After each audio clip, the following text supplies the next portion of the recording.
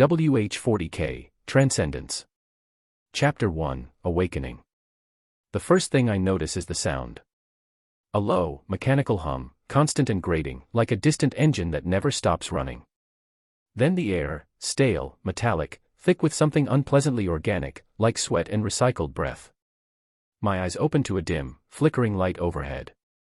The ceiling is metal, rusted in spots, condensation dripping from exposed pipes. The walls are the same, dull gray, corroded at the edges, patched with bolted plates. This isn't my room. I sit up too fast, and a wave of dizziness slams into me. My limbs feel sluggish, my head heavy, like I've been drugged or sleeping for far too long. My fingers grip the edge of the cot, thin mattress, metal frame, uncomfortable as hell. A set of rough, gray robes hangs from a hook on the wall. A small metal locker sits at the foot of the bed. I don't recognize any of this. Where am I? Panic bubbles up, but I force myself to breathe. Think. Remember. And then, I do. It hits like a hammer to the skull. Two sets of memories, tangled together, clashing, overlapping. One part of me remembers my old life. A normal life. Waking up every morning to the same routine, groggily shutting off my alarm, dragging myself to the bathroom, scrolling through my phone while half asleep. Breakfast was whatever was quick, instant coffee, maybe some cereal if I wasn't too lazy. Then came the daily grind. School, then later, work. Long hours spent in classrooms, then offices, staring at screens, typing, listening, waiting for the day to end. Evenings weren't much different. A few hobbies to pass the time, reading, gaming, watching videos. Some occasional time with friends, but nothing deep. No grand ambitions, no real struggles. Just existence. Predictable, safe, mundane. And now, all of that is gone. The other part of me. 14 years in a hive city. Born into the Imperium. Raised in squalor, trained to be a cog in an unfeeling machine. Waking up every day to the same routine, the same grueling work, the same prayers muttered out of obligation rather than faith. Two lives. Two versions of me. One of them shouldn't exist. I swallow, my throat dry. My heart is pounding. The old me, the real me, was never supposed to be here. This isn't fiction anymore. This is real. The realization is suffocating. This world. I know what it is. I know what the Imperium is. The hellish dystopia where life is meaningless, where billions die nameless, where the only escape is death or power. And I have neither. I grip my head, my breath coming in short gasps. No. No. This isn't right. There has to be some way out. Some way to wake up from this nightmare. But even as I think that, I know the truth. This is my life now. I force myself to focus. My hands are still shaking, but I need to move. Get up. Get dressed. Follow the routine ingrained in this body's memories. I pull on the gray robes, rough and worn, boots scuffed from years of use. My satchel leans against the wall, its leather strap cracked. Inside, I find a few tattered papers, a simple stylus, and a dented metal flask filled with stale water. And then, a flicker. A glow at the edge of my vision. Words, appearing out of nowhere. Status page. Name, Cashin Vale. Age, 14. Race, human, Imperium. Affiliation, Imperium of Men. Occupation, Imperial Scribe. Physique, F, 3/10. Dexterity, F, 3 out of 10. Intelligence, F, 6 out of 10. Wisdom, F, 7 out of 10. Affinity, F, 3/10. Perk points available, 0. Skills. Basic literacy, low Gothic, level max. I freeze. My breath catches in my throat. A status screen. I blink, but it doesn't disappear. It lingers at the edge of my vision, waiting, responding to my focus. This shouldn't be possible. A game-like system. In Warhammer 40K. I stare at my stats. Everything except intelligence and wisdom is barely above rock bottom. No special abilities. No magic. Just numbers. I exhale slowly. It's something. Not an escape. Not a miracle. But an advantage. I don't know how it works yet, but if this world is as brutal as I know it is, I'll need every edge I can get. A distant chime echoes through the corridor. Work cycle starting. No time to figure this out now. I shoulder my satchel and step outside. The corridor is suffocatingly narrow. Cramped metal walls lined with flickering glow strips. The air is thick with incense from the nearby shrine, barely masking the sweat and machinery stench. The floor vibrates with the distant thrum of industrial machines deep within the hive. Dozens of other scribes shuffle past me in silence. Gray robes, tired eyes, hunched shoulders. None of them look at me. None of them speak. Just another day in the Imperium.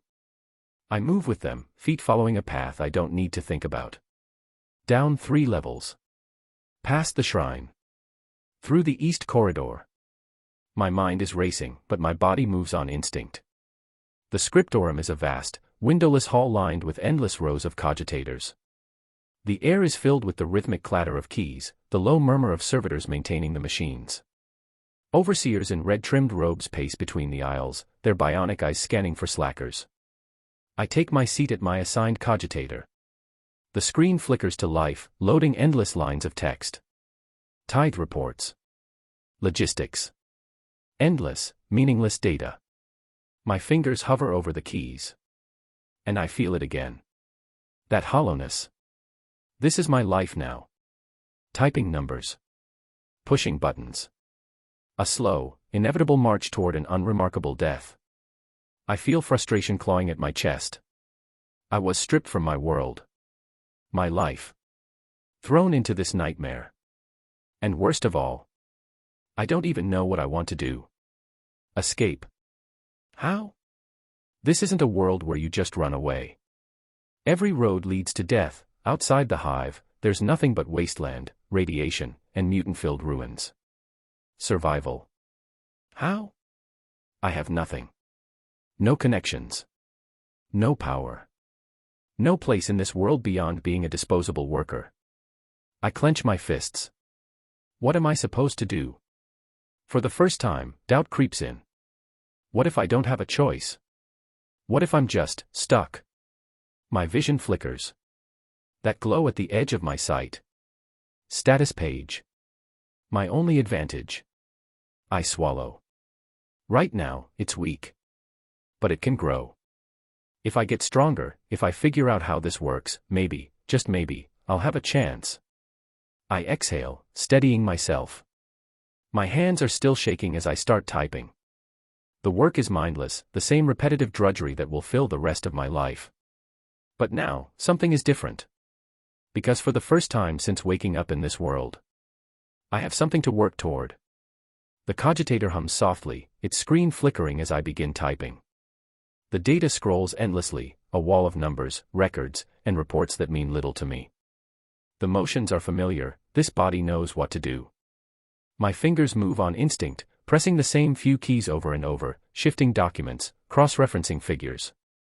Minutes pass. Then an hour. My mind drifts as I work, thoughts swirling in the background. The sheer monotony of it all is suffocating, but it gives me time to think. This system, my status page, it has to be my way forward. The only real advantage I have. But how does it work? Can I level up? Gain new skills? Will it reward effort, or is it something else entirely? No answers. Not yet. My eyes flick toward the overseers patrolling the rows. There's no room for distractions here. Slacking off leads to punishment, and I have no desire to test exactly how cruel they can be. So, I work. The sounds of typing and shuffling papers blend into white noise. The hum of the cogitators, the distant chanting from the shrine, the occasional cough or sniff from another scribe. It feels endless. But eventually, the chime rings again. Break cycle. I push back from my station, stretching out my stiff fingers. My back aches from hunching over the cogitator for so long. The other scribes rise in unison, filing out into the corridor. I follow, keeping my head down. Lunch is the same as always, a metal tray, a grayish nutrient paste, and a cup of lukewarm water. The food is tasteless, a thick, gelatinous mass that sticks to the roof of my mouth. It isn't meant to be enjoyed. Just fuel to keep us working. The dining hall is cramped and loud, filled with rows of scribes eating in near silence. Conversation is rare. The only sounds are the clatter of trays and the occasional murmur of prayers to the emperor. I sit alone. Not because I want to, but because I don't know these people. The memories in my head tell me their names, Raymar, Orlan, Saria, but they're little more than passing acquaintances. None of them would care if I dropped dead at my desk tomorrow. I take another bite of the paste, chewing slowly. What the hell am I supposed to do? Just survive. Keep working, keep my head down, live out this miserable existence until I inevitably die like the rest of them. No. No, I refuse to accept that. I need to get stronger. I need to understand how this system works. I glance down at my hands. Weak. Calloused, but not strong. My status page said my physique is a 3 out of 10. That number probably means I'm barely above malnourished. If I want power, I'll have to start somewhere. A group of overseers pass by, their red-trimmed robes swaying as they move toward the far side of the hall. I watch them carefully, memorizing their movements. Their posture. The way the other scribes avoid looking directly at them. Power. In this world, it means everything. And right now, I have none. But if I can change that. The chime rings again, signaling the end of our break. I stand, tray in hand, and move toward the collection bins. The rest of the scribes shuffle back toward the scriptorum in quiet resignation. Another cycle of meaningless work awaits. But this time, I don't just go through the motions. This time, I test something. As I walk, I focus on my status page again. It appears instantly, hovering at the edge of my vision, responding to my thoughts. I stare at physique, 3 out of 10. Does it increase through effort? I clench my fists. There's only one way to find out. By the time the final work cycle ends, my fingers are numb, my back aches, and my eyes burn from staring at the cogitator screen for so long. The walk back to my hab is slow, my limbs heavy.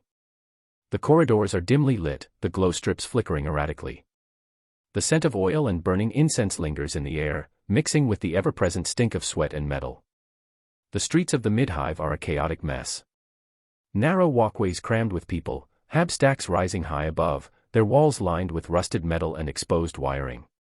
Tech priests march through the streets, their mechanical limbs clicking against the ground, while enforcers patrol in their black armor, batons at their sides.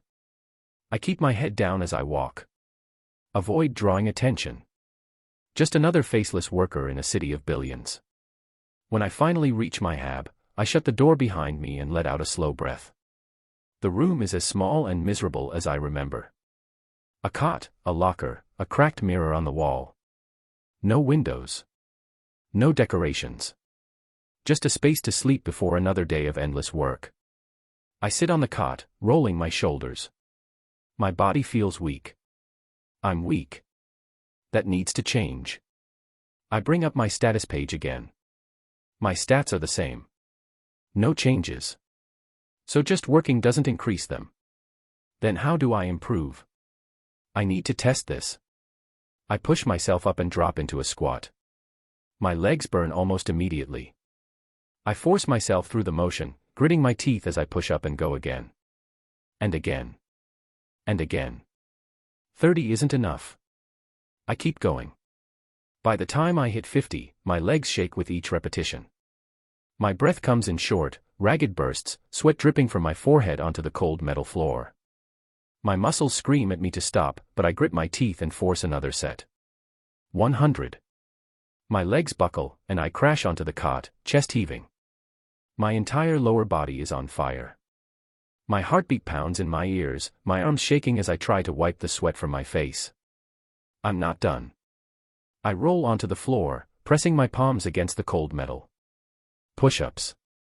My arms feel weak, but I force them to work. 1. 2. 5. 10. By 20, my arms tremble under my weight. By 30, my muscles are locking up, every inch of my body begging me to stop. But I don't. I push through. When I hit 50, I collapse, my vision swimming. My lungs burn, my muscles twitch uncontrollably. I lay there, staring at the rusted ceiling, gasping for breath. It's been years since I've pushed my body like this.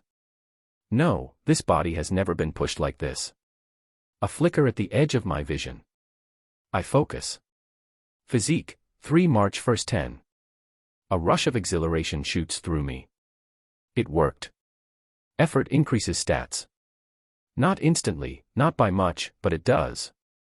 I wipe the sweat from my face, my heart still pounding. This changes everything.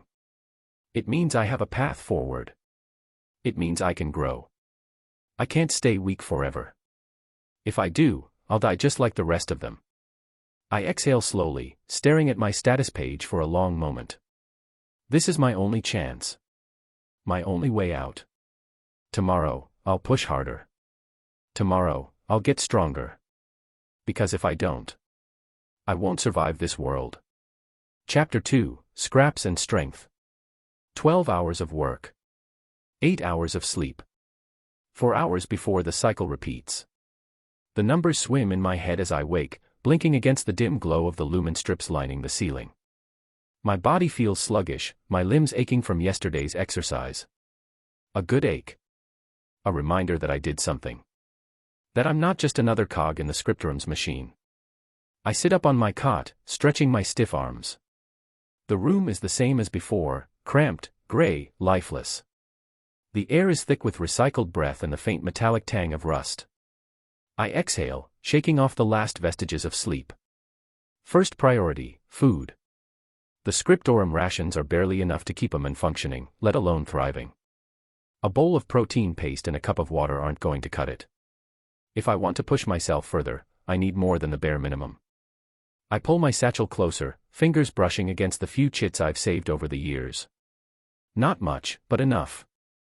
I've lived frugally, spent only when necessary. Now, survival demands I loosen my grip. Hive markets aren't friendly places, but they're the only place to get what I need. I sling the satchel over my shoulder and step out into the corridor. The mid-hive never sleeps. Even in the off hours, the air thrums with the distant roar of industry. Machines clank and whir in unseen manufactorums, and the ever-present hum of power conduits vibrates through the walls. The corridors are alive with movement, workers shuffling to and from shifts, enforcers in dull black armor making their rounds, merchants hauling their meager wares to the nearest trading hub. I blend into the crowd, just another gray-robed scribe moving with purpose. No one spares me a second glance. Good. The market is located 3 levels down, crammed into a series of interconnected corridors repurposed from old storage bays. It stinks of sweat, grease, and the acrid scent of burning tallow. A tangle of stalls and makeshift tables line the walls, traders barking out offers as people weave through the narrow paths.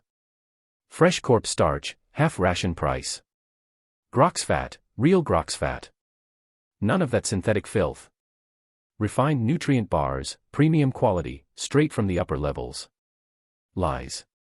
Mostly. But some of it is edible, and that's what matters.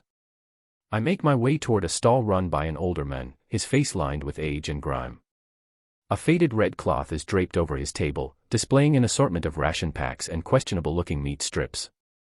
His eyes flick toward me as I approach. "What's your pick, lad?" His voice is rough, worn by years of shouting over the market's chaos. I glance over the selection, weighing my options. The ration packs are reliable but dull, dried starch cakes, protein gel, nothing special. The meat strips, on the other hand, are a gamble. Could be grox, could be rat, could be worse. But I need protein. I tap the meat strips. How much? 2 chits apiece. I narrow my eyes. 1 each. He scoffs. I don't run a charity. I hold his gaze. And I'm not an idiot. This isn't fresh. The edges are drying out, which means it's been sitting here for at least a few cycles. You'll be lucky to sell it before it starts stinking up your stall. His lip twitches. Then he grunts, waving a hand. Fine. 1 chit each. But don't come crying if it kills you. I slide him the chits and take the strips, tucking them into my satchel. One transaction down. As I turn to leave, a commotion breaks out nearby, a young woman, barely older than me, being shoved back from a stall. Her clothes are tattered, her face hollow with hunger. "Get lost," the merchant growls. "No chits, no food." She hesitates, eyeing the pile of ration bars on his table. Her hands twitch at her sides, fingers curling. I recognize that look. Desperation. The merchant sees it too.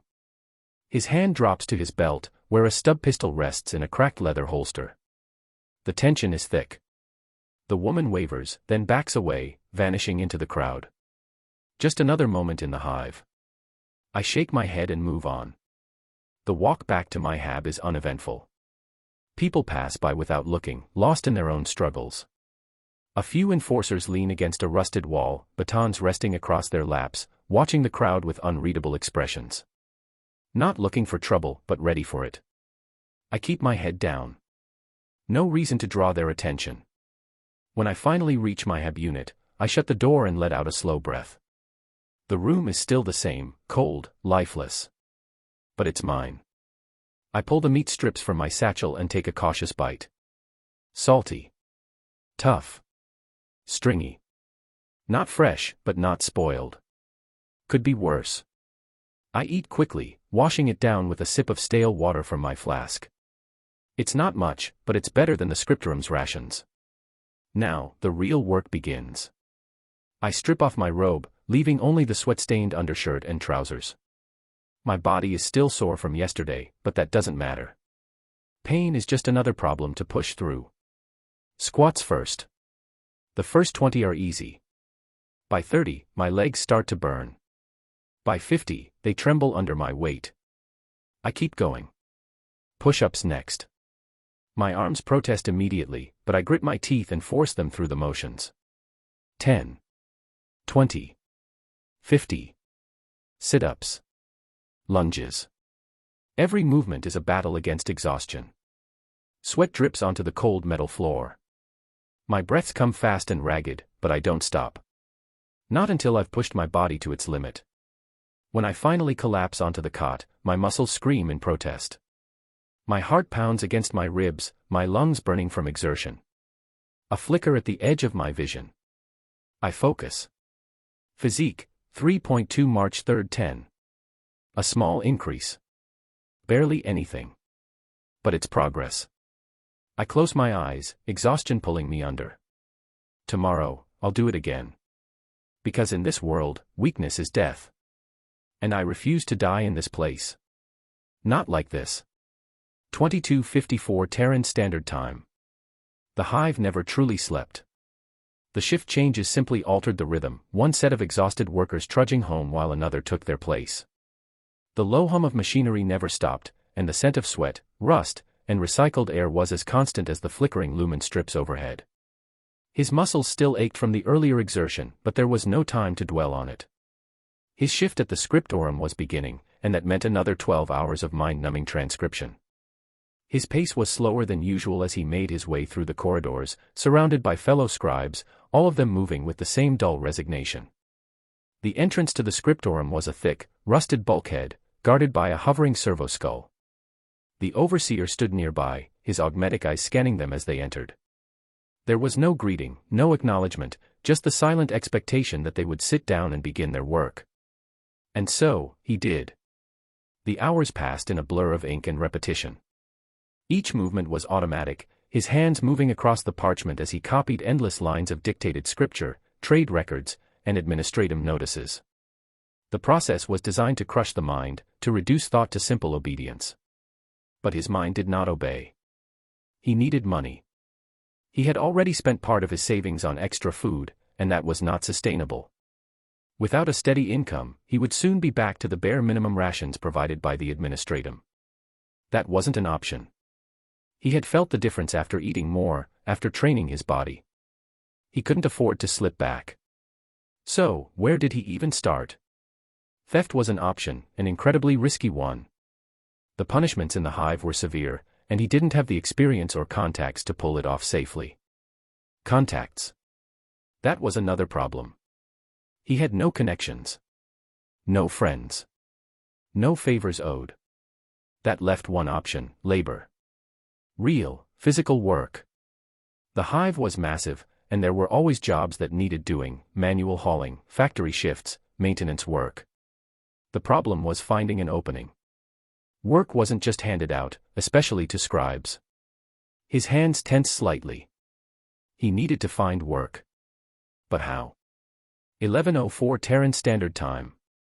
By the time his shift ended, his body was stiff from sitting, his fingers aching from gripping the stylus. He stepped out of the scriptorum, the artificial lighting of the hive city's corridors casting long shadows. He could go back to his hab unit, eat, and rest. But that wouldn't solve anything. He needed work. So, instead of taking his usual route back, he changed direction, heading toward the lower tiers of the mid-hive. This was unfamiliar territory. He had spent years moving between the scriptorum and his quarters, barely paying attention to the rest of the hive. But now, he forced himself to look. The deeper he went, the louder everything became. The hum of machinery turned into a near-deafening roar in some areas. The air was thicker, filled with the scent of metal, grease, and unwashed bodies. People moved with purpose: workers, loaders, guild enforcers keeping order. His first stop was the work boards. They were scattered throughout the hive, simple metal slabs where overseers and work gangs posted notices. Most were for long-term contracts, requiring guild approval or sponsorship, things he didn't have. Others were for specialized labor, too specific, too technical. Still, he scanned every listing, searching for anything he could do. Nothing. His frustration built as he moved on. He started watching the laborers instead, looking for openings, listening for anything useful. He approached a group of haulers unloading crates from a transport rig. They were massive men, their arms thick with muscle, their faces hardened by years of backbreaking labor. "Who do I talk to for work?" he asked one of them. The men barely glanced at him. "We don't need scribes. I can lift." A scoff. "You'll break in half." He clenched his jaw. He had expected that response, but it still stung. He tried again at another loading bay, this time approaching a middle-aged woman directing a group of workers. "I'm looking for extra work," he said, keeping his tone steady. "Manual labor." She gave him a once-over, then shook her head. "No openings. Try somewhere else." This was getting him nowhere. But he kept going. By the time an hour passed, he had been rejected half a dozen times. No one wanted to take a chance on him. He wasn't built like a laborer, and in a place like this, strength mattered more than willingness. Then, finally, something. Near the edge of a maintenance sector, he found a group of workers handling cargo shipments, barrels, crates, heavy machinery. They looked understaffed, moving with hurried efficiency. He didn't wait for an invitation. He walked straight up to one of the men struggling with a crate and grabbed the other end. The worker, a wiry man with cybernetic eyes, snapped his head up. "The hell are you doing?" "Helping," he grunted, "lifting." For a moment, the worker looked ready to shove him away. But then he simply nodded, shifting his grip. Together, they hauled the crate into place. A few more workers noticed. One of them, a heavy-set man with a mechanical brace on his leg, crossed his arms. "You looking for work?" "Yes." He jerked his head toward a pile of crates. "Fine. Move those. Don't drop anything. You break it, you pay for it." He didn't hesitate. The next 2 hours were grueling. The crates were heavier than he expected, and his muscles screamed in protest, but he kept moving. Every time he wanted to slow down, he pushed harder. Every drop of sweat, every aching limb, it was all proof that he was getting stronger. By the time the work was done, his arms felt like lead. The heavy-set man tossed him a few chits. "Come back tomorrow if you want more." It wasn't much, but it was something. As he pocketed the money and made his way back to his hab unit, he felt something new. Satisfaction. He had earned this. No shortcuts. No handouts. Just effort. And that was something no one could take away from him. Chapter 3, the first week. 6:17 Terran Standard Time. The monotony of the scriptorum was beginning to wear on him. Every day followed the same structure: 12 hours of transcription, 6 hours of backbreaking labor, and 6 hours of sleep, when exhaustion didn't make him collapse the moment he lay down. He had only been at it for a few days, but his body was already screaming in protest. His hands were raw from handling crude tools, his back ached from lifting, and his legs felt like lead. But that was the price of survival. The chits from the scriptorum alone wouldn't have sustained him, not with the extra food he needed. The labor-intensive work provided just enough for him to keep going, both in terms of nourishment and slow, incremental physical growth. Every shift, he forced himself through the pain, knowing that there was no alternative. This world wouldn't wait for him to adjust. The hive's lower levels were full of people like him, workers too poor to afford leisure, too insignificant to be noticed by the greater machine of imperial bureaucracy. The difference was that most had known this life since birth. He was still adjusting. He rubbed his aching wrist, looking over the meager meal he had managed to afford. It was an upgrade from what the scriptorum provided, but only barely: corpse starch, a handful of protein gruel, and a half-rotten fruit he had bartered for. The taste was vile, but he ate mechanically. Hunger wasn't something he could afford to be picky about. His thoughts wandered as he chewed, eyes scanning the dingy mess hall where he sat among other laborers. Conversations murmured around him, the ever-present background noise of the hive. This was where information flowed, not through whispers of intrigue, but through the complaints and daily grievances of men who had nothing left but their work. Another group of workers gone missing near the sump tunnels.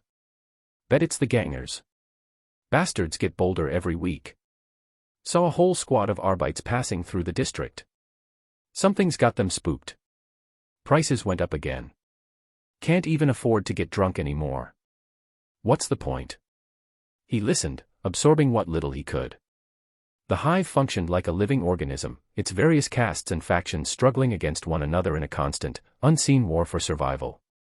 And he was just another piece of flesh caught in the middle. A shift horn blared, signaling the next cycle of labor. He sighed, stretching his stiff muscles, and stood up. Time to work. 1342 Terran Standard Time. The weight of the crates burned in his arms, the strain running through his shoulders as he stacked them onto the conveyor. His entire body was drenched in sweat, the recycled air thick with the stench of metal and unwashed bodies. The labor yards were relentless, a place where men were worn down like dull tools until they broke. Physique, 3.4-3.5. He wasn't the only one struggling. Around him, dozens of other workers hauled materials, cleared debris, and maintained the ancient machinery that powered the hive. Some were young like him, barely more than boys. Others were veterans of this endless toil, their bodies riddled with scars and cybernetic augmentations replacing what had been lost to accidents. One of the older workers, a broad-shouldered man with a crude augmetic arm, grunted as he dropped his load. He glanced over, smirking at him. "You knew." He nodded, exhaling slowly as he adjusted his grip on another crate. "Yeah." The man chuckled. "You've got that look. Won't last if you keep pushing yourself like that." He wiped sweat from his brow. "No choice." "None of us have a choice, kid." The worker sat on a nearby stack of crates, rolling his shoulder. "But there's a way to work smart. You ain't a hiver, are you?" His stomach tensed at the question. He was careful about how he responded to things like this. "Not from this district." The man raised an eyebrow but didn't press further. "Well, listen up. You want to survive in the yards, you gotta pace yourself. Work with the rhythm, not against it. If you're struggling, find someone to share the load. We all get paid the same miserable wage either way." He considered that. The idea of cooperation wasn't foreign to him, but trust was hard to come by. Still, if he was going to be here for weeks, it made sense to not break himself too quickly. The man extended a hand. "Name's Joran." After a brief hesitation, he shook it. "Cashin." Joran grinned. "Welcome to the hive, Cashin." 1908 Terran Standard Time. By the time his shift ended, he could barely feel his arms. His mind was fogged with exhaustion, his stomach growling in protest. But there was one more thing he needed to do before resting. His body was reaching its limit, but that was exactly why he needed to push further. It wasn't just about survival, it was about growth. He wouldn't allow himself to stagnate. Returning to his unit, he cleared a small space on the cold metal floor. His limbs trembled as he lowered himself into push-ups, muscles screaming in protest. Sweat dripped down his face as he forced himself to continue. One more. Then another. He didn't stop until his body refused to move. Pain lanced through his arms as he collapsed onto his back, chest heaving. His vision blurred with exhaustion, but a small, grim satisfaction settled in his chest. Physique, 3.5-3.6.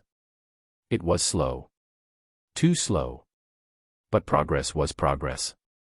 His breath steadied as he lay there, staring at the ceiling. 3 weeks. That was all the time he had before his savings ran dry. He closed his eyes. Tomorrow would be another battle. Cashin wiped his forehead with the back of his sleeve, sweat mixing with the dust that clung to his skin. His muscles ached, his fingers felt stiff, and his back throbbed from the relentless strain of moving crates. The labor was brutal, but he forced himself to keep going. It wasn't just about the money, it was about making himself stronger. The old man, Joran, sat on an overturned crate nearby, watching Cashin with his usual half-lidded gaze. He had finished his own tasks for the shift, leaving him free to do what he did best, offer unwanted commentary. "You keep lifting like that, boy, and you'll throw out your spine before the week's over," Joran muttered, chewing on something that might have been a dried nutrient bar. "Bend your knees more. You ain't some servitor." Cashin grunted, shifting his stance slightly before hefting another crate onto the stack. "I'm managing." Joran snorted. Sure. Until you ain't." The two of them had fallen into a rhythm over the last few days. Cashin worked, Joran criticized. Not in a cruel way, though. If anything, the old man seemed mildly amused by Cashin's persistence. Cashin set the crate down and rolled his shoulders. "If you've got time to complain, you've got time to help." Joran barked out a dry laugh. "I've put in my years, boy. My back ain't what it used to be." He gestured toward his leg, tapping the metal brace wrapped around his knee. "Besides, I already carried my weight. You young ones gotta keep the cycle going." Cashin wasn't sure if Joran was talking about the work or something broader, something more cynical. The hive ran on cycles, after all. People were born, they worked, and they died. A relentless, unchanging loop. Still, he found himself asking, "How long have you been doing this?" Joran leaned back, exhaling slowly. "Too long. Since before you were born, most likely. Used to be faster, stronger, thought I'd get out of this place one day. Maybe find work topside. Maybe even get a trade permit." He chuckled, low and bitter. "Turns out, hope's a hard thing to kill, but not impossible." Cashin didn't respond right away. He understood what Joran meant. He had already accepted that there was no real future here, no path leading upward. He had no illusions about some miracle waiting for him. The hive only took, it never gave back.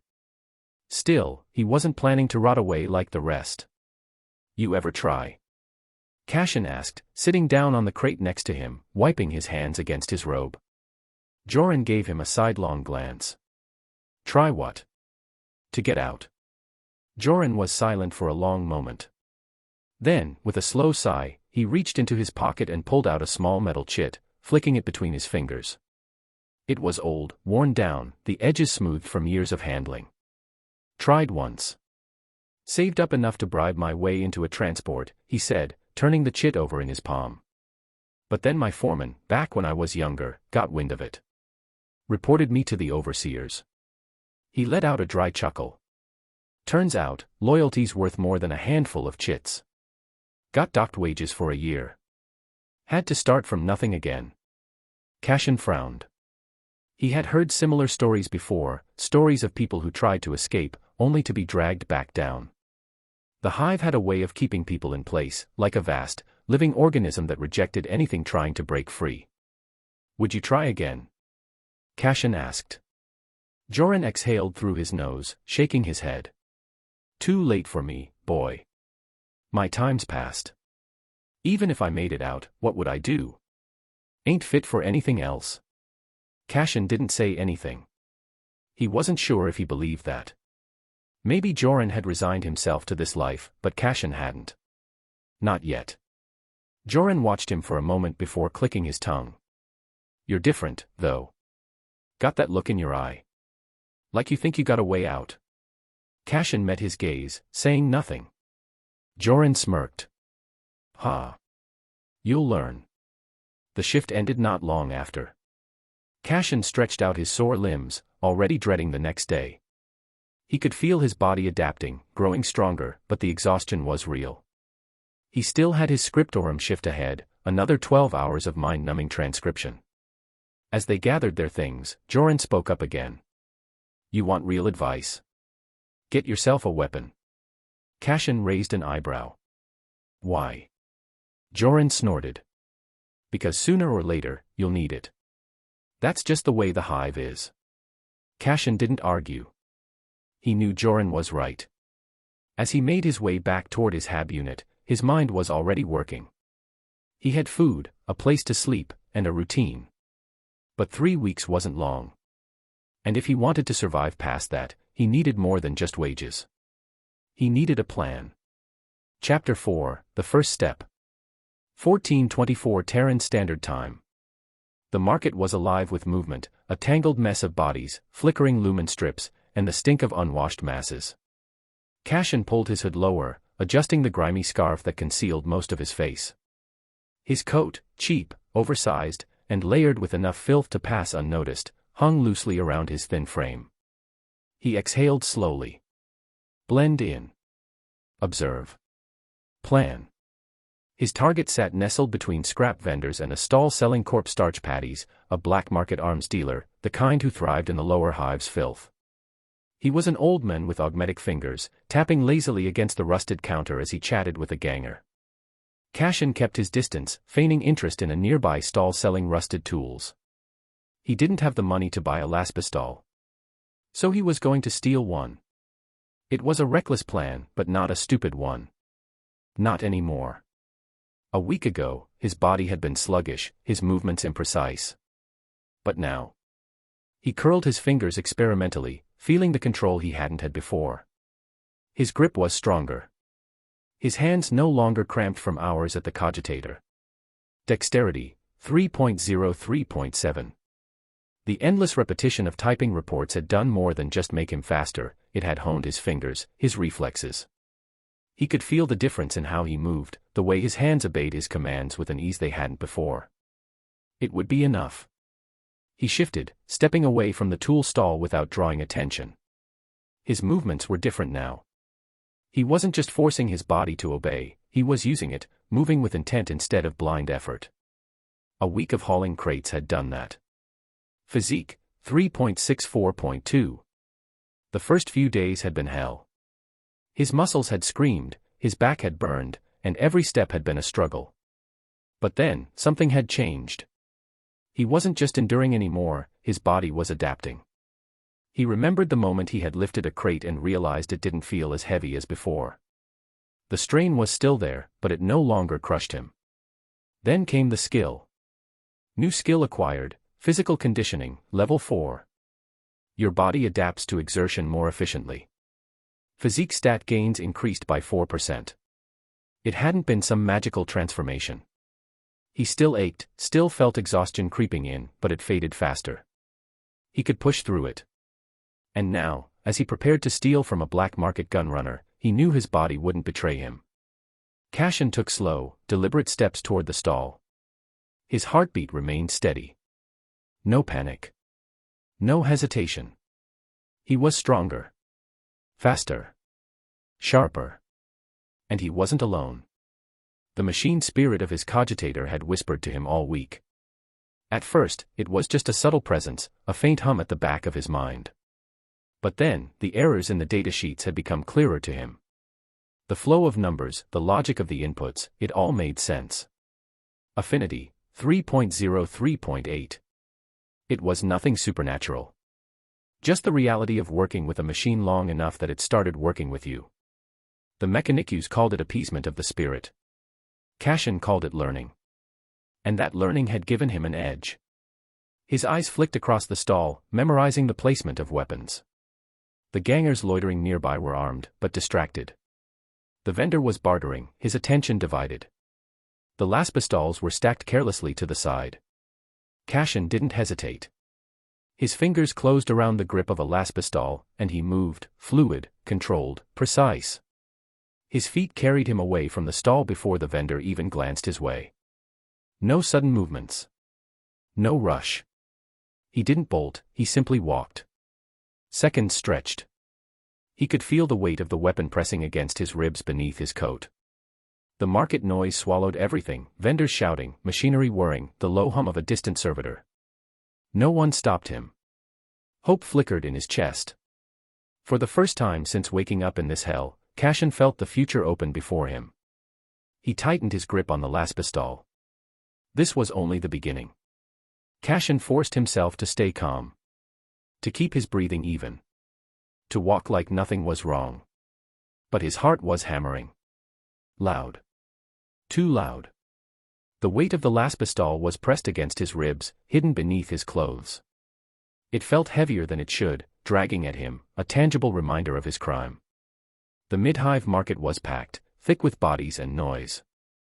The smell of grease and rust clung to the air, sweat and machinery mixing in the stifling heat. It was the perfect place to disappear, if he could keep his nerves in check. His legs burned with the urge to run, to put as much distance as possible between himself and the scene of the theft. But that was how people got caught. Running drew eyes. Running made hunters out of men who might otherwise ignore you. So he walked. Not too fast, not too slow. Just another scribe heading home after a shift. Then the shout cut through the market like a gunshot. Oi! That little fracker stole from me. Cashin's stomach dropped. He didn't turn. Didn't react. But his entire body went cold. Muttering spread through the market like a ripple in water. A few people stopped, glancing around. Searching. Cashin kept walking, his pace steady. But his pulse was spiking. Then the worst possible thing happened. The vendor wasn't just yelling at random people, he was talking to the Arbeits patrol. Cashin's throat tightened. The Adeptus Arbeits weren't enforcers. Enforcers might rough you up, maybe throw you in a cell for a few days. But the Arbeits. They executed criminals in the street. No trial. No second chances. Just a bolt round through the skull. And they were already moving. Cashin forced himself to think. Move. He couldn't run. Not yet. That would confirm everything. He needed cover. He stepped sideways, slipping between two hunched-over laborers.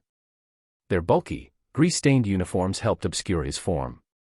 He kept walking, weaving through the shifting crowd, listening as the vendor ranted about a skinny, dark-haired boy. That description fit 100 people here. Maybe more. But the Arbeits were trained hunters. They wouldn't stop until they had their target. Heavy boots. Metal plates clanking. Getting closer. Cashin risked a glance. 2 Arbeits. Black visors. No mercy in their gait. They were scanning the crowd, their movements cold and methodical.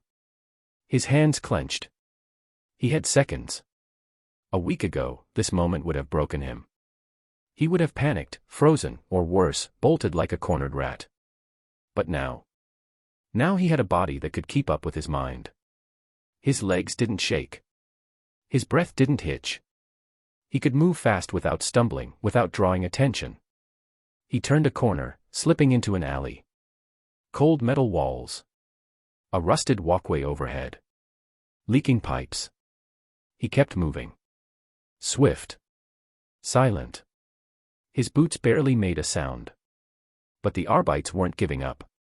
He heard them behind him, closer than before.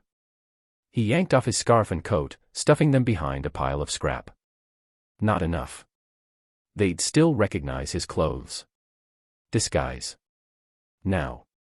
He flipped his outer shirt inside out, the fabric now a dirty gray instead of faded blue. It wasn't much, but it was different. Enough to throw off a distracted searcher. A hiss of steam erupted from a nearby vent, masking the sounds of his hurried movements. He pressed himself into the shadows, listening. The boots were still there. Still searching. Cashin's heart slammed against his ribs. If they came into the alley, if they even glanced this way. No. Stay calm. Think ahead. The Arbites wouldn't waste time combing alleys for a thief. Not when they had a general description and a market full of potential suspects. But the vendor? He wouldn't forget. Cashin clenched his jaw. He had planned for everything leading up to the theft, but he hadn't thought far enough ahead. He had the last pistol now, but what came next? Hiding forever wasn't an option. He still needed to eat. He still needed to work. And now? He had to be even more careful. A week ago, he wouldn't have even considered this kind of risk. But things had changed. He had changed. Scribing for hours on end had strengthened his hands, honed his precision. Typing was muscle memory now. That control extended to the rest of his body. His movements were quicker, sharper, more efficient. He had felt the shift when working at the scriptorum. His fingers no longer cramped as quickly, his posture no longer sagged. And the biggest change? His interaction with the cogitator. He had started to notice things. The way the machine responded to him. The way it whirred smoother when he touched the keys.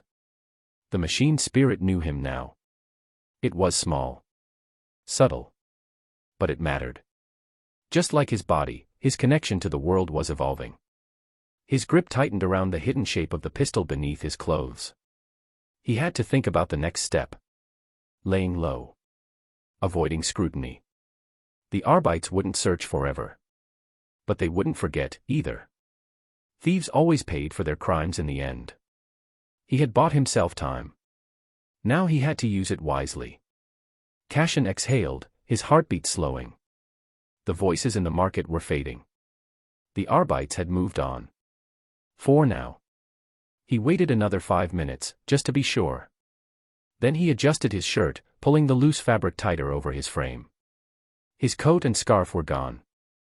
If anyone saw him now, he was just another faceless worker. Slowly, he stepped back into the main streets. The air was thick with sweat and oil, the hum of machinery blending with the endless murmur of voices. The market had already returned to normal. People were bartering, shouting, moving on with their miserable lives. Cashin did the same.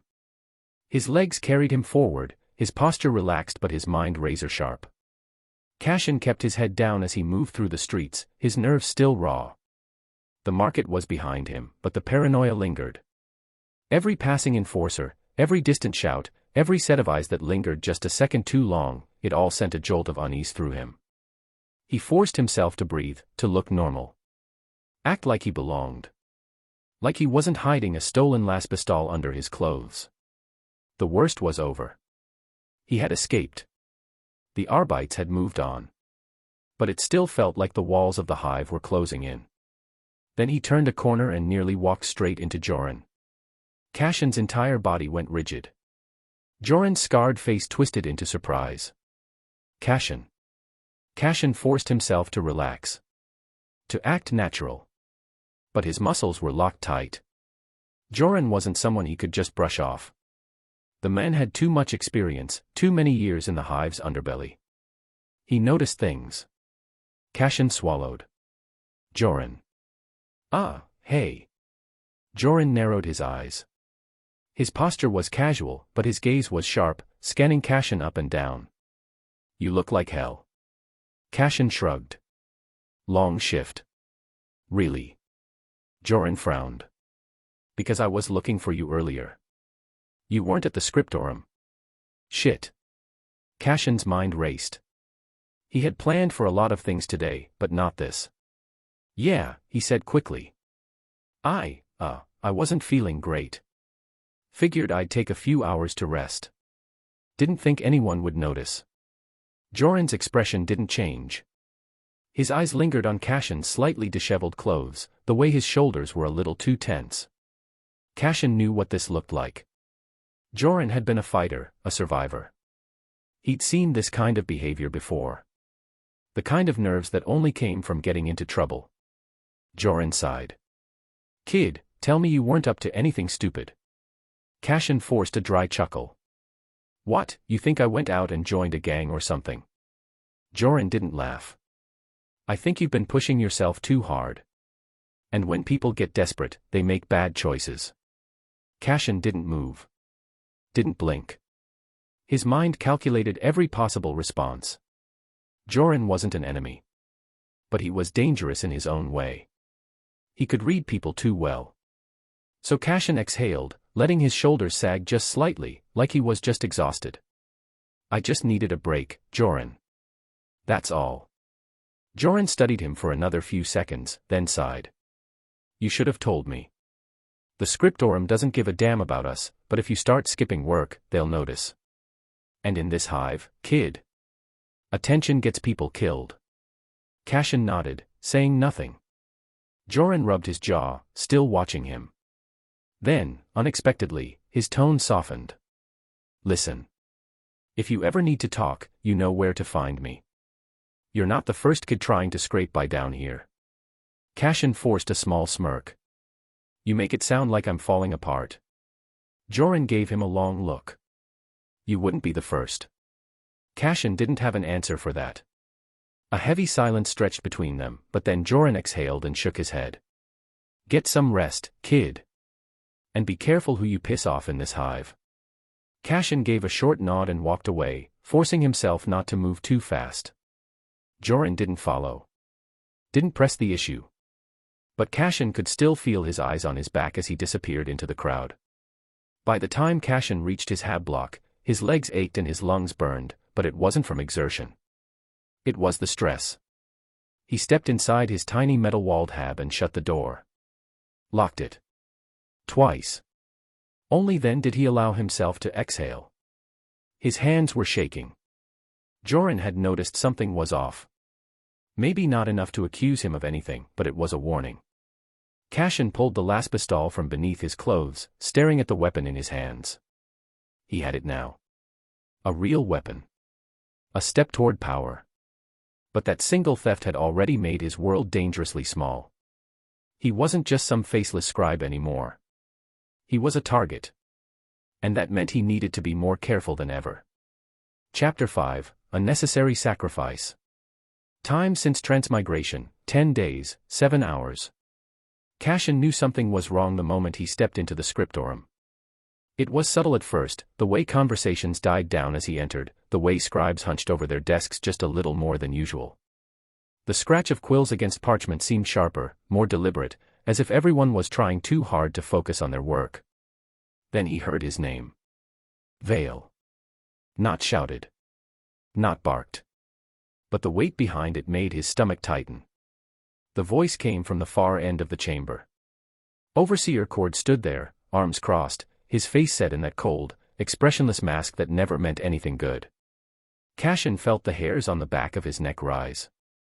He forced himself to move, weaving between rows of scribes who kept their heads down, pretending not to notice. He wasn't fooled. They were watching, listening. By the time he reached Cord, the silence in the room had shifted. It wasn't total, but it was there, lurking beneath the surface. The tension clung to the air like dust. You were absent yesterday. Cashin fought to keep his face neutral. His mind raced through possible answers, none of them good. He knew the rules. The administratum did not tolerate inefficiency. It didn't care about excuses. You were either present, or you weren't. And he hadn't been. He forced himself to meet Cord's eyes. I was unwell, Overseer. Cord didn't blink. You did not report it. Cashin felt his jaw tighten. There was no point in arguing. Reporting an absence required going through proper channels, filing a notice, getting approval from a superior. But that process took time, and Cashin hadn't exactly been in a position to follow protocol. He had been too busy trying to steal a last pistol. It won't happen again, he said, keeping his voice steady. Cord let the silence stretch. He didn't need to yell to make a point. His presence alone did the work. The way he stood, the way his gaze pinned Cashin in place, he had authority, and everyone in the room knew it. No, Cord said finally. It won't. Cashin's hands curled into fists at his sides. He knew what was coming before Cord even spoke again. The overseer turned his head slightly, his voice carrying across the chamber. This is a reminder to all of you. The room, already quiet, seemed to grow even stiller. No one moved. You are here to serve the Imperium. Your work ensures that the administratum functions without failure. There are no unexcused absences. No delays. No weakness. Cassian could feel eyes flicking toward him now. A lesson was being made of him. Not a harsh one, not yet, but enough that everyone would remember. Enough that no one would make the same mistake. Failure to meet expectations will not be tolerated, Cord finished. The words lingered in the air. Then, as if on cue, the sound of quills scratching against parchment resumed. A few scribes shifted in their seats. Some shot Cassian quick, unreadable glances before returning to their work. Others didn't look at all. Cord turned back to him. Get to your station, Vale. I expect your output to compensate for yesterday's absence. Cassian gave a sharp nod and walked away. His steps felt too loud in the heavy silence. The weight of the room pressed against him, even as he lowered himself onto the hard wooden bench of his assigned desk. He exhaled slowly, flexing his fingers before picking up his quill. His hands were shaking. He hated that. He clenched them once, then forced himself to start writing. This was nothing. A warning. A performance. A reminder of his place in the machine. He would endure. 7:05 Terran Standard Time. Cassian's quill scratched against the parchment, his fingers moving on autopilot as he transcribed yet another set of supply requisitions. His hands were steady now, his breathing even, but his mind wasn't on the task. It was on the laspistol. The weapon sat hidden in his hab unit, wrapped in a cloth beneath his bedding. It had taken everything he had to steal it, to avoid getting caught, to survive. But what good was a weapon he didn't know how to use? Cassian had read about lasguns, laspistols, plasma weapons, hell, he had memorized entire rulebooks back in his old life. But reading was one thing. Reality was another. He didn't know how to properly grip a gun. How to aim, how to compensate for recoil, how to reload under pressure. And that was a problem. A gun wasn't just a weapon. It was a tool, a means of survival. If he had it, he had to know how to use it. Otherwise, it was just dead weight, a risk, a liability. But the problem wasn't just learning. The problem was time. His schedule was already brutal. 12 hours in the scriptorum, mandatory, unavoidable. 6 hours of manual labor, his only means of earning extra money for food. 6 hours of sleep, which was already pushing the limits of exhaustion. There was no space left. No moment to slip away and practice. He needed to make a choice. A single misfire, and he could blow off his own hand. Or worse, someone would hear the shot, and he'd be caught. That meant he needed space, privacy. A place to practice where no one would hear, where no one would ask questions. And that meant giving something up. Cassian exhaled, staring at the parchment in front of him without really seeing it. If I keep working manual labor, I have money. Food. Stability. If I drop it, I have time. A chance to train. But at the cost of comfort. The numbers ran through his head like a cogitator's calculations. He had already built up savings from his previous labor. If he kept working, he'd have enough food for 2 weeks beyond his current stockpile. If he stopped, that cushion would be cut in half. 1 week. 1 week before hunger clawed at him again. 1 week before he had to find a new way to earn. But the alternative? Walking around with a weapon he didn't know how to use. Risking his own life because he was too stubborn to adapt. No. That was stupidity. Cassian took a slow breath, steadying himself. He had already accepted the truth of this world, power was survival. The laspistol was a step toward that. Decision made. His stomach clenched at the thought of losing that 1 week of security, but he forced himself to push the hesitation down. He could always earn more money later. What he couldn't afford was being unprepared when the moment came. 11:04 Terran Standard Time. The scriptorum's bells rang out, signaling the end of the shift. The dull clang reverberated through the halls, a relief to some, a reminder of endless toil to others. Cassian set down his quill, flexing his stiff fingers before pushing himself up from the bench. His back ached from hours of hunching over parchment, and his eyes burned from the dim lumen strips that flickered erratically above. Another grueling day. The walk back to his hab was a blur of shuffling feet and murmured conversations. He barely registered the other scribes around him, their weary faces identical in their exhaustion. His mind was elsewhere, already mapping out the next few hours. He had made his choice. Now came the hard part. He stripped off his work tunic, rolling his sore shoulders before splashing cold water onto his face from the small, rusted sink in the corner. The chill jolted him back to full awareness, washing away some of the fatigue clinging to him like a second skin. Next came food. He sat on the cot, unwrapping a ration bar and chewing methodically. The taste was the same as always, bland, chalky, barely enough to satisfy. But it kept him going. And for what he had planned tonight, he needed the energy. Cashin stepped out of his hab, treading carefully through the narrow corridors of the hab block. The dim lumen globes overhead cast long shadows, giving the place an eerie feel, but he ignored it. He needed a place to practice. Somewhere private.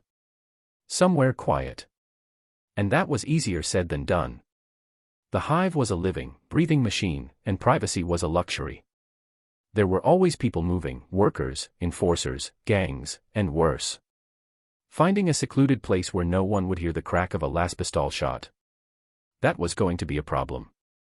Still, he had to try. Cashin moved deeper into the lower levels of the hab block, away from the main walkways. The air grew heavier with the scent of rust and old sweat, and the walls darkened with layers of grime. He passed a few loiterers, some barely spared him a glance, others eyed him for a moment before losing interest. Too many people. Too exposed. He kept walking. His first idea was an abandoned maintenance alcove, a place he had passed by before but never given much thought to. He pressed against the metal door and gave it a light push. Locked. Cashin frowned. He scanned the edges of the door, but the locking mechanism was solid. Forcing it open would be loud, and he didn't have the tools to pick it. Not worth it. He moved on. His second idea was a rarely used stairwell leading to a sublevel. He had seen it before, half forgotten and covered in dust. If no one went down there, maybe it would work. He found the entrance and carefully descended, stepping lightly to avoid drawing attention. The stairwell smelled of mildew and old metal, but it was quiet. He exhaled, hopeful. Then he saw the signs of habitation, discarded rags, empty ration packs, a crude bedding of fabric scraps in the corner. Someone was living down here. Cashin backed away immediately. He wasn't about to risk running into a desperate hiver, or worse, a ganger looking for easy prey. Strike two. His frustration grew with each failed attempt. He was running out of options. Every promising spot was either too exposed, too inhabited, or too difficult to access. If he couldn't find something soon, he would have to rethink everything. Then, after nearly an hour of searching, he found it. Cashin had wandered into an older section of the hive, a place where the walls were corroded, and the machinery whined with age.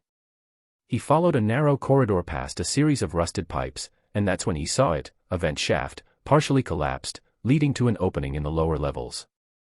It was small, barely large enough for him to squeeze through, but it led to something bigger. Carefully, he ducked down and crawled inside, the metal cold against his hands and knees.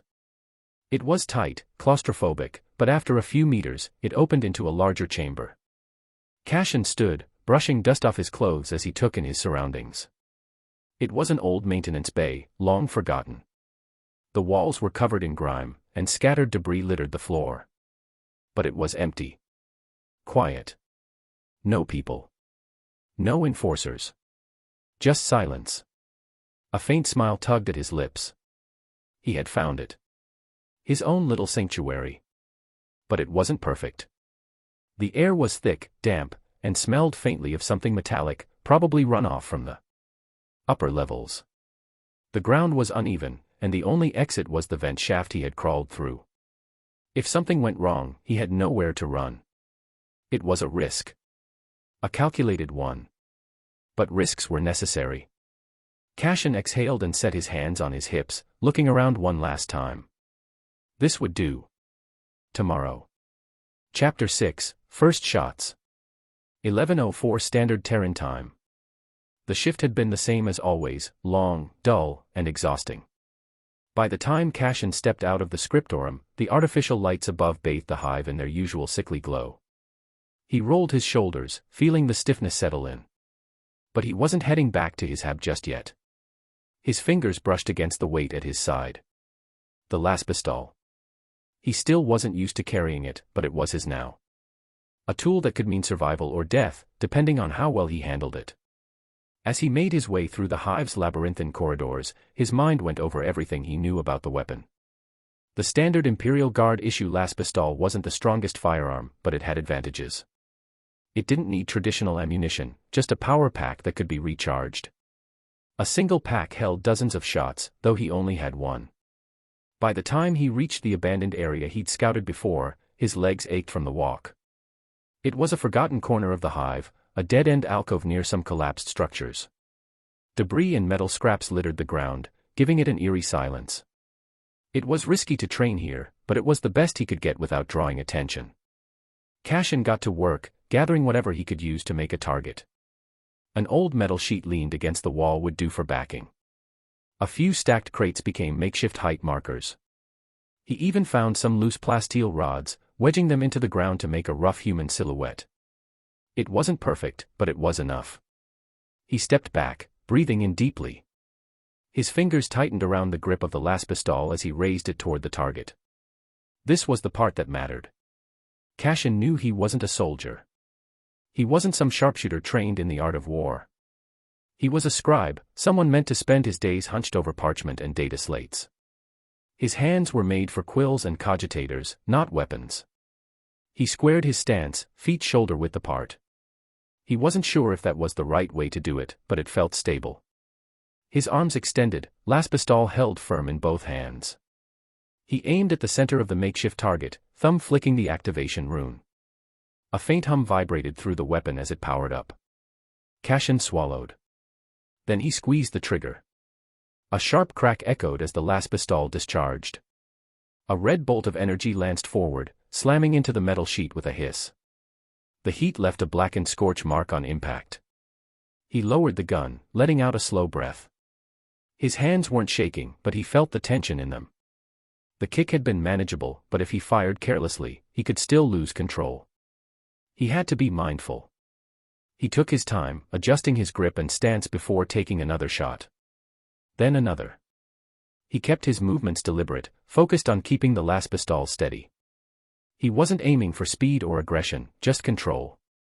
After a dozen shots, he stopped. The power pack wasn't empty yet, but he didn't want to risk draining it too much. A glance at the target showed his results.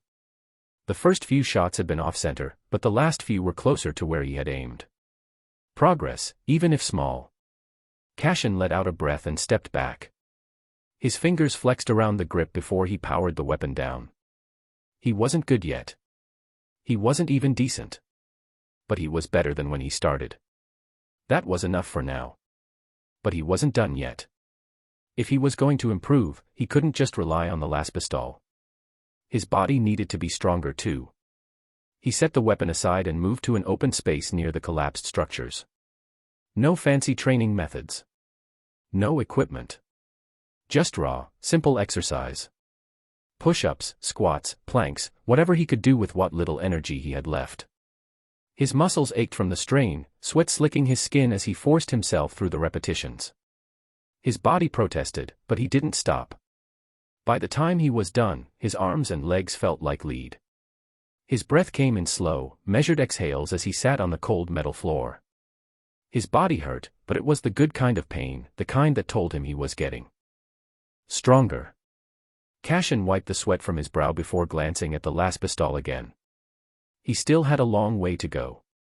But he was getting there. And in this world, that was all that mattered.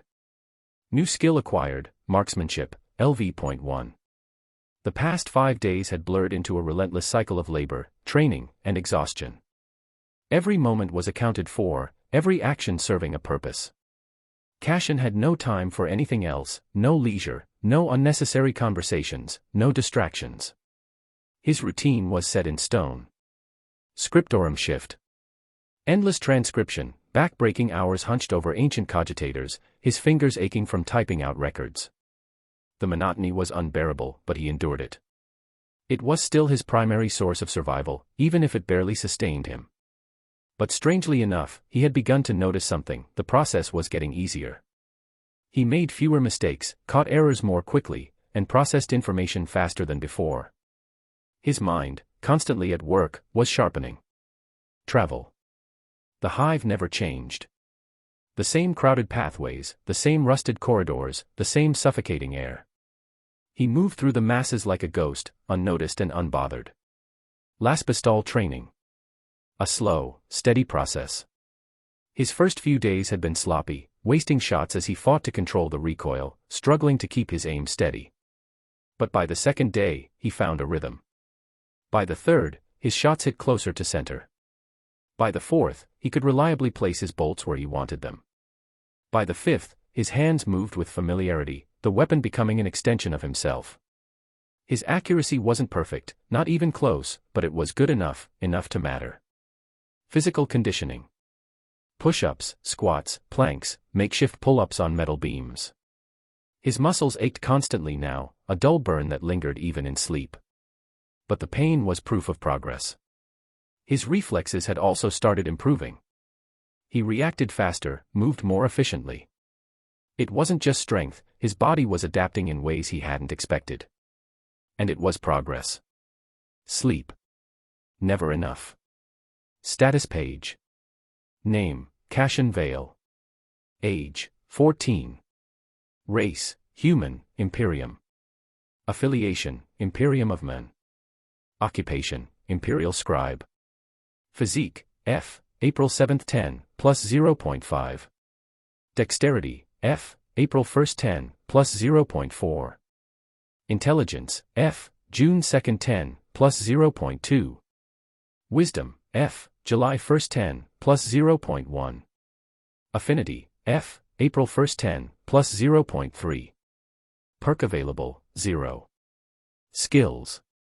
Basic literacy, low Gothic, level max. Marksmanship, level 5, plus 4. Physical conditioning, level 9, plus 5. It was satisfying, seeing the numbers increase. It made everything feel real. The grinding, the fatigue, the hunger, it wasn't meaningless.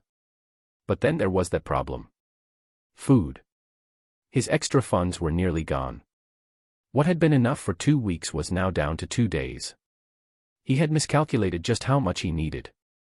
Every meal outside of the scriptorum had chipped away at his reserves faster than he'd expected. If he didn't find a new source of income soon, he'd be back to just scriptorum rations. And those weren't enough. Cashin exhaled, staring at the ceiling of his hab. Solutions. He needed solutions. The first option was obvious: find new work. But what? Manual labor was out. He didn't have time anymore, his schedule was already packed. He could try odd jobs, but that would cut into either his training or his sleep. And skipping sleep was a fast way to ruin everything he'd built so far. The second option. Cut back on food. Stretch out what little he had left, ration every bite. But that was a losing game. He was already pushing his body to its limits. Eating less wasn't an option. Then there was the third option. Joran. He hadn't spoken to the old man much since their first conversation, but he had helped him before. Maybe he could help again. Maybe he knew something, a way to earn a few extra chits, a job that wasn't completely soul-crushing. Or maybe Cashin was grasping at straws. Either way, he'd find out soon. 11:35 Standard Terran Time. Cashin made his way through the lower hive streets, weaving between the usual mass of bodies that filled the corridors. It was another day, another series of exhausting hours at the scriptorum, and soon enough, he'd be back at the abandoned site, training with the Laspistol and pushing his body further. His life had fallen into a routine, a brutal, demanding one, but a routine nonetheless. After finishing his daily quota of exercises, he walked out. Instead of going the usual way to his hab, he chose to go to the lower level where he might meet Joran. Joran wasn't anyone special. Just another laborer Cashin had met during one of his shifts. A man who had been around long enough to know people, to hear things. Cashin wasn't sure what Joran did outside of his usual work, but he had hinted before that he sometimes found other opportunities. Work that paid better than breaking your back for 12 hours. Cashin needed that kind of work. He found Joran right where he expected, leaning against a railing in a dingy corridor, watching the flow of workers shuffle past. He looked up as Cashin approached, a smirk forming. "Well, look who it is. Thought you'd finally worked yourself to death." Cashin rolled his eyes. "Not yet." Joran chuckled. "Give it time." He pushed off the railing, eyeing Cashin up and down. "You look different." "What, been hitting the weights?"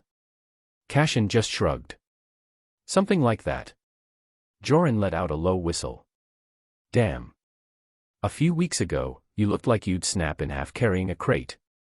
Now you've got some meat on you." He grinned. "Must be nice, actually eating." Cashin didn't deny it. The extra food had made a difference, and it showed. Joran crossed his arms.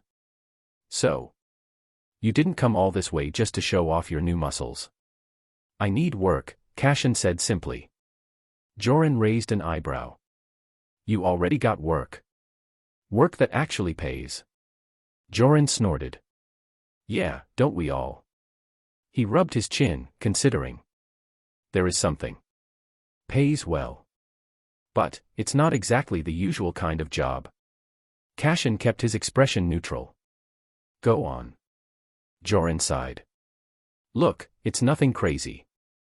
You'd be running a package from one point to another. No questions asked, no looking too hard at what you're carrying." Cashin frowned slightly. "And why does this pay better than normal labor?" Joran gave him a flat look. "Because the people paying don't want just anyone doing it. It's not illegal, exactly, but it's the kind of job where you don't want to screw up. If you do, they won't be happy." Cashin wasn't stupid. That was vague enough to mean trouble. Not necessarily law-breaking trouble, but the kind that could get you hurt if you made the wrong move. Joran must have seen his hesitation. "Look, I wouldn't be telling you this if I thought you couldn't handle it. You're not an idiot, and you're careful. That's why I figured you might be interested." Cashin exhaled slowly. "How much?" "A month's worth of food," Joran said simply. Cashin considered that. A month of food would take the pressure off completely. He could train without worrying about money for a while. But the risk. He didn't care about whether it was legal or not. That was meaningless in the grand scheme of things. What mattered was whether this would get him killed. Joran was watching him carefully. "You in?" Cashin didn't answer immediately. He weighed his options, running through every possible risk. Then, finally, he nodded. "I'm in." Joran grinned, clapping a hand on his shoulder. "Good choice. I'll get you the details soon. Just be ready." Cashin just nodded. He had no idea what he was walking into, but one thing was clear, this job was going to be a turning point. He just hoped it wasn't a fatal one. Chapter 7, The Path Forward. 13:05 Standard Terran Time. Cashin sat hunched over on the edge of his cot, elbows resting on his knees, staring at the cracked floor. The hum of the lumen strip above him was barely noticeable, blending into the background noise of the hive, the distant grind of machinery, the muffled chatter from the corridors, the ever-present thrum of millions of lives stacked on top of each other. His hands moved with slow, deliberate efficiency, unfolding the rough bundle of cloth he had scrounged together over the past few days. A dull, dust-coated overcoat. A hood that would help shadow his face. A pair of gloves, worn but intact.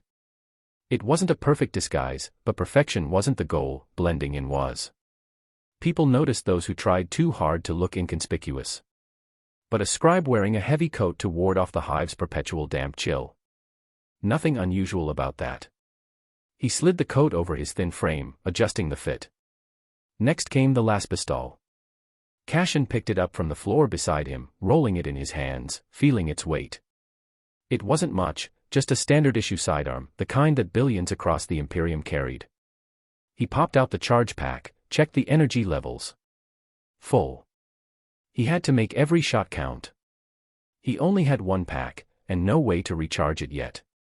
Waste a shot, and that was one less chance to defend himself. Carefully, he tucked the last pistol into the folds of his coat, securing it in a place where he could draw it quickly if needed. He had spent the past few days getting used to its feel, learning the weight of it in his grip, the motion of pulling it free. He wasn't a soldier, wasn't a fighter. Not yet. But he was learning. And learning was the key to survival. Death is not an option.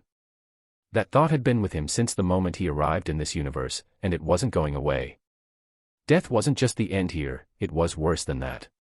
The people of the Imperium feared it, but they didn't understand the full horror of what awaited them.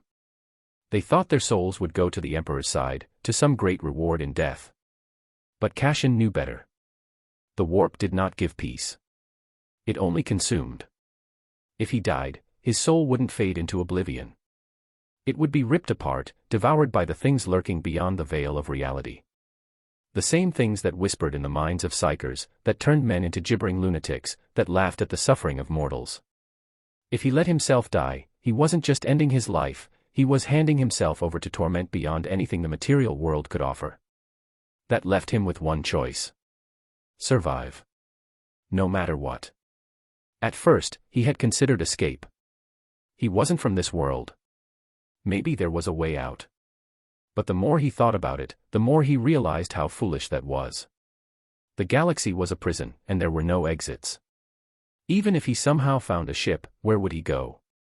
Every corner of the Imperium was the same, oppressive, brutal, indifferent to the suffering of its people. The alternatives were worse. Xenos wouldn't take him in. Chaos was a guaranteed death sentence, or worse. The Inquisition would execute him if they even suspected he didn't belong here. And leaving the galaxy? That was laughable. The void beyond held only the Tyranids, or some other horror waiting to be discovered. Even if there was nothing out there, the sheer scale of intergalactic travel was beyond him. No. There was only one path forward. Power. He didn't have to become a warlord, didn't have to overthrow the Imperium. That was beyond his reach. But he had to carve out a place for himself, a space where he wasn't just another nameless drone waiting to be crushed by the gears of the machine. For now, that meant survival. And survival meant playing the game carefully. The Imperium was the only faction that wouldn't kill him on sight. It was the safest bet. The people here were cogs in a vast machine, blind to the universe's true horrors. That made them predictable. And predictability meant control. He checked his disguise one last time in the cracked mirror above his sink. A few weeks ago, he had been weak. Just another scribe, struggling to get by. Now, he had skills. He had strength. He had a weapon.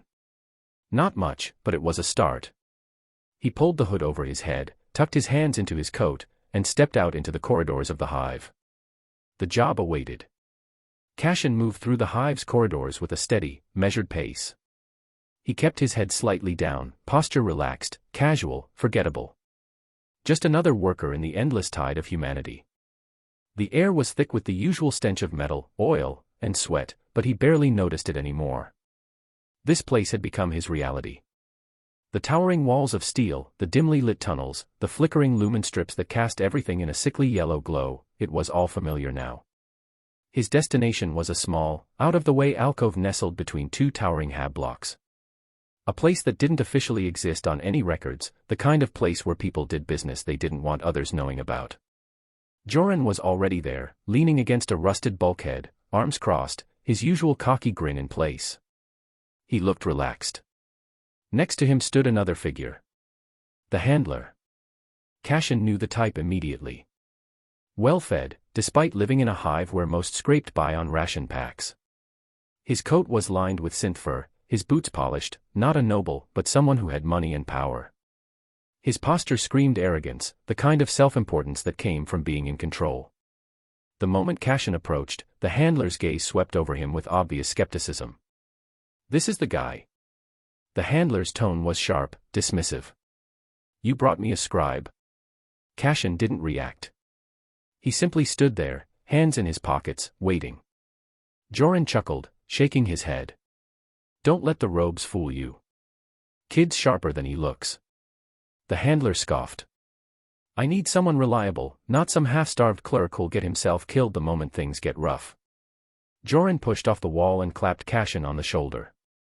"You're underestimating him. He's got a good head, and he knows how to handle himself. I vouch for him." Cashin finally spoke, his voice even. "You want the job done or not?" The handler narrowed his eyes. There was a brief pause, a silent battle of wills. Then, with a snort, he reached into his coat and pulled out a small, tightly wrapped package. "Fine," he muttered, shoving it toward Cashin. "You get this to the drop point. No questions. No delays.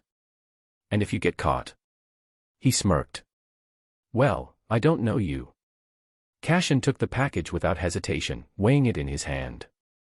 Heavy. Compact. He had no idea what was inside, and he didn't ask. That wasn't his job. Understood. Joran gave him a small nod, approval in his eyes.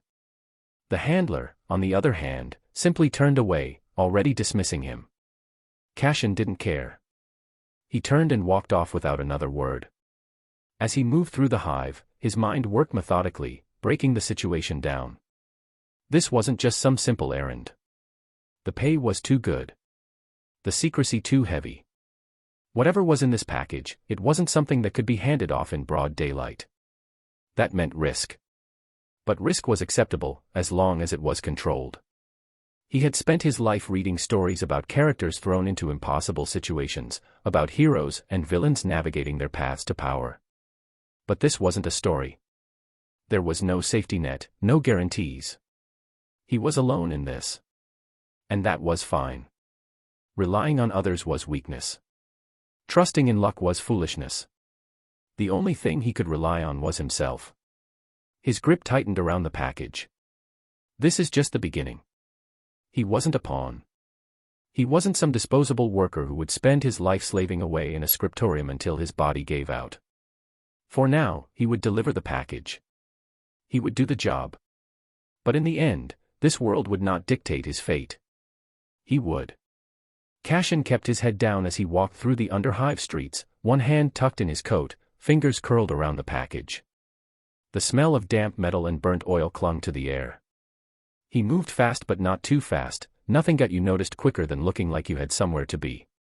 His destination was a rundown shop crammed between a scrap vendor and a food stall selling something vaguely meat-shaped. No signs, no name. Just a reinforced door and a metal grate over the counter. The kind of place that only stayed in business because the people who ran it knew how to keep their mouths shut. Cashin stepped inside. The dealer was a thick-set man with a cybernetic eye that clicked as it focused on Cashin. He didn't say anything at first, just looked him over with the kind of disinterest that came from seeing 100 different runners come and go. "You Joran's new kid?" he asked finally, voice rough from low smoke. Cashin didn't bother answering. He just pulled the package from his coat and set it on the counter. The dealer grinned. "Smart." A knife flashed, cutting the seal. The man peeked inside, vials of dark liquid packed in foam. Chems, probably. Or stims. Didn't matter. Cashin wasn't here to ask questions. The dealer nodded, satisfied, and slid a pouch of chits across the counter. 50. Clean. Cashin picked up the pouch, feeling the weight of it. Enough to last him a while. He turned. And then the shooting started. A burst of gunfire cracked through the street, followed by screaming. Cashin ducked instinctively. Something heavy slammed against the shop's outer wall. The dealer cursed, pulling a revolver from under the counter. "You best get moving, kid." Cashin didn't argue. He pressed himself against the doorframe, peering outside. The street was chaos. Gangers had taken cover, firing at figures moving through the smoke. At first, it looked like a turf war, until one of the gangers was lifted clean off the ground, screaming, before being split open from shoulder to hip. Cashin's stomach lurched. The attackers weren't just gangers. They were something worse. Their armor was scavenged, their weapons brutal, cleavers, machetes, blunt instruments stained dark with old blood. But it was their eyes that set Cashin's nerves on fire. Mad, unhinged. Hungry. One of them grabbed a wounded ganger, slamming him into the ground before bringing a jagged axe down on his skull. Cashin forced himself to look away. Move. Now. He slipped into a side alley just as the first cultist crashed into the shop. Shouts echoed behind him, guttural cries, the wet sound of blades meeting flesh. Cashin moved fast, dodging between rusted-out structures. Then he heard it, footsteps. Too close. Too fast. He risked a glance back. One of the cultists had spotted him. He wasn't huge, but he moved with terrifying speed, a rusted cleaver in one hand. His grin was wide, teeth filed to points. Cashin bolted. The cultist gave chase. Adrenaline shot through Cashin's veins. He turned a corner sharp, nearly losing his footing. Ahead, a pile of debris. Jump it. He pushed off the ground, barely clearing it. Behind him, metal scraped against metal. He twisted. The cultist lunged, blade swinging. Cashin fired. The first shot hit the chest. The second took the head. The cultist crumpled. Cashin didn't wait to check if he was dead. He turned and ran. The siren started a few streets over. Cashin swore under his breath. The enforcers were moving in fast. He ducked into another alley, pressing himself against a wall. His shoulder throbbed, his breath came in ragged gasps, but he didn't have time to stop. If they caught him here, he was done. Boots pounded against metal. This whole sector's a bloodbath. Orders. Purge it. Cashin's stomach twisted. The enforcers weren't here to clean up. They were here to erase. He needed to move. He kept low, slipping through the shadows. Then, as he passed a rusted-out stairwell, he caught something. Voices. Not enforcers. Not gangers. The cultists. He crouched, straining to hear. Safe house in Foundry Block 13. More will come. Our Lord watches. Blood has been spilled, but not enough. Cashin's hands clenched into fists. He didn't dare move, didn't dare breathe too loud. Foundry Block 13. That was deep in the Underhive. A place where people disappeared and never came back. He didn't have time to think about it. The enforcers were getting closer. Cashin forced himself up, ignoring the pain in his limbs, and ran. Cashin barely made it out. By the time he stopped running, his body was screaming. His shoulder ached, his lungs burned, and his hands wouldn't stop shaking. But he was alive. He pressed his back against a rusted pipe, sucking in air. His coat was torn, his skin scraped, but he still had the chits. And he had a name. Foundry Block 13. Something was happening there. Something bigger was coming. And for the first time since he'd arrived in this nightmare, Cashin knew he needs to make a choice. Chapter 8, The Weight of Knowledge. Cashin walked through the hive, his footsteps blending into the endless flow of bodies. His lungs burned from the cold, metallic air, but he forced himself to breathe slower. Controlled. Measured. Inhale. Hold. Exhale. Let the tension ease from his shoulders. He had just overheard something dangerous. Corn cultists, real ones, not just rumors. Foundry 13. He hadn't seen them, hadn't confirmed it himself, but the weight of those words clung to his mind like a parasite. Foundry 13 wasn't just some abandoned structure, it was an infestation. And if they were there, how many more were hiding in this rotting corpse of a hive? He wasn't going to report it now. That would be suicide. The Imperium didn't reward information. It punished knowledge. The Adeptus Arbites didn't ask questions, they executed suspects. They'd take one look at him, a lowly scribe with no connections, no authority, and assume the worst. A bullet, a disappeared body, and the problem would be resolved. But that didn't mean he couldn't use this. Cashin adjusted his satchel, feeling the few chits inside. He had been working himself raw, grinding to build something, to survive. But now he saw it clearly, survival wasn't enough. This wasn't just about making it through another shift, another day. The hive was a battlefield, and he was playing blind. He needed to see the board, know the pieces, and move them in his favor. That meant getting stronger. Not just in body, though that was still a priority. He needed skills. Knowledge. Resources. What did he have right now? A stolen Laspistol and a basic understanding of how to fire it. That was nothing. He didn't know how to fight hand-to-hand. He didn't know how to fix wounds beyond crude patchwork. He didn't even know how to properly use a voxcaster, let alone navigate the hive's communication networks. If he wanted to survive, truly survive, he needed all of that. And he knew how to get it. Information was power. He had something valuable now, knowledge of a heretical infestation. If he played it right, he could use that. The Arbites weren't fools. They were ruthless, but they understood value. If he approached them carefully, if he fed them just enough to make himself useful but not suspicious, he could carve out an advantage. Become an informant. Just enough to gain resources, training, protection. And in doing so, he could turn the hounds of the Imperium on the cultists. 3 birds with 1 stone. But it was a risk. A single misstep and he was dead. The Arbites didn't trust anyone, especially not a random scribe with information he had no business knowing. He had to be careful. He had to appear innocent, uninvolved, like a man who had simply stumbled upon something too big for him. He reached his hab, stepping inside and shutting the door behind him. The moment the lock clicked, he let out a slow breath. His body ached from the day's work, but his mind was sharper than ever. This was the first real opportunity he had found since coming to this hellhole. A chance to gain more than just scraps. A chance to grow, to carve out a future. But first, he had to prepare. Cassian reached his hab block, the cold steel walls pressing in around him as he entered his cramped room. The moment he shut the door, the tension in his shoulders eased slightly. This was his space, as miserable as it was. A single cot, a small storage locker, and walls thin enough to hear the muffled arguments of his neighbors. He sat on the bed, rolling his shoulders before lying down. His body felt heavy, but his mind was still sharp. Another deep breath. Then another. The familiar rhythm of controlled breathing took hold, slow and steady. His heart no longer pounded, his thoughts no longer spiraled. He allowed himself to focus only on the act of breathing, pushing everything else away. Sleep came slowly. And with it, the nightmares. The faces of the men he had killed flickered in the darkness of his dreams.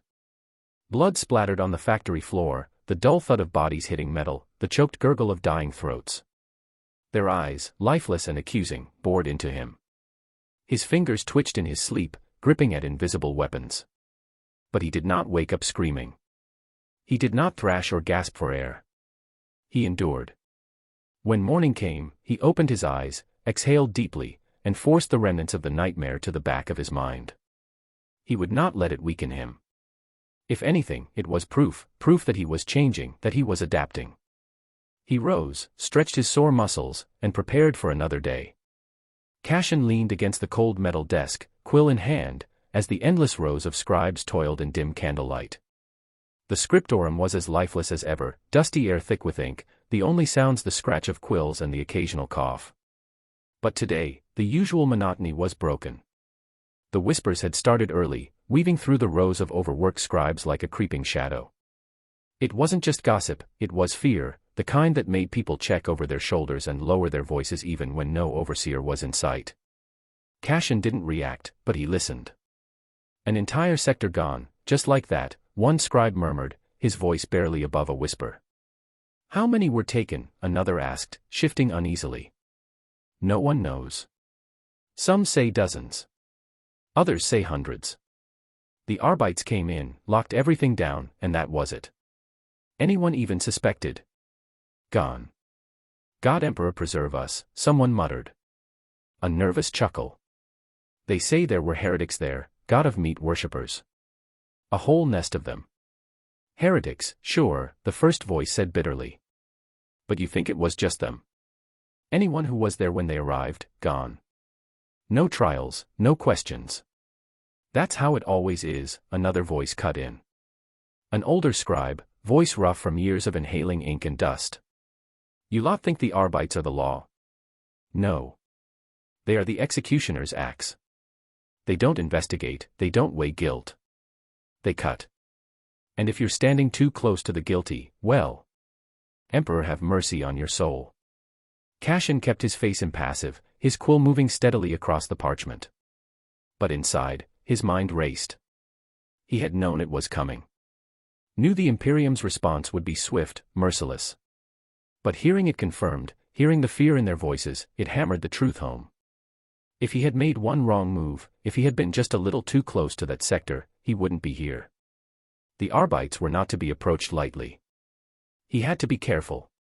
Days passed, and Cassian fell into routine. Work. Training. Rest. Repeat. His body adapted. The exhaustion that had once left his limbs trembling after training sessions was now a dull ache, familiar and manageable. His endurance grew, his movements sharper, his mind clearer. The nightmares persisted, but they no longer rattled him. He endured them, used them. And then, one night after his shift, he met Joran again. The old worker spotted him first, raising a hand in greeting. "Cass, there you are. Took your time." Cassian smirked. "Had to finish up work. Unlike you, I still have a shift to get through." Joran scoffed, leading him into a dimly lit drinking hole. It was a small place, the kind that stank of sweat, cheap alcohol, and the desperation of men who knew tomorrow wouldn't be any better than today. But here, in the low murmur of conversation and the clink of metal cups, there was something else, a strange sort of warmth. They sat at a rusted table, Joran passing Cassian a dented cup filled with something that burned on the way down.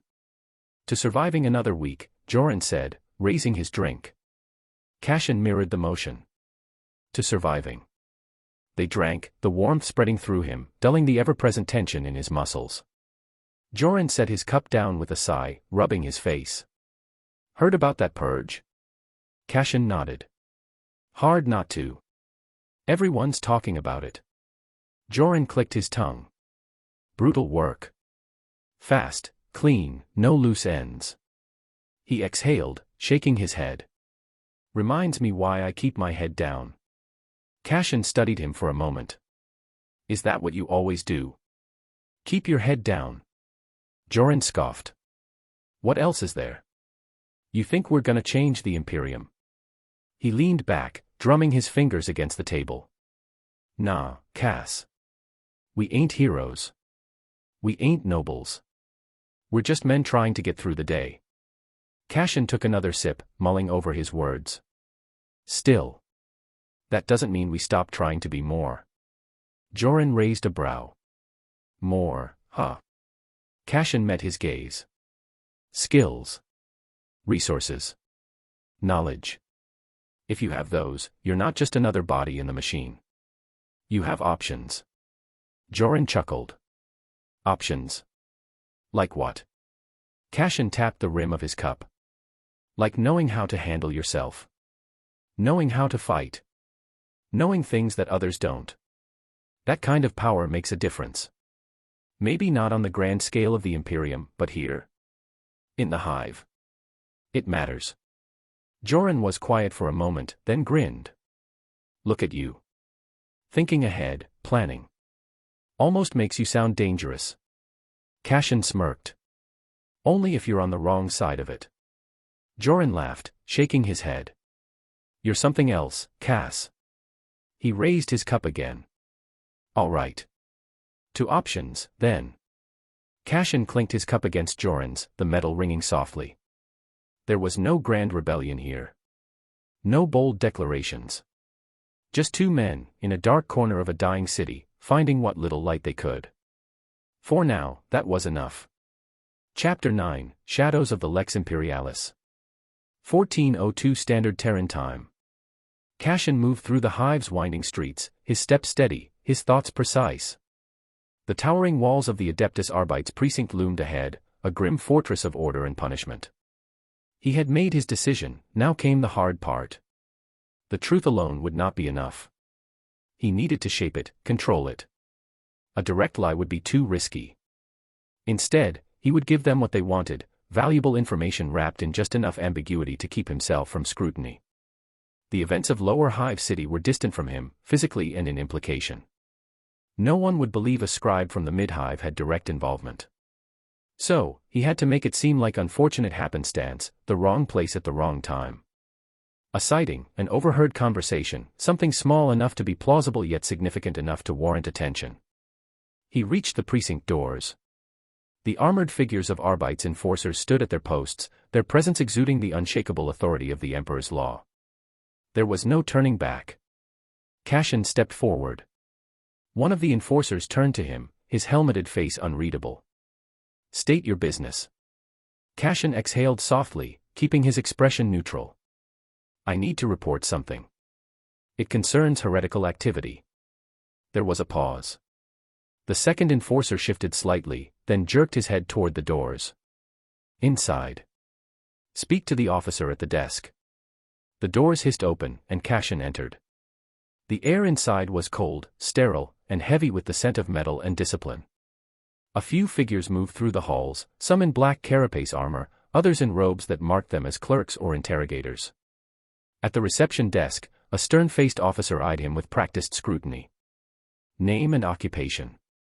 Cassian kept his hands visible, his posture open. "Cassian Vale. Scribe, mid-hive scriptorum." The officer's gaze didn't waver. "Your report." Cassian met his eyes, measuring his words carefully. "I was in the lower hive recently, handling a package delivery. While I was there, I overheard something. A group of men talking in hushed voices about a gathering. They mentioned a location, Foundry 13.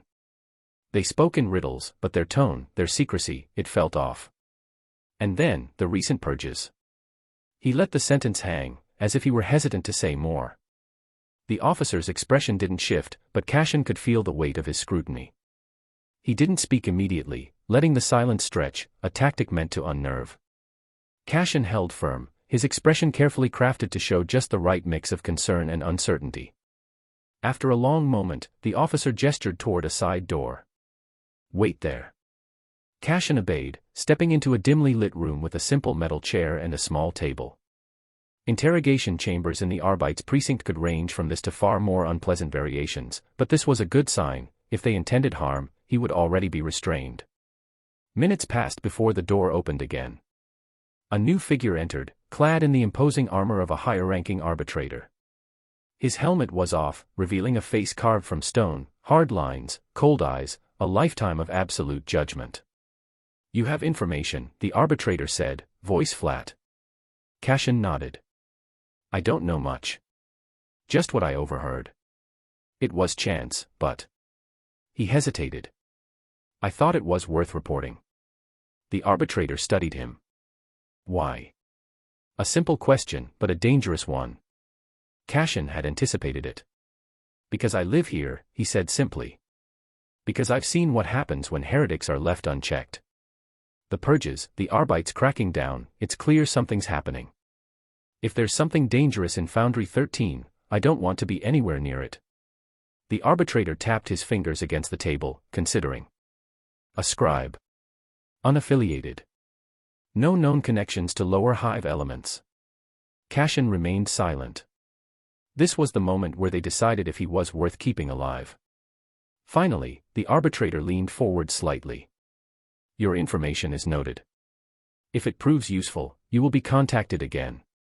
Cassian inclined his head. "Of course." The arbitrator didn't move immediately. "And if I were to ask how a simple scribe became so aware of such dangers?" Cassian met his gaze steadily. "I read reports. I hear things.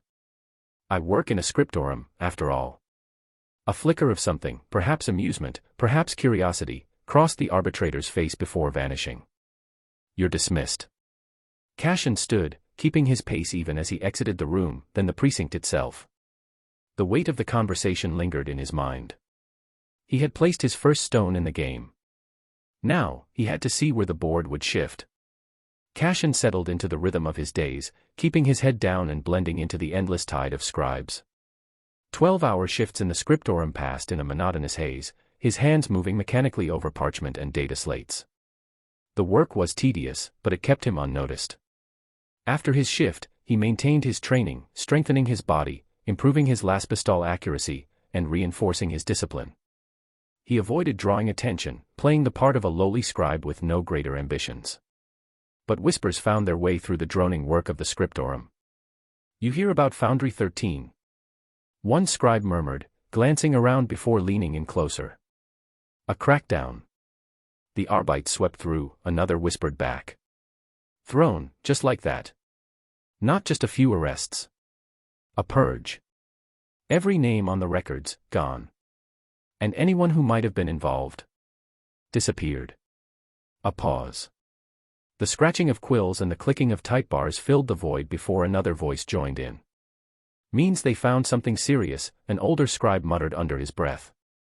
Arbites don't wipe out entire networks unless it's bad. Real bad. Cashin kept his expression neutral, his eyes locked on the report he was transcribing. He didn't react, didn't let his movements falter. But inside, he processed everything. The Arbites had moved on the cult's base in Foundry 13. That was fast. Efficient. No survivors. He had done it. A quiet sense of satisfaction settled in him, but he buried it just as quickly. This wasn't the end. The Arbites had taken the bait, but now they would be watching. And watching meant watching everything, including him. Days passed. Cashin continued his routine, training in the brief hours he had after work, pushing himself beyond exhaustion. His accuracy with the last pistol improved, not by much, but enough to notice. His body adapted to the strain, his endurance creeping forward, even if it was slow. Every small gain was another step forward. Then, without warning, the Arbites came. It was after his shift, just as he left the scriptorum. The streets of the hive were as they always were, crowded, restless, a mass of bodies moving with mechanical efficiency. He had just turned a corner when the presence of armored figures in black halted his steps. The crowd instinctively parted around them, civilians keeping their heads low, avoiding even the briefest glance. The arbitrator stood at the center, his carapace armor marked with the sigil of the Adeptus Arbites. He was not as hulking as a space marine, but there was a weight to him, a presence that made people shrink away. Cashin understood why. The law of the Imperium was absolute, and the men who enforced it were its executioners. The arbitrator's gaze locked onto him. Come with me. Cashin exhaled slowly. He didn't hesitate, didn't argue. He simply nodded and followed. The Arbites' precinct fortress was a stark contrast to the rest of the hive. Its walls were thick, reinforced, an unbreakable bastion of imperial law in a city where crime festered in every shadow. The interior was cold, practical, efficient, without excess. Cashin was led through towering halls, past cells lined with reinforced plasteel, past halls filled with enforcers of the Emperor's justice. The room they led him to was small, barren. A single metal table, 2 chairs. A harsh glow from a lumen strip above. Cashin sat when instructed, his posture controlled, his breathing measured. Then the arbitrator sat across from him. Cashin took him in fully now, his features were hard, weathered by experience. His armor bore the marks of countless battles, his bolt pistol resting in its holster, always within reach. There was no warmth in his eyes, no emotion. You gave us information, the arbitrator said, his voice even, unreadable.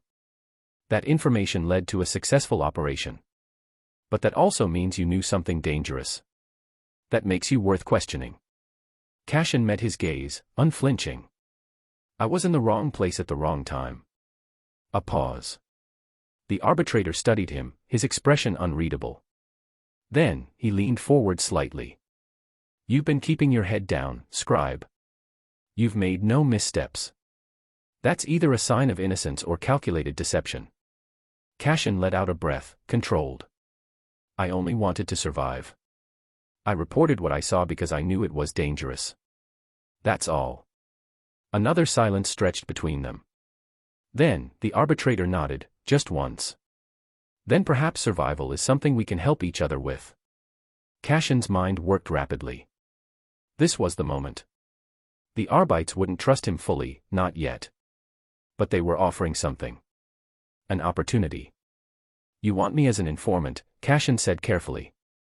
The arbitrator didn't confirm or deny it. You have an ear where we don't. You know how the hive breathes. That makes you valuable. And in exchange, perhaps you can make a request. Cashin had already thought about this. He couldn't overstep. He couldn't seem too ambitious. He had to be reasonable. I want to learn, he said, choosing his words carefully.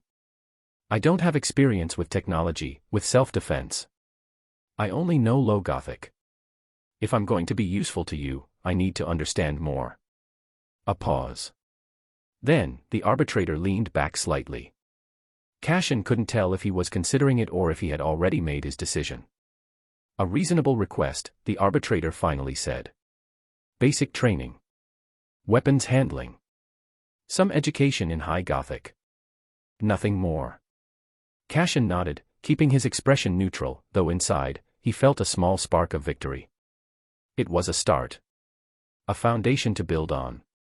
But the arbitrator wasn't finished. His gaze hardened. This is not trust. This is not friendship. You are useful, for now. But if we find any reason to doubt you, if we so much as suspect deception. He let the sentence hang, but Cashin didn't need him to finish it. He understood perfectly. I know, Cashin said simply. The arbitrator studied him for a long moment before finally standing. Then we'll see if you're as useful as you claim. Cashin watched as the men turned and left the room. Only then did he allow himself to exhale fully. This was a game of survival. A dangerous game where a single misstep could mean death. But now, at least, he had a piece on the board. Chapter 10, The Weight of Steel. 1942 Standard Terran Time. Cashin stepped out of the scriptorum, rolling his shoulders. His muscles ached from hunching over parchment all day, his fingers stiff from the endless copying of text. The stink of ink clung to him, mixing with the ever-present stench of the hive, oil, metal, and the faint, cloying smell of too many bodies packed too close together. The air outside was thick, stale, but it carried a sense of freedom compared to the suffocating halls of the scriptorum. He stretched slightly as he walked, his mind already shifting to what came next. Training. Actual combat training. A whisper of movement flickered at the edge of his vision. Cashin's steps slowed. Nothing. Just the usual crowd, workers trudging home, a few scavengers eyeing pockets, a servo skull gliding overhead. Still, something felt off. The light seemed dimmer than usual, the air heavier. He swallowed, pushing the thought away. A voice cut through the background noise. Cashin Vale. He turned sharply, instinct tightening in his gut. The man standing before him was tall, broad-shouldered, and built like a slab of ceramite. His face was rough, lined with old scars. His hair was cropped short, streaked with gray, and his pale eyes studied Cashin with quiet calculation. He wore a reinforced long coat over combat armor. A knife sat at his hip, the grip worn from use. The way he stood, balanced, weight slightly shifted, made it clear he wasn't some bureaucrat. Cashin didn't answer immediately. His instincts told him this man wasn't just some random officer. The man raised an eyebrow. You deaf, scribe? Cashin crossed his arms. Who's asking? The man smirked. Dane Varys. I'm the one who's supposed to make sure you don't die the first time someone takes a swing at you. Cashin exhaled. So this was his trainer. He hadn't expected a warm welcome, but there was something unsettling about the way Varys watched him. Like he was sizing him up. All right, Cashin said. Where are we doing this? Varys tilted his head. Follow me. Cashin kept pace as Varys led him through the hive's underbelly. The main streets gave way to narrow alleys, where the hum of machinery above was muffled by thick, rusted walls. Something about the air here felt wrong. Not in any obvious way, just heavier. The shadows stretched strangely, the lumen strips above flickering for a beat too long. A whisper of movement flickered at the edge of his vision again. Cashin glanced sideways. Nothing. Just a reflection in a grimy window. His own face, staring back. But for half a second, he thought it had blinked at the wrong time. He clenched his jaw and looked away. Just exhaustion. He had been pushing himself hard, working long shifts, training his body past what it was used to. It was bound to take a toll. That was all. Finally, Varys stopped in front of a reinforced door built into the side of a structure that looked like an abandoned warehouse. He punched a code into a panel, and the door hissed open. Inside, the air was cold, carrying the scent of metal and sweat. The space was stripped bare, concrete floors, metal walls, no decoration. A sparring ring sat in the center, surrounded by training dummies and benches. A few other figures stood in the shadows, watching. Silent. Cashin stepped inside. Varys walked straight to the center. First lesson. Hand-to-hand combat. Cashin flexed his fingers. Figured as much. Varys smirked. You ever thrown a punch, scribe? Cashin didn't answer. Varys nodded. That's what I thought. No weapons. No tricks. Just fists. You last 5 minutes with me, I'll consider it progress. Cashin exhaled, rolling his shoulders. He wasn't much, thin, underfed, but he had spent weeks pushing his body past its limits. Not strong enough. But stronger than before. Varys flexed his fingers. Ready. Cashin nodded. The punch hit him before he even saw it coming. A brutal hook to the ribs. His breath left him in a choked gasp, pain exploding through his side. Before he could recover, a second blow clipped his jaw, sending him staggering. Too slow, Varys said. Cashin gritted his teeth, forcing himself upright. Varys wasn't holding back. This wasn't a training session. It was a test. Fine. Cashin adjusted his stance, keeping his movements tight. When Varys swung again, he tried to duck, too slow. The punch glanced off his shoulder instead of landing square, but it still hurt like hell. Varys pressed forward, relentless. A knee to the gut. A sweeping kick. A shove that sent Cashin stumbling back. Every impact rattled his bones. But he didn't fall. Not yet. Blood trickled from his lip. His arms shook. But something inside him refused to stop. Varys swung again. Cashin ducked, barely. He lunged forward, throwing a clumsy punch at Varys' side. It connected, weak, barely a tap, but Varys raised an eyebrow. Ha, Varys said. You're learning. Then he slammed a fist into Cashin's ribs. Cashin hit the ground, gasping. His vision blurred. His body screamed at him to stay down.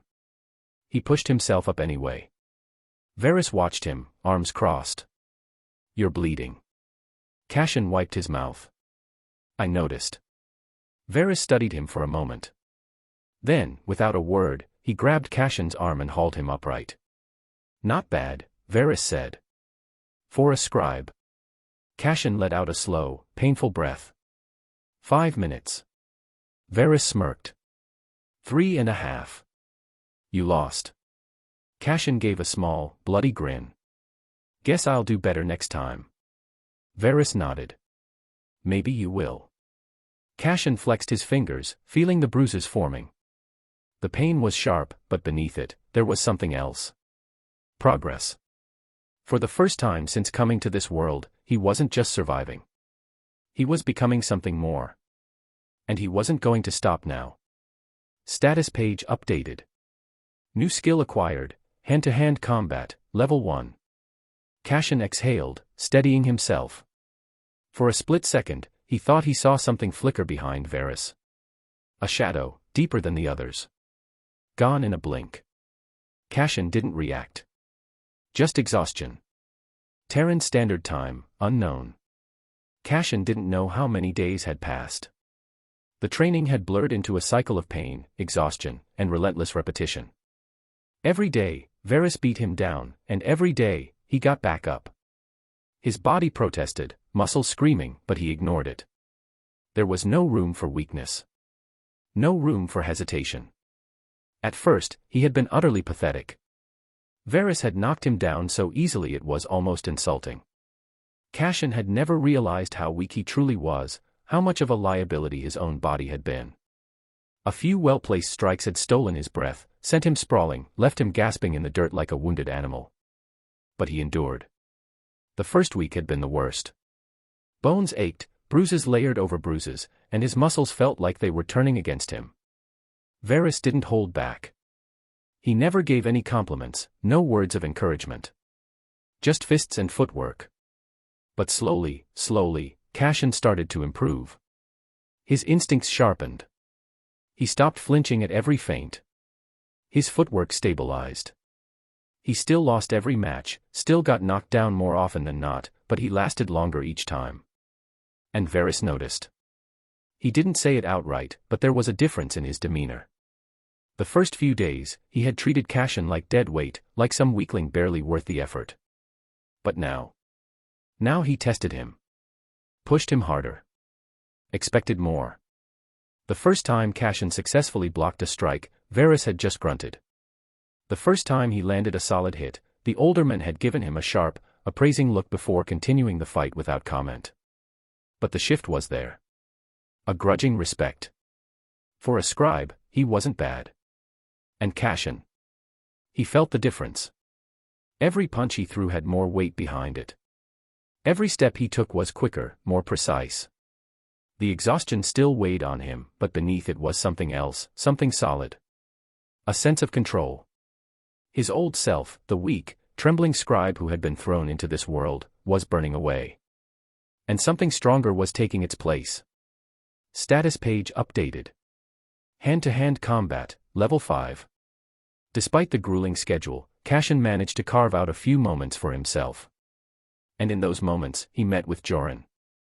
They sat in a dingy backroom of a rundown eatery, the kind of place where nobody asked questions. The air was thick with the smell of cheap grease and sweat, the hum of low conversations filling the background.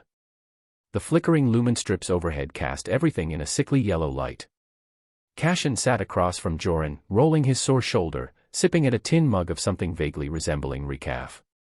Joran leaned back in his seat, arms crossed, giving Cashen a long, unimpressed look. "You look like shit." Cashen smirked. "Feel worse." Joran snorted, taking a slow bite of his meal, some greasy protein slab that smelled more like machine oil than food. He chewed thoughtfully, watching Cashen like a man piecing together a puzzle. "So," Joran said, swallowing. "What the hell are you up to?" Cashen knew this was coming. Joran wasn't stupid. He noticed things. And right now, Cashen wasn't exactly being subtle. The bruises, the stiff way he carried himself, the fact that he had been scarce these past few days, it all added up to something. Cashen exhaled, setting his mug down. "Just been busy." Joran gave him a flat look. "Uh-huh. Sure. And I'm the Emperor's long-lost bastard son." For a while, neither of them spoke. Joran gave him a flat look. "I've seen a lot of men come back from a beating, but you look like someone getting his ass kicked regularly." He gestured vaguely at Cashen. "You're limping, but not like some ganger stomped you. You've got bruises, but they're evenly spread, not the kind you get from a single fight. That means training. And judging by the fact that you're still alive, it's not with some random hive thugs." Cashen stayed quiet, letting him talk. Joran took another slow bite, chewing thoughtfully. "You're picking up something dangerous." Still no response. Joran shook his head, exhaling through his nose. "Not the gangs, not mercs. No, this feels structured. Which means either the guard, or something else." He let the words hang. Cashen took a sip of his drink. "You done guessing?" Joran smirked. "Not guessing. Just putting things together." Cashen didn't confirm or deny it. Didn't need to. Joran studied him for a long moment, then sighed. "All right. If you're serious about whatever this is, then I'll say this, be careful. Hive's got a way of grinding down men who think they can fight it." Cashen exhaled, rolling his sore shoulder. "I know." Joran shook his head, but there was something else in his expression now. Not just curiosity, interest. A slow grin spread across his face. "If you need something, information, connections, you let me know." Cashen narrowed his eyes. "Why?" Joran shrugged. "Because it's good to have friends in dark places. And because I don't want to see you get yourself killed." Cashen considered that. Joran was more connected than him. He knew the hive better, had contacts Cashen didn't. If he could use that. An idea took shape. If he played this right, Joran could be more than just a contact. He could be an informant. Cashen smirked. "I'll keep that in mind." Joran chuckled, lifting his drink. "Good. Just don't get yourself killed before you make it interesting." Cashen finished his drink, exhaustion still gnawing at him, but beneath it, there was something else. Progress. For the first time in a long while, he wasn't just surviving. He was getting stronger. And the pieces were finally falling into place. Chapter 11, Fractures in the Pattern. Well, here is a bonus chapter. Thanks for the overwhelming support, guys. 21:04 Standard Terran Time. Cashin moved through the mid-hive streets, his steps measured, deliberate. The weight of the day's training clung to him, bruises forming beneath his fatigues, muscles aching from drills that pushed him past exhaustion. The Adeptus Arbites did not tolerate weakness. Neither could he. The shift from scribe work to training had been abrupt. One moment, his world had been ink-stained parchments and the droning of overseers. The next, it was reinforced batons, combat drills, and cold, methodical lectures on law and execution. A lesser man would have broken under the strain. He had no choice but to adapt. Cashin reached his hab block, weaving through the narrow corridors. The familiar stink of promethium, sweat, and decay filled the air. The hum of machinery was ever present, a dull backdrop to hive life. Yet, as he approached his door, something felt off. His fingers paused on the keypad. Nothing obvious. Nothing concrete. But the air felt heavier, charged in a way he couldn't explain. He exhaled, dismissing the unease, and keyed in the code. The door groaned open, revealing the cramped interior. Same cot. Same desk. Same stack of data slates. Familiar. Reassuring. Cashin stepped inside and shut the door. He rolled his shoulders, wincing at the stiffness settling into his frame. His mind drifted to the training, grappling techniques, baton strikes, live-fire drills. Progress was slow but steady. The Arbites instructors were harsh, but not without purpose. Strength, discipline, control. He dropped onto his cot, exhaling. His gaze flicked across the room, his thoughts already shifting toward tomorrow's regimen. Then he saw it. His ink bottle shifted. Barely an inch. But wrong. Cashin frowned. He had lived alone for years. He never misplaced things. The bottle had been on the right side of the desk, aligned with the edge. Now it was slightly off-center. Once is an accident. He reached out, fingers brushing the bottle. Warm. Cashin stilled. The room was cold, as always. The ink bottle should have been the same. Instead, it felt as if someone had just held it. He set it back. A breath. Another. The hum of the hive returned to the edges of his perception, grounding him. He was just tired. Overthinking. Then the lumen strip flickered. Twice is a coincidence. Cashin's pulse quickened, though he kept his expression neutral. Power fluctuations were common. The hive's infrastructure was ancient, unreliable. And yet, the silence pressed in. Not true silence, the hive was never truly quiet. But something had changed. The distant sounds of machinery, the faint murmur of life beyond his door, all felt dampened. As if he were hearing them from the bottom of a deep well. His fingers flexed. His training with the Arbites had honed his instincts. Recognizing danger, responding to it, these were skills drilled into him daily. But this wasn't something he could fight. He was being noticed. Cashin turned his head slightly, as if checking his boots. His eyes flicked to the desk. The ink bottle. 3 times is a pattern. His breath was slow, controlled. He refused to let his body betray tension. This was the warp's touch. Subtle, creeping, but unmistakable. Something had reached out. And it had brushed against his world. The training hall was a brutal place. There was no warmth here, only the sound of bodies hitting the floor, the crack of batons, and the sharp grunts of effort. Cashin had been in this place long enough to know that respect wasn't given. It had to be earned, one bruise at a time. He stood across from Dane Varys, his muscles aching from yesterday's exertion. The veteran had barely broken a sweat in their previous spars, but Cashin had been improving. Slowly. Again, Varys said, rolling his shoulders. Cashin exhaled and shifted his stance. He had been drilled on the fundamentals: keep his guard up, stay light on his feet, watch his opponent's movements. Knowing the theory didn't mean much when facing someone leagues above him.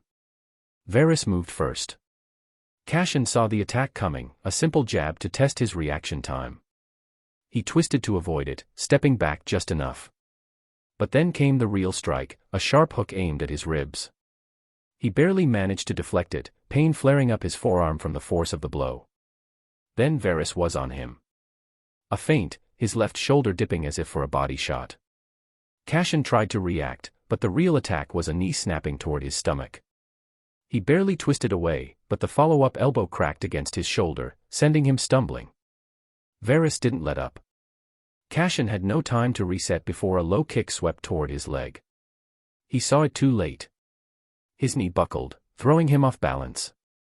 And then Varys shoved him. Cashin hit the mat hard, the impact rattling through his spine. His breath came in short gasps. "Sloppy," Varys said, stepping back. "You're hesitating." Cashin grit his teeth and forced himself up. He wiped sweat from his brow and raised his hands again. "One more." Varys gave a small nod. "Good. You should always want one more." They circled each other again. Cashin adjusted his stance, lower, more stable. He wasn't going to match Varys in raw power, but speed, positioning, timing, those were his weapons. The next exchange was faster. Varys launched a straight punch, and Cashin deflected it, sidestepping just in time to avoid the follow-up. A second punch came, and instead of fully retreating, he leaned in, using the momentum to guide Varys' arm just past him. Then he struck. A sharp jab aimed at the ribs. It connected. Varys took a step back. For a fraction of a second, there was silence.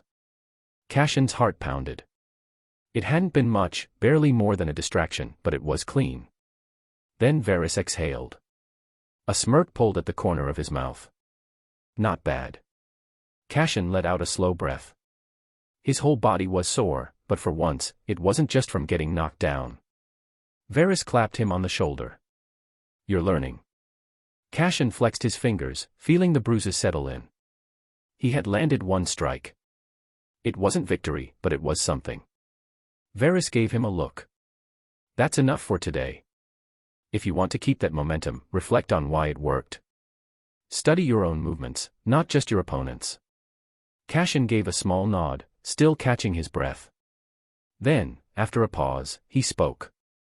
"I need to talk to you about something." Varys raised a brow. "Go on."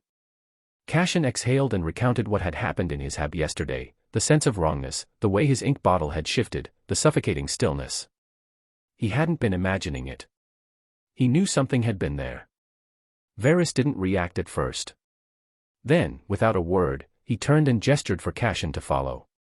The silence between them stretched as they made their way through the precinct. The deeper they went, the heavier the air became. Fewer people walked these halls, and those who did bore the unmistakable weight of knowledge, the kind that twisted a man's soul if he dwelled on it for too long. Finally, they stopped before a reinforced door. Varys knocked once. A voice answered from within. "Enter." Cashin stepped inside. The arbitrator from his first day sat behind the desk, his piercing gaze immediately settling on him. The door shut behind them. Varys spoke first. He noticed something. The arbitrator's expression remained unchanged. "Explain." Cashin took a breath and relayed everything. He kept his voice steady, careful not to sound either paranoid or dismissive. He recounted the details exactly as they were. When he finished, the arbitrator leaned back slightly, regarding him with a calculating expression. "You're sensitive to it," he said finally. Cashin frowned. "To what?" "The warp." The word alone made his skin crawl. The arbitrator steepled his fingers. "Some people have a natural awareness. Not psychic, not measurable, but attuned. They recognize when things are amiss before others do." His eyes locked onto Cashin's. "You are one of those people." Cashin clenched his jaw. "And what does that mean for me?" The arbitrator exhaled slowly. "It makes you an asset." Cashin hated that word. The arbitrator studied him for a moment before continuing. "Tell me, Vale. Do you know how the Imperium classifies the fall of a world?" Cashin had an idea. He had read enough lore in his past life to know how these things played out, but he remained silent, letting the arbitrator speak. There are stages to corruption, the men said. The first is unseen taint. Small disturbances. The beginnings of cult activity. A shift in the air that most overlook. Cashin's fingers twitched. The second stage is the cracks in faith. Unrest spreads. More disappearances. People lose trust in authority, and those in power start turning on each other. Cashin's stomach tightened. The third stage, manifestation. The veil weakens. Things happen that cannot be explained away. People disappear en masse. The world begins to rot. Cashin knew what the fourth stage was. Exterminatus. But the arbitrator's gaze hardened. We are not there yet. Cashin's breath slowed. The Imperium has lost countless worlds to chaos, but it has saved just as many. The arbitrator leaned forward slightly. Do not mistake creeping corruption for inevitability. Cashin forced himself to meet the man's gaze. Then how do you stop it? There are ways. The arbitrator's voice was calm, measured. Information is the first weapon. Rooting out cults before they spread. Destroying vectors of corruption before they take hold. He tapped the desk lightly. But the most important factor is the people. When the people lose faith, the world follows. Cashin let the words sink in. The arbitrator's expression didn't change. I tell you this because you are in a rare position. You have noticed what others have not. That alone makes you valuable. Cashin knew what he was really saying. You are being watched. For a long moment, the room was silent. Then the arbitrator spoke again, his voice quieter. Tell me, Veil. When you look at this world, do you believe it can be saved? Cashin met his gaze. It was a test. If he answered wrong, he'd be marked. If he hesitated too long, he'd be suspected. The Imperium didn't tolerate defeatists. But he couldn't lie, either. Not outright. I believe it can be, he said finally. But I don't know if it will be. The arbitrator watched him for a moment longer. Then, finally, he nodded. Good answer. Cashin exhaled slowly. The arbitrator gestured toward the door. You're dismissed. Cashin didn't need to be told twice. He stepped out into the hall, his mind racing. The warp was creeping into this world. But the Imperium wasn't blind to it. They were fighting, struggling to hold back the tide. The question was, would it be enough? And more importantly, did it matter to him? Chapter 12, Through Others' Eyes. Joran's Perspective. Joran grunted as he hoisted another crate, muscles pulling tight as he heaved it onto the growing stack. The warehouse air was thick, hot, damp, and rank with sweat, rust, and the sour tang of old chemicals soaked into the walls. The steady clunk of metal on concrete echoed around him as the other laborers worked, their voices blending into the constant background noise of the hive. Arguments over quotas. The occasional bark of a foreman. The grinding hum of cargo. Servitors lumbering through their tasks. Same routine. Same place. Same filth clogging the air. Except something felt off. Joran rolled his shoulders, stretching out the stiffness, and let his gaze drift across the warehouse. His eyes landed on the far side, near the entrance, where Cashin used to be. The kid hadn't been around in weeks. Joran didn't like that. It wasn't like Cashin to just disappear.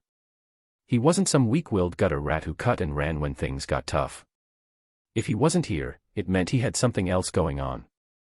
And knowing Cashin, it wasn't something simple. Joran turned back to his work, grabbing another crate. The weight dug into his palms as he shifted it, placing it down with a dull thud.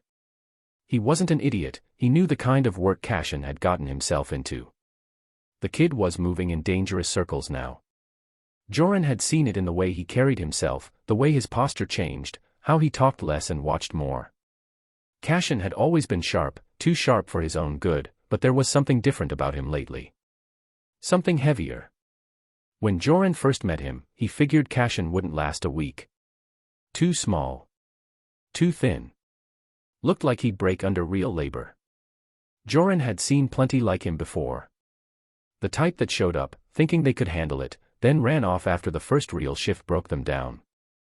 Some found easier, shadier work. Others got swallowed up by the hive and never came back. Cashin didn't. He just kept showing up. The first day, he barely spoke, just nodded when given instructions and got to work. Didn't complain. Didn't stop to rest unless told to. And by the end of the shift, when he was dead on his feet, he just clenched his jaw and kept moving. The second day was the same.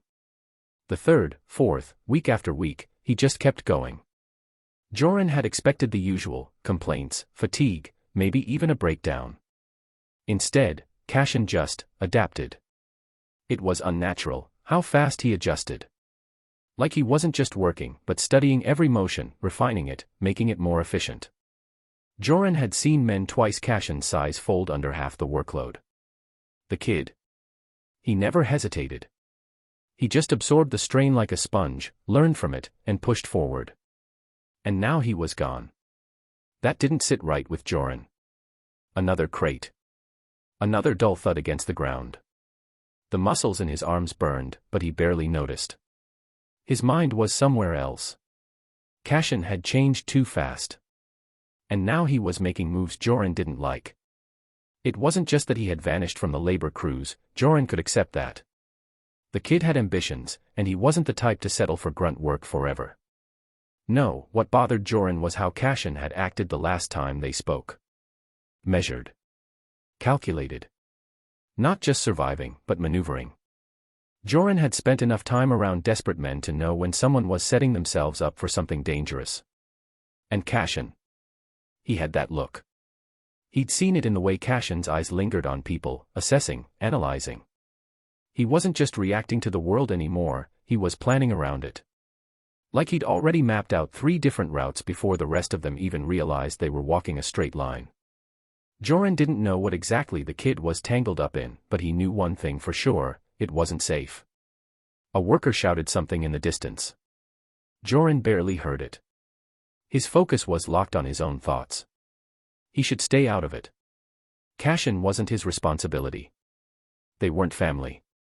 Weren't even friends, really. Just 2 people who had worked side by side for a while. Joran had his own problems, his own debts, his own fights. Getting dragged into someone else's mess was the last thing he needed. But Cashin had earned his respect. Not just because of his work ethic, but because he reminded Joran of himself. That same fire. That same refusal to bow, no matter how the world beat down on him. Joran had seen plenty of desperate people, but Cashin wasn't desperate.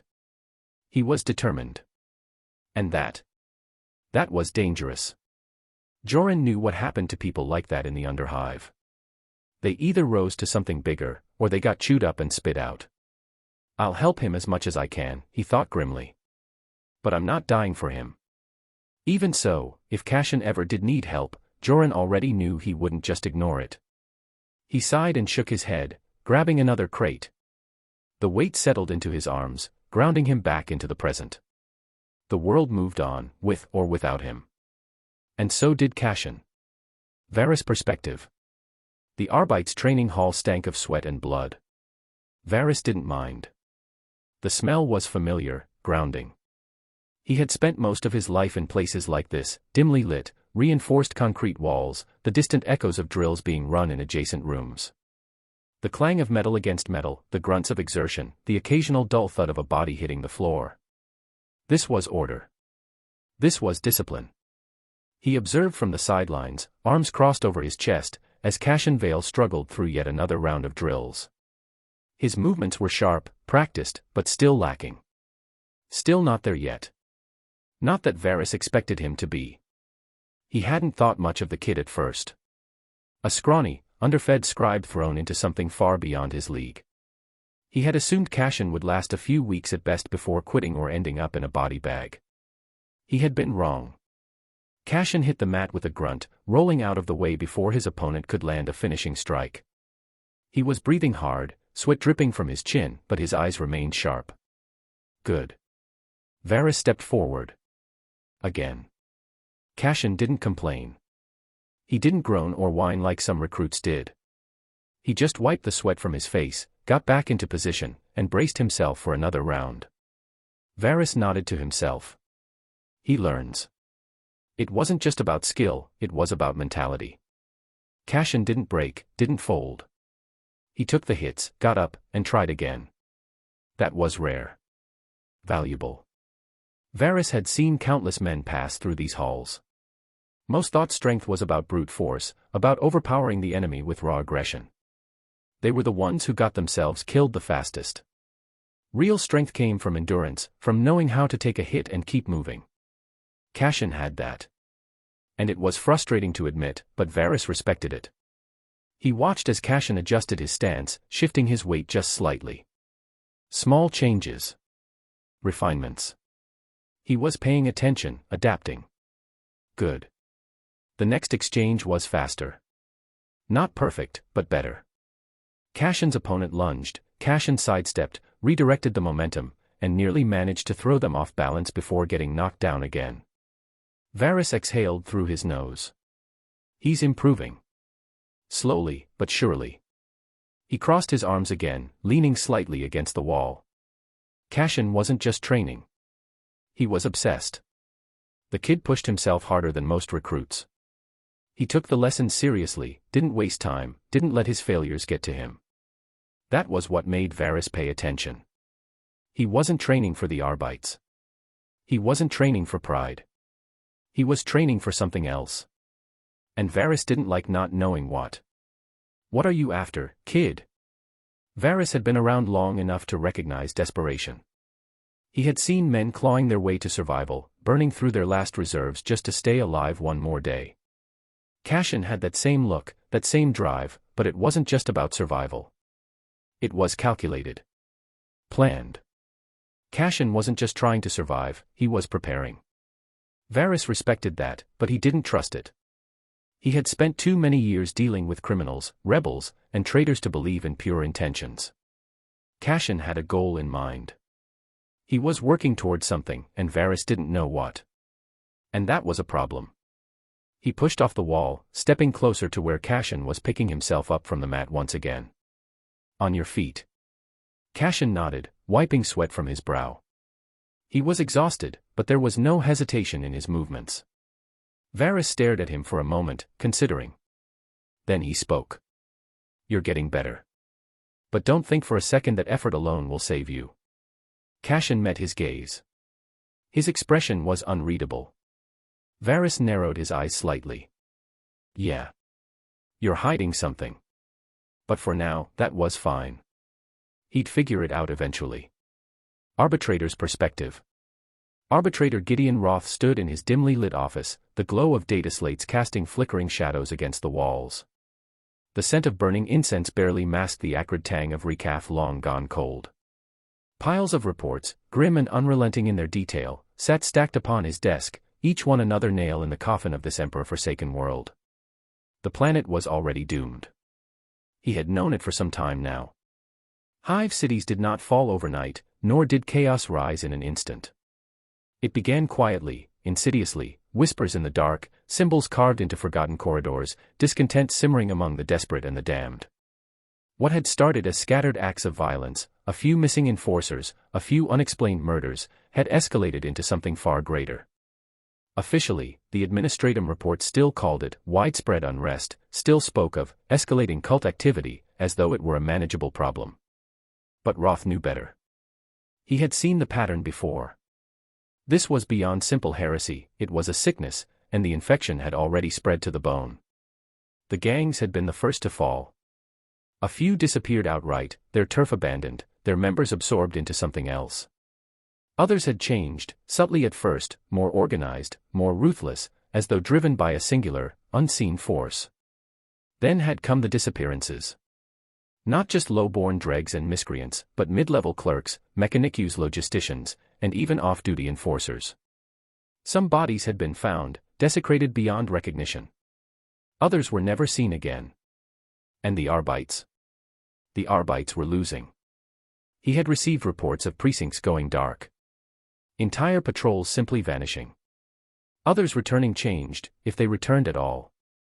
The few interrogations they had managed to conduct before executions had revealed nothing of use. Madness, fanaticism, pure, unbreakable devotion to something unseen. And worst of all, the government itself had begun to shift. Higher-ranking officials were making strange decisions, dismissing reports of cult activity, redirecting resources away from key sectors. The noble houses, once divided in their endless squabbles, had grown silent, unified in a way that reeked of something unnatural. Even within the Adeptus Arbites, he had begun to notice the signs: officers who avoided his gaze, orders that contradicted previous mandates, entire chains of command quietly disappearing. Roth clenched his jaw, fingers tapping absently against his desk. They are already among us. Stage 2. The point of no return. The world was bleeding out, but the Imperium refused to acknowledge the wound. Not yet. Not until it reached Stage 3, the taint revealed. By then, it would be too late. The Arbites' mandate was clear. Uphold the law. Maintain order. But order was a fragile thing, and when the rot ran this deep, there was only one course of action left. Exterminatus. The word lingered in his mind, heavy with the weight of inevitability. The wheels of the Imperium turned slowly, but once they did turn, they were unstoppable. This planet was already dead.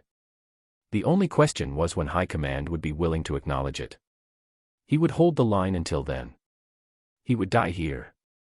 It did not matter. Gideon Roth was no fool. He had long since accepted the nature of his duty. He had sworn himself to the Lex Imperialis, to the preservation of the Emperor's law, knowing full well that it was a battle no man could ever truly win. Chaos could not be destroyed, only delayed. But delay was enough. A few months. A few years. Long enough for some other world, some other front, to prepare itself. Long enough for one more planet to remain in the Emperor's light before the darkness consumed it.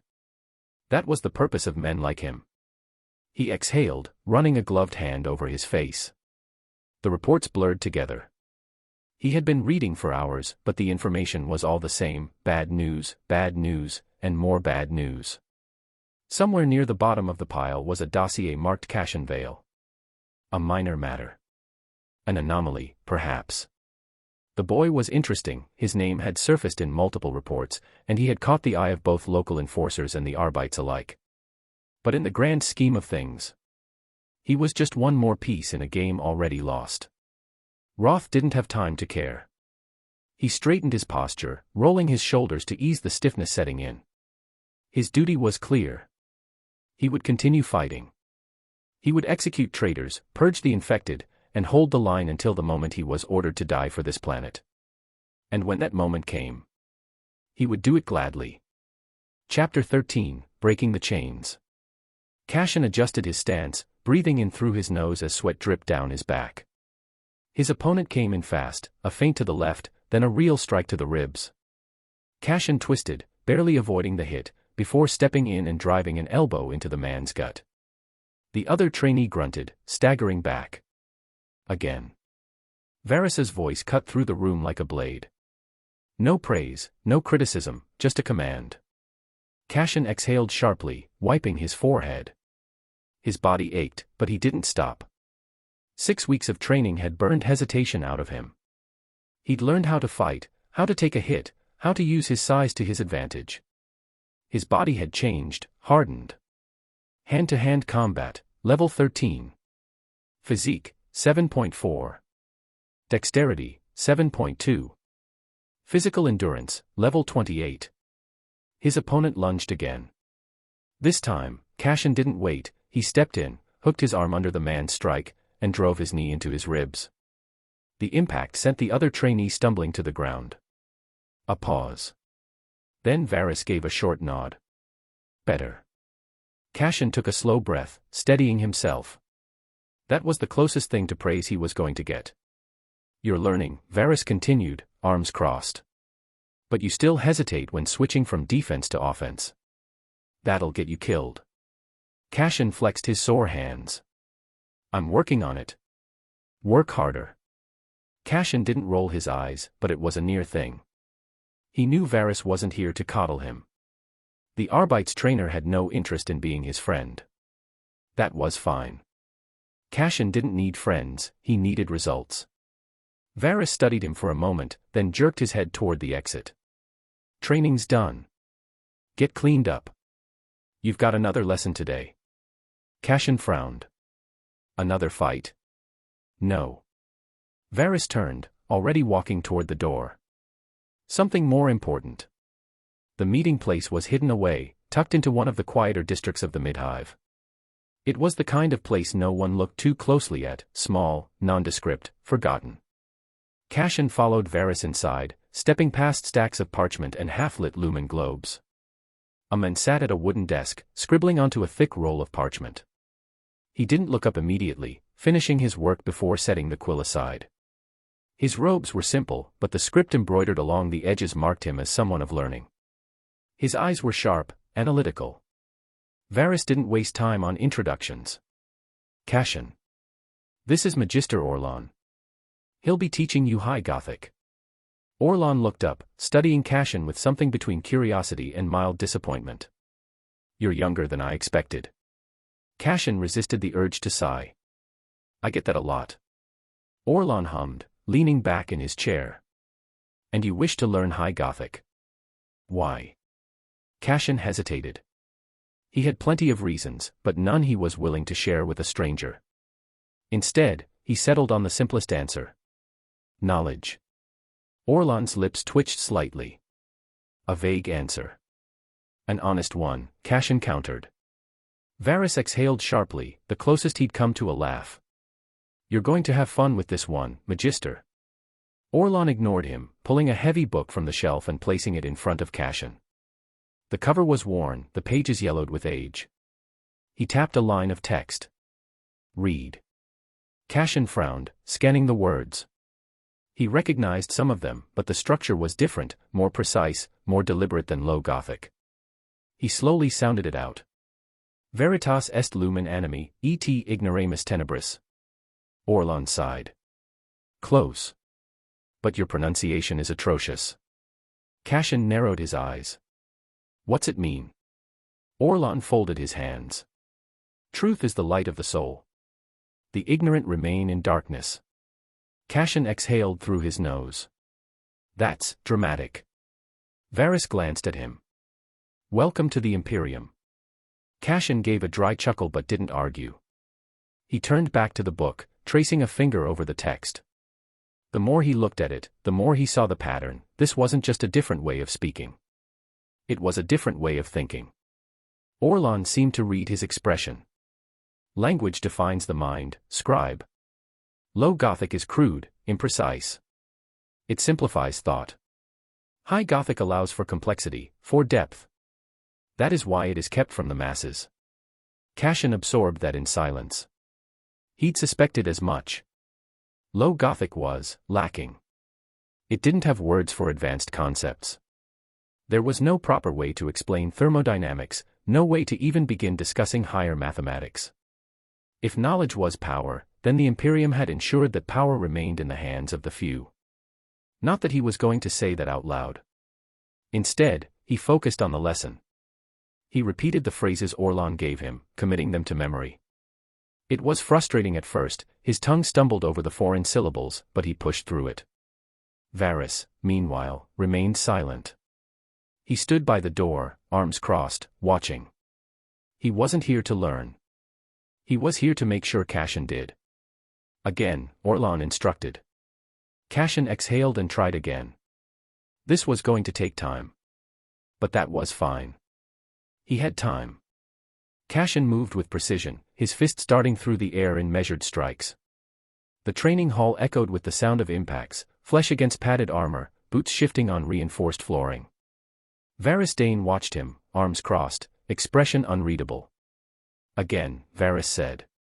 Cashin exhaled sharply and reset his stance. His opponent, a full-fledged Adeptus Arbites, was larger, stronger, and faster than him. The moment he hesitated, a heavy punch came straight for his face. He barely dodged it, twisting to deflect a follow-up elbow. He wasn't fast enough, the impact clipped his shoulder, sending a jolt of pain down his arm. He gritted his teeth and retaliated, driving his knee into the Arbite's ribs. The strike landed, but the men barely reacted. Instead, he countered, forcing Cashin to backpedal to avoid a brutal takedown. The Arbites pressed forward, throwing another powerful punch. Cashin ducked under it, sweeping his leg in a counter. The men stumbled, not much, just enough to be noticeable. Varys grunted. "You're keeping up." That was as close to a compliment as Cashin was going to get. He had started as little more than a training dummy, barely managing to stay on his feet. Now he could actually fight them. He could feel the difference, his strikes carried force, his body didn't falter under pressure, and he could fight longer without gasping for breath. Varys gestured toward the Arbites Cashin had just sparred with. "You held your own, but he wasn't even going full speed. If you want to survive out there, you need to stop reacting and start controlling the fight." Cashin wiped the sweat from his forehead. "Working on it." Varys snorted. "Work faster." He moved on to training with the shock baton next. His movements were still rough, but compared to the first day, when the weapon had felt foreign in his hands, there was real improvement. Footwork, timing, positioning, he was learning, piece by piece. The moment he stopped, exhaustion crept in, but he shook it off. There was still more work to do. After training, Cashin sat across from Magister Orlan in the dimly lit study, old parchment spread before him. The air smelled of aged ink and brittle paper. "Read," Orlan instructed. Cashin traced the words with his eyes, his tongue forming syllables that had once felt foreign but now rolled off more naturally. His old literacy skill had evolved, lexicon proficiency. He wasn't just reading anymore. He was understanding. "Good," Orlan said as Cashin finished the passage. "Now, tell me, what does the structure of this text reveal about its origin?" Cashin considered the question. "The dialect is archaic, but not inefficient. The wording isn't just for formality, it carries layers of meaning.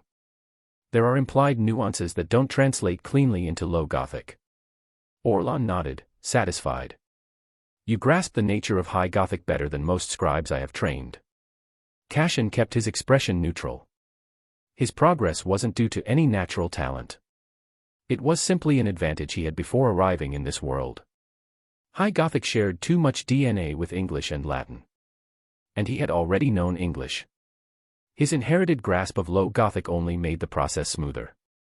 From the Magister's perspective, his rapid understanding must have seemed extraordinary. But for Cashin, it was just another system exploit. The next step, Orlan continued, is comprehension of deeper texts. High Gothic is not simply a language of governance, it is a language of knowledge. It allows access to the oldest writings, the preserved wisdom of past eras. The greater your fluency, the deeper you will see. Cashin nodded. That was the real reason he was pushing himself. The Imperium's knowledge was locked behind this language. If he wanted to understand more, about the warp, about power, about a way out, he needed High Gothic. Orlan placed a thick tome in front of him. "We begin today with philosophical analysis. Read, and then summarize the central arguments presented." Cashin opened the book and started. At first, it was slow going. The structure was dense, the ideas layered. But with each passage, something clicked into place. The language wasn't just refined, it was precise. Concepts that would take paragraphs in Low Gothic were conveyed in a single elegant phrase. He understood now why the Imperium still used it in law, in bureaucracy, in sacred texts. Low Gothic was practical, but High Gothic was exact. Hours passed, the room falling into the steady rhythm of study. Cashin absorbed the knowledge, analyzing, breaking it down, reconstructing it in his mind. His progress was unnatural, but Orlan never questioned it. He only watched, as if studying Cashin just as closely as Cashin studied the texts. The test began without warning. Orlan didn't announce it as such, he simply started assigning Cashin increasingly difficult challenges. Deciphering older dialects. Summarizing entire scrolls of imperial philosophy in a few sentences. Translating documents with double meanings. Some texts were pre-heresy. Some were ancient beyond reckoning. Some contained ideas that weren't entirely aligned with strict imperial dogma. One particular passage stood out. To question is not to betray, but to remain silent in the face of truth is to abandon reason itself. Cashin stared at it for a long moment. This kind of thinking didn't belong in the Imperium. "Does this passage trouble you?" Orlan asked. Cashin masked his reaction. Just trying to understand the context. A wise approach, Orlan said. Too often, young minds seek answers before grasping the depth of the question. Cashin nodded, but inwardly, he wondered, how much did Orlan truly believe in imperial doctrine? Was he just another cog in the machine, or something else entirely? It didn't matter. Right now, he had work to do. And that was the point, wasn't it? He buried himself in his training, in his studies, because it was easier than facing the truth. The truth that no matter how much stronger he got, no matter how much knowledge he gained, the world was still dying. The hive was rotting. The world was crumbling. And in the grand scale of things, he was still just one insignificant piece in a cosmic nightmare. So, he worked. He trained. He learned. Because the moment he stopped, that was when reality would catch up with him. Chapter 14, The Test of Utility. Cashin sat in the cold, windowless office, his hands resting on his lap. The room smelled of old parchment and the faint metallic tang of recycled air, a scent he had grown used to over the years in the scriptorum. But today, he wasn't here to transcribe records or organize files. Across from him, Arbitrator Varys reclined in his chair, fingers idly tapping against the desk. The man's face was unreadable, his eyes sharp with a quiet scrutiny that felt more like dissection than conversation. Cashin didn't fidget. He didn't ask why he'd been summoned. He simply waited. The silence stretched, thick and heavy, until Varys finally spoke. "You're done in the scriptorum." Cashin blinked. He hadn't expected that, but he didn't let the surprise show. The administratum is short on manpower, and the Arbites need men who can shoot as well as they can read, Varys continued. "Your skills are wasted in that archive." He leaned forward, elbows resting on the desk. "And you've already proved you can kill." Cashin held his gaze. There was no flattery in the man's voice, no false praise. Just a simple statement of fact. He had killed. The first time, it had been out of necessity, an act of survival. He had thought that would be the end of it. A footnote in his life. Another moment lost in the grinding wheels of the Imperium's endless machine. Instead, it had changed everything. Varys slid a data slate across the desk. "There's a hab block in the lower hive. Reports of disappearances. Blood cult activity. You'll lead a group to clear it out." Cashin picked up the slate. The details were sparse: suspected heretics, possible blood god worshippers, civilians, small numbers. And no reinforcements. If he failed, no one would come looking.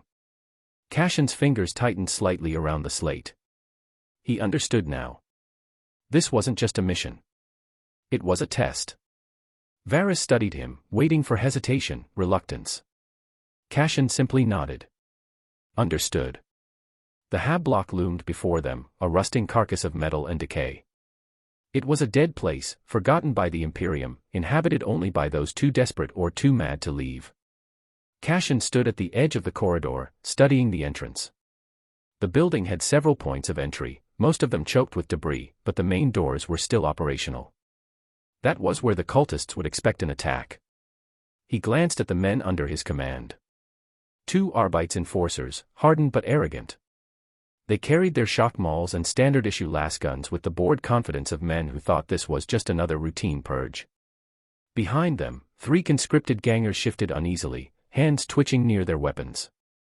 They had no illusions about what this was. Cannon fodder.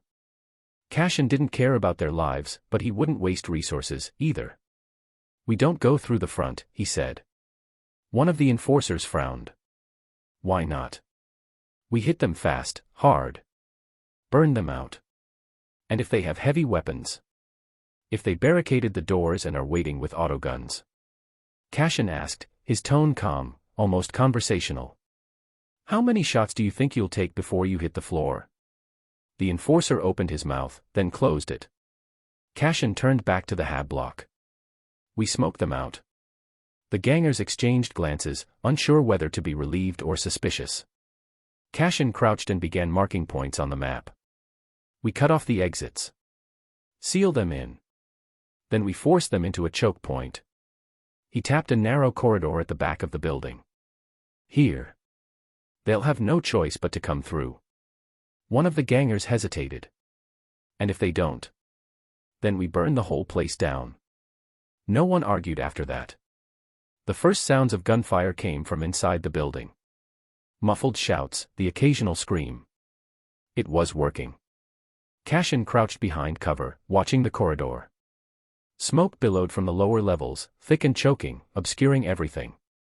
Then came the figures, shadows moving through the haze, desperate and disoriented. He raised his lasgun. The first man barely had time to react before Cashin's shot took him in the chest. The impact sent him sprawling, a smoking hole burned clean through his torso. The others followed, some scrambling for cover, others charging forward in a blind rage. Cashin picked his targets methodically. A burst to the throat. A precise shot through the eye. Each kill clean, efficient.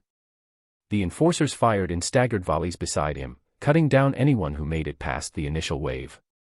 The gangers? Less useful. One was firing wildly, shots sparking off the walls. Another hesitated, visibly shaking.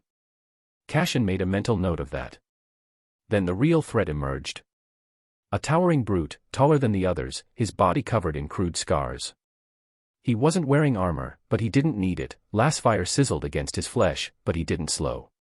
He roared and surged forward, a massive cleaver raised high. The enforcers stumbled back. One of the gangers bolted. Cashin stepped forward. A single, precise shot. The last bolt struck just below the man's eye, burning through the skull and into the brain. The berserker collapsed mid-charge, his momentum carrying him a few more steps before he crumpled to the floor. The rest of the cultists hesitated.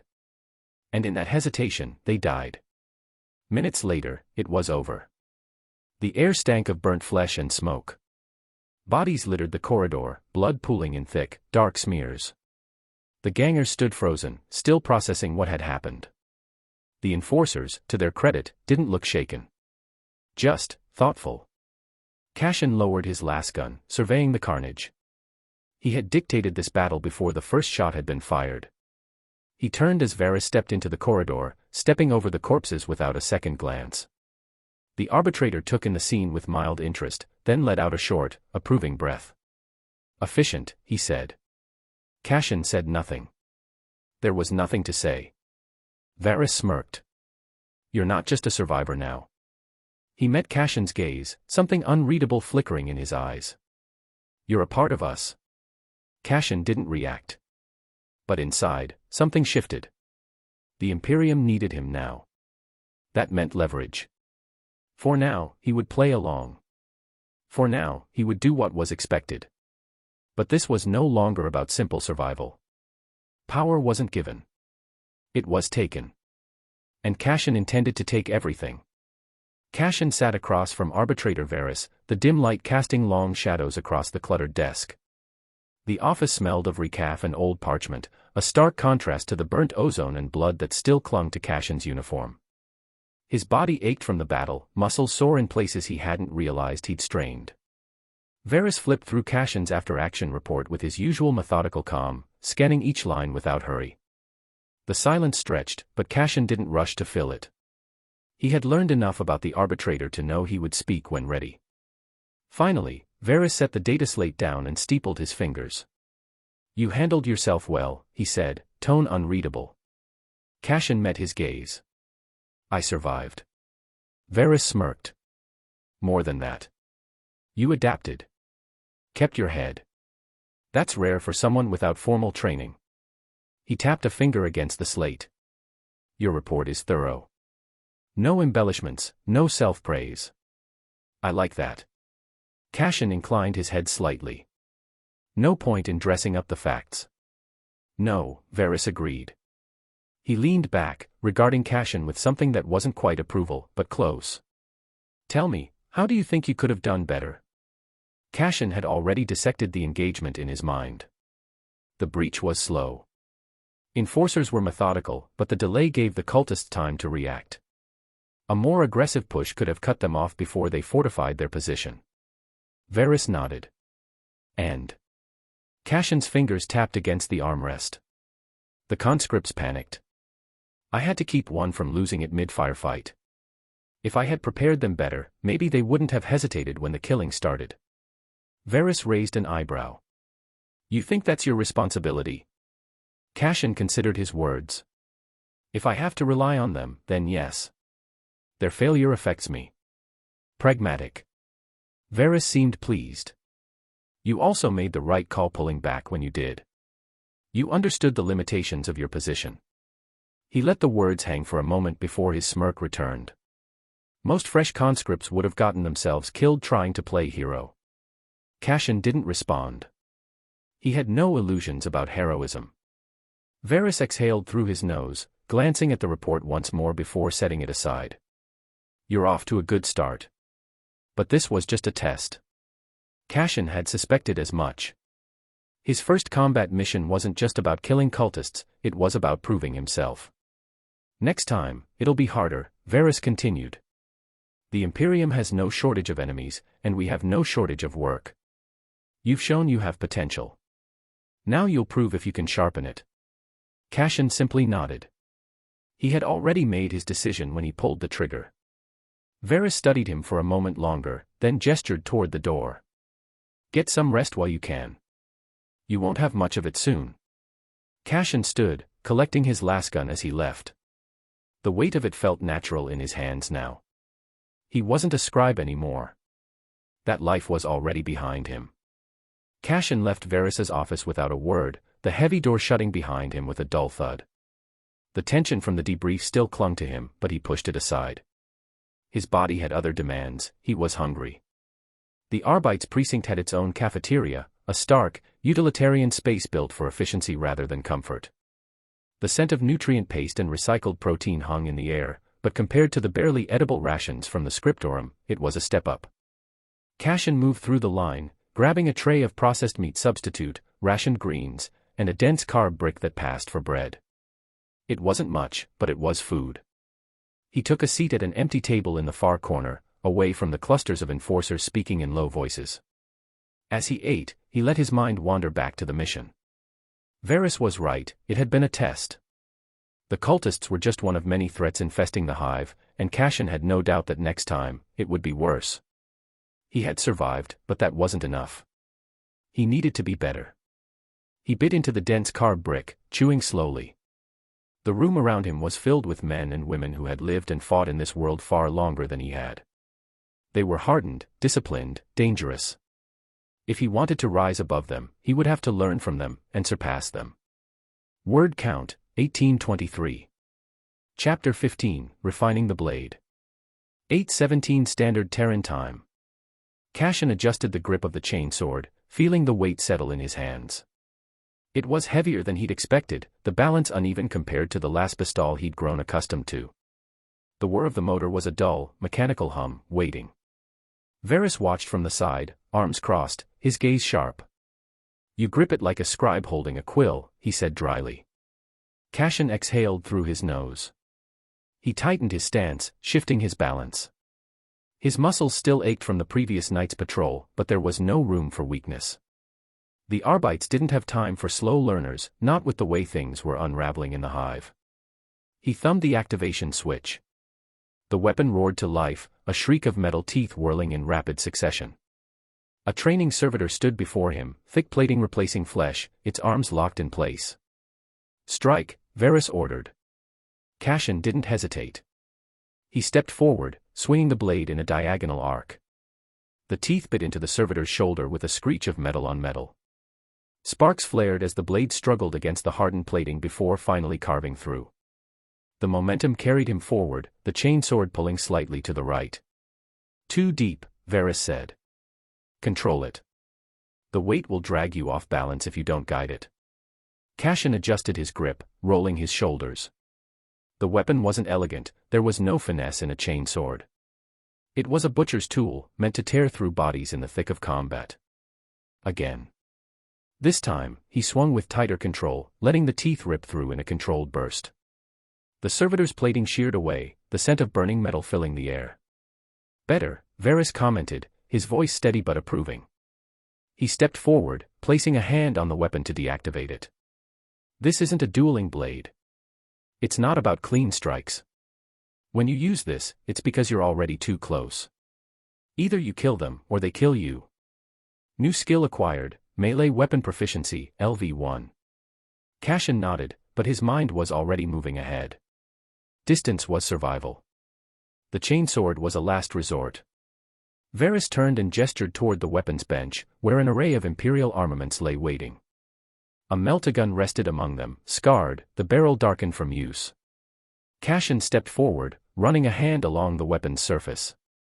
You already know the lasgun, Varys said. You've seen what it can do. This, though, this is different. Cashin hefted the meltagun, feeling the weight shift in his arms. The weapon was compact but heavy, its reinforced casing designed to withstand the intense heat it generated. Single shot, Varys continued. Close range. This will reduce them to molten slag, armor and all. But it eats through charge packs faster than a hive ganger burns low sticks. And if you fire too fast, it overheats, Cashin finished, eyeing the venting ports. He had read about them before, of course. But this was different. Theory meant nothing without application. Varys smirked. Good. You're starting to think ahead. Cashin powered the weapon up, feeling the subtle vibration as it hummed to life. He sighted down the targeting reticule, adjusting his grip. Against armored targets, it's absolute, Varys said. But it has weaknesses. Heavy. Short range. Slow fire rate.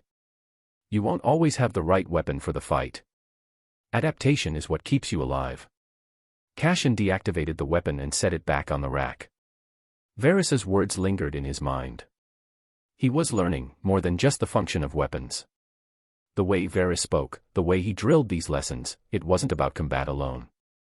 It was about survival. Know the strengths. Know the weaknesses. Know when to strike. Varys turned to a workbench cluttered with tools. Let's talk maintenance. You know a lasgun's charge pack is good for roughly 300 shots, but what happens if you push that limit? Cashin followed him over, setting the chainsword on the table. It overheats, like the meltagun. Exactly. But it's not just that. The internal mechanisms get stressed. If you're not careful, the servos and gas vents clog. The lens sights get out of calibration. And worst of all, if the internal cooling system fails, the weapon can seize up. Then you're stuck with a paperweight. Cashin looked at the lasgun lying on the bench. It looked so simple, sleek, practical, but deceptively complicated. So what's the solution? Varys smiled grimly. Maintenance. Lubrication. Regular inspection. He began to disassemble the lasgun, carefully separating each piece, showing Cashin how to inspect the lens sight for damage, how to clean the gas vent, and the fine-tuning of the power pack. Your weapon is only as good as you are at keeping it in working order. You wouldn't let your armor rust, so don't let your tools rust either. Cashin watched closely, mentally noting the steps. Weapons maintenance wasn't just about cleaning, it was about understanding the technology, the science behind it. A lasgun wasn't some simple device, its power came from an intricate balance of electromagnetic fields, gas compression, and finely tuned optics. Getting it wrong meant failure. The same went for the meltagun and chainsword. Varys spoke as he worked. The lasgun's charge pack isn't just power, it's the lifeblood of the weapon. You don't want a leaking seal or a ruptured casing. A small mistake can cause an energy discharge, which could end in an explosion. He paused, turning to Cashin. Understanding the tech is as important as knowing how to fight with it. Cashin absorbed the information. The more he learned, the more the weapons felt like an extension of himself. Understanding the mechanisms made it easier to think about how best to use them. When things went wrong, it wouldn't be a mystery, it would be an opportunity. Varys finished the last step of reassembling the lasgun and set it back on the rack. That's the practical side. Now, the theory. He pulled up a hollow projector and waved his hand to activate it. The screen flickered to life, showing a schematic of the meltagun. It works by superheating a stream of energy, focused through this coil. Varys pointed to the glowing blue section in the schematic. This superheated plasma is then fired at the target. If you're quick enough, you can cause rapid structural failure in armor, even if it's a ceramite plate. But if you miss, you risk overexposure. Know your distance, know your angles. Cashin's mind raced, the theory falling into place like pieces of a puzzle. The more he understood, the more the entire process made sense. So, it's not just about the weapon itself. It's understanding how the technology works in conjunction with the human elements. A good soldier isn't just someone who knows how to shoot, they know why their weapon behaves the way it does. Varys gave him a sharp look. Exactly. It's why you're here. Arbite's cafeteria. Later, Cashin sat across from Varys in the dimly lit mess hall, a tray of ration paste and recaf in front of him. He had eaten worse. The food was barely warm, the texture somewhere between stale grain and processed meat substitute. But it was fuel, and fuel was all he needed. Varys stirred his drink absent-mindedly. You're improving. Cashin chewed, swallowing before replying. Not fast enough. You're thinking like a fighter now. That's the important part. Varys took a sip, setting the cup down. You don't waste movement. You don't act without reason. That's good. Cashin mulled over the words. Compliments were rare from Varys, but they weren't empty. Every sentence he spoke carried weight. What do I need to work on? Cashin asked. Varys tapped a finger against the table. Instinct. Cashin raised an eyebrow. You analyze everything, Varys continued. That's not a weakness. But in the thick of a fight, hesitation kills. You can't think through every step when a man is driving a blade toward your throat. You need to act. Cashin nodded slowly. He understood the logic, but understanding wasn't the same as execution. He had always relied on calculated moves, on assessing situations before committing. Instinct required trust in the body before the mind could process. That'll come with time, Varys added. And experience. Cashin took another bite, letting the silence stretch between them. The hive was shifting. He could feel it, subtle but undeniable. The undercurrents of unrest, the quiet tension in the streets. The Arbites needed manpower. That was why he was here. Not as a servant. Not as a pawn. He had value now. And the more he learned, the more he sharpened himself, the harder he would be to discard. Varys finished his recaf and pushed the cup aside. His eyes met Cashin's. You're not a scribe anymore, he said simply. You understand that, right? Cashin exhaled through his nose. The truth was already obvious. The hours in the training yard, the blood on his hands, the whispers in the corridors of the Arbites precinct, he wasn't part of the machine anymore. He was something else now. And he wasn't going to stop. 9:45 Standard Terran Time. The candlelight flickered across the aged parchment, casting long shadows over the desk. The ink had barely dried on Cashin's last report when Magister Orlan placed another stack of documents in front of him.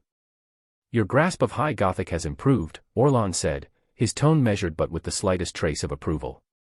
Enough that you will no longer be spared the more intricate tasks. Cashin's fingers traced the edge of the parchment. The writing was dense, flowing with the refined, almost mathematical precision that only the most educated scholars of the Imperium wielded. This was not the bastardized form of High Gothic used in the upper spires for ceremony and pomp.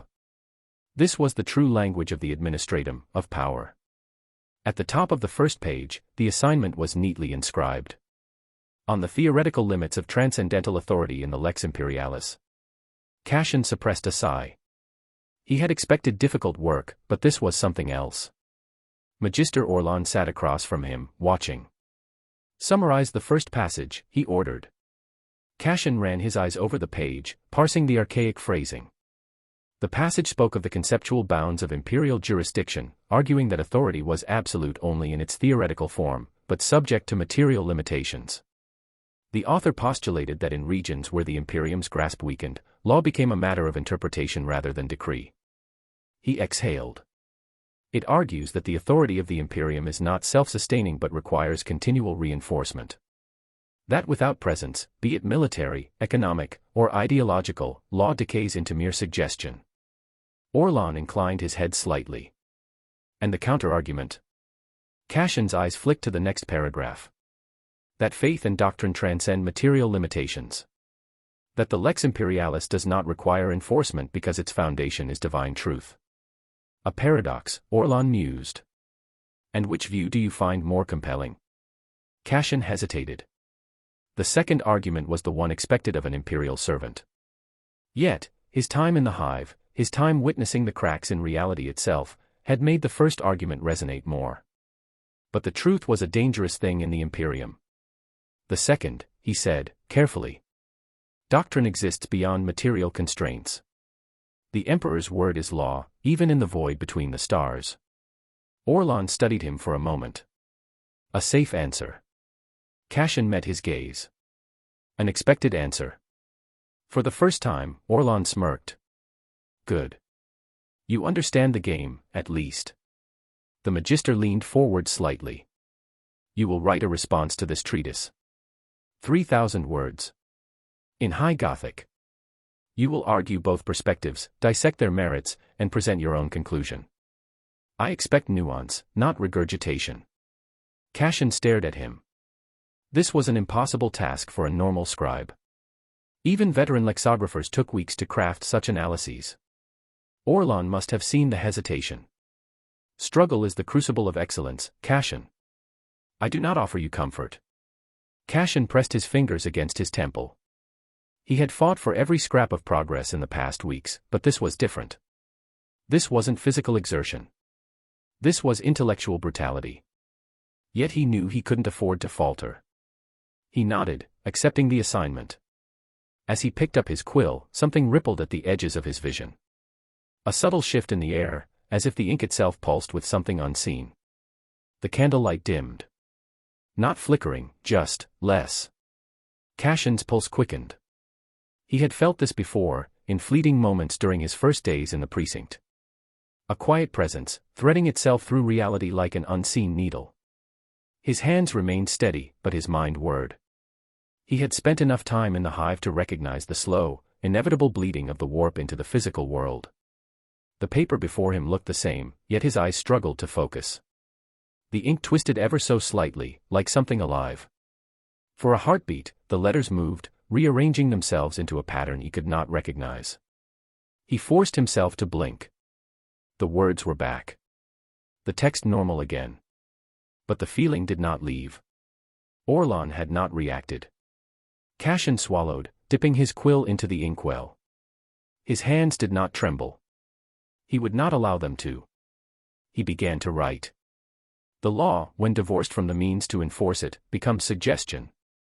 Authority is not inherent, it is an agreement, a consensus.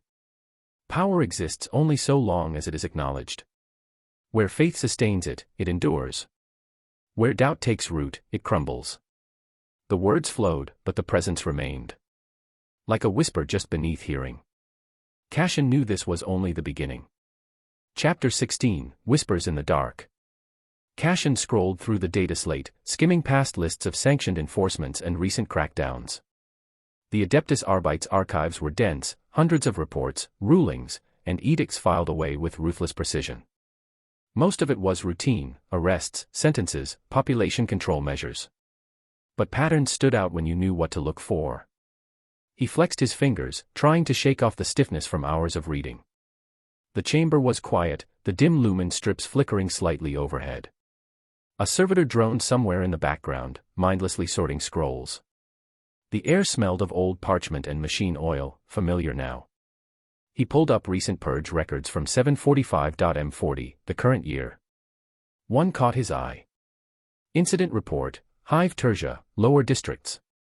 Arbiter Magistrate Helbrecht authorized the full liquidation of subversive elements. Compliance level, 100%. Cashin frowned.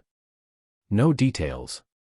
No names, no interrogations, no trials. Just a number, 400 executed. The official reason. Heresy. That wasn't uncommon. The Imperium burned heretics by the millions. But the wording, full liquidation, that was different. He cross-referenced it with older reports. Same phrasing. Different years. Different planets. He tapped a command, pulling up archives from 3 centuries ago. A summary popped up. 487.m40, Gelmiro subsector purification. Following incidents of widespread rebellion, the Lord Marshal enacted total compliance protocols. 14 hive worlds underwent structural correction. Full liquidation orders were carried out. Compliance level, 100%. 14 worlds purged. Barely a footnote in history. Cashin sat back, drumming his fingers against the table. He wasn't stupid. When entire populations vanished from the records, it meant something had been erased, buried. And now, in the present, the same methods were being used again. Something was repeating. His gut told him this wasn't just standard imperial brutality. This was containment. A quiet voice cut through his thoughts. You read too carefully for a scribe. Cashin didn't flinch. He turned his head slightly. Arbiter Dane. Tall, armored, sharp-eyed. The kind of men who had seen too much but spoke too little. Cashin met his gaze, keeping his voice steady. I like to be thorough. Dane watched him for a moment, then exhaled. Curiosity's dangerous. Don't let it kill you. He walked off without another word. Cashin sat there, fingers tightening around the data slate. He glanced back at the reports, then at the exit. Something was wrong in the Gelmiro cluster. And whatever it was, the Arbites weren't stopping it. They were hiding it. Cashin had thought leaving his old life behind would make things simpler. No more endless hours in the scriptorum, no more back-breaking labor just to afford extra rations. He had traded ink-stained fingers and exhaustion for something sharper, something that carried weight. Training. Combat drills. Patrol duty with the Adeptus Arbites. It had been a natural transition. The Arbites had structure, resources, and most importantly, knowledge. He now had access to archives that few in the hive even knew existed. He had walked the cold corridors of Arbites' precincts, sat through brutal exercises that left his muscles screaming, and even joined a real raid, a violent purge of a gang hideout deep in the mid-hive. The food was plain but consistent, taken from the mess hall with the rest of the enforcers. His bunk was Spartan, but it was his. He no longer worried about starving, about scraping together chits for a little more protein in his meals. He had purpose. But even here, within the supposed order of the Imperium's enforcers, something felt wrong. He saw it in the way the patrolmen whispered when they thought no one was listening. In the quiet glances exchanged over shared rations. In the reports that seemed to vanish from the records before anyone could act on them. A sickness was spreading through the hive. And no one wanted to name it. The first time Cashin overheard the rumors, he was in the mess hall, picking at the same bland nutrient paste as everyone else. He wasn't part of the conversation, just another presence at the table, listening to the idle talk of enforcers between shifts. But some things stuck out. Another 3 workers went missing in Sector 12 last night. That's the 3rd night in a row. No sign of a struggle. None. They just vanished. No logs, no records, like they were never there to begin with. Cashin glanced up. The speaker was an older patrolman, his face lined with the exhaustion that only came from years of seeing the worst parts of humanity. Across from him, a younger enforcer frowned, poking at his food. Maybe it's the underhivers. They've pulled people down before. The old enforcer scoffed. You think underhivers can erase names from work logs? Wipe out entire schedules?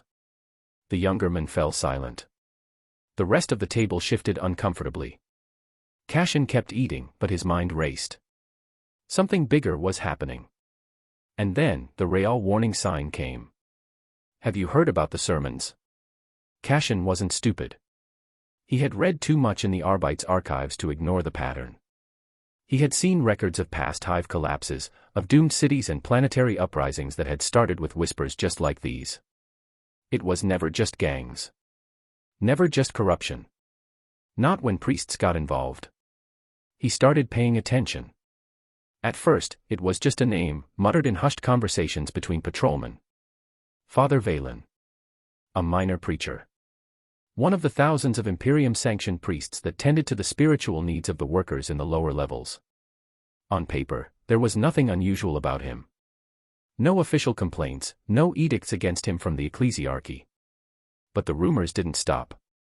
They say his sermons aren't sanctioned anymore. I heard he doesn't even preach the Emperor's name. He speaks about the worthy being chosen, but he never says for what. Cashin didn't believe in coincidences. Not here. Not in a hive that felt like it was holding its breath. Then came the night he saw it for himself. It was a routine patrol, curfew enforcement, nothing special. Cashin walked the dimly lit streets alongside two other Arbites, shock maul at his hip, the cold weight of a stubber against his side. The hive at this level was quiet, filled only with the lingering stink of sweat and industry. Then they passed an alley. Cashin's steps slowed. The other two enforcers walked ahead, unconcerned. But he had seen it. Just for a moment. A figure, kneeling before a crude, hastily painted symbol. It was drawn in red. And it dripped. Cashin turned his head, forcing himself to keep walking, to act like he hadn't noticed. But his skin crawled. It was the same mark he had seen in the archives. The same one that had appeared in hive cities that never stopped burning. That night, he dreamt of whispers. They slithered through his mind, curling around his thoughts like smoke. Not words. Not exactly. Just an overwhelming sense of something watching. He woke suddenly, gripping the handle of his shock maul so tightly that his knuckles had gone white. His body was covered in cold sweat, and his heartbeat was erratic, like it had been racing even while he slept. And outside, somewhere deep in the hive, he swore he heard chanting. Not a cry for help. Not the desperate pleas of the starving. But something else. Something that sounded a lot like worship. The next day, Cashin went looking for more information. He knew better than to ask outright. If this was what he thought it was, if the hive was truly starting to rot from the inside, then the wrong question could get him killed. Instead, he listened. He watched. And he saw the signs. A veteran Arbites officer, his eyes sunken with lack of sleep, muttering a prayer before heading out on patrol, something none of them ever did. A squad coming back from an investigation empty-handed, despite reports of disturbances in the underhive. The way people stopped talking when certain names were mentioned. Then, the final piece. Cashin passed by a small shrine, one of the countless altars dedicated to the Emperor scattered throughout the hive. Normally, they were well-maintained, tended to by whatever local priest had been assigned to that sector. Candles burned. Incense was lit. Hymns were played on repeat. This one was abandoned. The candles had been snuffed out. The incense left to rot. And someone had defaced the Aquila. Not with crude vandalism. Not with gang signs. But with that same symbol. Drawn in red. Dripping. Cashin stared at it, his breath slow, controlled. He forced himself to look away. He knew. The hive was changing. The warp was pressing closer. And if the Arbites hadn't acted yet, it meant they were either too scared to, or they were already too late. The precinct was dead silent. The kind of silence that only came before something bad. Cashin sat at the long briefing table, his hands clasped in front of him. The dim lumen strips above cast harsh shadows across the room, turning the assembled officers into silhouettes against the cold metal walls. The air smelled of recaf, gun oil, and sweat. Across from him, Vane Darris stood, arms crossed, his expression unreadable. He was one of the few officers Cashin actually respected, practical, ruthless, and above all, not stupid. He didn't waste words or time. And right now, he looked tense. That alone was enough to put Cashin on edge. "You're all here because I need enforcers I can trust." Darris' voice was gravel, scraped raw from years of shouting over battlefield noise. "This isn't a standard operation. It's not some ganger cull or routine purge." He let that sit for a moment. No one spoke. Then he tapped the data slate on the table, bringing up a grainy image on the holoprojector. Cashin leaned forward slightly. The image was a corpse. It had once been a man. Now, it was a ruin. The body was slumped against a wall, its limbs twisted at unnatural angles. The armor of an Arbites officer was barely recognizable beneath the mess of deep, jagged wounds. The entire chest cavity had been carved open, ribcage cracked apart like someone had been digging for something. Cashin felt his stomach tighten. "This was Patrol Squad Theta 9, Darris said. 3 men. They were sent to investigate a disturbance in the mid-hive yesterday." He swiped to the next image. More bodies. More Arbites. This is what we found when they didn't report back. Someone muttered a curse under their breath. Cashin didn't. He just stared at the images. Examined them. Because this wasn't just some ambush. This was a message. Darius continued. Witnesses, what few we could find, say they heard chanting before the attack.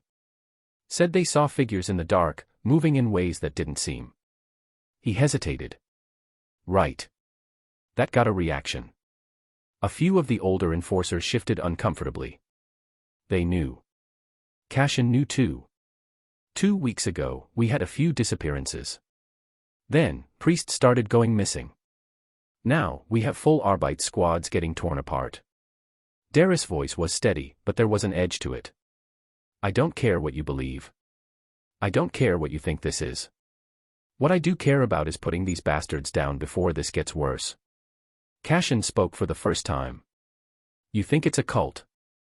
Darius met his gaze. I know it's a cult. No one argued. No one needed to. They all knew what this meant.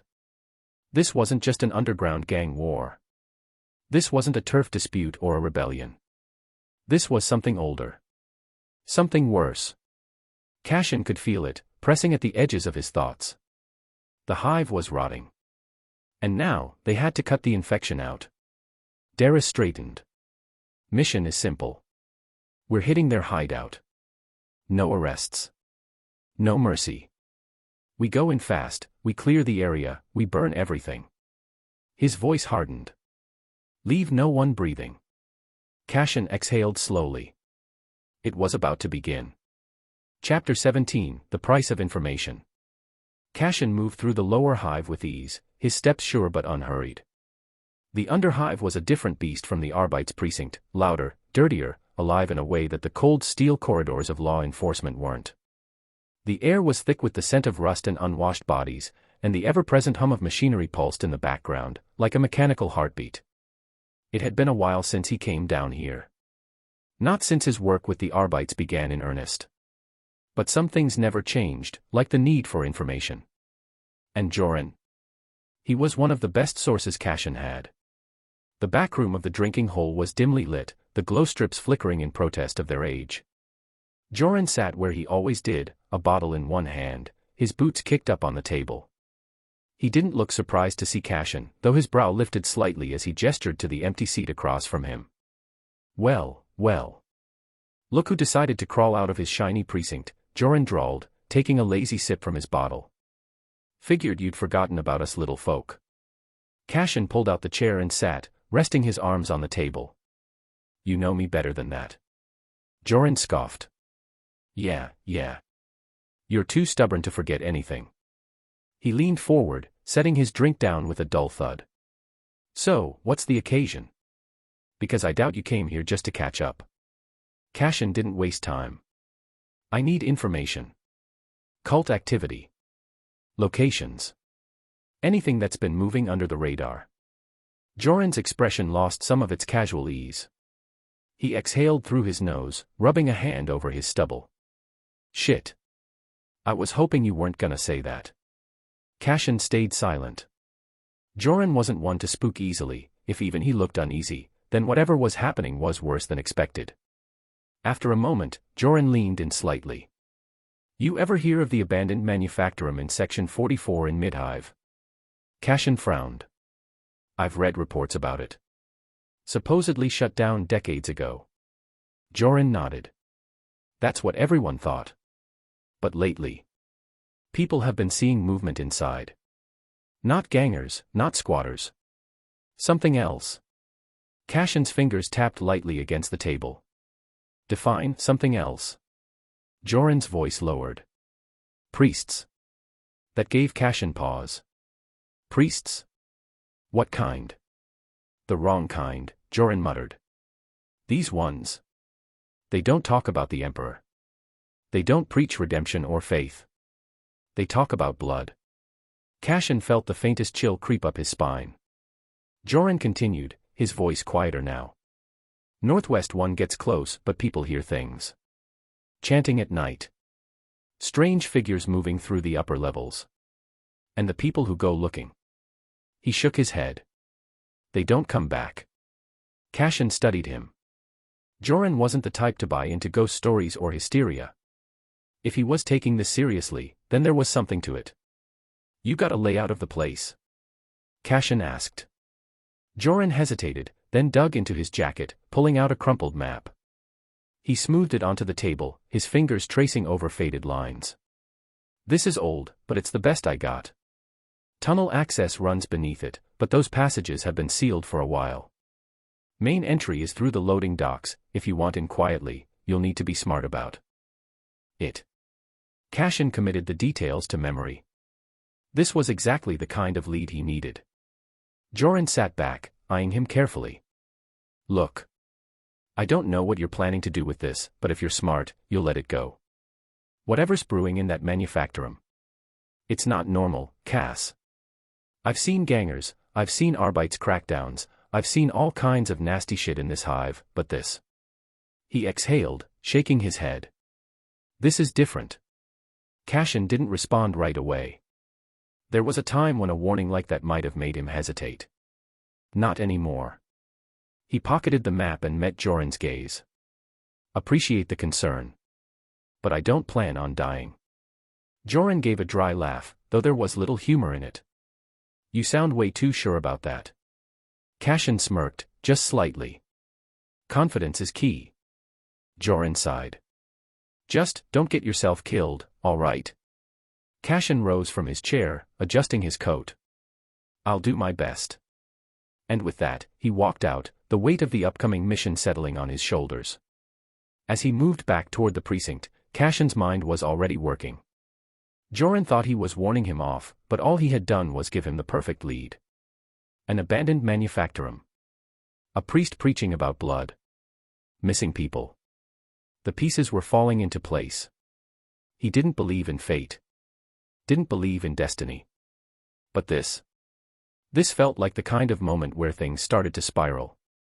At least he was ready. Cashin moved quickly through the precinct, his boots striking against the cold steel floor. The air inside was thick with anticipation, officers preparing for battle.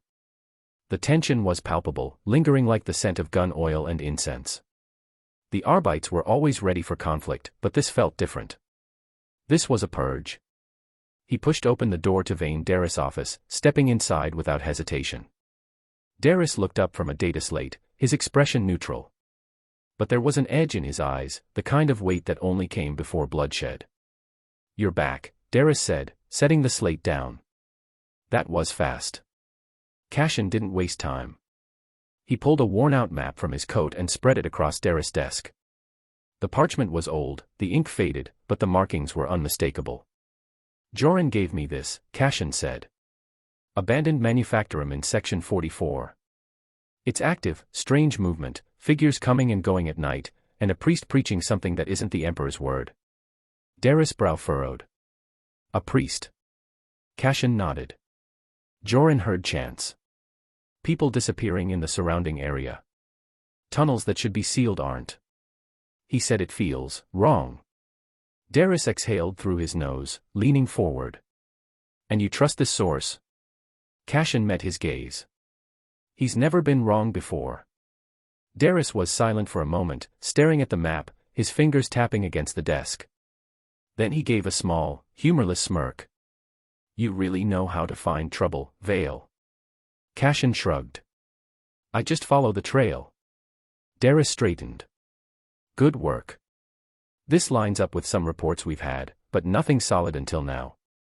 We needed a location, and you just handed us one. Cashin nodded. What's the plan? Darris didn't answer immediately. Instead, he pressed a comm bead in his ear. Get me Sarah, Gaius, and the others. We're meeting now. The meeting room was dimly lit, a single lumen casting long shadows over the table. A small group of enforcers gathered, their faces hardened, their armor worn from past engagements. Darris stood at the head of the table. The map Cashin provided was spread out in front of them. We have confirmed cult activity in Section 44, Darris began. The manufactorum has been compromised. We don't know their numbers, but we know they're organized. This isn't a gutter cult of scavengers, it's something more. Our job is to root them out before this spreads. The enforcers exchanged looks. None of them were surprised. Gaius, a veteran officer, crossed his arms. What do we know about their defenses? Darius nodded toward Cassian. Veil, give them what you've got. Cassian leaned slightly over the map, keeping his voice measured. He wasn't in command here, but he could provide insight. The main entrance is through the loading docks. That's their most defensible position, they'll expect an assault from there. The manufactorum itself is old, which means plenty of collapsed sections, broken stairwells, and rusted catwalks. Sarah, another officer, frowned. Any secondary entry points? Cassian tapped a section of the map. Upper levels. If we can breach from the top floors, we can cut off their escape routes and trap them inside. Darius considered this. We'll split into 2 teams, then. Main force takes the docks. Secondary team moves in from the upper levels. If they try to run, we gun them down. Gaius nodded approvingly. And explosives? We could breach multiple points at once. Cassian shook his head. Too risky. We don't know how unstable the structure is. One bad detonation, and we're burying ourselves along with them. Darius smirked slightly. Good thinking. Sarah exhaled, crossing her arms. Weapons. We go in expecting autoguns and stubbers, but if they've got lost weapons or worse. Darius' expression hardened. Then we adjust. Shock and awe. No drawn-out fights, we hit them fast and end it quickly. The longer we stay, the worse it gets. The room fell silent for a moment. Everyone understood what that meant. Cassian watched them, reading the room. These were seasoned officers, but even they weren't underestimating this mission. Darius finally spoke again. We move in 3 hours. Get your gear ready. The precinct became a controlled storm of motion. Enforcers moved with purpose, checking weapons, preparing armor, running final diagnostics on their gear. Cassian moved through the armory, securing his own loadout. Shock Maul at his side, combat shotgun slung across his back. His armor was already strapped on, heavy, reliable, built for war. Darius stopped beside him, tightening the straps of his own gear. You ready? He asked. Cassian loaded a fresh shell into his shotgun. Always. Darius studied him for a moment, then gave a small chuckle. You've changed, Veil. Cassian glanced at him. That a problem? Darius shook his head. Just an observation. Cassian didn't respond. He had changed. And he'd keep changing, adapting, until nothing could touch him. Across the room, officers murmured quiet prayers, reciting battle hymns under their breath. Others checked and rechecked their weapons. Some sat in silence, eating their rations as if it were their last meal. Cassian observed them, but he didn't waste time on rituals or superstition. Faith wouldn't save them. Only preparation would. Darius clapped him on the shoulder. 3 hours. Get some rest while you can. Cassian simply nodded. He knew he needed time to prepare himself. Chapter 18, The Descent into Madness. Well, here is a bonus chapters. Thanks for the overwhelming support, guys. The precinct gates groaned open, and the convoy began to move. The engines of repressor transports, Chimera IFVs, and Arbeits pattern Rhino carriers roared as they rolled forward, kicking up thick clouds of dust and smoke. Hundreds of vehicles, thousands of men. Cassian sat inside a repressor transport, surrounded by Arbeits enforcers in full riot gear, midnight black carapace armor, plasteel helmets, and thick blast visors concealing their expressions. Their shock mauls and suppression shields were locked into holsters, but their hands never strayed far. Most clutched combat shotguns, bolters, or Arbeits pattern power batons. Cassian checked his own loadout. Combat shotgun, a solid, brutal weapon, capable of chambering Manstopper rounds, executioner shells, and incendiary charges. Arbeits issue bolt pistol, compact, heavy, and utterly lethal. The mass-reactive rounds would reduce flesh to pulp and bone to shards. Shock Maul, a symbol of imperial law. Its crackling power field would shatter bones and send arcs of electricity through a man's nervous system. Arbeits carapace armor, not quite power armor, but a damn sight better than flak vests. Thick ceramite plating, reinforced joints, and an auto-sealing system to counter gas attacks. A vox chime crackled. 5 minutes to departure. All units, prepare for movement. Across the convoy, hundreds of thousands of voices murmured the Emperor's prayers. Some were recited in Low Gothic, others in the ancient, reverent syllables of High Gothic. Cashin heard a gruff Ogren mutter his own version, stumbling over words. The abhumans were packed into their own transports, brutes clad in thick armor, wielding ripper guns nearly the size of Cashin himself. Loyal, stupid, but terrifying in battle. Across the transports, Hive conscripts muttered their own prayers. Some looked terrified, men and women plucked from their homes, given a flak vest, a lasgun, and an order to die for the Emperor. Others had the blank, hollow look of men who had already accepted their fate. Cashin had seen it before. He had been one of them once. Now, he was different. Darius sat beside him, checking the data slate containing their orders. This isn't just one battle, Darius muttered. It's happening across the entire hive, the entire damn cluster. Orders from above. Purge every last cultist. Cashin nodded, but his mind lingered on Joran's warnings. Something felt off. They had uncovered the cult, but was this truly the extent of it? All units, prepare for transit. The vox crackled again. Then the convoy lurched forward. The streets blurred past, towering hab-blocks and crumbling manufactorums casting long shadows over the roadway. The city was alive with sirens, Arbeits checkpoints, and imperial banners fluttering in the artificial wind. As they moved deeper into Sector 44, the change became impossible to ignore. The air grew thick. Wrong. Faint whispers, just at the edge of hearing. Shadows that moved when they shouldn't. Pic displays flickering erratically, showing the Emperor's face one moment and static the next. A conscript in a nearby transport started shaking. Muttering. His seatmate shoved him, cursing under his breath. Cashin caught Darius' gaze. They both felt it. Cashin's hands tightened around his weapon. This wasn't just another battle. It was something worse. The convoy came to a crawling stop. Engines sputtered, and the low hum of the Voxnet filled the air as orders passed between commanders. Doors slammed open, boots hit the ground, and thousands of soldiers filed into position. The marching thud of Ogren units, the sharp clatter of lasguns being checked, and the click of power packs being loaded filled the atmosphere with nervous tension.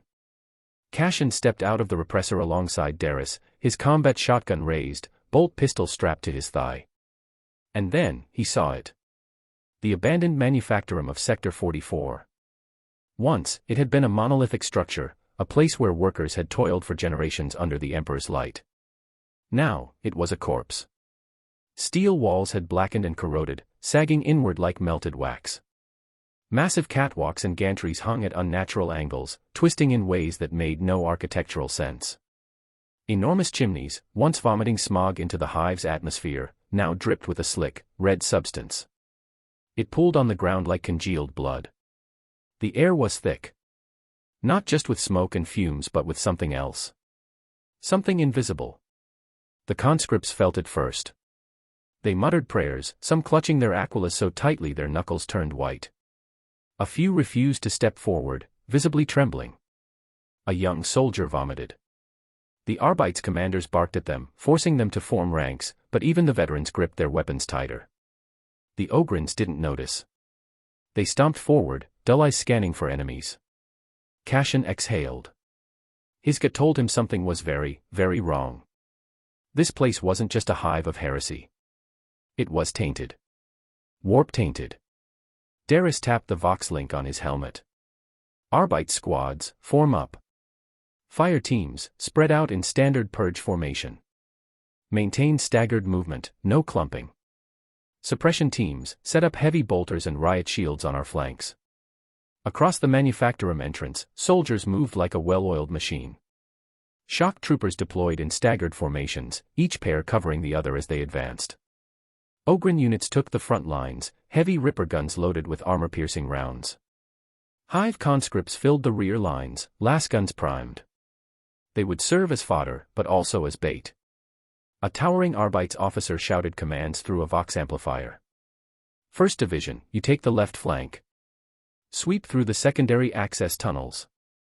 2nd Division, hold the courtyard. 3rd Division, with me, we breach the main entrance. Darius turned to Cashin. We stick to the main assault. Stay close. Cashin nodded, gripping his shotgun. The doors of the manufactorum loomed ahead. They had once been reinforced plasteel, capable of withstanding decades of industrial work. Now, they were bent inward, torn apart by something powerful. A deep claw mark had been carved across the steel. No, not clawed. Gouged. As if the metal itself had been ripped apart by force alone. Cashin's stomach twisted. This wasn't just a cult hideout. Something was waiting for them. Darius signaled to the breach teams. Stack up. Breaching in 3. Cashin tightened his grip. And then the final orders came. Go. Go. Go. They surged forward, into the unknown. The breach order was given. Then, hell was unleashed. The moment the Arbites breached the manufactorum's gates, the world erupted into fire and blood. A wall of gunfire slammed into the advancing forces. Lasgun beams and autogun rounds rained down from the catwalks, tearing into the first ranks of conscripts. Bodies jerked and twisted, limbs severed, heads vaporized by well-placed shots. Screams echoed through the cavernous hall, pain, terror, and the wet sound of bodies hitting the ground. Cashin dove for cover behind a rusted pipe, heart hammering. His visors had flickered with movement signatures, dozens, no, hundreds of hostiles. Darius shouted into the Vox link. Suppressing fire. Move forward in staggered formation. Riot shields up. The Arbites' shock team surged forward, forming a brutal wall of heavy shields. Behind them, enforcers unleashed a storm of bolter fire, explosive rounds tearing apart the entrenched cultists. Blood splattered across the manufactorum floor, staining the already corroded metal. Cashin popped up from cover, firing his shotgun. A cultist sprinted towards him, face twisted in religious ecstasy, a rusted chainsword raised high. Boom. The scatter shot tore into the man's chest, sending flesh and bone flying. The body slumped against a pile of half-eaten corpses, remnants of previous victims. And yet, more came. Hundreds of them, pouring from the upper levels, screaming praises to their dark god. Skulls for the throne. Cashin felt a cold chill crawl up his spine. They weren't just fighting men. They were butchers. Overwhelmed. Hold the line, an Arbite's captain roared. Heavy bolters, cut them down. The gun emplacements opened fire, spewing death. Cultists were torn apart, limbs severed, bodies split open, gore splattering against the steel walls. But they didn't stop. They kept coming. From the rafters. From the maintenance shafts. From the shadows. It was like the hive itself had given birth to them. Cashin ducked under a wild axe swing, slamming his shotgun into a cultist's gut and pulling the trigger. Viscera exploded outward. He stumbled backward, wiping blood from his visor, breathing hard. This was madness. Darius grabbed his shoulder, shouting over the chaos. We need to break through. This entrance is a meat grinder. Cashin nodded. The frontal assault wasn't working. They needed a way in. Flanking maneuver. Cashin's eyes scanned the manufactorum. The main hall was suicide. But there, a side corridor. Partially collapsed, covered in debris, but still open. He grabbed Darius. There. A side entry. We can flank. Darius didn't hesitate. He barked into the Vox link. Shock teams, with us. Enforcers, hold position and keep them occupied. We'll clear the bastards from the inside. A squad of 20 Arbites followed, moving with precision. They rushed into the side corridor, last fire flashing behind them. Cashin kept his shotgun raised, moving fast. The hall reeked. Something was rotting here. The walls, covered in blood, symbols carved deep into the steel. Something watched them. Something waited. Then, they came. The cultists had been waiting. They rushed from the shadows, wielding makeshift weapons, blades, rusted firearms, their bare hands. Cashin fired. 1 shot, 2 shots, 3. A cultist's head vanished in a mist of red. Another took a bolt round to the chest, his ribcage exploding outward. The Arbites moved with brutal efficiency, cutting down the first wave. But then, the next wave came. Faster. Stronger. And these weren't just men. They were mutated. One lunged forward, skin stretched over rippling muscle, eyes glowing red. Cashin barely dodged, feeling the rush of wind as a massive claw scraped his armor. He aimed, fired, nothing. Empty magazine. The thing tackled him. Cashin hit the blood-soaked floor, struggling as the abomination loomed over him, drool dripping from its twisted maw. It raised its claws, going for the kill. Bang. A bolt round tore through its skull. Cashin rolled free as Darius pulled him up. Stay sharp. Darius barked. No mistakes. Cashin reloaded, chest heaving. They kept moving. The manufactorum stretched onward, deeper into the madness. And the worst was yet to come. The battle raged, and the air reeked of blood, burning flesh, and the acrid stench of ozone from lasgun discharges. The Arbites and enforcers fought like cornered beasts, but it was clear, the cultists outnumbered them by hundreds of thousands. And now, the real horrors were revealing themselves. Advance. The roar of officers barely cut through the cacophony of battle. The Arbites' shock teams moved in disciplined formation, their riot shields locked together, bolt guns firing in measured bursts. Yet the cultists kept coming. Cashin's vision swam with the madness of the charge, hordes of half-naked men and women, their bodies painted in dried gore, their eyes wild with religious ecstasy. Some were still human. Most were not. A brute of a man rushed forward, a massive chain axe gripped in clawed fingers.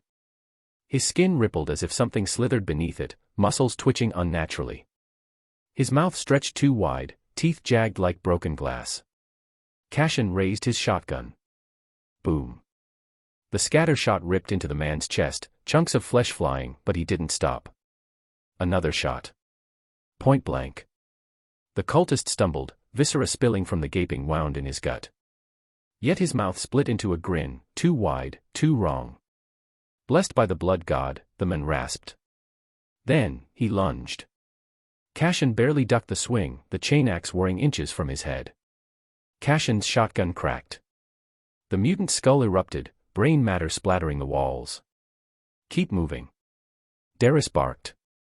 Cashin didn't need to be told twice.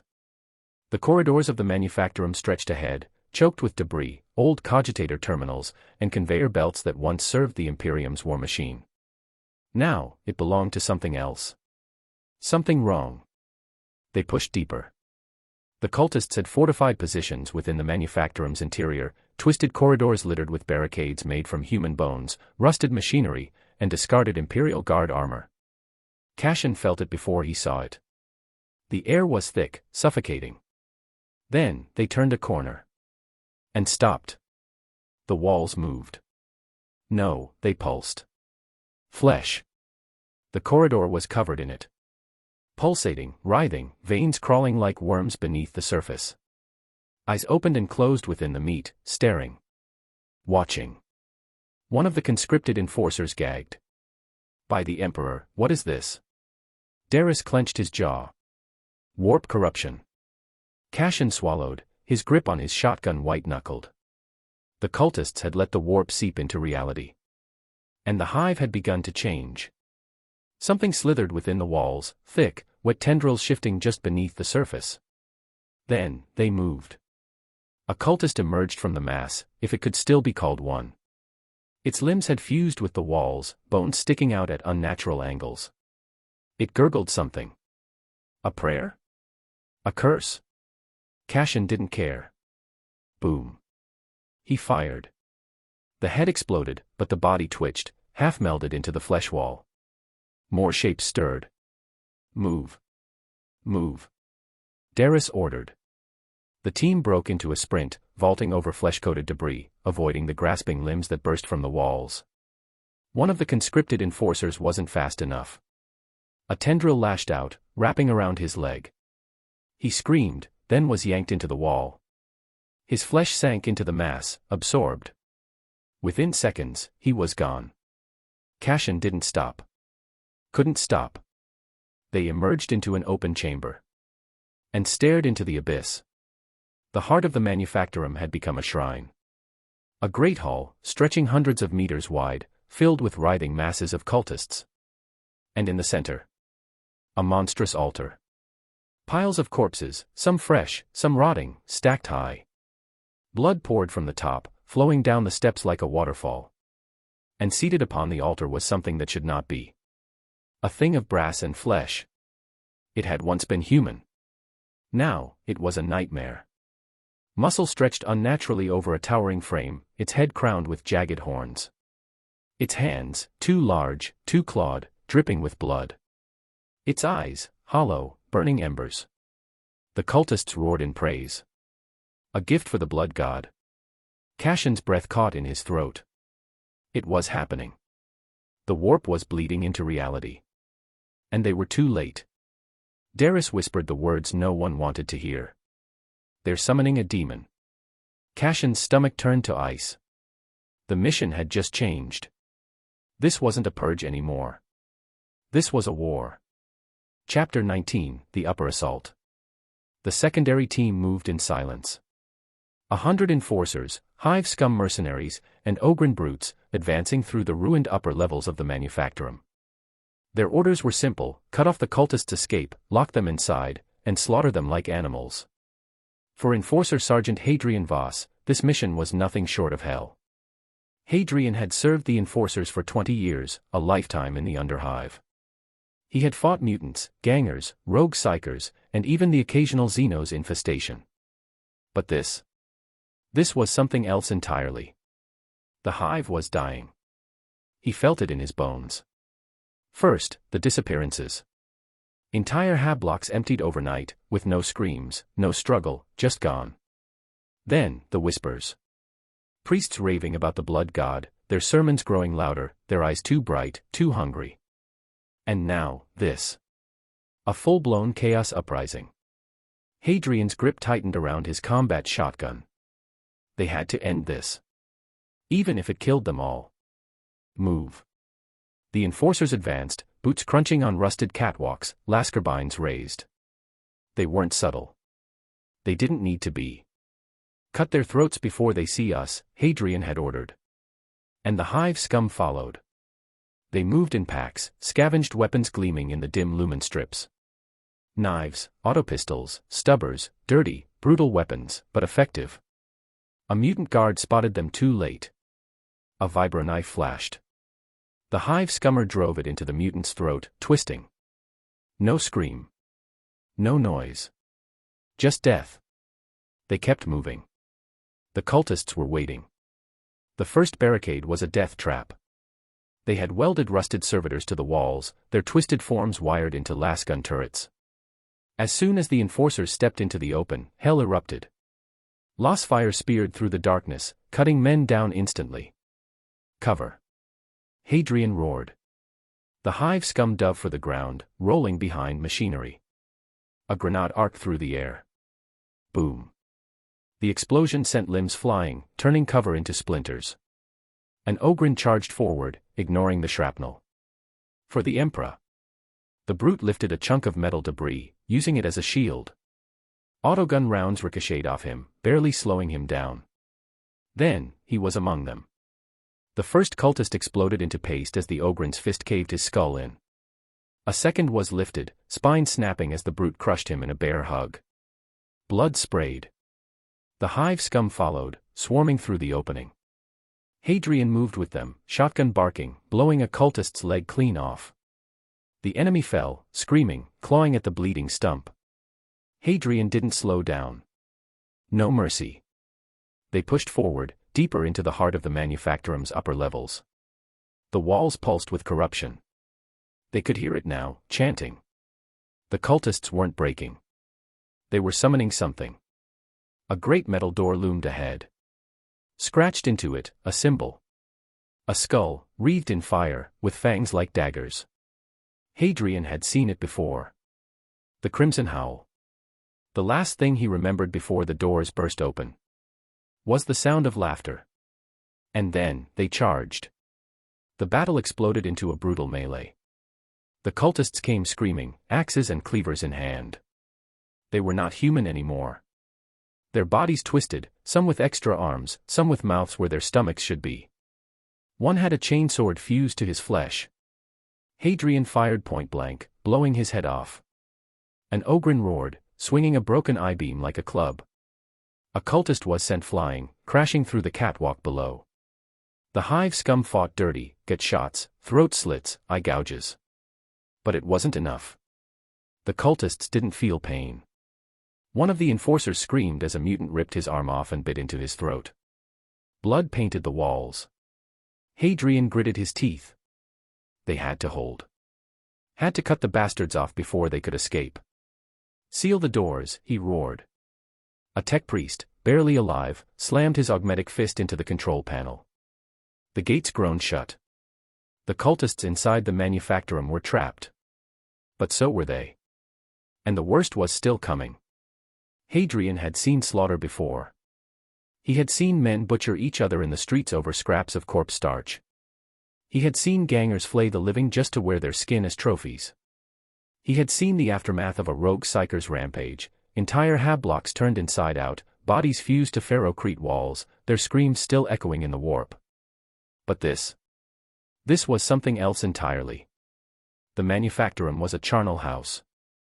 The moment the doors sealed, something inside the cultists snapped. The chanting turned to howls, not words, just raw, animalistic noise. And then the killing began. Hadrian fired into the writhing mass of flesh, his shotgun barking as a cultist's chest erupted into pulp.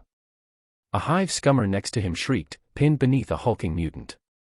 The thing had no eyes, just a maw of rotting teeth where its face should be. It bit down. Hadrian heard bones crunching. The men screamed, kicked, thrashed, until he didn't. The mutant kept chewing. Hadrian didn't think. He raised his shotgun and blew the thing's head apart. The body twitched, but the mouth kept chewing. And then, the others started eating, too. It wasn't just the mutants. It was the cultists. It was his own men. A wounded enforcer, his gut spilling out, grabbed at a corpse and shoved handfuls of raw meat into his mouth. A hive scum, blood-crazed, ripped out a dying man's throat with his teeth. Even the ogrins were tearing at bodies, gnawing on limbs, their eyes glazed over in a mindless hunger. The air was thick with the stink of blood and excrement. Hadrian felt something inside him crack. This wasn't a battle anymore. This was hell. The enforcers had been trained for war. They had been trained for order. But order was gone. One of his men, *** a veteran, a man who had once held the line against an entire underhive gang alone, *** let out a strangled sob and tore off his own helmet. For him. For the blood god. And then he charged into the cultists. Not to fight. To join them. Hadrian watched in horror as his once loyal comrade hacked into his own squad mates with a rusted machete, laughing, crying, screaming. And he wasn't alone. One by one, the enforcers gave in.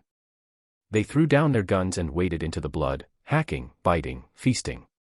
Hadrian felt his heart pounding, his hands shaking. His vision blurred red. The scent of blood was everywhere. His stomach twisted. For a moment, he could almost taste it. He was hungry. No, he had to fight it. Hadrian gritted his teeth and kept firing. He had to hold on. Hadrian. A voice, distant, echoing. A hand, grabbing his shoulder, shaking him. Hadrian turned, shotgun raised. It was Lauren, the last of sane enforcers left. His face was pale, eyes wide with horror. They're all lost. We need to move. Now. Hadrian looked around. The manufactorum floor was a sea of bodies. No more sides. No more loyalty. Just flesh and hunger. A cultist, an enforcer, a hive scum, indistinguishable now, wrestled in the gore, biting, tearing, drowning in their own madness. The walls shuddered, pulsing like living flesh. Something was coming. Something was watching. Hadrian felt its gaze. It was inside him. Inside all of them. He let out a shuddering breath. Move. And they ran. Hadrian's breath was ragged, his vision blurred, his limbs heavy with exhaustion and something worse, something gnawing at the edges of his mind. The blood was up to his ankles now, pooling thick across the manufactorum floor, sinking into the cracks of the steel. It wasn't just blood anymore. It moved. It pulsed, slow and alive, whispering in voices he didn't recognize, or worse, voices he did. Hadrian. Hadrian, why do you run? The corpses of his men twitched in the periphery of his vision, their lips curling into mocking grins. Hadrian clenched his jaw, steadied his stance. He had 6 men left. 6 enforcers, stripped of their armor, covered in the filth of war, barely standing. Ahead of them, the horde pressed closer. Cultists, mutants, traitors, all screaming the same damn thing. Blood for the blood god. Skulls for the skull throne. It should have been terrifying. But Hadrian felt nothing. Nothing but hate. For the Imperium. Hadrian roared, and his men followed suit. They charged. It wasn't strategy anymore. It wasn't war. It was spite. Hadrian's shotgun barked, point-blank into a screaming heretic's face. The skull burst apart like rotten fruit, but 2 more replaced him. His men fought with desperation, brutality. One of them, Lauren, his second-in-command, was bleeding from half a dozen wounds but still swinging, his baton cracking against bone, shattering teeth. Another, Dren, the silent one, fought with his bare hands, strangling a mutant even as it gouged out his eye. They killed. And they died. The cultists came in waves, frothing, biting, tearing. It didn't matter how many Hadrian shot down, more took their place. It's not enough, someone screamed. He didn't know who. Then the Ogrins charged. Massive, twisted things, their flesh covered in growing brass sigils, their eyes leaking black ichor. One grabbed an enforcer, ripped him in half at the waist. Lauren didn't scream. He just kept fighting. Hadrian could barely hold his shotgun. His arms felt heavy. His fingers numb. His own heartbeat was too loud, pounding like a war drum inside his skull. The whispers in the blood grew louder. Hadrian, it hurts, doesn't it? Let go. Just let go. He gritted his teeth. Damn you all. There were only 3 left. Hadrian. Dren, his stomach torn open, intestines dragging, but still breathing. Lauren, missing an arm, holding a broken baton, his chest rising and falling in short, shallow gasps. The horde didn't stop. And something in Hadrian snapped. His grip on his shotgun loosened. His mind flickered. For a moment, he wasn't in the manufactorum anymore. He was home. The underhive hab he'd grown up in. The stink of mold and oil. The sound of his mother humming a hymn. He could see her now, standing in the doorway. Come home, Hadrian. No. No, that wasn't real. He blinked, and the blood-soaked manufactorum returned. His mother's face melted into a writhing, blood-slick skull. Hadrian let out a ragged breath. He turned to Lauren. The men looked at him, eyes dull, but still filled with fire. No surrender. Lauren rasped, voice barely audible. No mercy. Hadrian nodded. They stood together, back to back. Dren let out a weak, rasping chuckle. Guess this is it, huh? Hadrian didn't answer. He pulled the last grenade from his belt. The cultists laughed, jeered, beckoned them forward. Hadrian didn't hear them anymore. The only thing he heard was the Emperor's name, whispered in his mind. For him. Lauren knelt, muttering a final prayer. Dren wiped the blood from his eyes, and grinned. For the Imperium, Hadrian said. And he pulled the pin. Chapter 20, The Veil Shatters. Cassian felt it before he saw it. The air in the manufactorum grew thick, suffocating, like the pressure of the deep void pressing down on his lungs. The smell of blood, thick and cloying, coated his throat. His skin crawled as if a million unseen hands were brushing against him. They were too late. The cultists had succeeded. The warp had bled into reality. Ahead, at the heart of the manufactorum, a monstrous tear in reality pulsed like a living wound. A massive rift, a gate, a maw, a curse upon the world. From within, it howled, an endless chorus of laughter, wailing, and screams. Voices of the damned. Cashin's breath hitched. His vision swam. It was getting inside his head. The warp was speaking to him. You do not belong here. The voice was inside him. Cold, cruel, knowing. Cashin staggered back, gripping his weapon tight. You are not like them. You see. You understand. His hands shook. His vision blurred. And then, he saw them. The dead. Faces he had seen in life, now twisted in agony, staring at him with pleading eyes. Joran. His throat torn open. The old men from the scriptorum. Skin peeled from his face. Darius. Gut spilling from his stomach, reaching out to him. Why didn't you save us, Cashin? You left us to die. You could have been more. You could have been powerful. He gritted his teeth. Lies. The warp pressed harder. The walls twisted, melting like wax. The manufactorum flickered between two realities, one of decayed metal and another of raw, screaming flesh. Cashin's head pounded. The whispers turned to shouts. Take the gift. Embrace it. Be free. Something inside him, something deep, instinctual, something he had buried since he arrived in this hell, ached. The promise of power. He could take it. He could survive. Cashin almost reached out. But then. A gunshot. Darius. Cashin. Cashin gasped, snapping back to reality. His fingers had been reaching toward nothing. He looked around, his team was breaking. The elite enforcers, hardened warriors of the Imperium, were falling. Twisted flesh, broken minds. One by one, they succumbed. A woman screamed as her body split down the middle, her ribcage snapping open like a maw, fanged hands sprouting from within. Another enforcer clawed at his face, ripping his own eyes out, laughing as his skin melted into writhing, tumor-ridden flesh. Some collapsed in fits of gibbering madness, foaming at the mouth, whispering hymns to gods that should not exist. The warp had claimed them. Cashin could only watch in horror. Fall back. Darius barked, his voice cutting through the chaos. Cashin and the remaining 5 men staggered away, barely keeping themselves together. Behind them, their former allies rose. They were not men anymore. They were monsters. The manufactorum erupted. From the rift, they came. Demons. A flood of them. Horrors of writhing, shifting flesh. Beasts of fangs and hunger. And worse, things that had no true form, only shadows of torment and nightmare. The thousands of cultists fell to their knees, screaming in ecstasy. Their gods had answered. And now, they would kill in their name. Cashin and his team were surrounded. Outnumbered. This was not a battle. This was annihilation. Cashin's world shrunk to the battlefield before him. Thousands of cultists, mutated enforcers, and demons surged forward, their forms writhing in the sickly glow of the warp rift.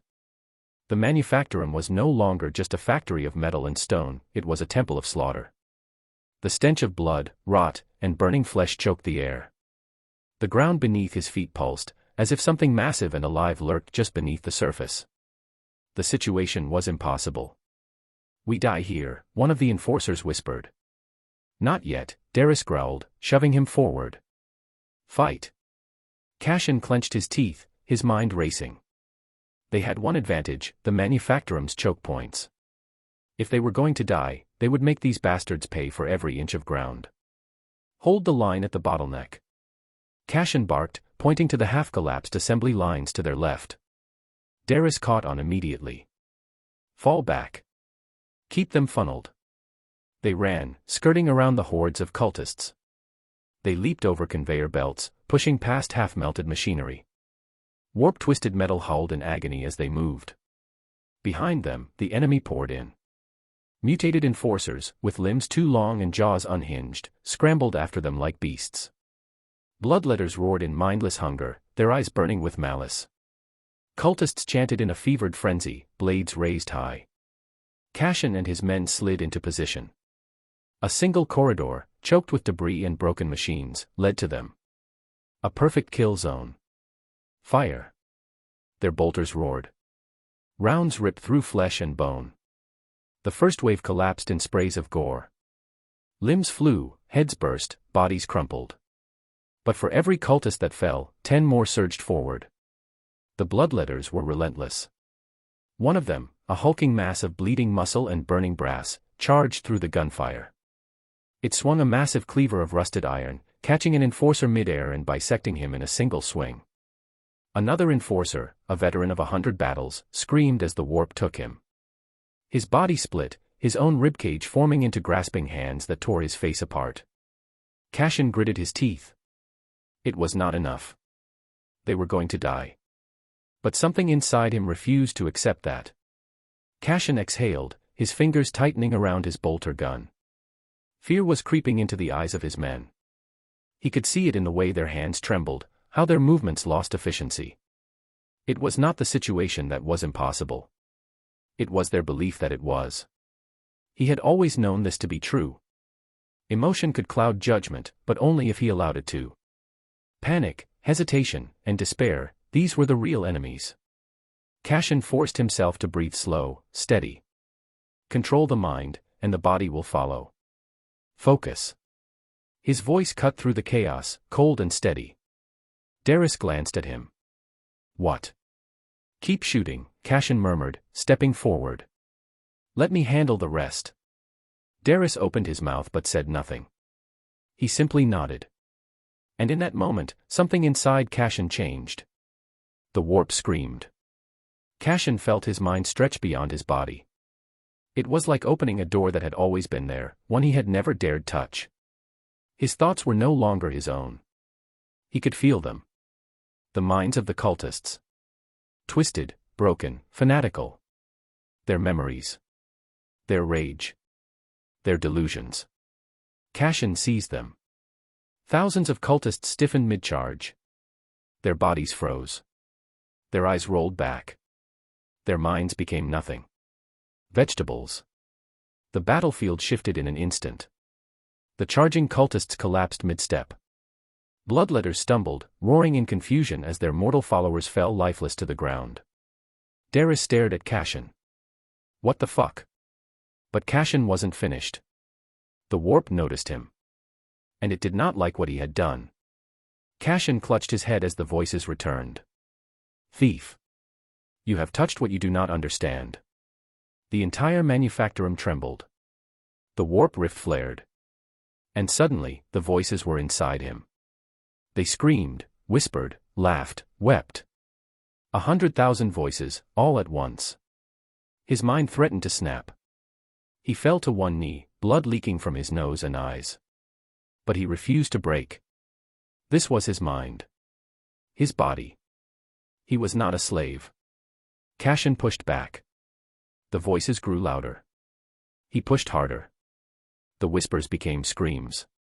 He crushed them. One by one. Until there was only silence. Cashin exhaled. His vision cleared.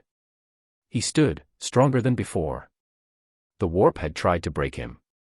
But all it had done was make him stronger. Cashin stood amidst the carnage, his breath slow and measured. His mind, once his prison, was now his weapon. The battlefield had changed. Where before he had been a soldier in the tides of war, now he was something else entirely. The cultists stumbled in confusion. Those that had not fallen to his telepathic assault gawked at their unmoving comrades, unable to comprehend why their brothers had collapsed like puppets with their strings cut. Cashin did not hesitate. He moved, bolter gun raised, firing without mercy. PSHHK.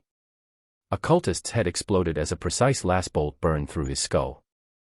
Another fell screaming, his chest melted open by sustained fire. Darius and the remaining 5 men followed suit. Move. Darius roared. They pushed forward, cutting through the disoriented enemy like a scalpel through rotten flesh. The bloodletters, however, were not so easily broken. They saw Cashin for what he was. A thief. A trespasser. A mortal who had taken something beyond his station. A threat. With unholy roars, they surged forward. Cashin felt them coming before they moved. His telepathy stretched out like phantom limbs, sensing the rage, the hunger, the hate. He did not flinch. Instead, he embraced the clarity it gave him. The first bloodletter charged, massive hellblade raised high. Cashin sidestepped, his body moving with unnatural speed, not because of reflex, but because he saw it before it happened. The demon's blade missed by inches.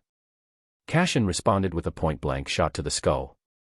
The bullet sizzled against demonic flesh, but the creature did not die. It snarled, swinging wildly. Cashin ducked low and drove his combat knife into the demon's throat. The warp-tainted flesh fought against the steel, resisting. Cashin twisted the blade, yanking sideways. The demon gurgled, its own unnatural ichor spurting in thick clots.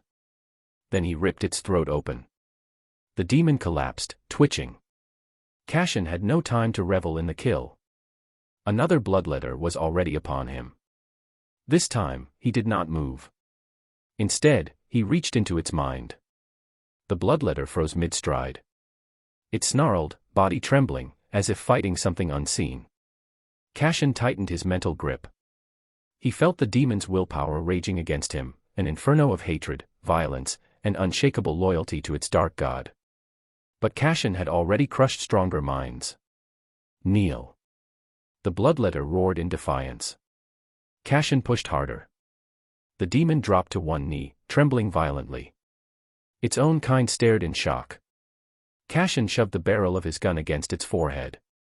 Pshhk. The demon's skull burst open, black ichor splattering across the metal floor. Darius and the others kept moving, cutting down the cultists in their way. They were so close to an exit. Then, the warp screamed again. Cashin staggered as the warp pressed against him. The air thickened. The world around him warped. He saw things that were not there. Visions. Himself, standing above billions, a golden crown upon his brow.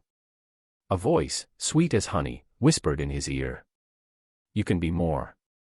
You are already beyond them. Why suffer? Cashin gritted his teeth. This power is yours. Take it. He could feel the promise. To let go. To surrender. To embrace something greater. He almost wanted to. But then, he laughed. A dry, humorless chuckle. It was pathetic. The warp offered him power. It thought he would bend just because he was on the verge of death. Cashin crushed the voice in his mind the same way he crushed the cultists. The vision shattered. Cashin's mind snapped back to reality. The warp recoiled from him. Cashin grinned. The enemy had no idea what they had awakened. Keep moving. Darius barked. One of their remaining enforcers, a grizzled veteran, was too slow. A bloodletter's blade cleaved through his midsection. The men screamed, falling in two halves. Cashin did not stop. The next man, a hive scum with more scars than skin, was impaled through the back. The last three enforcers made it to the outer corridor. Cashin and Darius were the last to leave. Behind them, the manufactorum collapsed in on itself. Demons screeched. Cultists wailed. The fires of their own madness consumed them. Cashin stood at the threshold, staring into the inferno. He felt nothing. Not victory. Not relief. Just the cold certainty that this was not the end. It was only the beginning. Chapter 21, Ashes and Oaths. Well, you guys crushed the goal previous week. This week goal is 600 stones. Enjoy. Cashin walked in silence. His boots pressed against the cracked ferrocrete, the rhythmic crunch of dirt and spent casings beneath his feet the only sound as they made their way back to camp. No one spoke. Not at first. Darius was limping, one of the remaining enforcers had a lasburn along his arm, and the last two were coated in dried blood, some of it theirs, most of it not. And Cashin. He was exhausted. Not just physically, though his body ached like hell, but mentally. His mind throbbed, his skull felt like a vice was pressing against it, and his senses were still adjusting to the sheer weight of his newfound awareness. The warp had brushed against him. And he had walked away. That fact alone should have been impossible. Yet here he was. We are not telling anyone, Darius finally muttered. Cashin's gaze snapped to him. The others grunted in agreement. Damn right, we're not. One of the enforcers, Jarek, if Cashin remembered correctly, spat blood to the side. They'd burn him, the other, Markov, sighed. He was the youngest of them, barely in his 20s. Or worse, Darius said darkly. They all knew what happened to psychers in the Imperium. Execution was merciful. Cashin exhaled. He had expected fear, disgust, even rejection. Instead, they were protecting him. You sure about this? Cashin's voice was hoarse. Darius stopped walking, turning to face him. There was a long silence. Then Darius smirked. You saved my ass back there. So yeah, I'm sure. Jarek shrugged.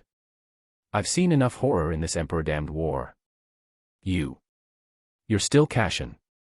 Markov grinned tiredly. Besides, if you ever go full witch, we'll just shoot you. Cashin snorted. Fair enough. The tension broke. It wasn't laughter, not exactly, but it was something close, a bitter camaraderie, an unspoken oath. Whatever happened next, they would keep this between them. Cashin, however, wasn't about to take their word for it.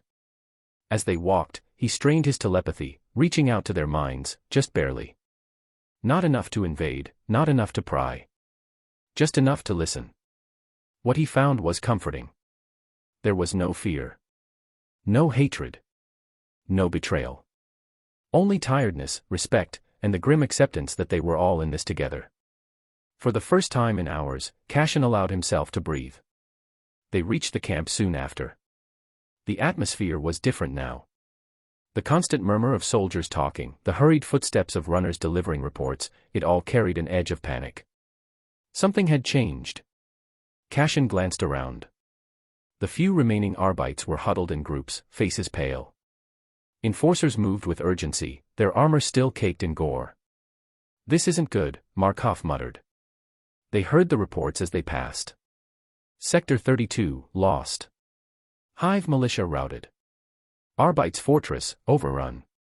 Casualties, too high to count. It was a litany of failure. Cashin's got twisted. They had lost. Maybe not completely. Maybe the war wasn't over. But the tide had turned, and it had turned against them. Darius exhaled sharply. Go. Get some rest. I'll handle the briefing. Cashin nodded and turned toward the medical bay. He needed stitches. A lot of them. The medical bay was chaos. Medics shouted orders, men screamed in pain, and the air was thick with the scent of blood and disinfectant. Cashin shuffled in, dropping onto a cot. A frazzled-looking Medici officer strode over, her uniform stained red. What's your damage? She asked tiredly. Everything, Cashin deadpanned. She snorted. Welcome to the club. She pulled a scalpel from her kit and gestured at his torso.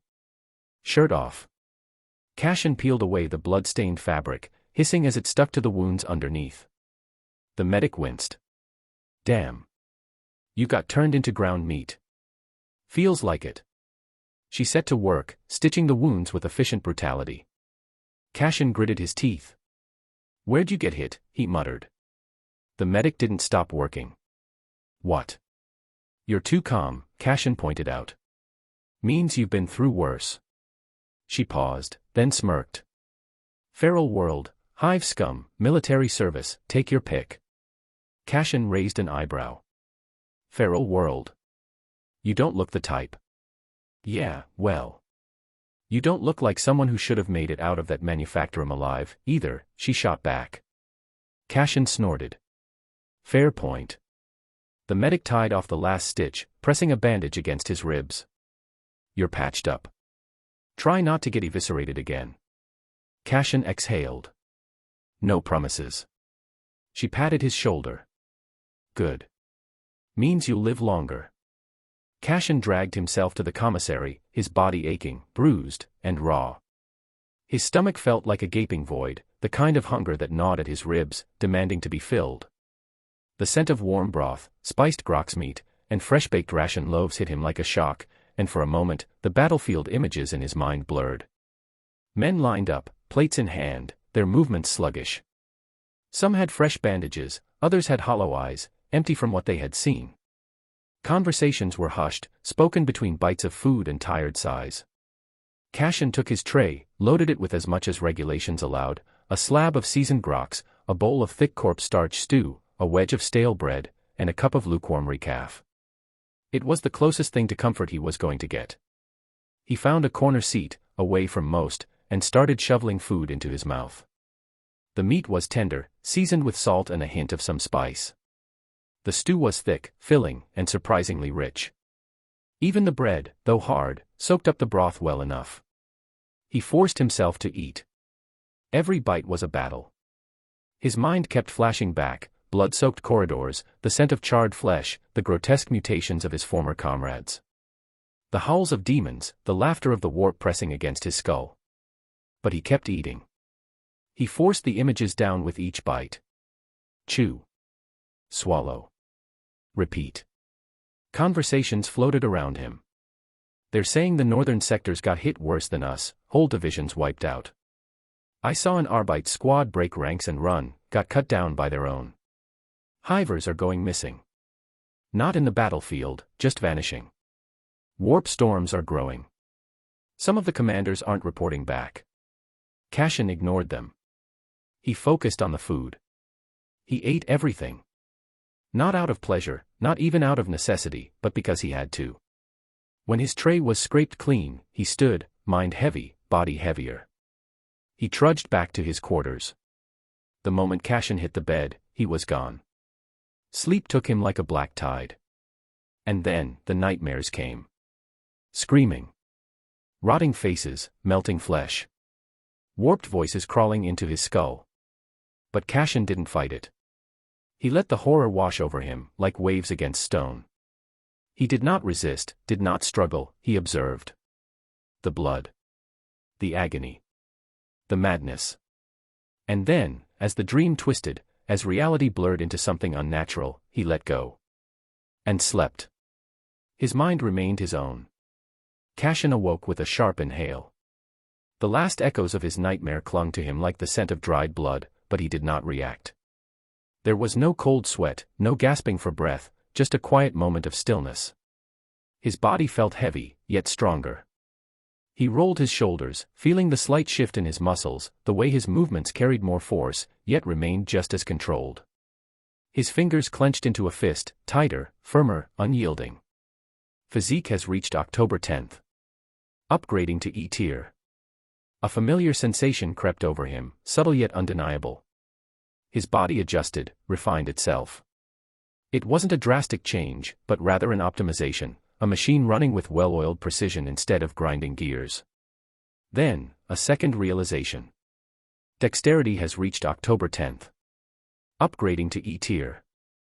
His grip, his balance, his sense of control, it all sharpened, like a blade finally honed to perfection. But the system didn't stop there. A silent prompt unfolded within his mind, 3 distinct paths forming before him. Physique perks. 1. Adept conditioning, the body learns physical skills twice as fast. Muscle memory forms quicker, and fatigue resistance increases. 2. Adaptive physiology, grants you a physique that has developed a remarkable ability to integrate and adapt to foreign enhancements. 3. Adaptive endurance, the body adjusts to stress far quicker. Environmental hardships such as extreme cold, heat, or exhaustion have a reduced impact. His eyes flickered over the choices, weighing each carefully. Adept conditioning was useful. The ability to learn physical skills at double the speed meant every movement, every action, would refine itself faster. Training would become effortless. Adaptive endurance had merit as well. The ability to resist exhaustion, to ignore the elements, in a place like this, that was invaluable. But adaptive physiology. Cashin clenched his jaw. A perk that could allow him to evolve through various enhancements that Imperium has without any risks. It was too tempting. I will need this. He selected it. Instantly, cooling sensation washed over his body. Knowing his future path is secured. He turned to the screen. Then, another prompt. Dexterity perks. 1. Precision refinement, increased fine motor control. Hand-eye coordination is significantly improved, and precision-based actions require less effort. 2. Cat's balance, improved sense of balance, can grant the ability to maintain stability on precarious platforms. 3. Flicker reflex, reaction time is drastically improved when under threat. Dodging, parrying, and counterattacks are instinctive. Cashin's fingers tapped idly against his palm as he thought. Precision refinement would make everything sharper, his handwriting, his trigger discipline, even his blade work. Every movement would become cleaner, smoother, more efficient. Cat's balance was mediocre compared to others in this. Flicker reflex was tempting.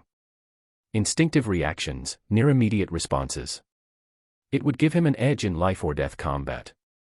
But precision refinement was better for him now. A constant, passive improvement to every action. A surgeon's steadiness, a marksman's discipline. He made his choice. For the second time, his body adjusted. The smallest flaws in his hand movements vanished, his reflexes became smoother, his grip unwavering. His physical foundation was now perfected. Cashin let out a slow breath, his thoughts blending seamlessly into action as he moved to wash up. Cashin turned the rusted faucet, letting the water run. For a moment, it was clear. Then, it turned red. Thick. Viscous. The scent of iron filled the air. He stared at it, expression unreadable. A moment later, the water ran clear again, as if it had never changed. He didn't react. The warp's influence was growing. Stepping outside, he was met with a sky that was wrong. What had once been a dull, gray expanse of smog-choked clouds had now turned a deep, blood red. Faint streaks of black lightning flickered in the distance, twisting like living things. The air was heavy, oppressive. Cashin barely noticed. His mind was elsewhere, focused on his thoughts, on what came next. As he walked through the camp, murmurs surrounded him. The Emperor protects. The Emperor protects. It's getting worse. Every day, it's getting worse. We should have left this place. It's cursed, damned. Pray. Just pray. It's all we can do. Men knelt, muttering litanies under their breath. Some held prayer beads, clutching them so tightly their knuckles turned white. Others simply stared at the sky, expressions hollow, faith wavering. He saw fear. Cashin ignored it. Fear was irrelevant. His steps carried him to the commissary once more. The scent of warm food barely masked the undercurrent of unease.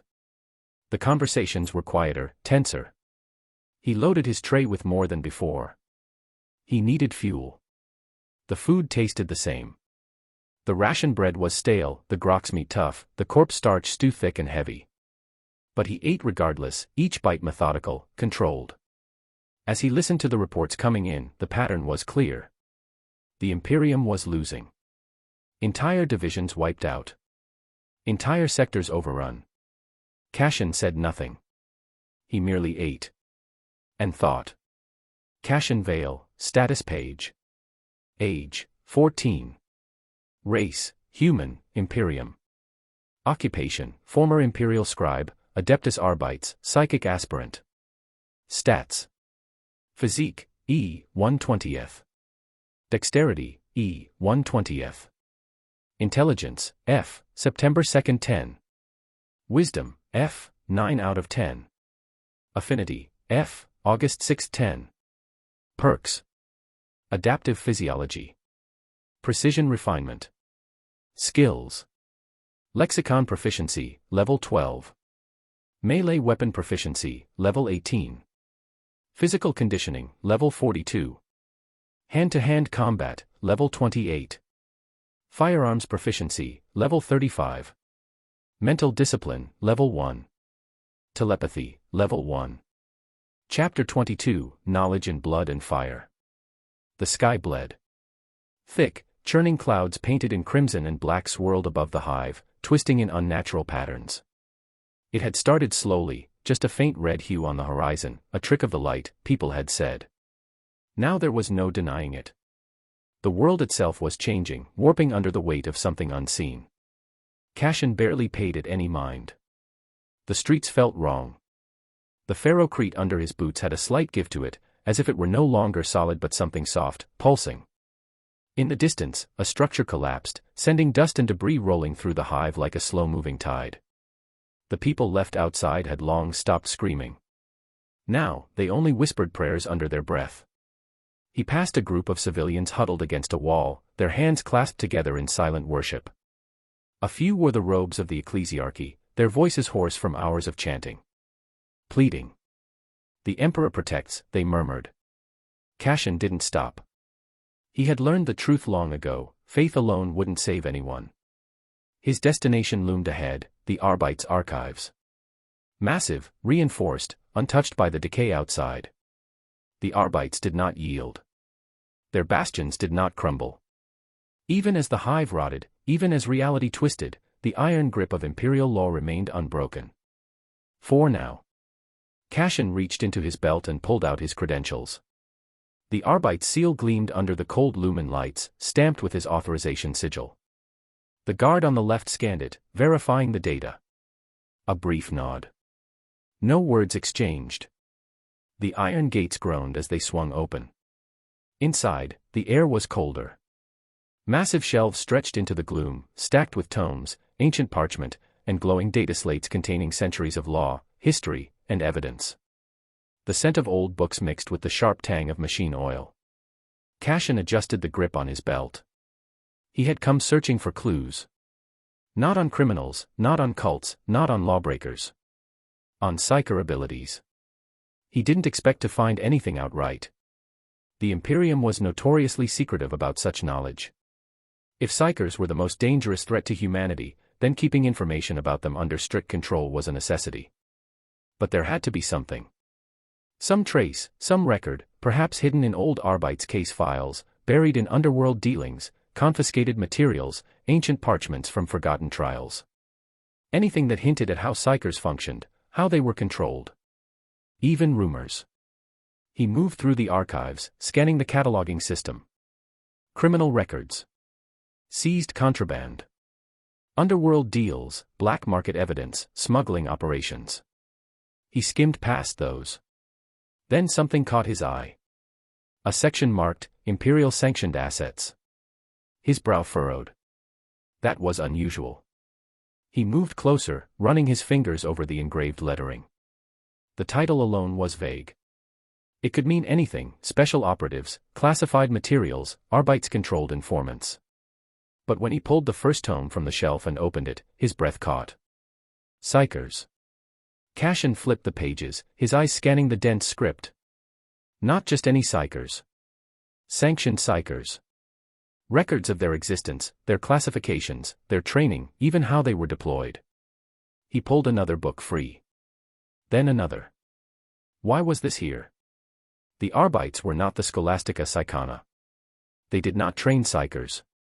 They did not regulate them beyond handing them over to the black ships for processing. So why would their archives contain this? Cassian exhaled, flipping through the records. The answer came quickly. Psykers were criminals. Or at least, that was how the Imperium treated them. Unregistered psykers were some of the most dangerous individuals in existence. Their very presence risked warp corruption, demonic possession, or worse. For that reason, the Arbites had long been on the front lines of hunting them down. The archives contained interrogation records, trial notes, execution reports.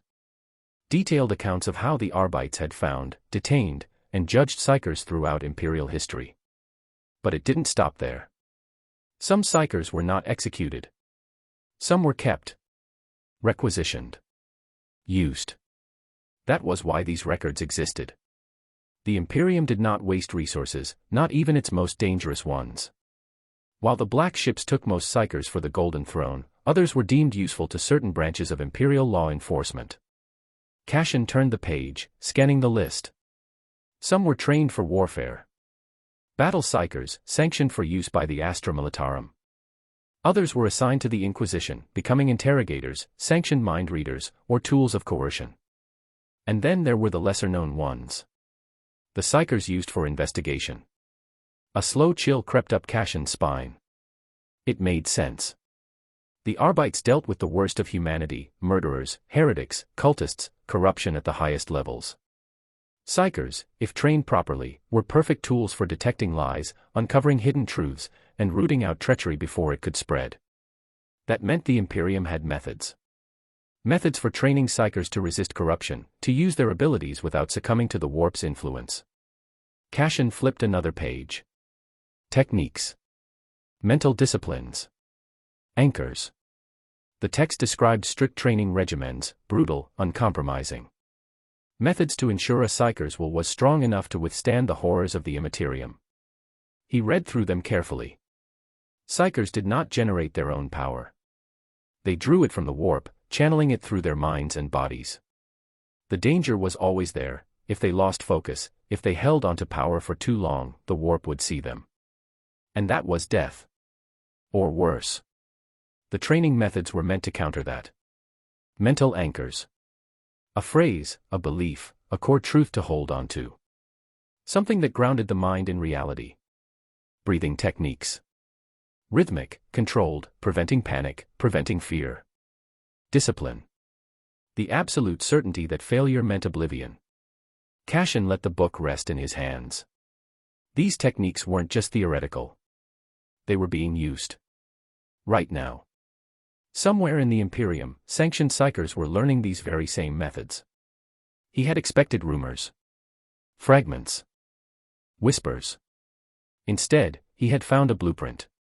His fingers tightened around the book. This was more than he had hoped for. This was a path forward. Cashin closed his eyes. That meant there was more here. Not just information on sanctioned psychers, but on rogue psychers. Heretics. Witches. How they were caught. How they were broken. His fingers curled against the pages. The Imperium had turned their fear of psychers into law. But they still needed them. Even as they executed thousands, they still used the ones they could control. They needed power. Cashin exhaled slowly, flipping back to where he left off. Discipline. If he wanted to survive, he needed to master control. The Imperium had methods. Mental anchors. Breathing techniques. Mantras. A mantra. Something personal. Something to hold on to. Not just empty words. Not some childish declaration. He closed his eyes, fingers tapping against the table. What did he believe in? Not the Emperor. Not faith. Not the Imperium. He believed in himself. His breath steadied. His voice was barely a whisper. My mind is my own.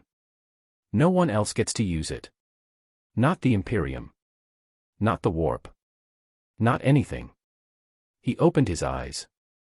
The words still lingered in the air, like a promise. A warning. A truth. Cashin exhaled one last time. There was still much to learn. Cashin exhaled slowly, the air in the archive chamber cool against his skin. He ran a hand through his hair, staring down at the old tome resting on the lectern. He tapped his fingers against the lectern, scanning the aged script. It was nothing complex, just basic exercises meant to keep a sanctioned psycher from losing their mind or spontaneously combusting from warp exposure. Nothing fancy. Probably meant for psychers attached to Imperial forces, the kind barely trusted enough to breathe the same air as normal people. He hesitated for a second, then rolled his shoulders and straightened his stance. He could waste time doubting or he could test it. Cashin closed his eyes. My mind is my own. The words settled in his head like a weight, not dramatic, not some grand declaration of defiance against the warp or fate or whatever nonsense the ecclesiarchy preached. Just a reminder. His mind belonged to him. No one else. Not the Imperium. Not the warp. Not some unseen force dictating his life. His breathing slowed. The book had described a technique, something simple, something even the most feeble-brained sanctioned psycher could handle. Breathe in, hold, exhale. Count. Feel the rhythm of it, let it stabilize. The warp didn't respond to panic, to mindless thrashing. It responded to control. A strange sensation tingled at the edges of his perception, like standing at the shore of an unseen ocean. He could feel it, not in a way he could properly describe, but it was there. A pressure, a presence, something vast and shifting. Warp energy. He reached for it. Carefully. Not like before, when instinct and adrenaline had taken over, when power had surged through him in moments of desperation. This was deliberate. A slow, controlled pull. It was like trying to cup water in his hands. The energy slipped, wavered, resisted. He adjusted his focus, picturing it flowing into him, not as a flood but as a thin, steady stream. His body tensed, muscles locking up for a brief second as the connection solidified. His skin prickled. His pulse hammered in his ears. And then, he felt it. Minds. Dozens of them. The presence of other people within the precinct fortress, the flickering pulses of thought and emotion spread across the archives and beyond. It wasn't clear, not yet, more like hearing muffled voices through thick walls. He inhaled, grounding himself, testing his reach. A mind flickered at the edge of his senses, one of the Arbeit's officers, stationed near the entrance. Cashin latched onto the presence, trying to push deeper. Thoughts slipped past him like grains of sand, too quick to grasp. He focused harder, forcing himself to listen. Nothing. Again. Still nothing. His jaw clenched. He could feel the mind. It was right there. Why couldn't he? Then, just for a moment, something clicked. A thought surfaced. Brief, fleeting. A surge of worry, buried beneath a layer of cold discipline. Not fear of chaos, not quite. Something smaller, more human, anxiety about the unrest brewing outside, about what might come next. Cashin exhaled sharply, the connection breaking. His head ached, a dull throb settling behind his temples. He rolled his shoulders, stretching out the stiffness creeping into his muscles. That had been difficult. More than difficult. The amount of effort for just a glimpse, a single surface thought, it was frustrating. But he had done it. His fingers curled slightly. He glanced back at the book, the yellowed pages holding nothing but simple instructions. These techniques were supposed to be basic, meant for barely competent psychers under heavy scrutiny. And even that had taken everything he had. He leaned back against the lectern, letting out a slow breath. It wasn't enough. He needed more control. More refinement. If this was what it took to skim a thought from an unaware officer, then what hope did he have of doing anything meaningful with these abilities? Cashin rubbed his temple, then straightened. He wasn't done. Not yet. But it was a start. Chapter 23, The Ties That Bind. The precinct was breaking. Not in the way that buildings collapse or machines fail, it was breaking in spirit. The air reeked of exhaustion, of men and women running on fumes, of desperation held together by duty and blind faith. The chaos outside the walls had begun seeping in, filling the spaces between patrols, between shifts, between the moments when an Arbeit's officer stopped to think. Cashin didn't stop to think. He moved through the corridors with purpose, weaving past enforcers too busy to care, past clerks hammering at data slates, past the stink of recaf and blood and unwashed bodies. No one spoke unless necessary. Words were a luxury in times like these. When he reached Legate Commander Varys' office, he didn't wait for an invitation. He stepped in, shut the door behind him, and stood at attention. Varys barely glanced up from his terminal. The man looked worse than before, new bruises, fresh lines of exhaustion, a grim set to his jaw. He shoved a data slate across the desk. Read it. Cashin picked it up. His eyes moved quickly, scanning the content. This wasn't just a minor cult investigation. A planetary governor's aide had vanished 2 days ago. Officially, he was merely missing. Unofficially, the Arbeits had reason to believe he was taken. The last records placed him in a trade guild-controlled sector, a known hub for smuggling, bribes, and backdoor dealings. But that wasn't what caught Cashin's attention. Buried in the report, attached to the aide's last communication logs, was a single word. Ascension. His grip on the slate tightened. That wasn't a business term. That wasn't some code for mundane corruption. That was cult language. Varys rubbed his temples. You see why we don't have time for protocol. Cashin set the slate down.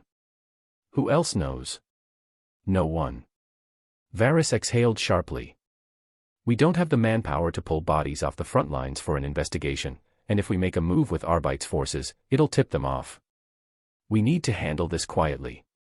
Cashin understood immediately. Off the books. Varys gave a short nod. You find out what happened. If he's still alive, recover him. If it's a cult, get proof. His expression darkened.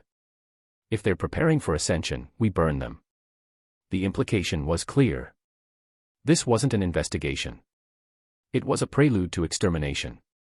Cashin didn't hesitate. I'll need outside information. Varys waved him off. Do what you need to do. Joran was exactly where Cashin expected him to be, a dingy backroom in the depths of the Underhive, a smoke-filled hideout where laborers, criminals, and survivors gathered for a few moments of respite before returning to the hell outside. Cashin pushed through the door, ignoring the stink of old amasec and burnt low sticks. Joran was at his usual table, nursing a drink that smelled like engine degreaser with a kick. When he saw Cashin, he sighed. You look like shit. Cashin sat across from him. Busy day. Joran smirked. You, my friend, are the only men in this hive who keeps getting promoted without realizing it. Cashin didn't smile. He placed the data slate between them and tapped it once. Need your eyes on this. Joran glanced down, his casual demeanor slipping the moment he saw the contents. He muttered something under his breath. Something bitter. Something tired. Shit. He ran a hand over his face. You always bring me the fun jobs. Cashin leaned forward slightly. Talk to me.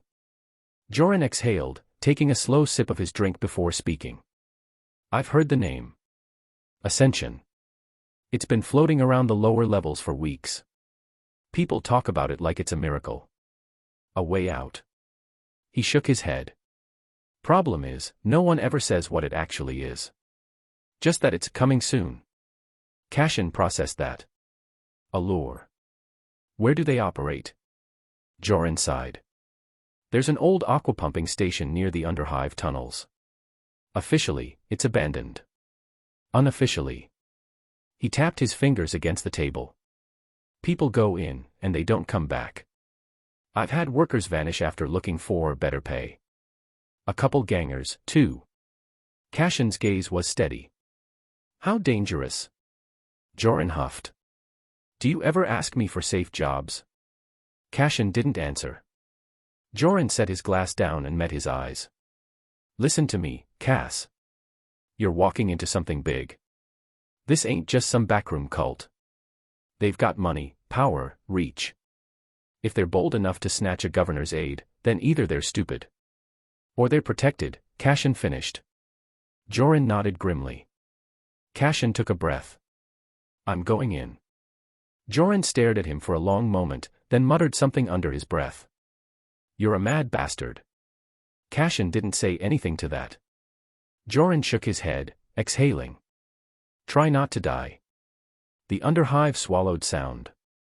Cashin moved like a shadow, weaving through the filth-choked corridors of the abandoned aquapumping station.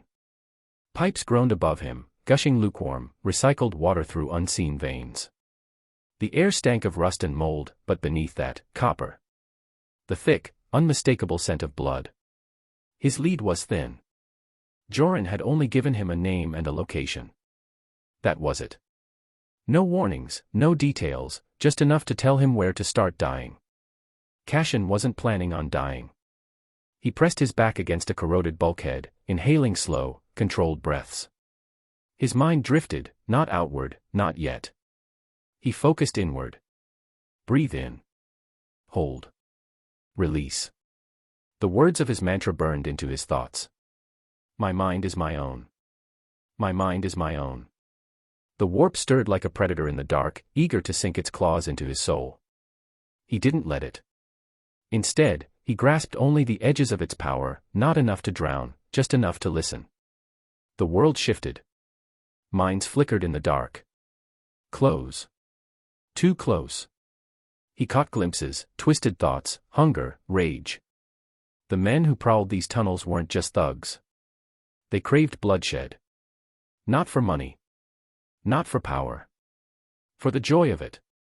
Cashin clenched his jaw and let the warp slip away. The pressure in his skull eased, but it left behind a dull, throbbing ache. No time to rest. Move.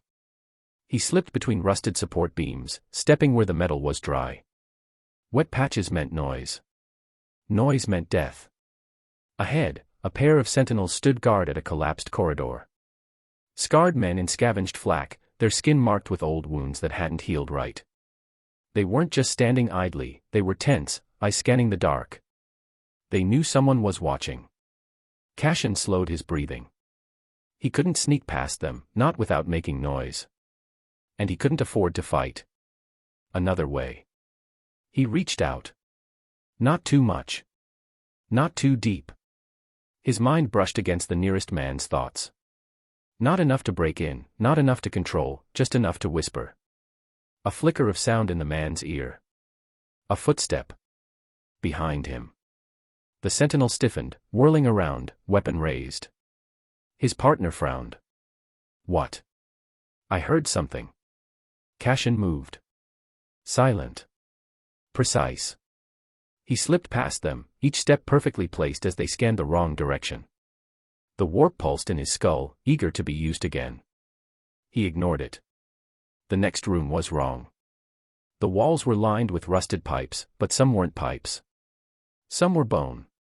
Cassian stepped carefully, keeping to the edges. The floor was slick, not with water. A corpse lay in the center of the room. Fresh. The body had been ripped apart, not just killed. Cassian didn't stop moving. Don't look. Don't think. Another hallway. Narrower. The air warmer. He wasn't alone. He felt the mind before he saw the body, a presence.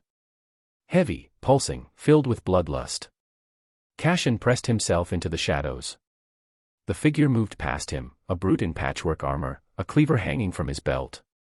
His head twitched slightly, as if sensing something, but not quite. Cassian's mind strained. He whispered into the man's thoughts. Keep walking. Keep moving. Nothing is here. The brute's gaze drifted away. Cassian exhaled, his lungs burning. Too much. That was too much. His nose bled. He wiped it away and pressed on. The chamber at the heart of the pumping station was lit with fire. Cassian crouched on the walkway above, peering down into the gathering. A dozen men, no more. All armed. All marked with scars, crude carvings, old wounds that had never fully healed. At the center stood one man. Not the strongest. Not the biggest. But the most dangerous. Cassian could feel it. This one was different. Not a grunt. A leader. Cassian's mind burned. He forced himself to focus. One chance. No mistakes. He reached out. This time, he didn't whisper. This time, he dug. Pain seared through his skull. The man's mind was a battlefield. But Cassian was used to pain. Memories slammed into him, rituals, hidden tunnels, names whispered in darkness. The cult's next move. Their target. And then the men felt him. Their eyes met. Cassian wrenched himself free. The leader snarled, eyes flaring with recognition. Cassian was already running. The first gunshot rang out before his foot even hit the walkway. A crude autogun roared, sparks flying as bullets slammed into rusted metal. Too slow. Too heavy. He twisted, flinging himself sideways. The impact sent him rolling, shoulder slamming into a support beam. A heartbeat later, the spot where he'd been standing exploded into shrapnel. The cultists howled. They had him. He wasn't going to fight them. He wasn't stupid. Cassian ran. A narrow gangway stretched before him, its edges rusted through. It wouldn't hold long. No choice. He sprinted across, ignoring the groan of metal beneath him. A second later, a cultist barreled after him. Cassian reached out, not to him, but to his mind. Just a whisper. Just enough to plant doubt. The bridge is breaking. The men hesitated, eyes flicking down. Just for a second. It was enough. Cassian jumped. The gangway collapsed. The cultist fell, screaming, as metal and flesh hit the sludge below. No time to celebrate. Cassian landed hard, pain ripping through his ankle.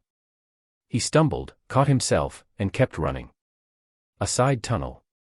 Narrow. Pitch black. He plunged into it, his breath coming fast and ragged. Footsteps pounded behind him. More than one. They were fast. Cashin's vision swam. His head pounded. His nose was still bleeding, his mind was too raw to try another push. Keep going. Just keep moving. The tunnel twisted, sloping downward. The air grew wetter, heavier. Somewhere ahead, a new sound. Water. A drainage shaft. Cashin gritted his teeth. He didn't have time to think. He threw himself forward, into the dark. Cold. The world vanished. Cashin hit water hard. The impact knocked the air from his lungs, his body seizing as the current pulled him under. Not like this. He kicked. He clawed his way up, lungs burning, darkness pressing in. His fingers found something, jagged metal, a broken pipe. Hold. Climb. Breathe. His head broke the surface. He sucked in air, then bit down a scream as pain flared through his ribs. Cracked. Maybe broken. But he was alive. Above, voices shouted. Flashlights swept the tunnel walls. But the current had already carried him too far. They wouldn't find him. Not today. Cashin dragged himself onto a crumbling maintenance ledge. His whole body shook. His ribs ached. His limbs felt like lead. He laid there, staring up at the ceiling. The sounds of the cultists faded. For now, he was safe. But it had cost him. His head still throbbed. His mind felt raw, stripped bare. Using his powers so much, so fast, it wasn't just painful. It was dangerous. He closed his eyes. His mantra came unbidden, a whisper in the dark. My mind is my own. My mind is my own. His fingers curled into a fist. He'd won. He had the information. Word count, 1965. Chapter 24, The Crimson Omen. Cashin trudged through the corridors of the Arbite's precinct, exhaustion sinking into his bones like a dead weight. The air was thick with the scent of disinfectant, blood, and burnt ozone from overworked power units. His knee throbbed with every step, the dull ache pulsing up his leg, but he gritted his teeth and kept moving. Through narrow windows lining the halls, the outside world looked wrong. The sky had darkened to a deep, bruised crimson, as if some great wound had torn through reality itself. The hive spires stood like jagged black fangs against the swirling clouds, and in the distance, faint streaks of lightning flickered without sound. Shadows stretched too far, buildings loomed at odd angles, and something in the air, some barely perceptible wrongness, made the skin on his arms prickle. Cashin exhaled sharply. He noticed. He understood what it meant. But he wasn't about to dwell on it. One thing at a time. First, the wounds. Then, the report. The infirmary door hissed open, revealing a cramped, sterile space filled with the low hum of medical machinery. Medici officers moved between cots, tending to injured Arbites with practiced efficiency. Some wounds were minor, burns, cuts, bruises. Others were catastrophic.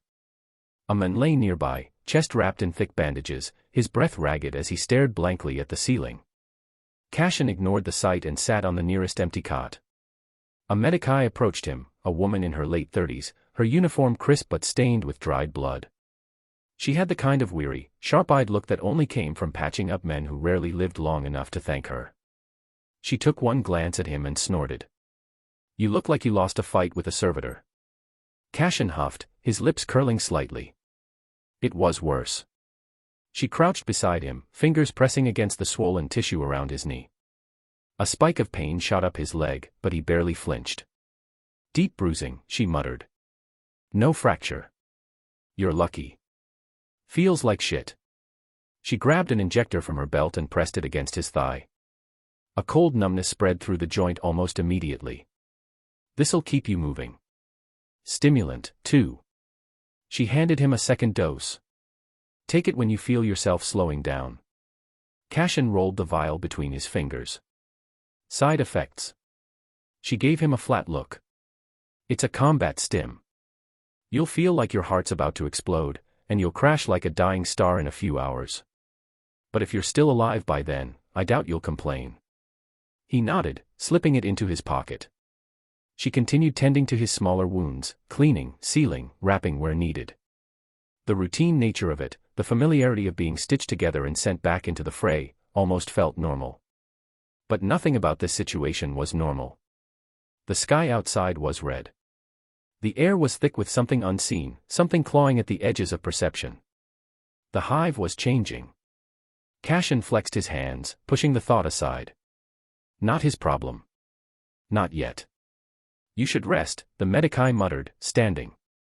But you won't, will you? He exhaled, shaking his head. No. She snorted. Didn't think so. Without another word, he stood and walked out. Vale's office was dimly lit, the glow of a single lumen casting shadows against the walls. The precinct's power grid was overworked, lights flickered, data slates buzzed with static before stabilizing. Through the narrow window, the red sky loomed, staining the room in its eerie glow. Cassian stepped inside, shutting the door behind him. Vale sat at his desk, his expression unreadable as he skimmed through a data slate. He barely looked up. You're late. Cassian dropped into the chair opposite him, his body aching as he settled into the seat. I'm injured. Vale finally met his gaze, sharp eyes scanning him. How bad? I'll live. Vale nodded, setting the slate aside. Report. Cassian exhaled, rubbing his temple before speaking. The aide is alive. They're keeping him for a ritual, some kind of mass blood sacrifice. He's a key component. Vale's jaw tightened. Their timeline. Cassian shook his head. Soon. Sooner than expected. The cult is moving fast. They think the stars are aligning, or some other bullshit. His tone was flat, but the weight of it settled between them like lead. Vale leaned back, his fingers steepling. Outside, the sky pulsed, shifting unnaturally, as if the air itself had become liquid. Cassian noticed the brief flicker of tension in Vale's expression, the way his gaze flicked to the window before returning to the matter at hand. Neither of them acknowledged it. There was no point. Instead, Vale's voice came low, firm. Then we act now. Cassian nodded. The world was falling apart. But he had a plan. And that was all that mattered. The Arbites advanced with grim precision, boots crunching against the stained streets. Their formation was tight, shields locked in place, shotguns primed. Cassian moved among them, his grip firm on his weapon, his mind already dissecting the battlefield. The sky overhead burned crimson, shifting unnaturally as if the heavens themselves recoiled from what lay ahead. The manufactorum loomed before them, its towering rusted walls defiled with crude symbols of blood and filth. The air was thick with rot, the scent of slaughter clinging to the damp hive air. It had been too quiet. Then the war horn sounded. The cultists came as a tide, bursting from cover, screaming their devotion, autoguns flashing in the dark. Muzzle flashes lit their twisted forms, bodies covered in crude armor, faces marked with scars and ritual carvings. They weren't rabble. They fought with a brutal efficiency that spoke of training, of purpose. Cassian dropped to a crouch, leveling his shotgun as the Arbites countered. Shields slammed forward, forming an unbreakable wall of ceramite. The Arbites fired in disciplined bursts, their combat drills flawless. The first wave of cultists collapsed in a heap of torn flesh and shattered bone. Cassian tracked a movement to his right, 3 figures flanking, weaving through the debris. He turned and fired, the shotgun's recoil slamming against his shoulder. The first man's chest erupted in gore. The second staggered but kept moving. Cassian ducked as a blade swung past his neck. He felt the air split as it carved inches from his throat. He pivoted, ramming the butt of his shotgun into the attacker's gut before slamming his knife upward into their ribs. A wet gasp. Blood sprayed against his uniform. Another movement, his body reacted before his mind caught up. A club came down, Cassian rolled, barely avoiding his skull being split open. The cultist bellowed, raising the weapon again. Cassian surged forward, jamming the barrel of his shotgun against the man's sternum. He fired. The cultist folded inward, dead before he hit the ground. Cassian exhaled sharply, scanning the battlefield. The Arbites were holding, but only barely. The cultists fought with maddened intensity, throwing themselves into the shields, uncaring of their own lives. And then Cashin felt it. A sniper. His mind screamed before the shot rang out. He moved, not consciously, but instinctually. The round zipped past his head, close enough that he felt the heat. If he had reacted a fraction of a second later, it would have taken his skull off. He turned sharply. There, a rooftop, 4 levels up. The sniper was already adjusting, preparing for another shot. Cashin's grip on his weapon tightened. He had no clear shot. He could call it out, but the Arbites were too engaged in the melee. He made a choice. And he paid for it instantly. The moment he reached out with his mind, it was like shoving his skull into a furnace. Pain tore through his nerves, white-hot agony lancing down his spine. His vision blurred, his body shaking violently. But he reached the sniper. Cashin didn't need to control him. He didn't need to read his thoughts. He just needed to twist them. For a split second, the sniper's perception fractured. His mind snapped sideways, unable to recognize left from right, up from down. The cultist twitched. His fingers slipped. His rifle discharged, wild, uncontrolled. Cashin collapsed to one knee, gasping, his breath ragged. Blood dripped from his nose, his body convulsing from the sheer strain. That was it. He couldn't do that again. Ever. But it had worked. The sniper was vulnerable now. An Arbite spotted him, one precise bolter shot, and the cultist's head was gone. Cashin forced himself upright. His muscles screamed, but he didn't stop. The battle wasn't over. They breached the inner sanctum with brutal efficiency. A repressor transport roared forward, its dozer blade slamming into the manufactorum doors, sending them crumbling inward. Grenades followed, smoke and frags, the concussive blasts rolling through the chamber. The Arbites surged in, their movements coordinated, executing the cultists with practiced ruthlessness. Cashin moved through the chaos, keeping his steps precise, methodical. The interior of the manufactorum was worse than he expected. Blood pooled in the corners, flesh hung from rusted hooks. Ritual markings stained the walls, pulsating as though alive. In the center of the room, bound to a rusted chair, was the aide. The man was ruined. His face was gaunt, eyes wide and trembling. His body twitched violently, as if something unseen still clung to his skin. Cashin stepped forward. The moment the aide saw him, he started laughing. A wet, broken sound. "They see me," he whispered. Cashin remained still. "Who?" The aide grinned, his teeth stained red. "They see me. They whisper. They promise. The red coronation." Cashin's stomach tightened. That meant something. He didn't press, didn't force the men to explain. He listened. The aide's grin stretched wider. His voice dropped to a whisper. "The Blood King is coming." Cashin exhaled. His pulse was steady, but the weight of those words settled over him like a noose. Vale stepped in, bolter raised. "We purge this place. Now." Cashin barely heard him. His gaze flickered to the altar behind the aide. Carved symbols, deep into metal, fresh, glistening, unfinished. Not a simple sacrifice. A summoning. Cashin inhaled. Things just got more complicated. Chapter 25, The Gathering Storm. Well, here is a bonus chapters. Thanks for the overwhelming support, guys. The War Council chamber deep within the Arbites precinct was a monolithic structure of steel and stone, its walls lined with Gothic engravings of imperial law and order. At the center of the vast room stood a cold adamantium table, surrounded by the highest-ranking figures of the hive world. The air was tense, suffocating even. Arbitrator Gideon Roth sat at the head of the table, his black carapace armor gleaming under the flickering lumen strips. His face was grim, lined with years of unflinching duty. The weight of this crisis pressed against him like a vice, but he refused to let it show. The hive was dying, and the men and women in this room would decide its fate. The others sat in rigid silence, their expressions hard, their gazes cold. Canoness Callista Vane of the Adepta Sororita sat to his right, clad in her black and gold power armor, the faint hum of its servos the only sign of movement. She was unreadable, her eyes sharp and unyielding. Beside her, General Henrik Voss, commander of the Hive's Astra Militarum regiments, exhaled sharply, his uniform crisp but his posture exhausted. To Roth's left, Archmagos Danekel of the Adeptus Mechanicus remained eerily still, his red robes concealing the majority of his cybernetic form. His augmented optics flickered as he processed the data scrolling across the internal cogitators in his cranial unit.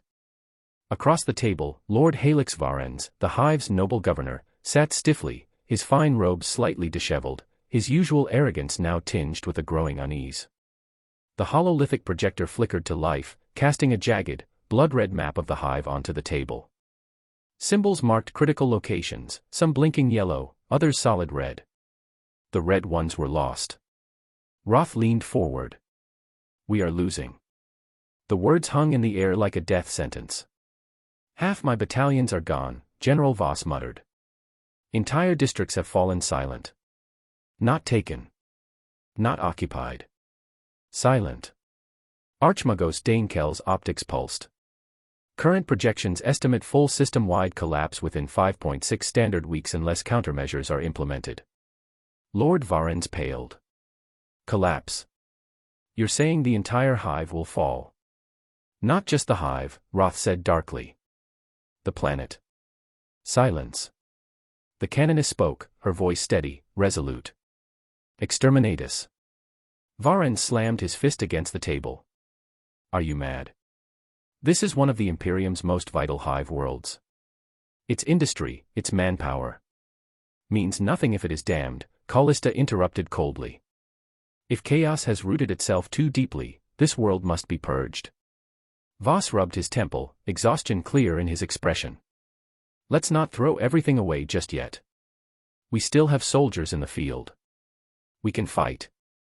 We just need reinforcements." Roth turned to him. "And where will they come from?" Voss hesitated.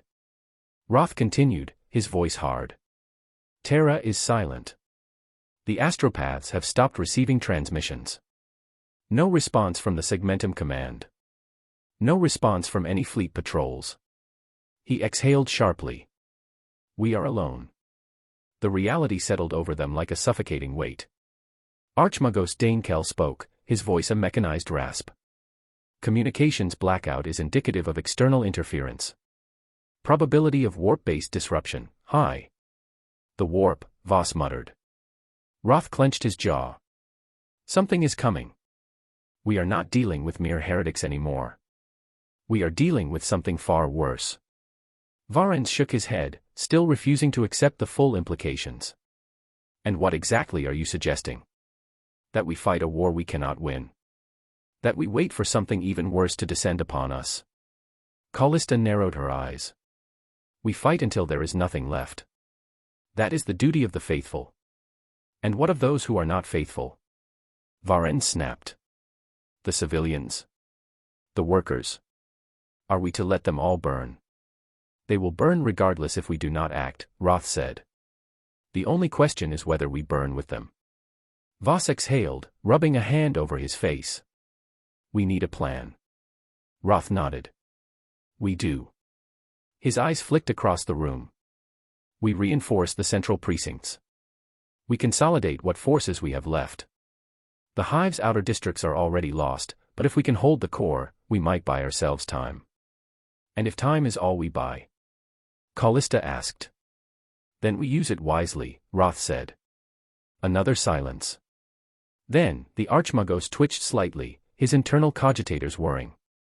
One additional factor must be considered. Ritualized activity has increased exponentially in the lower spires. Patterns suggest a coordinated effort. Unknown objective. "A summoning," Callista said immediately. Voss tensed. "Throne, are you saying they're trying to bring something here?" The canoness expression was unreadable. "Not just something." Her eyes darkened. "Someone." The implication sent a chill through the room. Varens leaned forward. "Are you telling me a chaos champion is coming to this world?" No one spoke. But the silence was an answer in itself. Roth stood. "Then we do not wait for them to come to us." His voice was iron. "We go to them first." Callista met his gaze. "War, then." "War." Voss sighed heavily and rose from his seat. The Emperor protects. The meeting was over. The storm had begun. Arbitrator Gideon Roth sat alone in his dimly lit office, the weight of command pressing down on him like a millstone around his neck. His body ached, fatigue clawing at his mind, his limbs heavy with exhaustion. The War Council meeting had drained what little energy remained in him, but there was no rest for men like him. Not in times like these. A bottle of Amasec sat untouched on his desk. He hadn't even bothered pouring a glass.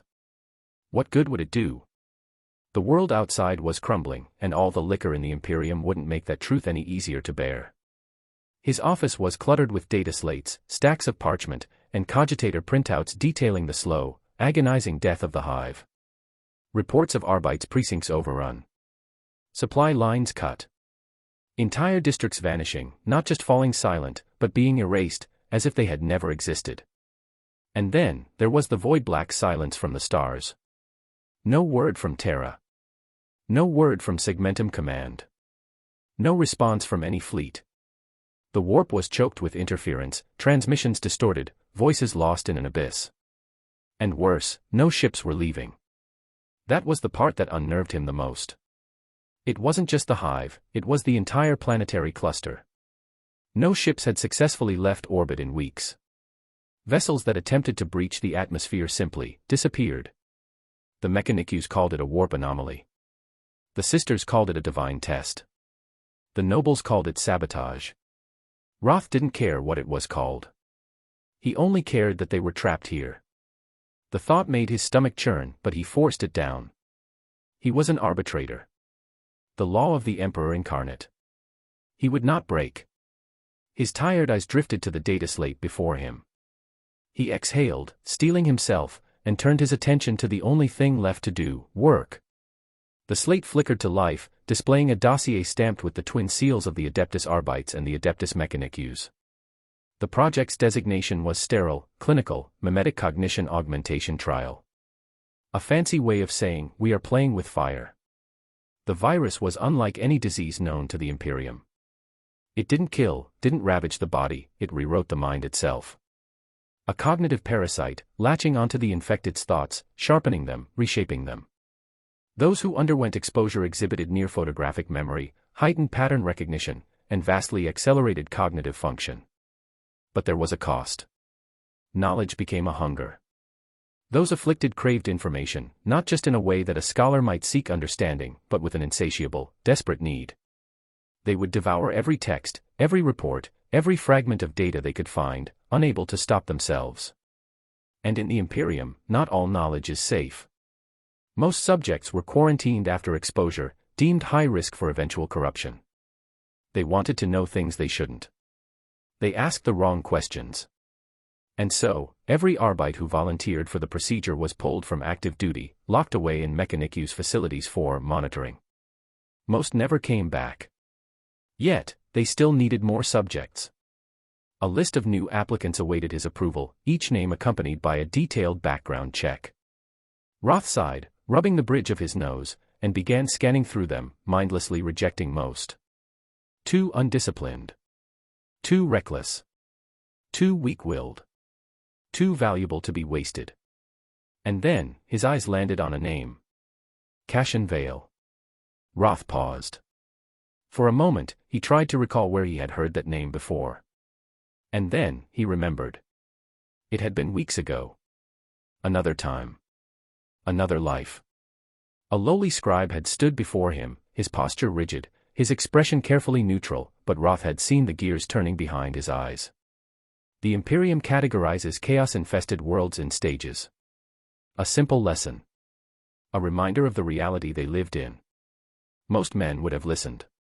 Most men would have accepted the knowledge at face value and moved on. But not Cassian. Roth had seen something in him then. A sharp mind. A hunger for understanding.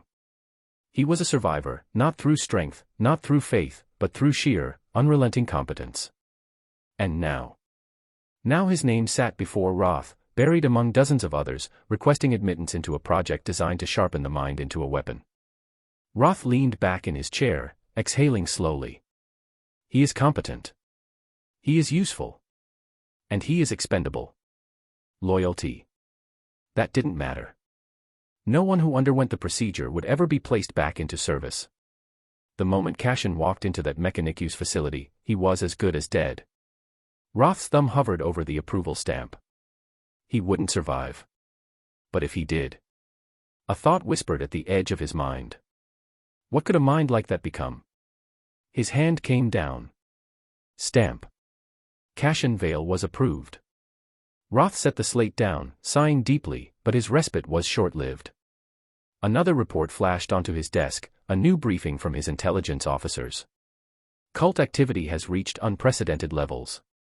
Rituals in the lower hive are escalating. Symbolic patterns suggest a greater purpose. He frowned, scanning the details. His mind, still sharp despite his exhaustion, began piecing the puzzle together. Something bigger was happening. He had thought the cults were simply spreading like a plague, devouring the hive district by district. But this wasn't mindless destruction. This was preparation. The markings. The patterns of the attacks. The silence from the warp. The ships unable to leave. And then, something clicked. His breath hitched. No. His eyes darted across the reports, desperately searching for confirmation. He found it in the patterns drawn in blood, in the whispers recorded from dying cultists, in the frantic notes of the few sanctioned psychers still alive in the hive. They weren't just spreading. They weren't just killing. They were building something. Not a fortress. Not a rebellion. A stage. A world-sized altar. His throat went dry. If he was right, if this was what he thought it was, then they weren't dealing with a simple planetary insurrection. They were looking at ascension. Not just a champion. Not just a warlord. A threshold. A crossing point. The thought sent a shudder through him. Throne. He reached for the Amasec bottle, hesitated, then pulled his hand away. No. There was no time for weakness. No time for despair. He straightened, jaw clenched. I will not let this world fall. Not while there was still breath in his lungs. The Emperor's justice would be served. One way or another. Chapter 26, The Path of the Mind. Cashin walked through the hive's upper sectors, his pace steady, his mind already fixated on what lay ahead. The Mechanicus facility loomed in the distance, a monolithic structure of steel and circuitry, rising above the surrounding manufactorums like a fortress of knowledge. The air was thick with pollution, the sky an unnatural, sickly shade of red, a sign of the planet's slow descent into chaos. The signs were subtle but unmistakable. More enforcers prowling the streets. More disappearances. A tension in the air that hadn't been there before. The hive was beginning to rot from within. Not that it mattered. Cashin wasn't here for the hive. He was here for something else. The mimetic virus. A dangerous procedure. A direct rewiring of the mind itself. Once injected, it would tear through his neurons, amplifying his cognition, but at a cost. Countless others had taken it before him, only to be reduced to raving, knowledge-starved husks, their minds shattered by the overwhelming thirst for more. Cashin wouldn't end up like them. He had his solution, the adaptive physiology. It would suppress the side effects, ensuring he would take only the benefits. A cold certainty settled in his chest. He reached the Mechanicus facility's armored gates. A pair of red-robed tech priests stood at the entrance, their augmetic eyes scanning him as he approached. One of them stepped forward. His voice was flat, modulated, devoid of emotion. Designation. Cashin Vale. Scheduled for cognitive augmentation. A brief pause. Then a green light flashed on the priest's wrist-mounted cogitator. Proceed. The gates hissed open, revealing the sterile halls of the Mechanicus. The interior was cold, efficient, inhuman. The air smelled of machine oil and sterilized steel. Rows of cogitator banks lined the walls, their screens displaying endless streams of data. Servo-skulls drifted overhead, their mechanical eyes scanning the corridors. Cashin barely paid attention. His thoughts were elsewhere. They guided him deeper into the facility, past research chambers and laboratories, until they reached a door marked with the sigils of the Magos Biologus. The door slid open. And inside, stood a man unlike any Mechanicus priest he had seen before. the Muggos biologus was different. Where others of his kind had long abandoned their flesh for metal, this one had preserved his humanity, while enhancing it.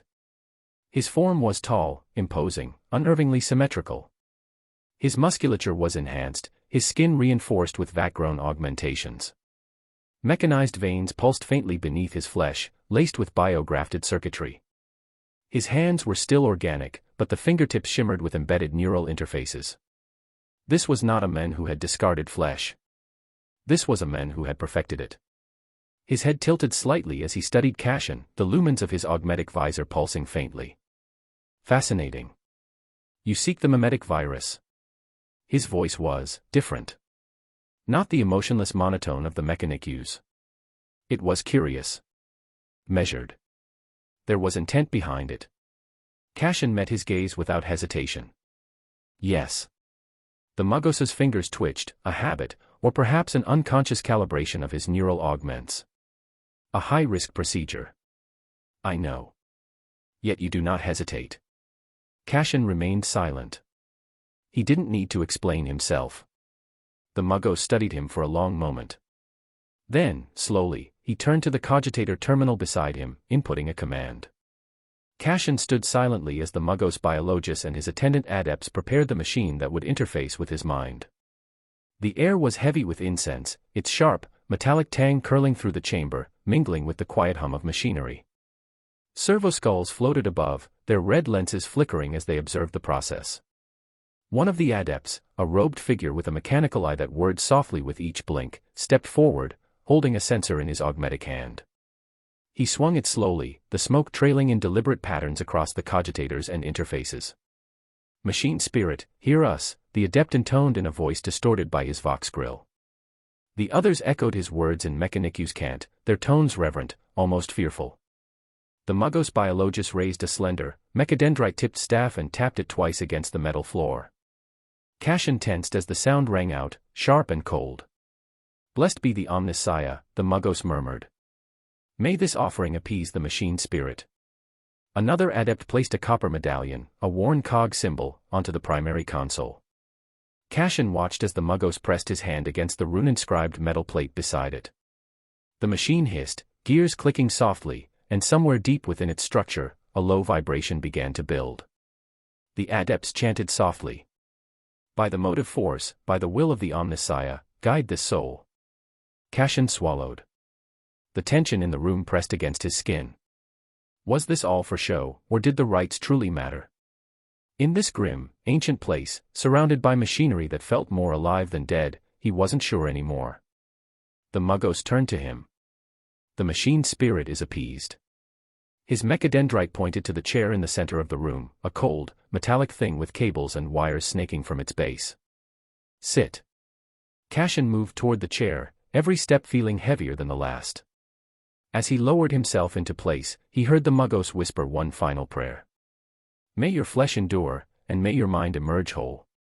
The machine hissed again, and the room fell silent. The surgical chair whirred to life. Restraints clicked into place as Cashin sat, securing his arms and legs with precise, mechanical efficiency. Above him, a series of injectors and neural probes adjusted their alignment, shifting like the limbs of a predatory machine. The Muggos moved with practiced ease, calibrating the instruments with a level of familiarity that spoke of experience. He spoke as he worked. I have overseen this augmentation numerous times. Most subjects do not survive intact. A flicker of amusement crossed Cashin's mind. I will. The Muggos paused. A soft, static hum escaped his vocal processors. Something close to a laugh. We shall see. The injectors locked into place. And the first needle struck. A flood of knowledge. Cashin's vision blurred. His thoughts shattered and reassembled all at once. The second injection hit. His perception accelerated. Information flooded his mind in impossible detail. His memories, once distant, now clear as if he were reliving them. The third injection. And with it, the hunger. A creeping, insatiable thirst clawed at his thoughts. Not for food. Not for pleasure. For knowledge. For understanding. Cashin felt it. The same hunger that had consumed the others before him. It whispered at the edges of his mind, urging him to seek, to learn, to unravel, to never stop. His fingers tightened against the restraints. No. Not him. His perk-adaptive physiology reacted to the stimuli. A wave of clarity surged through him. The hunger, the maddening, all-consuming need, vanished in an instant. The mimetic virus had taken hold. But Cashin Vale remained Cashin Vale. Cashin's head throbbed, a dull, pulsing ache behind his eyes. The cognition trial had left him raw, his mind feeling stretched thin, sharper, but fragile, like glass under pressure. He leaned against the cold metal table, steadying his breathing. His vision blurred for a moment before snapping into razor focus. Then, the familiar tug. His status shifted. Intelligence upgraded, FE, 17/20ths. Wisdom upgraded, FE 5/20ths. Perk selection available. Cashin swallowed, pushing through the haze clouding his thoughts. The options unfolded in his mind, each one weighty in its own right. Intelligence perk selection. Danger sense, unease gnawing at mind. If threats to host is nearby. Cognitor's precision, dulled emotions, allows for logical approach. Calculative synapse, instinctive decisions honed to perfection even in heat of battle. His fingers curled into a fist, nails biting into his palm. Danger sense. Another pulse. A second prompt. Wisdom perk selection. Insightful awareness, enhanced EQ, makes one socially gifted. Tactical acumen, patterns emerge in battle in your eyes. You predict enemy attacks, weakness faster. Resilience, your mind sharpens under pressure and you adapt faster. Cashin took a slow breath, eyes narrowing. Insightful awareness. This time, it was different. Subtle. No grand shift, no sudden understanding, just a quiet widening of perception. The hum of cogitators felt louder. The way Muggos Biologus shifted on his mechadendrites seemed more telling. The world hadn't changed. He had. Cashin exhaled, steadying himself. When the procedure ended, the Muggos did not move for a long time. Cashin opened his eyes, adjusting to the sheer sharpness of his own perception. His thoughts were quicker, clearer, deeper. But he was in control. The Muggos leaned in slightly, studying him. Interesting. Cashin sat up, the restraints unlocking automatically. He could feel the intensity of the Muggos' gaze. The virus did not take hold as expected. The priest's voice carried something unusual. Not confusion, fascination. Cashin met his gaze with quiet certainty. I adapted. A brief pause. Then, a smile. A small, almost imperceptible twitch at the corner of the Muggos' mouth. Intriguing. His organic hand flexed, the embedded circuitry pulsing faintly. I will be watching your progress, Cashin Vale. Cashin stood. His mind hummed with newfound power. The Muggos continued to watch him. Somewhere, data was being logged, observations recorded. Cashin had become a subject of interest. But he had gained what he came for. And soon, he would use it. Cashin sat on the edge of the cot, pressing his fingers against his temple as his thoughts swirled in sharp, distinct layers. It was as if the world had been a smudged painting, and now, suddenly, every brushstroke, every color, every hidden detail had snapped into focus. He could remember everything with clarity, every word he had ever read, every face he had seen. Patterns and connections that had once eluded him now stood out in stark relief. It was intoxicating. And overwhelming. The thirst for knowledge clawed at his mind like a hunger he had never known before. It wasn't a mere curiosity, it was a gnawing, burning need. The mimetic virus had done its work, sharpening his cognition beyond human limits. But he had prepared for this. The adaptive physiology perk from his system had nullified the most dangerous side effects, keeping his mind intact. A hiss of hydraulics broke his thoughts as the door to his chamber slid open. Muggos Darius stepped inside, his crimson robes flowing as he moved with eerie precision. Unlike the other Mechanicus adepts Cashin had encountered, Darius had not abandoned flesh entirely. His augments were subtle, enhancing rather than replacing. His mechanical fingers flexed naturally, and his eyes, while clearly augmented, retained the depth of human thought. Darius regarded him for a moment before speaking. You are adjusting well. Cashin exhaled, lowering his hand. If by adjusting you mean trying not to be overwhelmed by the sheer amount of information my brain is processing, then yes. A faint smile ghosted across Darius' lips. Such is the price of enlightenment. Most cannot handle it. Cashin met his gaze. I had precautions. Darius gave an intrigued hum but did not pry further. Instead, he stepped closer. I have observed your records. A former scribe, yet one who shows remarkable adaptability. You sought this enhancement not out of desperation, but ambition. Cashin said nothing. Darius clasped his hands behind his back. That is why I am extending an offer. Join the Magos Biologus. Your mind is now beyond that of a mere scribe. With study and guidance, you could ascend beyond the limitations of common men. Cashin leaned back slightly, considering the offer. He had expected something like this, but he needed to be sure of what he was stepping into. If I join, he started, is it mandatory for me to replace my body with machinery? Darius tilted his head slightly, as if amused by the question. No. The biologist does not shun flesh as others in the mechanicus do. We do not discard the biological, we improve it. Cashin nodded slowly. That was a relief. He didn't reject augmentation outright, but he wasn't about to strip himself of flesh for the sake of dogma. And what exactly would I be expected to do? Darius gestured to the room around them. Study. Learn. Advance. The biologist branch is dedicated to understanding and perfecting both machine and flesh. You have already taken the first step. With your enhanced cognition, you could quickly rise within our ranks. Cashin rubbed his chin. He had been willing to risk the mimetic virus for knowledge, but now, this was an opportunity to gain even more. Connections, resources, training. If he played this right, he could wield the mechanicus as a tool to further his own goals. He gave a slow nod. I'll join. Tentatively. Darius inclined his head in approval. A wise decision. With a flick of his wrist, he summoned a small drone, which hovered into the room carrying a bundle of data slates. Since our time is limited, you will begin with self-study. Biology, chemistry, fundamental principles of the Omnissia's wisdom. Study them well. Cashin took the slates, weighing them in his hands. That's it. No structured lessons. Darius gave a dry chuckle. In times of peace, yes. But the world outside this facility is crumbling. War is at our doorstep. I will monitor your progress while we make preparations. Cashin's fingers tightened around the slates. He knew it already, chaos was advancing. The planet was nearing its end. Darius reached into his robes and withdrew a small metallic emblem, holding it out for Cashin to see. It was a symbol of the Magos Biologus, a cogwheel entwined with a strand of DNA. This marks you as an aspirant, Darius said. Not yet a full Magos, but recognized within the mechanicus.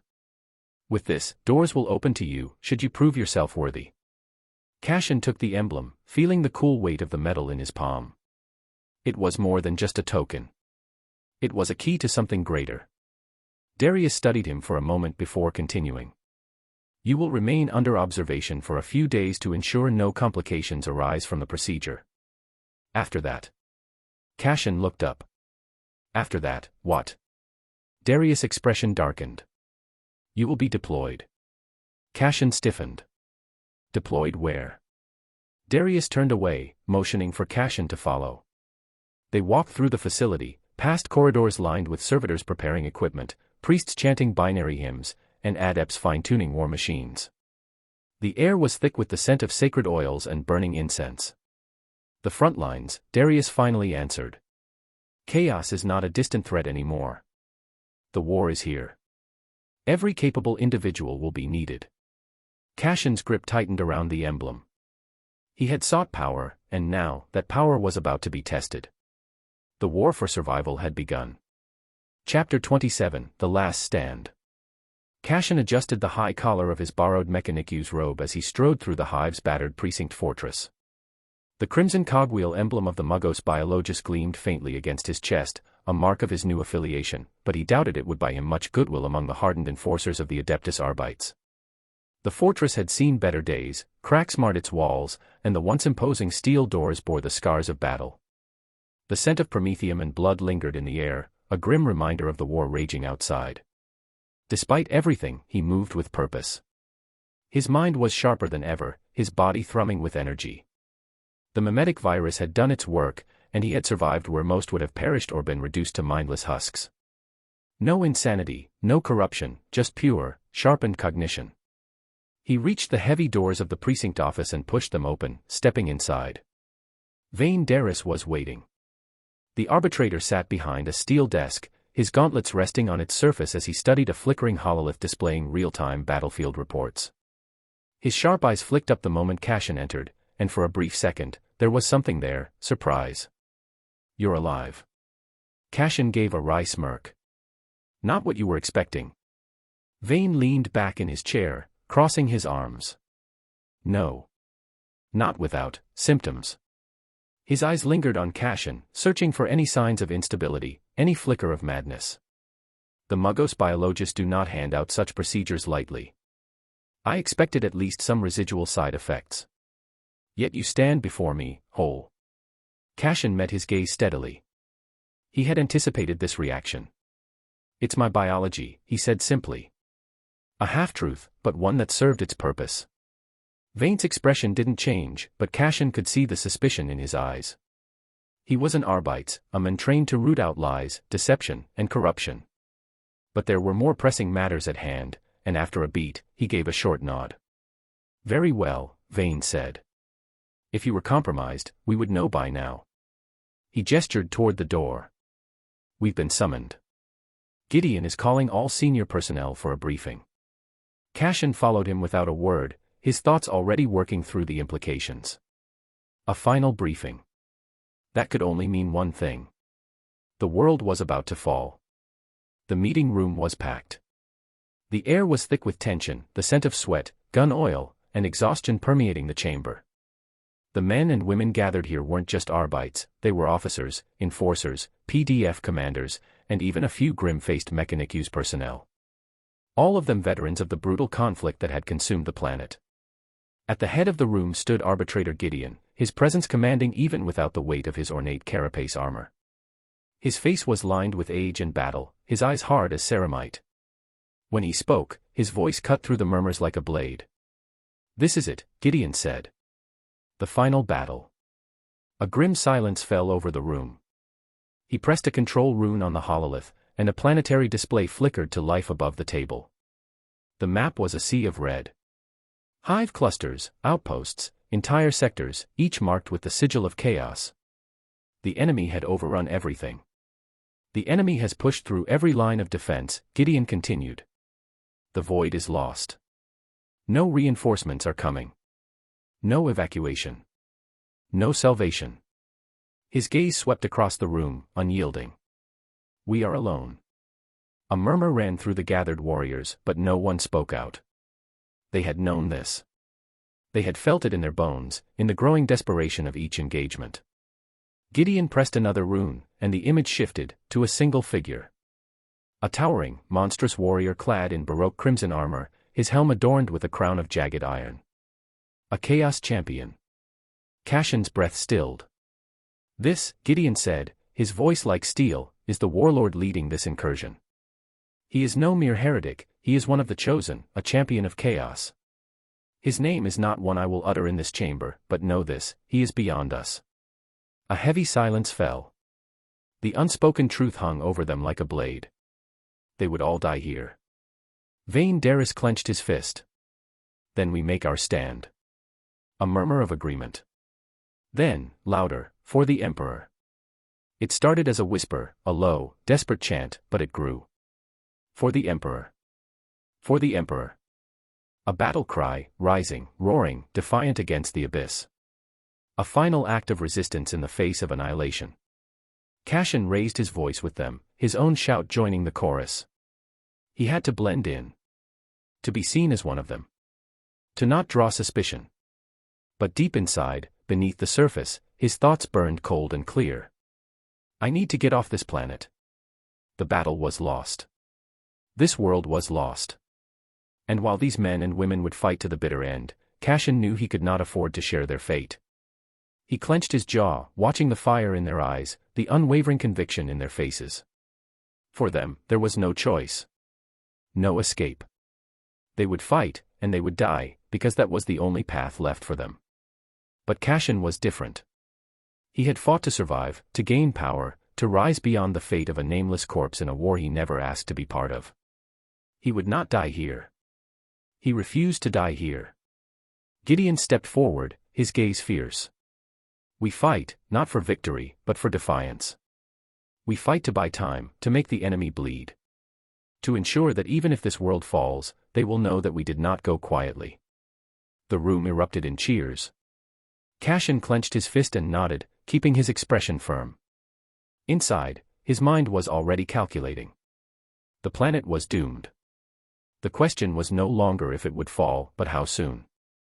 He needed a way out. A ship. A means to escape the slaughter that awaited them all. But first, he had to survive the final battle. As the meeting adjourned and the warriors moved to prepare for the last war, Cashin walked with them. Not as a true believer. Not as a martyr. But as a survivor. And he would do whatever it took to live. Cashin found Joran in the precinct's makeshift barracks, a repurposed storage room filled with rows of dented cots and scattered equipment. The air was thick with the scent of sweat, metal, and the faint bitterness of low smoke. Conscripted workers, now makeshift enforcers, moved with quiet resignation, adjusting their weapons and armor. Joran sat on the edge of his cot, hunched over as he methodically inspected his borrowed shotgun. The weapon was old, its metal dull with wear, but he handled it with the care of a man who had nothing else to rely on. Cashin approached, his boots scuffing against the floor. Joran. The old worker didn't look up immediately, finishing his inspection before setting the shotgun aside. His tired eyes finally met Cashin's, flickering with something, relief, surprise, but dulled by exhaustion. Still breathing, I see, Joran muttered, rubbing a hand across his stubbled jaw. Thought the cog boys might have turned you into one of their own by now. Cashin smirked faintly. Not yet. Joran huffed. Guess there's still time. Cashin took a seat across from him, resting his arms on his knees. They sat in silence for a while, the unspoken weight of the war pressing down on them both. Finally, Cashin spoke. I need a way out. Joran's fingers tensed slightly before he let out a slow breath. Figured you'd say that. Cashin studied him. You know something. Joran nodded, but his expression was unreadable. I do. Cashin leaned forward. Tell me. Joran exhaled through his nose. Arbites are pulling back. Some high-ranking ones got a plan, an evacuation for the ones who matter. Cashin frowned. And the rest? Joran shook his head. You know how it is. Cashin's jaw clenched. Who has the details? Joran tapped his fingers against his knee. I do. And I can get you in. Cashin's eyes narrowed. What's the catch? Joran's lips twitched in something resembling a smirk, but there was no humor in it. No catch. Just a favor. Cashin waited. When you get out, you don't look back, Joran said quietly. Don't come back for me. Cashin stared at him. Come with me. Joran chuckled, shaking his head. Kid. I've spent my whole life in this hive. Running ain't in me. Cashin's fingers curled into fists. That's not an answer. Joran's gaze softened, but his voice remained firm. It's the only one I got. Cashin felt frustration burn in his chest. Why?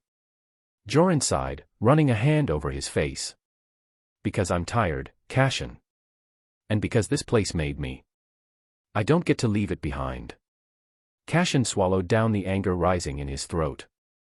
That's not a reason. Joran smirked. It's reason enough for me. Silence stretched between them. Joran pulled out a small, worn data slate from his coat, holding it out. Everything you need is in here. Codes, locations, names. It won't get you off-world, but it'll get you where you need to go. Cashin took it, turning it over in his hands. You sure about this? Joran nodded. Just make sure it ain't wasted. Cashin clenched the data slate. It won't be. Joran reached into his coat again, pulling out a small tin. He flicked it open, pulling out a low stick and offering one to Cashin. Cashin hesitated before taking it.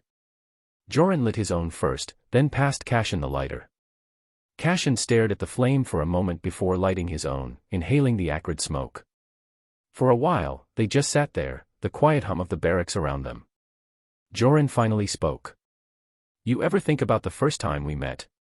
Cashin exhaled smoke, thinking back. "Yeah." Joran smirked. "You looked like a scared little rat back then." Cashin let out a breath of amusement. "I was." Joran nodded. "But you made it." Cashin glanced at him. "So could you." Joran shook his head. "No, kid. My story ends here." Cashin's jaw tightened. He hated this. Hated the way Joran had already accepted his fate. Joran pulled something from his pocket, an old, scratched worker's ID. He handed it to Cashin. Cashin frowned. "What's this?" Joran smirked. "A keepsake." Cashin took it, running his fingers over the worn metal. Joran gave him one last look, something warm, something final. "You take care of yourself, Cashin." Cashin nodded, his throat tight. "You too." Joran grinned. Too late for that. They sat there a moment longer, neither of them willing to say goodbye. Then Cashin stood. He didn't look back. Chapter 28, Whispers Beneath the Throne. 13:05 Standard Terran Time. Cashin stared into the nutrient paste in his tin bowl, the spoon resting idly against the edge. It was the same gray sludge they always served, but he barely noticed the blandness anymore. His mind was elsewhere, buried in the Mechanicu's doctrines spread before him, a data slate resting on the pockmarked metal table.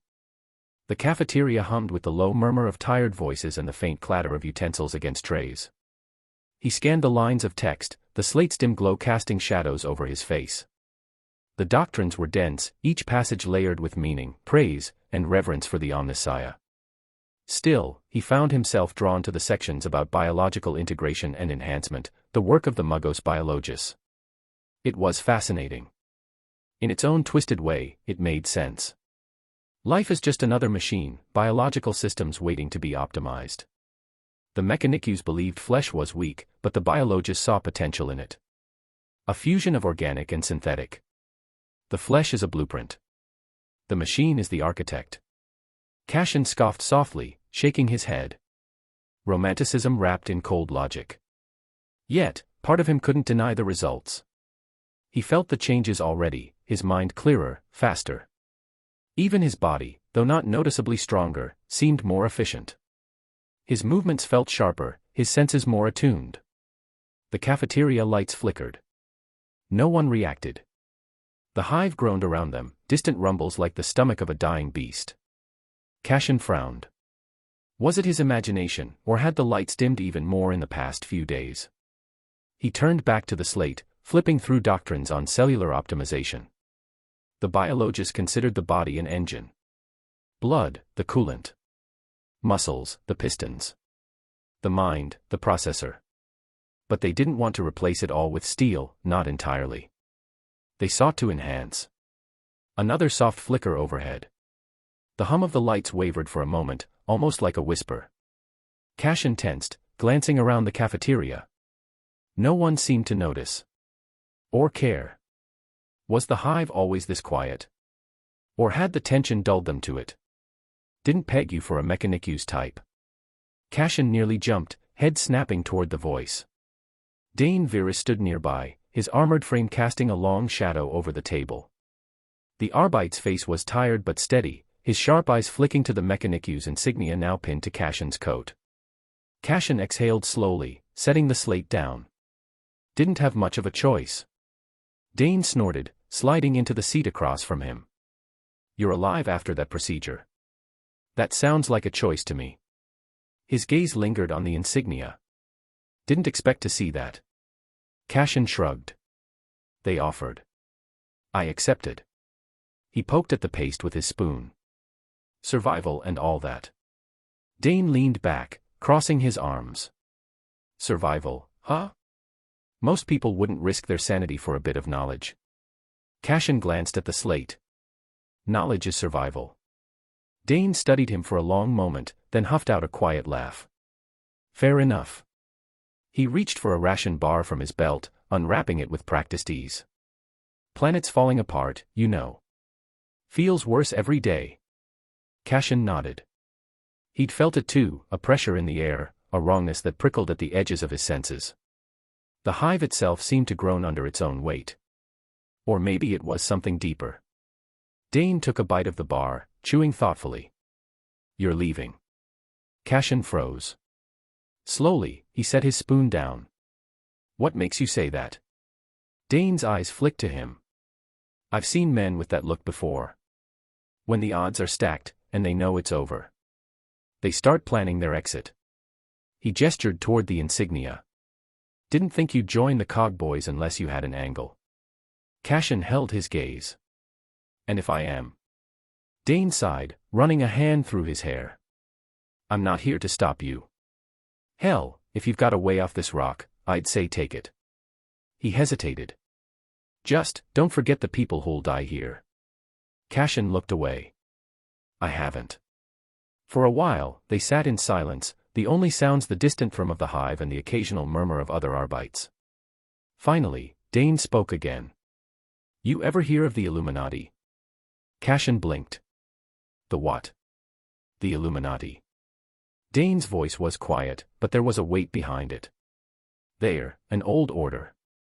Secretive. Focused on fighting chaos from the shadows. No glory.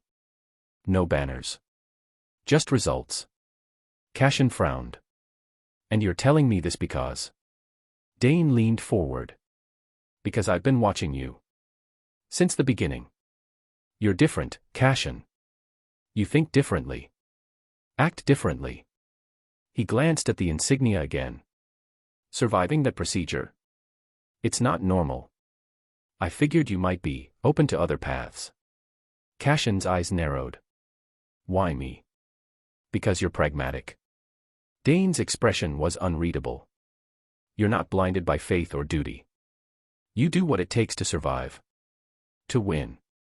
That's what the Illuminati needs. Cashin hesitated, eyes narrowing as memory stirred. You know. I always had my suspicions. Dane raised a brow. Oh. Yeah. Cashin crossed his arms, leaning against the wall. You're not like the others. I noticed it when you taught me how to shoot. His gaze sharpened. No prayers. No rituals. You just showed me how the weapon worked. How to clean it. Aim it. Fire. He scoffed. Even the greenest recruits whisper a prayer to the machine spirit before pulling the trigger. But you. Nothing. Varys chuckled softly. Seems you are sharper than most. Cashin frowned. Doesn't take much. The silence stretched between them heavy with unspoken truths. Cashin leaned back, studying him. And what do you get out of this? Dane smirked. A comrade. And maybe a better chance at survival. He hesitated. The planet's falling. We both know it. But if you get out, the fight doesn't end here. Cashin looked down at the slate, the doctrines blurring before his eyes. The weight of Dane's words settled over him like a shroud. I'll think about it. Dane nodded. That's all I ask. He stood, adjusting his armor. Time's short. Don't take too long. Cashin watched him go, the hive groaning quietly around him. He glanced back at the doctrines, their words suddenly feeling heavier. Survival, knowledge, power, they were all just different paths. Different machines, turning the same engine. He closed the slate and stood. Whatever path he chose, the clock was ticking. Cashin sat on the edge of his cot, back pressed against the cold metal wall of his quarters. The Arbite's precinct was quiet, unnaturally so, and the lumen strip overhead buzzed faintly, casting a pale, sickly light across the cramped room. His eyes were closed, his breathing slow and measured. The warp lurked at the edge of his mind, a dark current just beyond the veil of reality.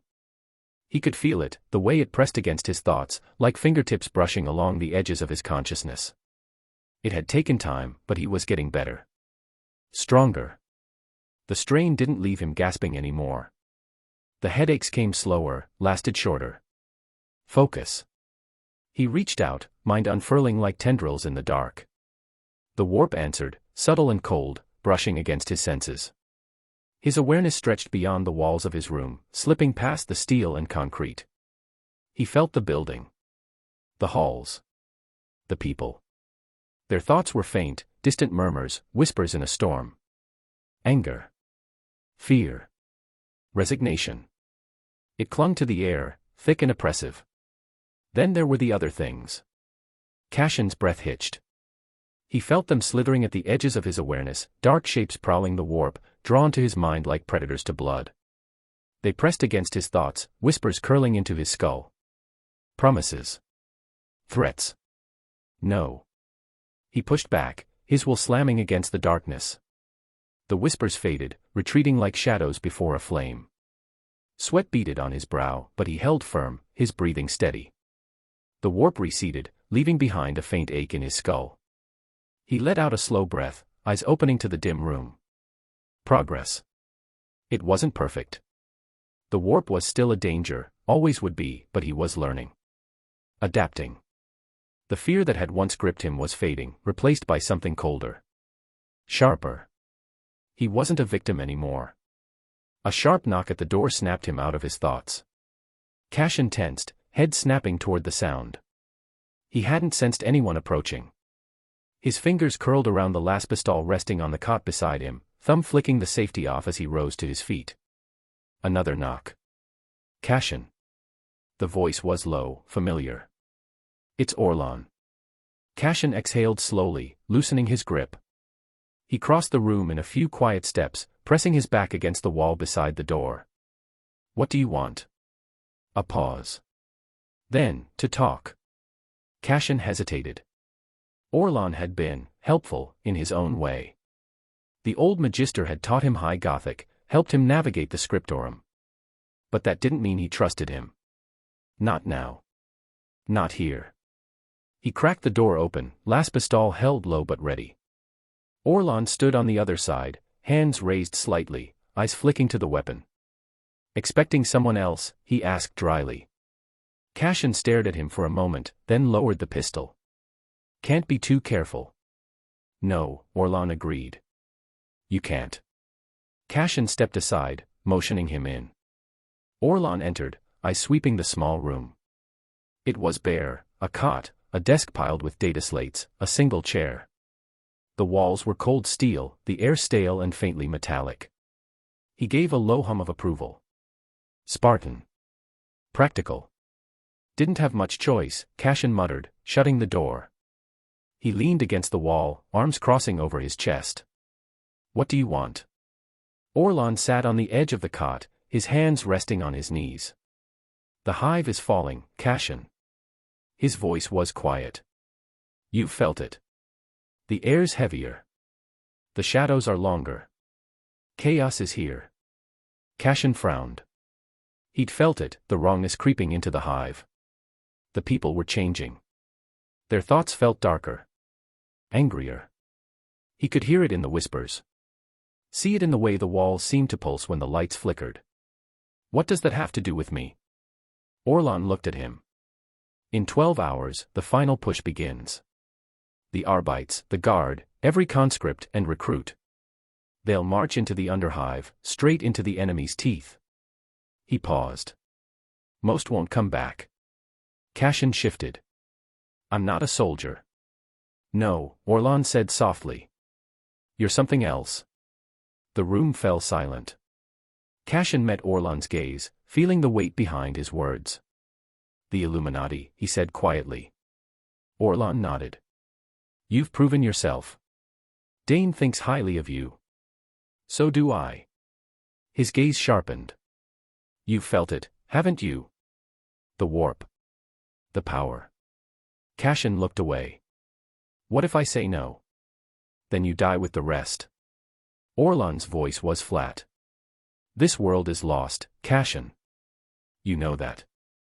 The question is, do you want to survive? Cashin clenched his jaw, the last pistol cold in his hands. He'd always known the odds. This was Warhammer. Hope was a lie. Survival wasn't about faith. It was about choices. He looked at Orlan. What do you want from me? Orlan smiled faintly. To live. To fight. To learn. He leaned forward. Join us, Cashin. We can give you the tools to survive. To thrive. His gaze darkened. But make no mistake, this isn't salvation. It's a chance.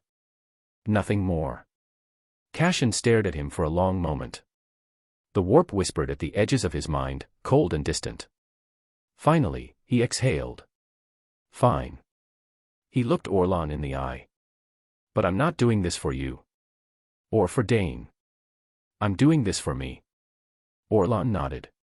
That's all we ask. He stood, smoothing his robes. 12 hours, he said quietly. After that, we'll see who's left. Cashin watched him leave, the door hissing shut behind him.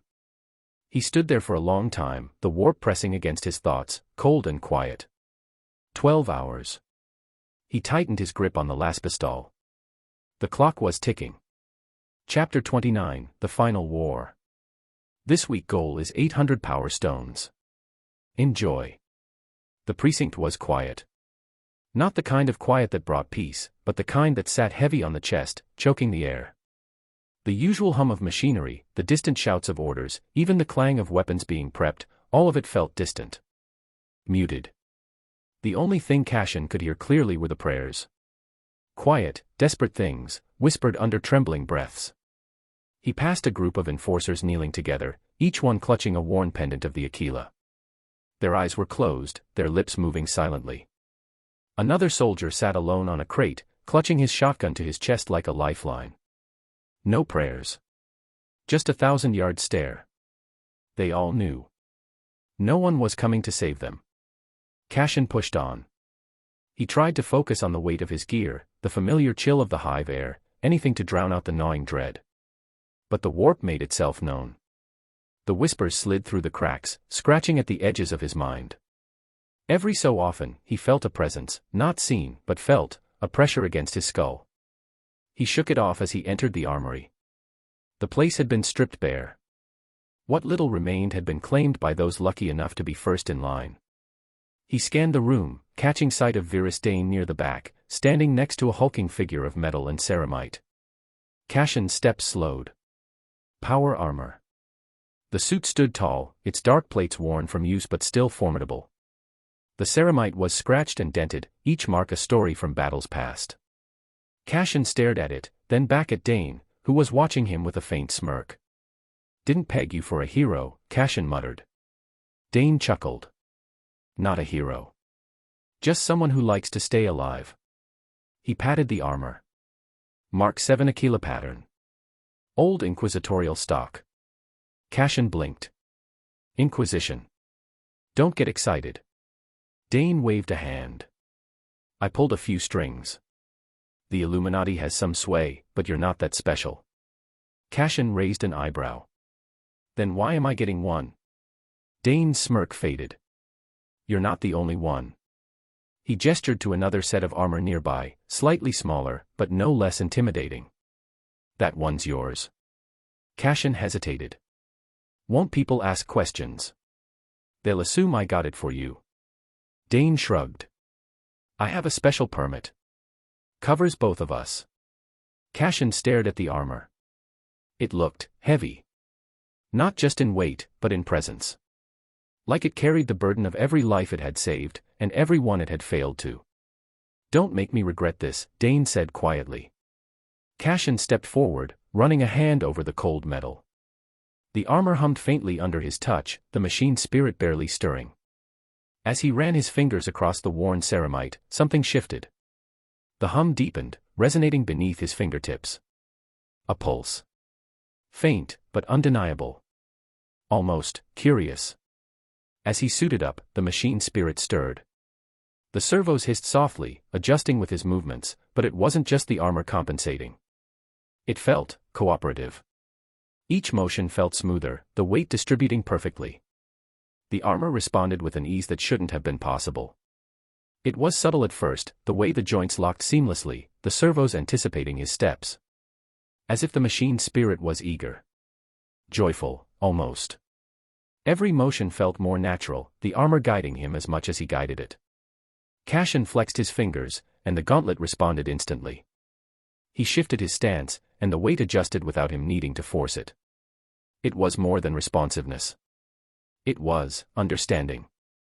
The machine's spirit wasn't just compliant, it welcomed him. Dane noticed. "That's faster than I expected." Cassian glanced at him. "What?" "The armor." Dane frowned, watching the way the suit moved with Cassian. "It shouldn't be that smooth. Machine spirits don't trust easily." He paused, eyes narrowing. "But it likes you." Cassian felt it too. The armor wasn't just a tool, it was alive, in its own way. And it had accepted him. He activated the chain sword, the teeth revving with a satisfying growl. Heavy, but manageable. The bolter came next. Godwin pattern.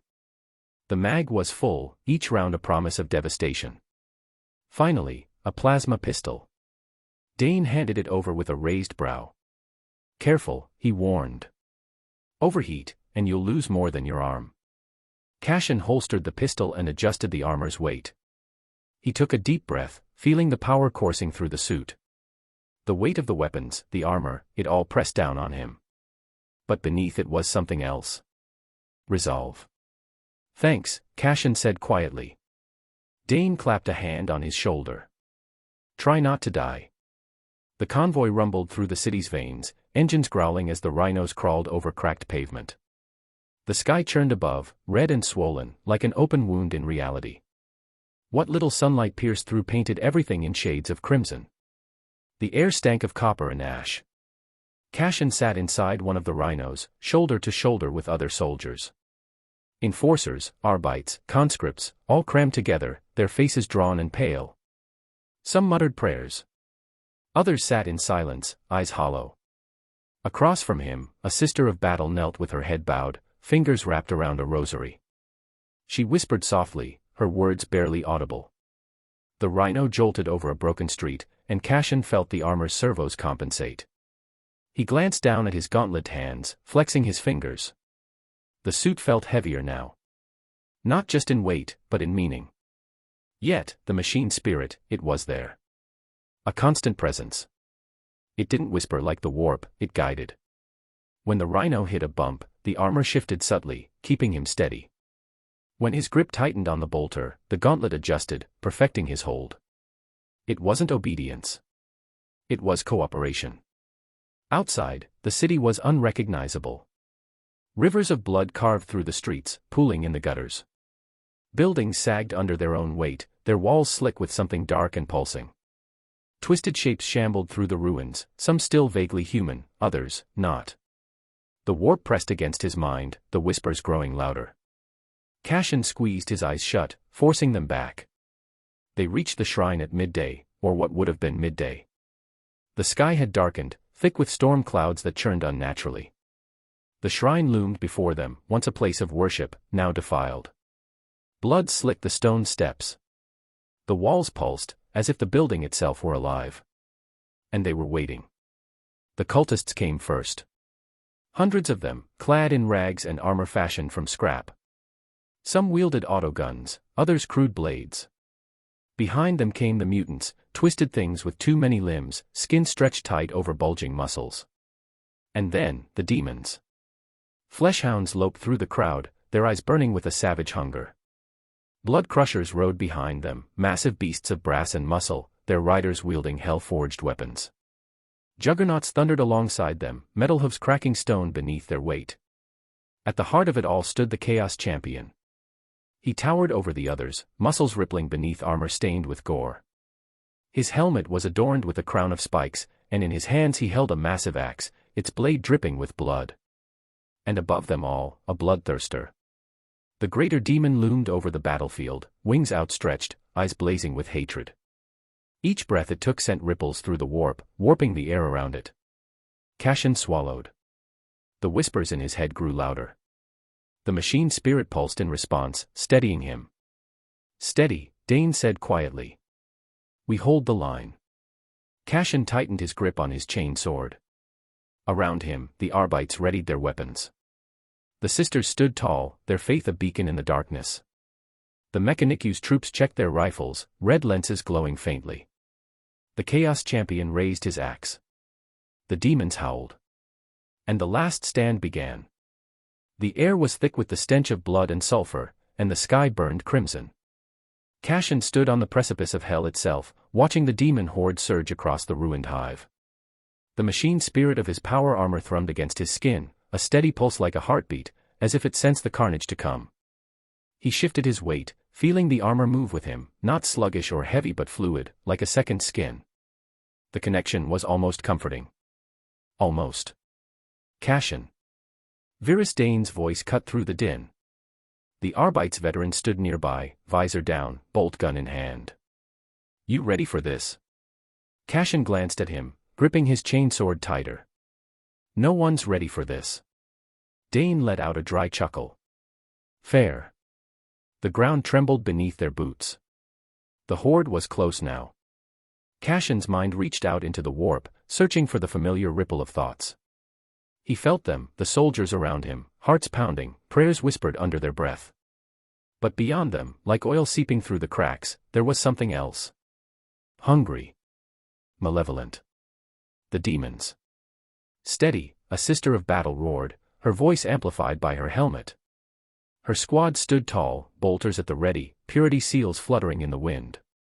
Mechanicu Scutarii lined up beside them, their red robes stark against the ash-covered ground. Cashin saw conscripts gripping their lasguns with trembling hands, while the Arbites held the line, shields raised. Then the first wave hit.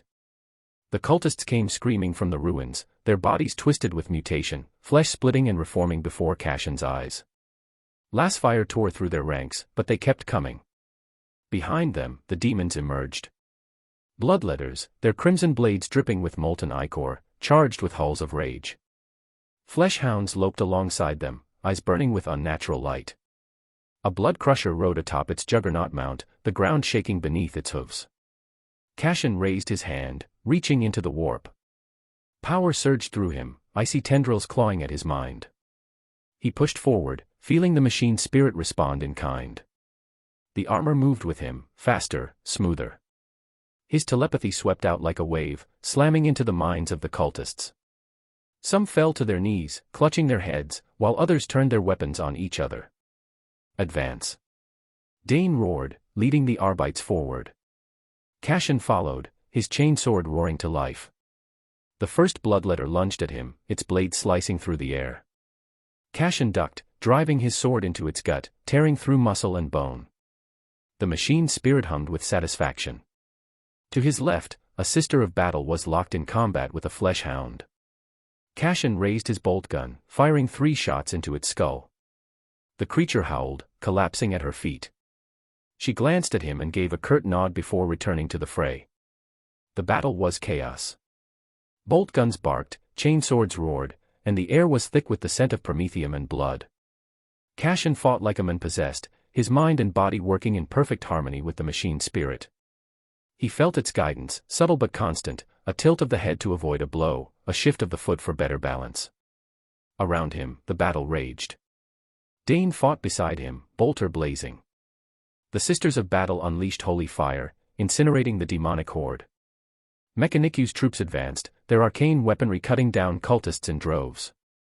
Cashin fought with everything he had, each swing of his sword a prayer for survival. The air was thick with the stench of blood and burning metal. Cashin's helmet display flickered as the machine spirit within the power armor whispered to him, guiding his movements. The battlefield was chaos incarnate. Bolter fire cracked through the air, cutting down charging cultists, while the screams of the dying mingled with the guttural roars of demons. Cashin moved like a blade through the storm. His chainsword roared to life, teeth biting into the flesh of a mutated heretic, tearing through meat and bone. Blood sprayed against his visor, the helmet's autosenses dampening the sound, but the psychic echoes of pain still rang in his skull. A bloodletter lunged at him, its wicked hellblade swinging down in a vicious arc. Cashin barely dodged, feeling the heat of the warp-forged weapon slice through the air inches from his head. He fired his boltgun point blank into its chest, the beam scorching a hole through the demon's flesh, but it barely slowed down. Snarling, Cashin drove his chainsword into its gut, ripping upward as the machine's spirit hummed with approval. The creature screeched, dissolving into a cloud of ash and embers. To his left, a sister of battle fought with righteous fury, her power sword carving through cultists as her bolt pistol spat death. Cashin saw her get overwhelmed, a pack of fleshhounds tearing towards her. Without thinking, he reached out with his mind, the strain making his vision blur. Run! The sister staggered as his telepathic shout hit her mind. She turned just in time to avoid a snapping maw, her sword cutting through the demon's neck. Cashin collapsed to one knee, his nose bleeding from the exertion. The power armor's machine spirit pulsed, almost as if encouraging him to stand. A juggernaut charged through the ranks, the creature's hooves cracked the stone beneath them, and cultists were trampled in its path. Cashin barely rolled aside as it barreled past, smashing into a squad of enforcers. He raised his lasgun, firing shot after shot into the demon's thick hide, but it was like trying to kill a tank with pebbles. Then, Virus Dane's voice boomed over the comms. "Cashin, move." Cashin turned just in time to see Dane slam into the juggernaut with a thunderous impact, his power maul crackling with energy. The machine spirit surged in Cashin's armor, amplifying his movements as he sprinted to join the fray. The battle raged on. Cashin fought with everything he had. His psychic powers flickered and flared, buying him precious seconds against the tide of madness. His shots found their mark more often than not, guided by a mix of instinct and the machine spirit's whispers. Every movement felt sharper, faster, more precise. But even as he fought, he felt the pull of the warp. The demons whispered to him, their voices like knives in his mind. He clenched his jaw, forcing them out with sheer willpower. The power armor's machine spirit responded, its presence a steady hum against the chaos. And then he saw it, the herald. Towering above the carnage, its armor was a deep crimson, adorned with skulls and dark sigils. It locked eyes with him, and Cashin felt his blood run cold. The herald roared, charging straight for him. Cashin raised his chainsword, the machine spirit flaring in response. This was it. One wrong move, and he was dead. He braced himself. The final battle had begun. Chapter 30, The Planet Bleeds. The planet burned. A world of steel and stone, now reduced to a corpse of smoke and ash. The skies were torn apart by a crimson tempest, a warp storm that stretched across the heavens, sealing the planet's fate. There would be no reinforcements. No salvation. Only war. Across the hive cities, billions clashed. The Imperium fought with desperate fury, hundreds of millions of men and women, pressed into battle lines, each life spent to hold another inch of ground. The Astra Militarum poured into the streets, lasguns chattering in endless volleys. Their tanks rumbled through the rubble, cannons thundering, blasting apart the demonic tide. The Sisters of Battle stood as burning pillars of faith, their bolters and flammers cutting swathes through the heretics. Tech priests and Scitarii of the Adeptus Mechanicus deployed sacred war machines, engines of death that ground the enemies of the Omnissiah beneath treads of steel.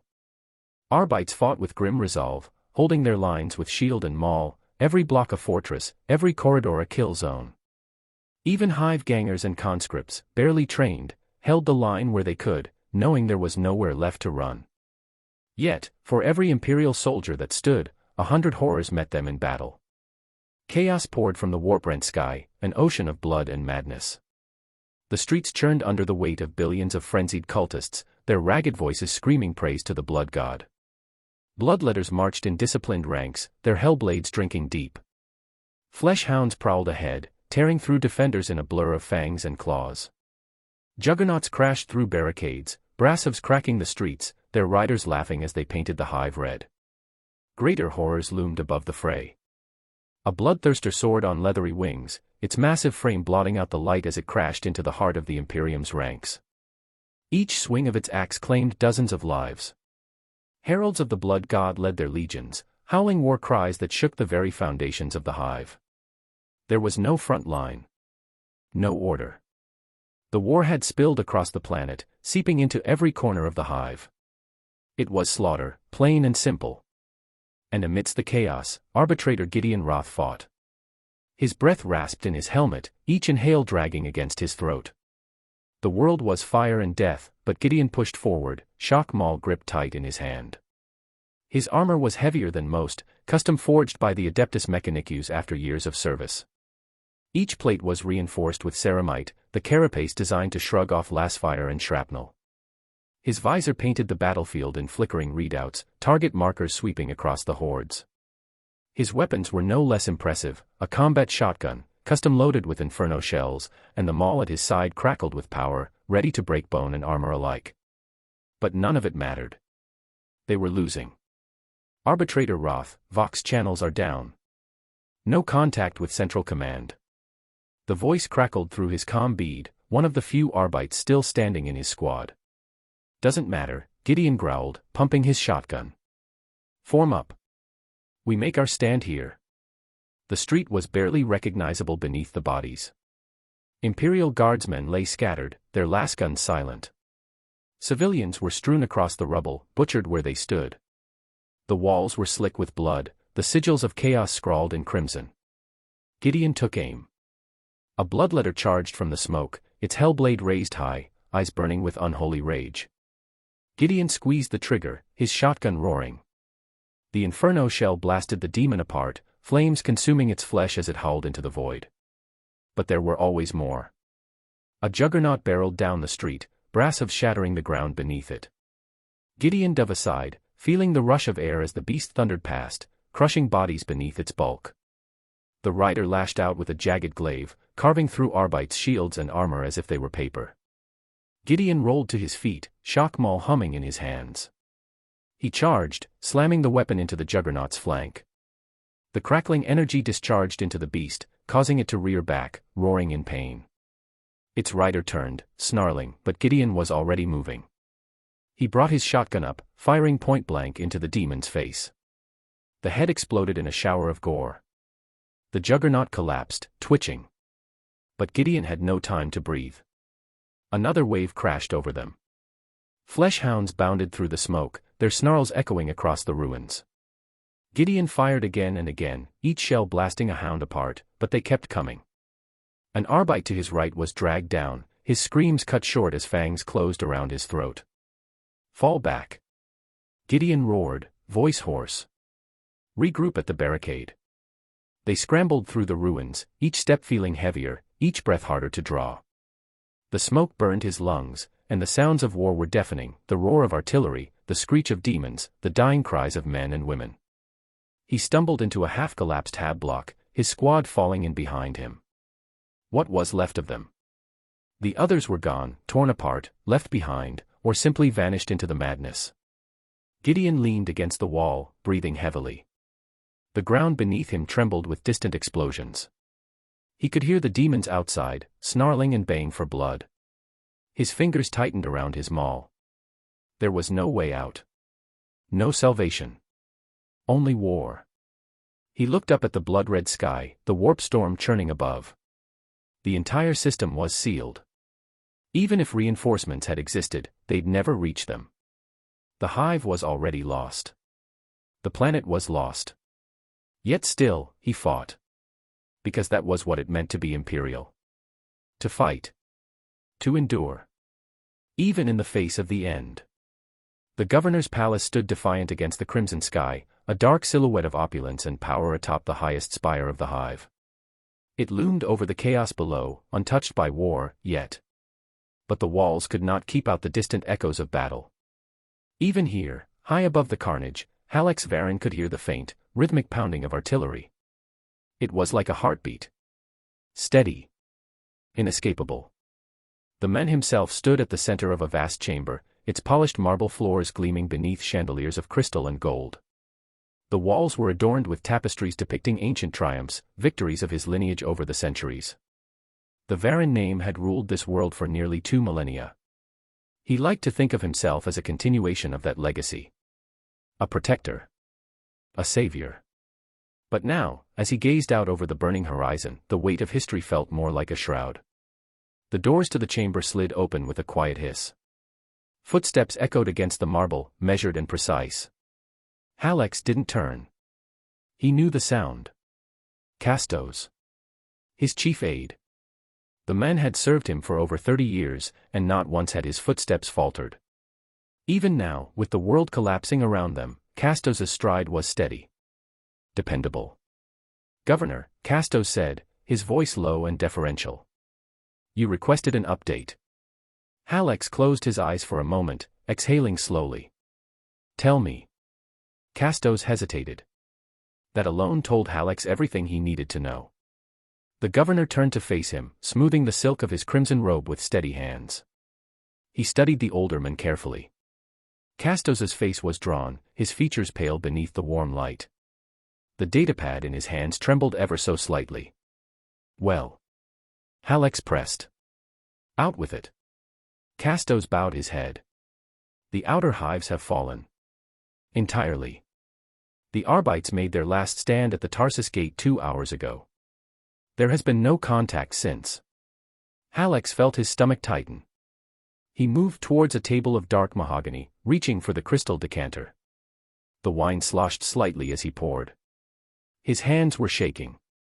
"Damn it." "What else?" he asked, taking a long sip.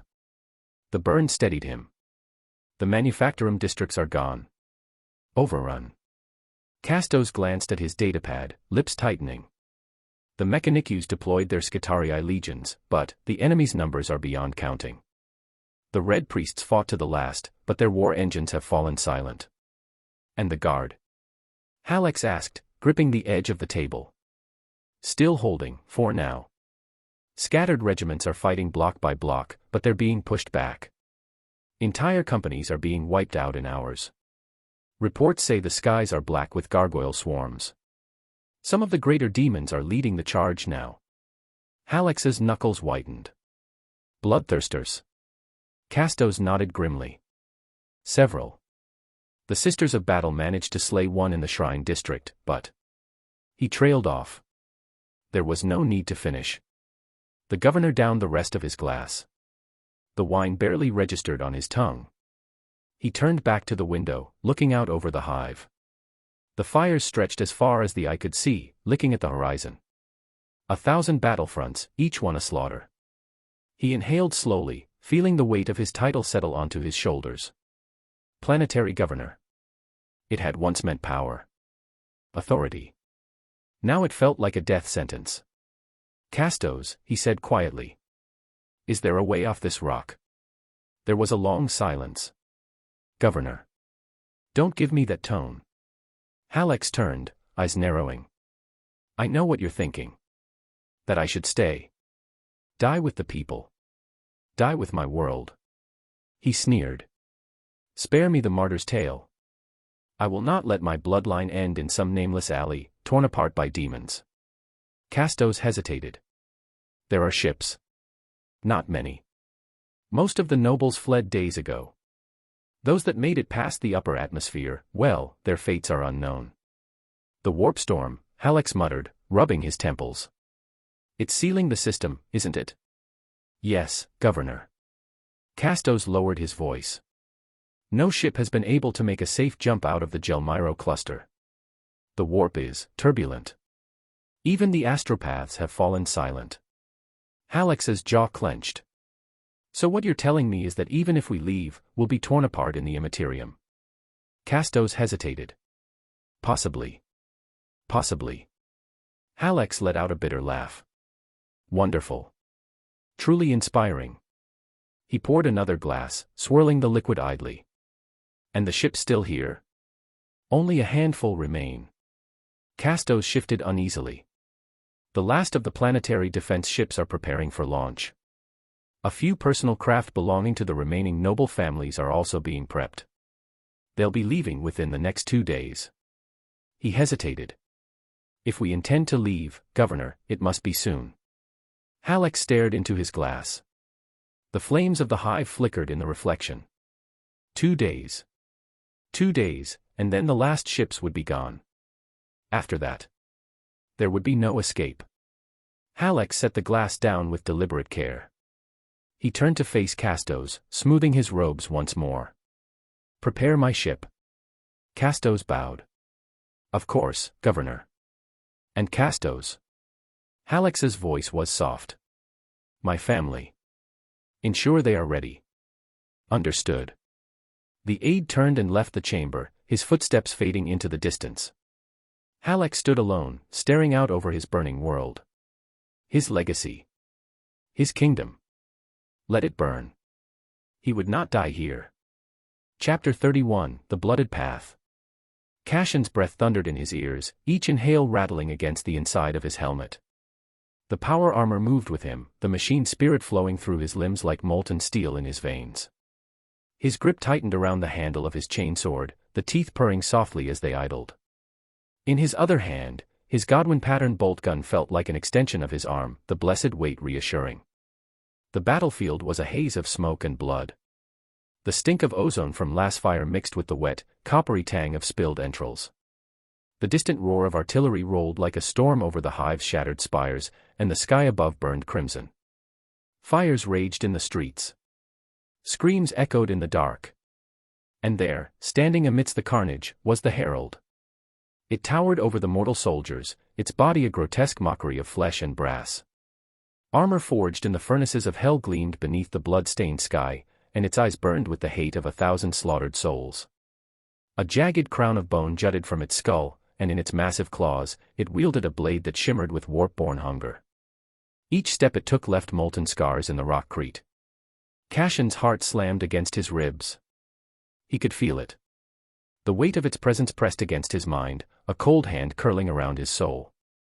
He fought to push it back, his will clashing against the tide of rage and slaughter that poured from the demon like heat from a forge. Focus. He raised his bolt gun. The machine spirit whispered to him, the ammo counter flickering softly in his visor. Full magazine. Blessed rounds. Each shot a prayer. He centered the reticle over the creature's chest and squeezed the trigger. The bolt gun barked, each shot a deafening roar that punched through the smoke. The explosive shells hammered into the herald's flesh, detonating on impact, but the demon barely slowed. It turned toward him, red eyes locking onto his visor. It roared, a sound that ripped through the air like a war horn from hell. Cassion moved. His armor surged with power, pistons hissing as he threw himself aside. The herald's blade smashed into the ground where he'd stood, shattering stone and sending shards of rockcrete skittering across his armor.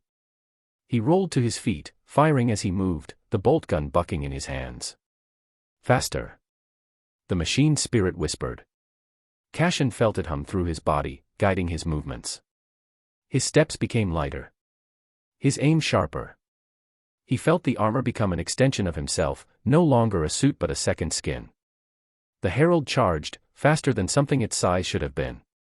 Cassion barely threw himself clear, feeling the heat of the warp-forged blade as it passed within inches of his head. He came up firing, bolts slamming into the demon's side. One round punched through the joint of its shoulder, sending a spray of black ichor across the ground. The herald snarled, its eyes narrowing. Then it came again. Cassion met it head-on. His chainsword roared to life, teeth screaming as they met the demon's blade. Sparks cascaded into the air as they locked weapons, Cassion's arms shaking with the effort. The herald loomed over him, its fetid breath hot against his faceplate. Cassion snarled and pushed back, driving his knee into the creature's gut. It barely budged. Not enough. He reached out with his mind. The warp burned at his thoughts, the touch of the immaterium colder than ice. He shoved it aside, focusing. He didn't need to dominate it, only guide it. His power flared, tendrils of thought snaking into the cracks of the creature's will. The herald stiffened, its body shuddering as Cassion's mind pressed against its own. Slow. The creature staggered. Its movements dulled, just for a moment, but a moment was all Cassion needed. He wrenched his chainsword free and drove it into the creature's side, feeling the teeth bite deep into muscle and bone. The demon roared, swinging wildly.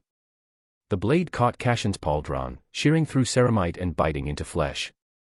He screamed, pain lancing through his body as blood poured down his side. Keep moving. He ducked under the next swing, bolt gun rising. He fired point blank into the creature's face, the explosive shells detonating against its skull. The herald reeled, ichor spraying across the ground. Cashin drove forward, slamming his shoulder into the creature's chest and knocking it back. It fell to one knee, breathing hard. Cashin stood over it, chainsword raised. The demon looked up, blood streaming from its shattered face. For the first time, Cashin saw something flicker in its eyes. Fear. He drove the chainsword down. The teeth bit deep, rending flesh and bone. The herald screamed, its voice a wail of rage and agony. Cashin pressed harder, pushing the blade deeper. The creature thrashed, clawing at him, but he held firm. Blood sprayed across his visor, blinding him, but he didn't stop. He wouldn't stop. The machine spirit surged through him, his armor whispering victory in his ears. His mind pressed harder, crushing the last vestiges of the demon's will. The creature shuddered once, then fell still. Cashin stood there, breathing hard. The battlefield was silent around him, the fires burning low. He looked down at the herald's corpse, its lifeblood pooling at his feet. The chainsword whirred softly in his hand, its teeth slick with gore. He stepped back, breathing ragged. The machine spirit purred softly, content. Cashin closed his eyes, feeling the weight of his victory settle over him. It was done. The herald's corpse slumped to the ground with a wet thud, black ichor pooling beneath its ruined body. Cashin stood over it, chainsword humming softly in his grip, breath ragged as he stared down at his kill. His armor's machine spirit thrummed with quiet pride, the sensation faint but unmistakable. Yet there was no time to savor the victory. The battlefield still burned. Chaos was winning. He turned. Through the smoke and ruin, he saw them, his comrades, the last line of the Imperium's desperate defense. Sisters of battle, their ceramite armor slick with blood, fired bolt rounds into the tide of heretics, their chants rising above the din of war.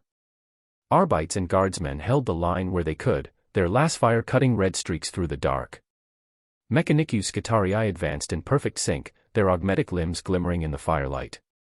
But for every heretic that fell, two more climbed over the corpse. For every demon banished, another tore its way into reality. Cashin moved. The Godwin pattern bolt gun snapped to his shoulder, the machine spirit guiding his aim. He squeezed the trigger, and the bolt gun roared. Occultist's head exploded in a spray of bone and gore. He shifted targets, cutting down a charging mutant, its bloated flesh bursting under the impact of the blessed rounds. The machine spirit whispered in his ear, feeding him ammo counts and target vectors. 5 rounds left. Reload. Cashin dropped behind cover, his movements smooth. The bolt gun's magazine slid free with a practiced motion, another slamming home in less than a second. He pushed forward, vaulting over debris and into the fray. A sister of battle fought ahead of him, her power sword blazing with holy light as she carved through the enemy. A bloodletter surged toward her, a crimson blur of muscle and hate. Cashin fired. The bolt punched through its skull, sending it sprawling before it could reach her. She turned, offering a nod of thanks before charging back into the melee. Keep moving. Cashin's chainsword roared to life, its teeth screaming as he tore through the first cultist in his path. Blood sprayed across his visor, but he ignored it. His mind reached out, tendrils of thought brushing against the battlefield. He could feel them, the heretics, the mutants, the demons. Their rage burned like a beacon. He pushed against it, sending out whispers of doubt and hesitation. A group of cultists stumbled, their charge faltering for a split second. It was all he needed. He moved like a blade in the dark. His bolt gun barked, each round finding its mark. His chainsword carved through flesh and bone, the machine spirit singing in his mind. A mutant lunged at him, a twisted abomination of muscle and fangs. He sidestepped, the blade of his chainsword biting deep into its neck. The creature gurgled and fell, black blood pooling at his feet. Around him, the battle raged. A Scutarii collapsed under a bloodletter's blade, its mechanical limbs twitching even in death. An Arbite was torn apart by a swarm of cultists, their blades rising and falling in a frenzy of blood and screams.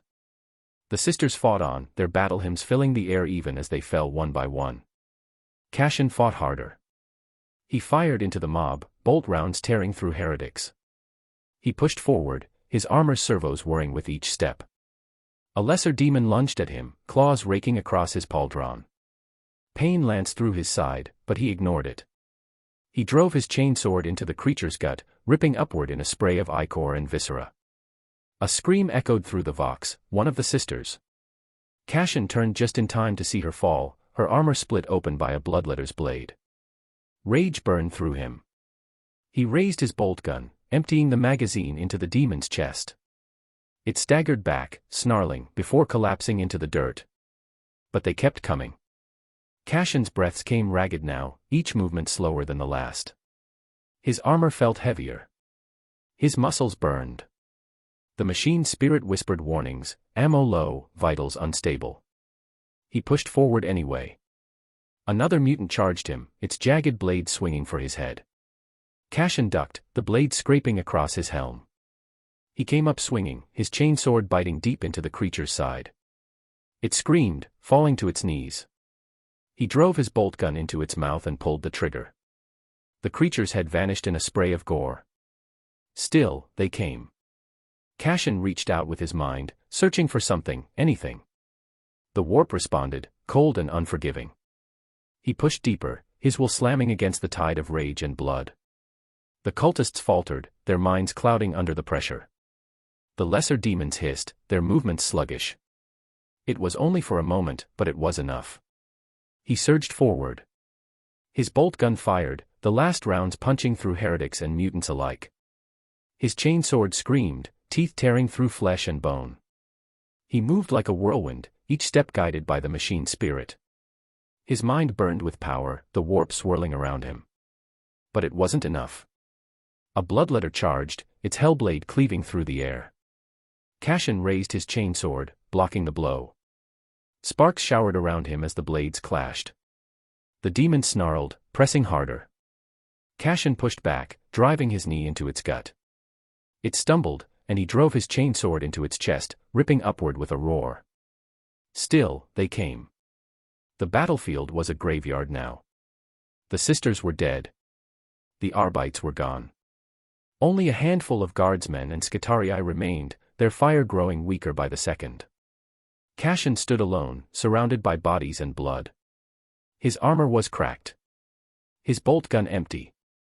His chainsword dulled. And still, they came. Cashin stood his ground. He raised his chainsword, blood dripping from its teeth. The machine spirit whispered one last time, soft and quiet. Fight. And Cashin fought.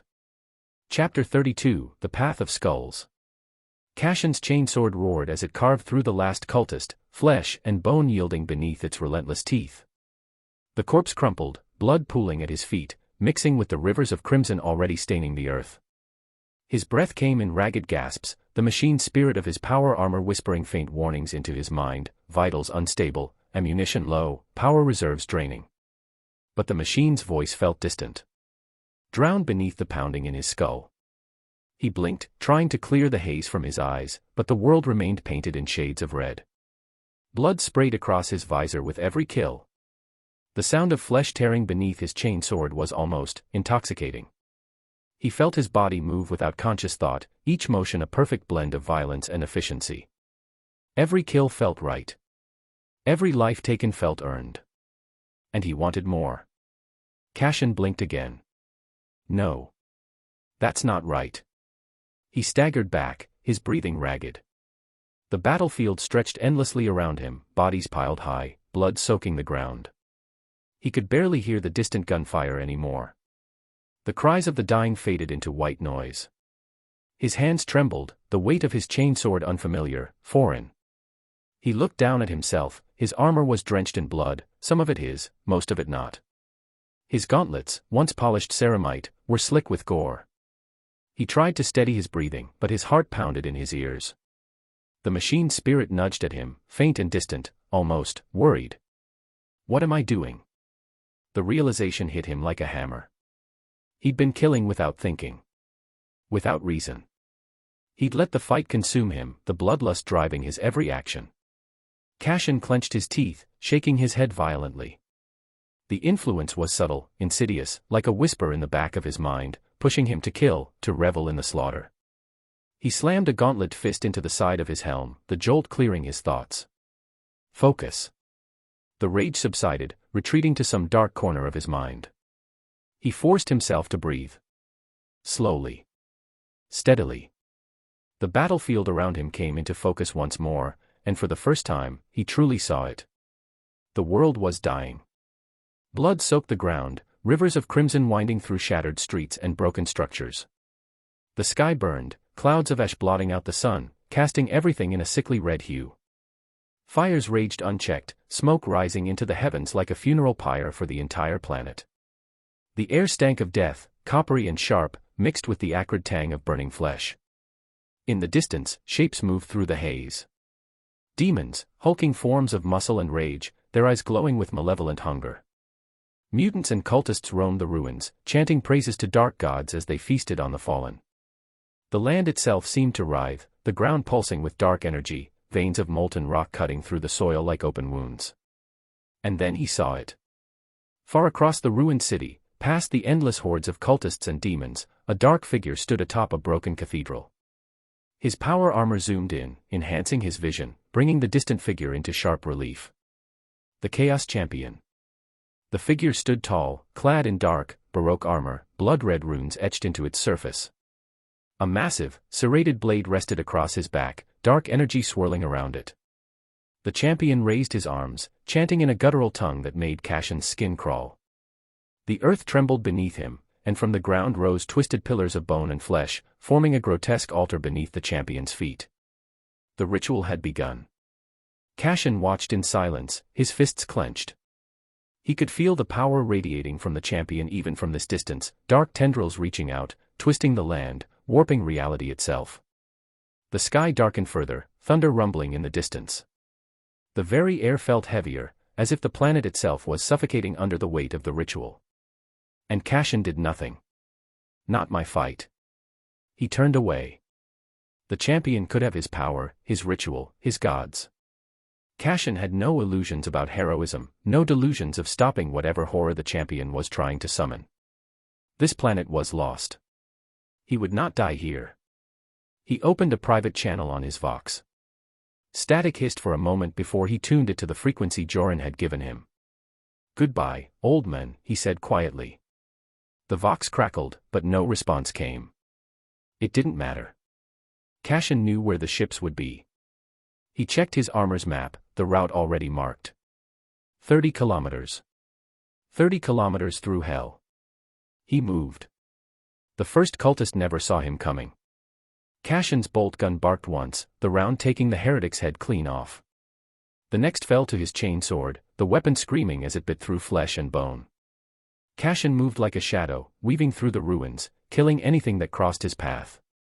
A mutant lunged at him from the shadows, claws raking against his armor. Cashin turned with the blow, driving his knee into the creature's gut. As it doubled over, he brought his chainsword down, severing its head with a single swing. Another group of cultists rounded the corner ahead of him. Cashin raised his bolt gun, the machine's spirit guiding his aim. 3 shots. 3 kills. The cultists fell without a sound, their bodies hitting the ground before their weapons even clattered to the floor. He pushed forward, each step taking him closer to the ships. Closer to survival. The demons came next. Lesser things, hunched and feral, their claws and teeth glimmering in the firelight. Cashin moved like a blade through the dark, his chainsword singing with every kill. Blood sprayed across his armor, but he didn't stop. Didn't slow. A bloodletter roared, charging him with its hellblade raised high. Cashin sidestepped, his bolt gun barking once, twice. The demon staggered, ichor spraying from the wounds. Cashin closed the distance, his chainsword tearing through the creature's spine. It collapsed, twitching, and Cashin moved on. The shipyard loomed ahead now, its spires barely visible through the smoke and fire.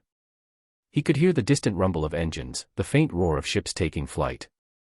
Almost there. A cultist lunged from the shadows, a jagged blade slicing toward his throat. Cashin caught the blow on his gauntlet, twisting the cultist's arm until bones snapped. The heretic screamed, and Cashin silenced him with a single bolt to the chest. He ran. The shipyard was close now. He could see the ships, their engines burning bright, preparing for launch. Just a little further. Cashin sprinted through the ruins, bolt gun and chainsword in hand.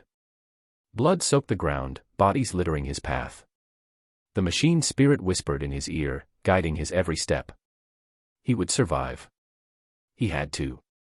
The shipyard was a fortress of steel and shadow, rising out of the smog like a mountain of rust and gunmetal. Cassian pushed forward, his boots heavy against the ferrocrete, each step echoing in the desolate expanse. The guards at the checkpoint were hard to miss, a pair of Arbite's wannabes in flak armor, lasguns slung across their chests. They stood beneath the flickering lumens, eyes darting nervously toward the blood-slick figure approaching them. Cassian kept walking. "Hold it!" One of the guards snapped, stepping into his path. "You!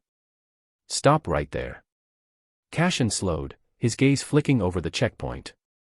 A rusted security terminal. Servo skulls drifting above, their red lenses scanning the crowd. People huddled in long lines, clutching what few belongings they had.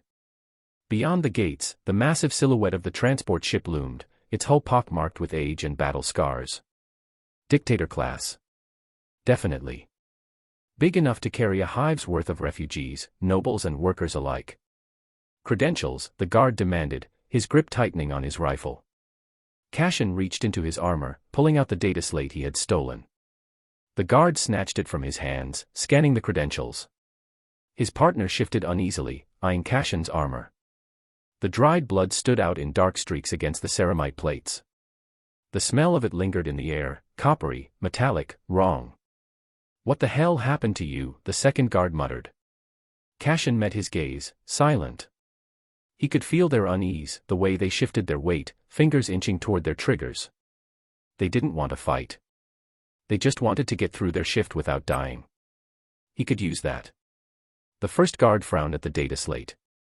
"These credentials check out, but..." "Emperor's balls, you're a mess. You expecting us to just let you walk on like that?" Cassian's jaw tightened. He reached out, not with his hands, but with his mind, the barest brush against their thoughts. Fear. Confusion. Suspicion. He pushed, gently, slipping into the cracks of their consciousness. Not enough to control them, but enough to blur the edges. Make them doubt. "You don't see me," he murmured, voice barely more than a whisper. The guards stiffened. Their eyes glazed over for a moment, flickering with uncertainty. Cassian felt the tension drain from their shoulders, their thoughts sliding away from him like water down a drain. The first guard blinked, shaking his head. "Huh. Must have been seeing things." He handed back the slate, waving Cassian through. "Move along." Cassian slipped past without another word. The ship's interior was a labyrinth of cold steel and flickering lumens. The air smelled faintly of machine oil and ozone, the distant hum of the engines vibrating through the floor. Refugees shuffled past him, eyes downcast, their whispers lost in the endless corridors. Servo skulls hovered above, scanning faces and comparing them to the ship's manifest. Cassian moved carefully, stretching his mind outward. Each time a skull drifted near, he twisted the fabric of perception, nudging it just enough to make its sensors veer away. It was like stepping between shadows, a blind spot in the machine's gaze. The passenger quarters were little more than rows of cramped bunk rooms, each one barely big enough to lie down in. Cassian frowned. No. He needed space. Privacy. Somewhere he could take off the armor and rest. His eyes fell on a heavy door at the end of the corridor, marked with an administrative sigil. Larger than the others. Probably reserved for someone important. He reached out again, feeling for the lock's mechanism. The ship's machine spirit hummed in response, a quiet whisper in the back of his mind. He pushed against it, the latch clicking open with a soft hiss. The room was luxurious. Not by noble standards, but compared to the squalor outside, it felt like a throne room. The bed was large and soft, sheets crisp and clean. A desk sat against one wall, a small Vox unit humming softly beside it. Even a tiny shrine to the Emperor stood in the corner, the Aquila worn smooth by years of whispered prayers. Cassian exhaled slowly, the weight of the past days crashing down on him. He stripped off his armor piece by piece, each plate hissing as the seals released. The ceramite was slick with dried blood, the machine spirit humming softly beneath his fingers as he wiped it clean. Next, he pulled out the Godwin pattern bolt pistol. The weapon felt heavy in his hands, solid, reliable. He took his time, disassembling it piece by piece. The bolt mechanism slid free with a soft click, and he ran a cloth over the firing pin, ensuring it was free of grit. The meltagun came next, bulkier, more temperamental. He checked the charge coils, ensuring the power feed was secure. Even without a manual, the mechanisms felt intuitive, like a puzzle clicking into place. By the time he finished, his hands ached, fingers raw from scrubbing carbon buildup and oiling the moving parts. He set the weapons aside, lining them up neatly next to his armor. Then, finally, he collapsed onto the bed. The ship shuddered beneath him as the engines roared to life, but he barely noticed. Every muscle in his body ached. Every breath felt like dragging glass through his lungs. Still, he was alive. That was enough. The mess hall was packed with passengers, all crammed into long rows of metal tables. Cassian slipped in unnoticed, taking a tray from a servitor and finding a seat at the edge of the room. He hadn't eaten properly in Emperor. How long had it been? The food was rich. Almost decadent. Roast groks, soft rolls slathered in butter, steaming bowls of amasec-laced broth. He tore into it with the desperation of a starving man. The meat was tender, the juices running down his chin as he bit into it. The bread melted on his tongue, soft and warm, the butter thick and salty. Every bite was a revelation. His body screamed for more, muscles aching for the nutrients he'd been denied for so long. As he ate, his mind drifted. The ship's hum faded into the background, replaced by the distant echoes of memory. The screams. The gunfire. The blood. He could still feel the heat of the meltagun, the way the cultist's body had disintegrated into ash and bone. His hands tightened around the bread. He forced himself to breathe. Slow. Steady. He was alive. He had a ship. A plan. For now, that was enough. He took another bite, savoring the taste, and for the first time in what felt like a lifetime, he allowed himself to relax. Chapter 33, The Escape. Cassian's stomach still felt pleasantly full from the last meal, a rare sensation after so many days of hunger and hardship. Sleep had come easily after, heavy and dreamless, letting his body mend from the strain of overusing both his muscles and his mind.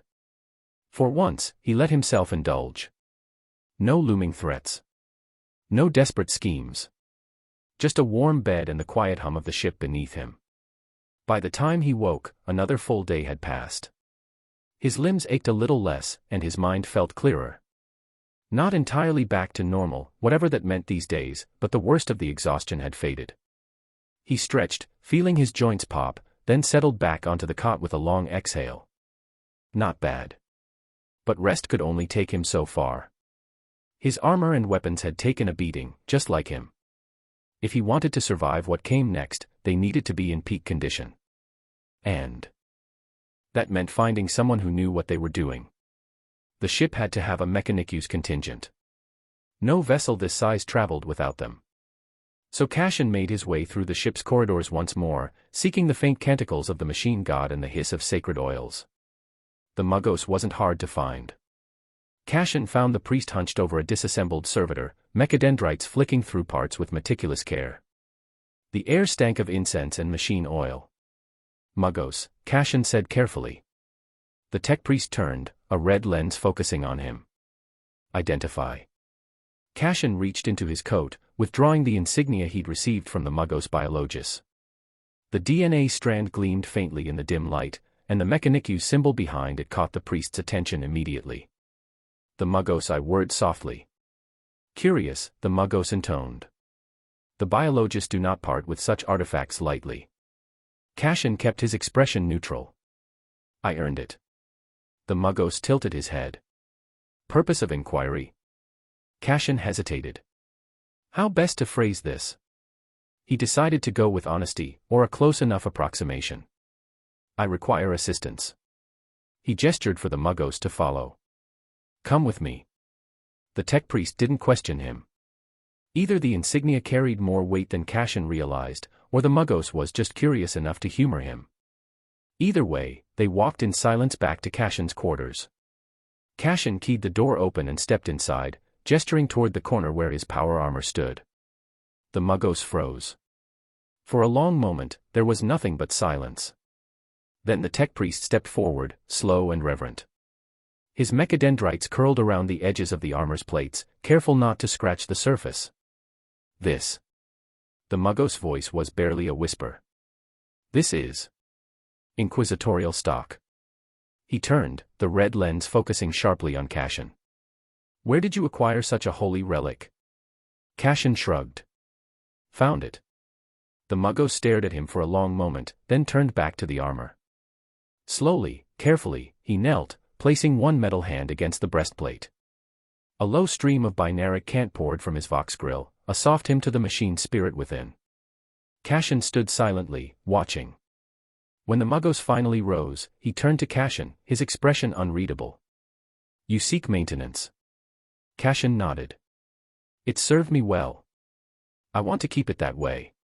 He hesitated. I'd also like to learn. The Muggos blinked. Learn. Cashin shrugged again. The armor saved my life more than once. I figure it's only right I know how to care for it properly. For a moment, the Muggos said nothing. Then, slowly, he inclined his head. A worthy pursuit. The next few hours passed in a blur. The Muggos guided Cashin through the proper rituals, each step a blend of practical maintenance and holy rite. They purified the armor with sacred oils, anointed its joints with unguents, and recited the proper canticles to appease its machine spirit. Cashin listened closely, following the Muggos' instructions to the letter. He worked the servos, cleaned the power feeds, and checked the integrity of the fiber bundles. The machine spirit purred softly beneath his fingertips, as if pleased by the attention. The Muggos watched him carefully, occasionally nodding in approval. You have a gift, he said quietly. Few outside the cult mechanicus possess such attunement. Cashin snorted. Just good instincts. The Muggos tilted his head. Perhaps. He handed Cashin a data slate. Study this. It contains the rites of maintenance. Cashin accepted the slate, tucking it into his coat. Thanks. They moved on to the weapons next, the Godwin pattern bolt gun, the plasma gun, and the melta. The Muggos' reverence only grew as each weapon was unveiled. He ran his hands along the barrels, whispering soft prayers to the machine spirits within. These are relics, the Muggos said softly. Each one worthy of a shrine. Cashin chuckled. They're more useful in a fight. The Muggos turned, his red lens flickering. Then, surprisingly, he laughed, a dry, metallic sound. Perhaps you are right. They worked in silence for a while longer, the only sounds the hiss of sacred oils and the hum of the ship's engines. When at last the work was done, the Muggos stepped back, surveying their handiwork. The armor gleamed under the dim light, its machine spirit purring softly. The weapons were clean and well-oiled, ready for battle once more. You have done well, the Muggos said quietly. The Omnissiah would be pleased. Cashin smiled faintly. All paths lead to the Omnissiah. He gestured to the armor. Flesh or machine, it's all the same. Every act of understanding is worship. The Muggos stared at him for a long moment. Then, slowly, he nodded. Perhaps you are right. He placed a hand on Cashin's shoulder. Should you ever seek the path of the Mechanicus, know that you will find allies. Cashin nodded. I'll keep that in mind. As the Muggos left, Cashin sat down on his cot, staring at the armor. The machine spirit purred softly in the back of his mind, a low pulse of warmth and approval. He ran a hand along the polished plates, feeling the hum beneath his fingertips. For the first time in a long while, he felt calm. Maybe things weren't so hopeless after all. The Imperator Bellum trembled beneath his boots. Captain Dallas Corvin gripped the brass railing of the command dais, knuckles white, as the ship's ancient machine spirit groaned against the planet's corrupted atmosphere. The bridge was alive with panicked vox chatter, the hurried clatter of boots, and the low drone of warning klaxons echoing through the vaulted halls. Thrusters holding at 60% output, a junior officer called out, voice strained. The gravitational pull is increasing, it's like the planet doesn't want us to leave. Corvin's jaw tightened. Increase power to the dorsal engines. I want us out of this hell before we become part of it. The Imperator Bellum was a proud vessel, a dictator-class cruiser, built to house thousands and armed to rain death upon the enemies of the Imperium. Yet as it clawed its way free of the demon-infested world below, it felt as if the ship itself recoiled from the horrors that unfolded beneath its hull. The viewport displayed a nightmare. Where once a hive world stood, now only writhing masses of flesh and iron twisted through broken cityscapes, rivers of molten metal and blood running between shattered spires. In the atmosphere, demons soared like vultures over a dying carcass, their unnatural forms shrieking through the thin air. Lightning crackled in the clouds, splitting the sky with eerie purple and green hues. The world had turned into a nightmare-given form, a demon world. "Captain, multiple warp signatures converging on our position." The sensor officer's voice cracked. "Demons, hundreds of them. Void shields holding." Corvin barked. "Affirmative, but the stress is immense. I don't know how long they'll last." The ship lurched violently as a demon collided with the shields, its form exploding into dark mist against the invisible barrier. Corvin steadied himself. "Helmsman, push her harder. Break through." The helmsman, sweat pouring down his face, shoved the engine controls forward. The Imperator Bellum roared as its thrusters flared, the ship surging upward. Outside, demonic forms clawed at the vessel, trying to drag it back down into the madness below. Corvin could almost feel the hatred pressing against the hull. Suddenly, the lights flickered. A deep, bone-rattling groan echoed through the ship. For a moment, the bridge fell silent, save for the ragged breaths of its crew. Then, the Auspex screamed. "Captain!" A comms officer nearly stumbled over his console. "Something massive, it's..." Before he could finish, the viewport darkened. A colossal form pushed through the clouds, a greater demon.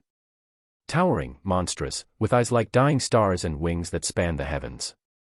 It raised a clawed hand, and Corvin felt the temperature drop as its gaze fell upon them. The shields flared brighter, cracks of blue lightning dancing across the hull. "Fire forward batteries!" Corvin roared. Macro cannons thundered, filling the sky with explosive light. The demon recoiled, screeching, as the rounds tore through its form. The ship pushed upward, straining against the planet's grip, engines howling. Almost clear of the atmosphere. The hull groaned, metal warping under the strain. Every deck felt the ship's pain as it fought against the pull of chaos itself. The air grew thick, heavy, like 1,000 invisible claws dragging the cruiser back. Corvin gritted his teeth. "Come on, old girl, just a little more." Then, with a deafening crack, they breached the atmosphere. The ship lurched, momentarily weightless before the void embraced them. The view shifted, and the writhing mass of the demon world fell behind, shrinking as they accelerated into orbit. The tension on the bridge broke, and the crew exhaled as one. Corvin slumped against the railing, heart pounding. "Status. Void shields holding. Engines stabilizing. We're free, Captain." He nodded slowly, looking out into the cold darkness of space. The battle wasn't over. Not yet. But for now, they had escaped. Set course away from the planet. No warp jump now. No ship has escaped this cluster. Find a Imperium-aligned world. As the crew moved to carry out his orders, Corvin allowed himself a rare moment of relief. They had survived. For now. And in the dark, the stars watched. Chapter 34, Into the Unknown. Thank you for your overwhelming support, guys. Here's a bonus chapter. The viewing deck was silent. The ship drifted through the void, silent save for the distant hum of its engines and the faint, almost imperceptible vibrations beneath the deck. Cashin stood among the crowd, his gaze locked on the massive viewport. Through the reinforced glass, the planet hung against the darkness of space, a once familiar silhouette now twisted into something unrecognizable. The surface churned with malevolent colors, deep reds and sickly purples swirling like bruises across the atmosphere. Black veins of corruption snaked across the continents, splitting open the crust like festering wounds. Even from orbit, he could see the flickering lights of fires still raging across the hives, consuming everything. This wasn't the world he'd grown up in. It was something else now. A chaos world. People whispered around him, voices hushed and trembling. Some wept quietly. Others simply stood, frozen in shock, eyes hollow. Every face was painted with the same expression, grief, disbelief, and the kind of numbness that only came when everything you'd known was gone. Cassian could feel it too, gnawing at his chest, a cold weight pressing down on his lungs. He was alive, but what did that mean when there was nothing left behind him but ruin? He closed his eyes for a moment, trying to push the thoughts away. But they came anyway. The faces of those he'd left behind. The ones who had died so he could make it this far. Joran. The smuggler with a crooked grin and a talent for getting in over his head. Varen. The grizzled ex-Arbite who had given him his first real taste of combat. Had he made it? Or was he down there now, lost amidst the madness? Even the nameless workers he'd toiled alongside, sweating through shifts in the manufactorums, or trading hushed words in the black markets. They were all gone. Cassian clenched his jaw, fingers curling into fists. He shouldn't care. He'd told himself that more times than he could count. Warhammer wasn't a story anymore. It was real. People died. Worlds burned. He'd known that the moment he arrived. And yet. He opened his eyes. The planet still spun below, distant and cold. He hated it. Hated the hive, the endless work, the fear, the starvation. Every single day had been a fight to survive. But it was still his fight. His hell. And now even that was gone. A soft thud sounded beside him. Cassian turned, catching a glimpse of an older woman pressing her palm against the glass, tears streaming silently down her face. A young boy clung to her leg, his own eyes wide, uncomprehending. They had nothing now. None of them did. The ship rumbled softly, its engines shifting course. Cassian heard someone sob quietly behind him. Others muttered prayers. The Emperor. The Omnissiah. Anyone who might listen. He scoffed under his breath. As if gods had ever listened. Still, he couldn't tear his eyes away. The ship drifted further into the void, and the planet grew smaller. Fires burned like pinpricks of light across its surface. The once familiar continents twisted, reshaped by the warp's touch. Soon, there'd be nothing left of what it once was. Just another nightmare among countless others. Cassian exhaled slowly, the tension easing from his shoulders. He should feel relieved. He'd escaped. Survived. But all he felt was empty. He turned away from the viewport. There was nothing left to see. Tomorrow, he would keep moving. He would learn. But tonight, he would mourn. For the first time since coming to this hell, Cassian allowed himself to grieve. And for a while, that was enough. Captain Dialis Corwin stood at the head of the strategium table, the dim glow of the hololithic display casting sharp shadows across his stern features. Around him, his senior officers sat in silence, the weight of their situation pressing heavily upon them. The ship's recent escape from the chaos-consumed planet had been harrowing, but their current predicament offered little solace. "Let's review our status," Corwin began, his voice steady but laced with underlying tension. "Astropathic communication is compromised, and warp travel is currently deemed too hazardous. Our supplies are limited, and we lack a clear destination. I need options, gentlemen." Lieutenant Commander Renauld, the ship's master of ordnance, leaned forward, his brow furrowed. "Captain, without the ability to enter the warp, our range is severely restricted. The nearest known Imperial world, Vos Prime, is several months away at sublight speeds, assuming it's still under Imperial control." "That's a significant assumption," interjected Navigator Halbrecht, his pale eyes reflecting the ethereal light of the display. "The warp is in turmoil. Even if we could chart a course, there's no guarantee we'd arrive safely or in a timely manner." Chief Chirurgeon Alara Varen, her medical robes still stained from the recent influx of wounded, spoke up next. "Our medical supplies are dwindling. We can manage for now, but any unforeseen circumstances could tip us into a crisis." Corwin nodded, absorbing the information. "What about our current position? Are there any resources within reach?" Lieutenant Soren, the ship's chief Vox officer, adjusted his headset, scanning through frequencies. "Captain, we've been monitoring local signals. There's a faint distress beacon emanating from the derelict station Omega-12, an old mining outpost abandoned decades ago. It's approximately 2 weeks away at our current speed." "An abandoned station?" Renaud's skepticism was evident. "It could be a trap or worse, a beacon for scavengers and pirates. Or it could be a lifeline," Varen countered. If the station's life support systems are functional, we could replenish our oxygen supplies. There might also be medical stores left behind. Navigator Halbrecht stroked his chin thoughtfully. Accessing the station's logs could provide us with valuable information about the surrounding systems, perhaps even chart a safer route. Corwin weighed the options, his gaze fixed on the rotating holographic representation of their ship. What do we know about Omega-12? Soren tapped a few commands into his console, bringing up fragmented data. It was decommissioned due to depleted resources and structural instabilities. However, there's no record of it being dismantled or repurposed.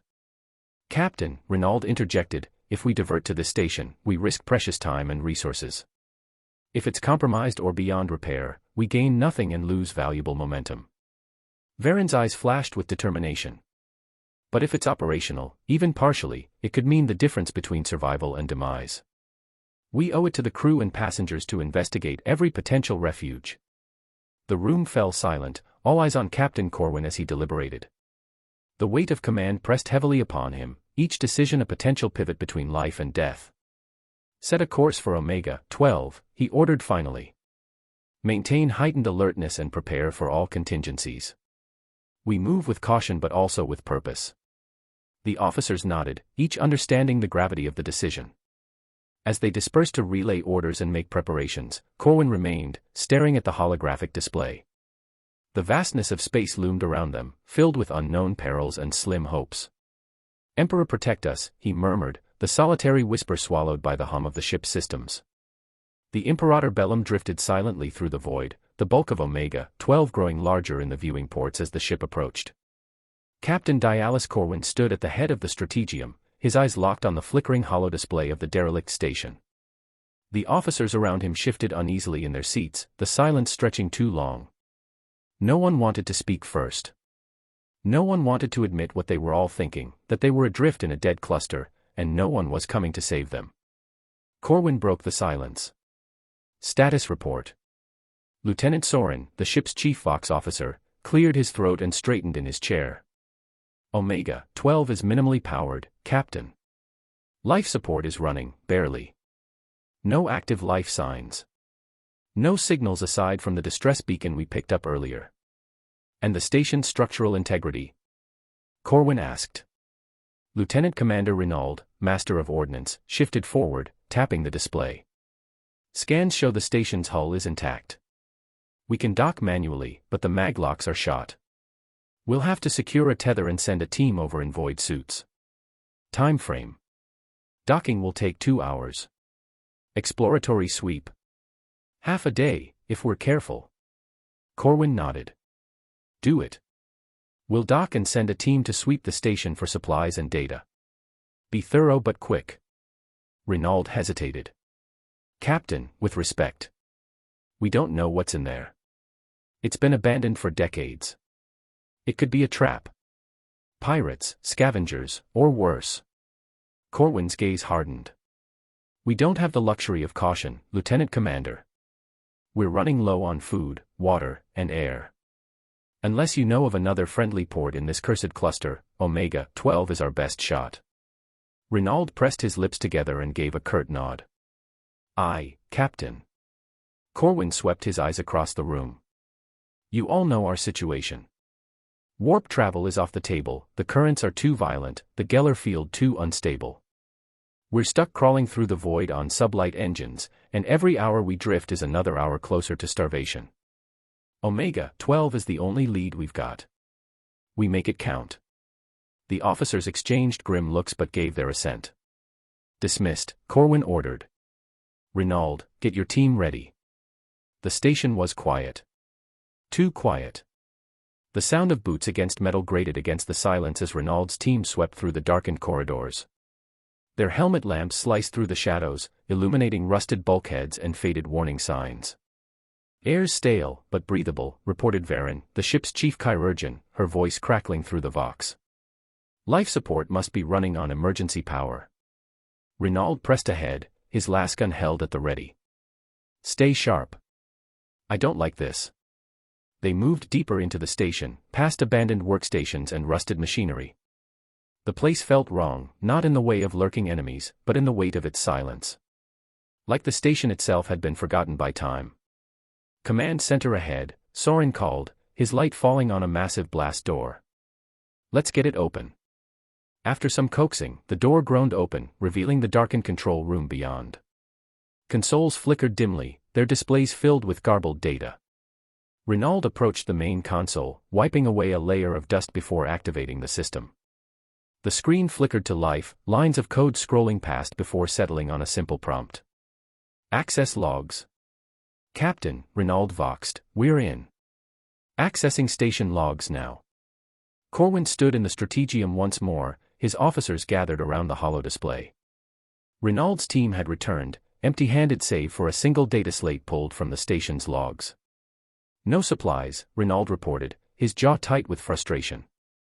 The station was stripped clean before it was abandoned. What little remained was either spoiled or unusable. Murmurs of dismay rippled through the officers. Corwin silenced them with a glance. And the data? Soren slid the slate across the table.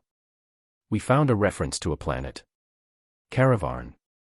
It was once a minor civilized world before the cluster fell into chaos. The station's logs mention a supply cache hidden beneath its surface, munitions, rations, possibly fuel. Caravarn. Corwin frowned, searching his memory. I've heard of it. Isn't it deep in the cluster? Soren nodded grimly. Yes, sir. And there's no telling what we'll find there. The last recorded transmission from the planet was nearly 2 decades ago, and it wasn't good. The logs mention civil unrest, cult activity, and worse. How far? Corwin asked quietly. 6 months at our current speed. Maybe more, depending on the condition of the sublight engines. The room fell silent once more. 6 months adrift in the void, with no guarantee that Caravarn would offer anything more than a slow death. Corwin closed his eyes, weighing their options. There weren't many. We set course for Caravarn, he ordered finally. It's a gamble, but it's the only lead we've got. We'll travel dark, avoid attention. I want all departments running double shifts to conserve resources. Every ounce of energy counts. Renaud hesitated. Sir, and if we get there and find nothing? Corwin's gaze hardened. Then we die. But at least we'll die trying. No one spoke after that.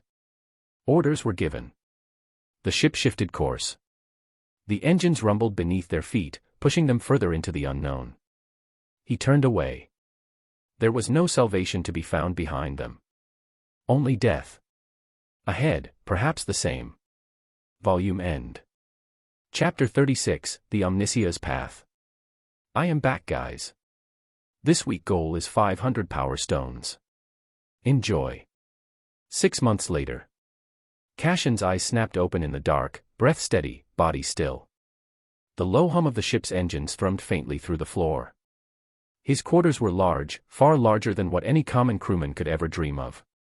A proper bed, a steel desk, a small armory against the far wall, and enough space to move freely. He'd made sure of that. 6 months aboard the Imperator Bellum had taught him more than just the workings of the ship. Minds were easy to nudge when you knew how. A whisper of authority here, a subtle push there, and the quartermaster had become convinced that Cashin belonged in officer quarters. No one questioned it after that. They never did. He sat up, running a hand through his hair. 15 now. The past year felt distant, blurred, like a different life. Even his reflection had changed. His body had grown leaner, harder, the softness of youth burned away through relentless training. His mind, though, that was where the real change had happened. His thoughts lined up cleanly, faster than before. Ideas clicked into place with a clarity that felt almost unnatural. The mimetic virus had sharpened him, his mind now a weapon honed to cut through knowledge and extract understanding. Learning had become a pleasure, not just for the sake of power, but because it felt right. Like he was meant to grasp these things. Cashin closed his eyes and reached out. There were minds. Distant, faint, dulled by sleep and the ship's bulkheads, but he felt them. The disciplined focus of the bridge crew stood out against the background hum of lesser minds. Cashin pushed further, expanding his awareness like a ripple across still water. The sensation was strange, not sight, not sound, but a presence. He inhaled slowly, focusing. Then, carefully, he pushed. A whisper of thought drifted into the mind of a sleeping crewman. Nothing complex, just a nudge, a flicker of unease. He felt the ripple of discomfort, the subconscious stirring as a dream turned sour. Cashin withdrew before it became more than that. It wasn't the first time. In the hive, he'd used it to slip past Arbites and cultists alike, planting doubt and fear in equal measure. He hadn't fully understood what he was doing then. Now he did. Every day, his grasp of telepathy grew stronger. He stood, rolling his shoulders. His body moved differently now, smoother, more controlled. The weakness of his old life had been carved away by months of relentless effort. Training was a ritual. Physical conditioning. Combat drills. Hours spent poring over Mechanicu's texts. Each day a step closer to mastery. The Muggos biologist had given him his first glimpse into the secrets of the flesh. Cashin had devoured those lessons, learning about cellular structures, genetic markers, and biological augmentation. Each piece of knowledge added a layer of understanding to his own body, what it had been, what it could become. But it was Muggos Farron who had opened the door to the machine. Lessons were never given directly. Instead, Farron made Cashin watch, observe, and when he failed to understand, he was left to puzzle it out on his own. Cashin didn't mind.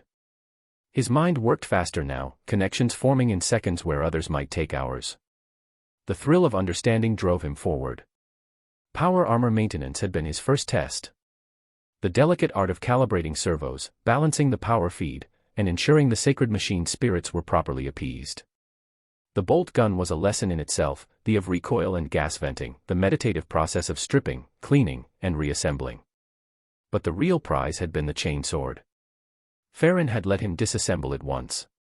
The memory burned vividly in Cashin's mind, the scent of sacred oils, the whir of the chain drive, the glimmer of polished teeth. Every piece of the weapon was a testament to craftsmanship and perfection.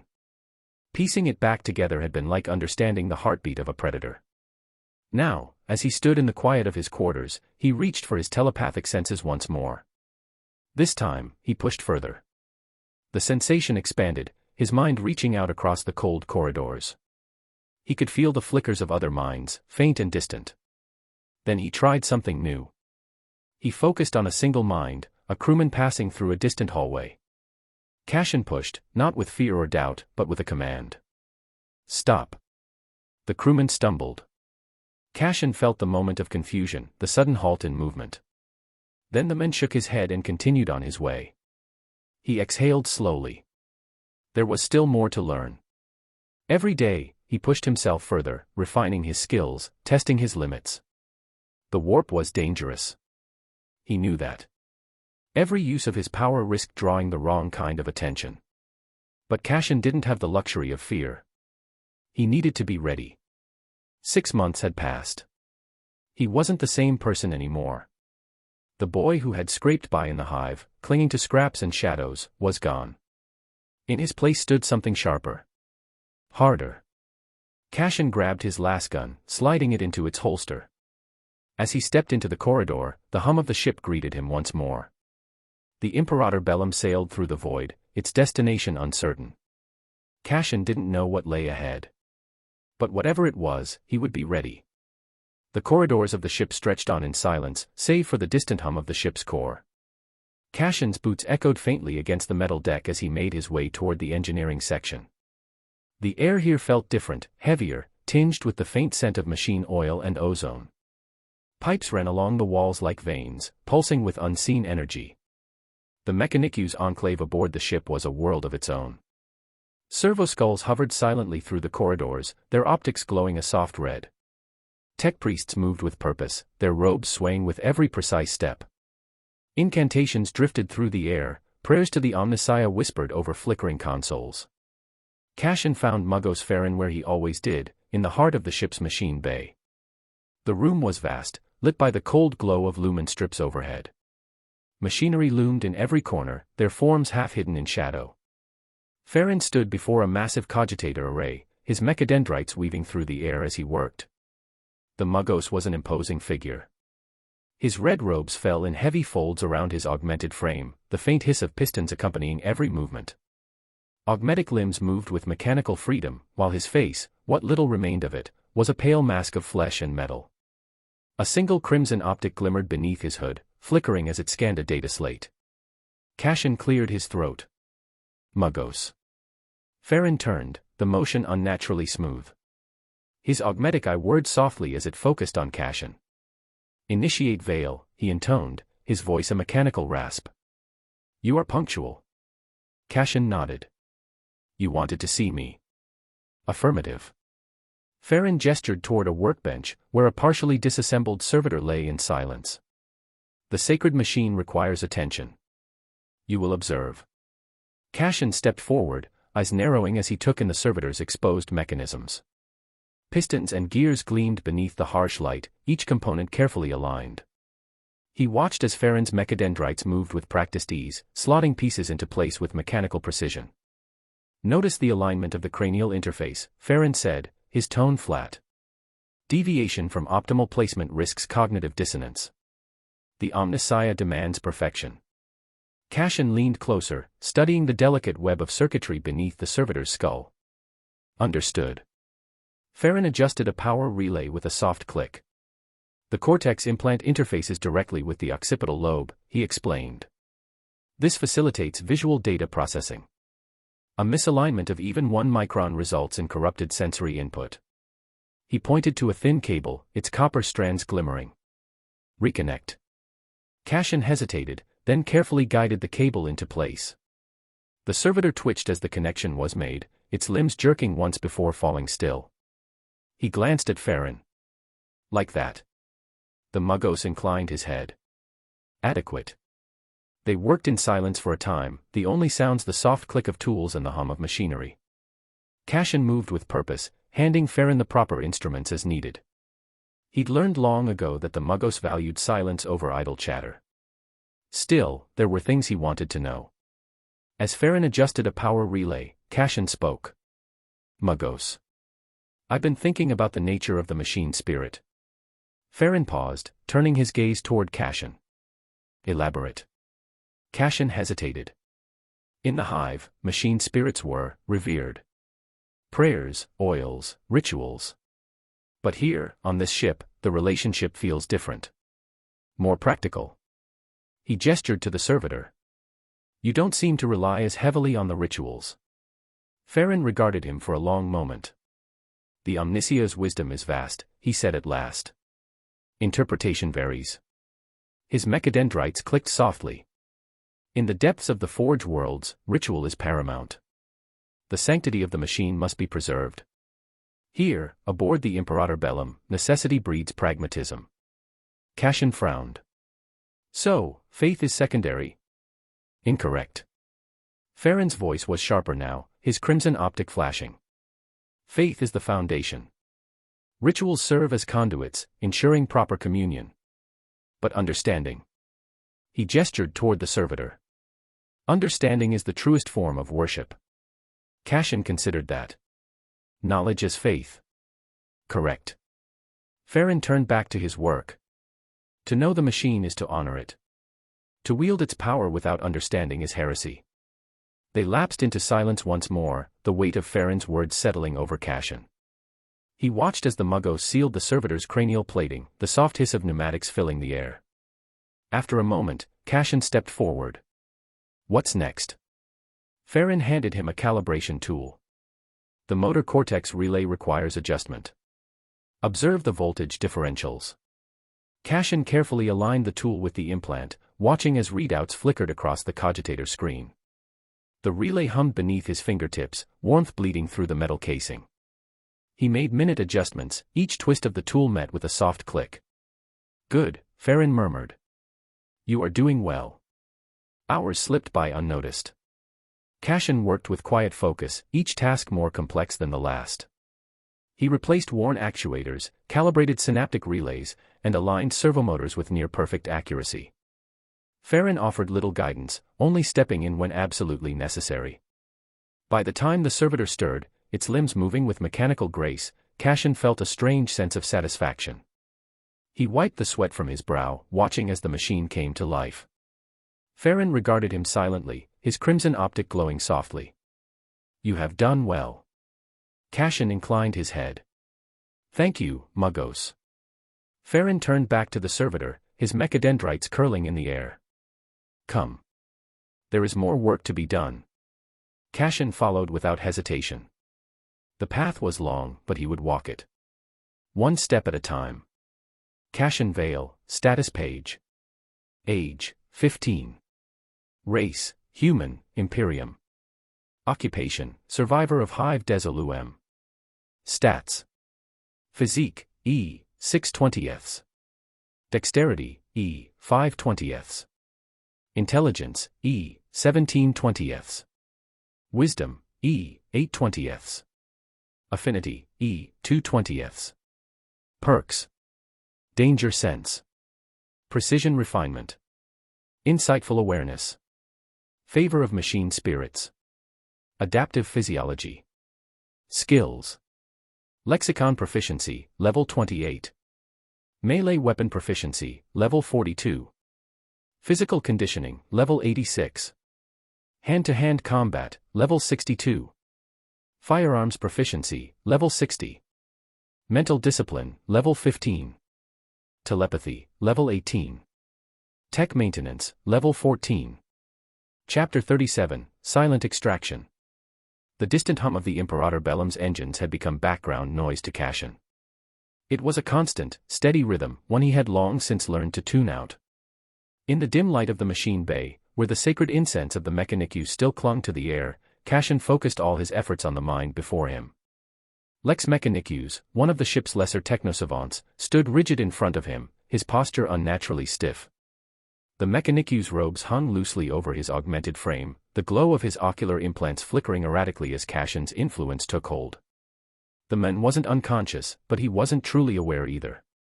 A careful balancing act, Cashin's telepathy sinking into the depths of his mind, extracting layers of knowledge without triggering alarm.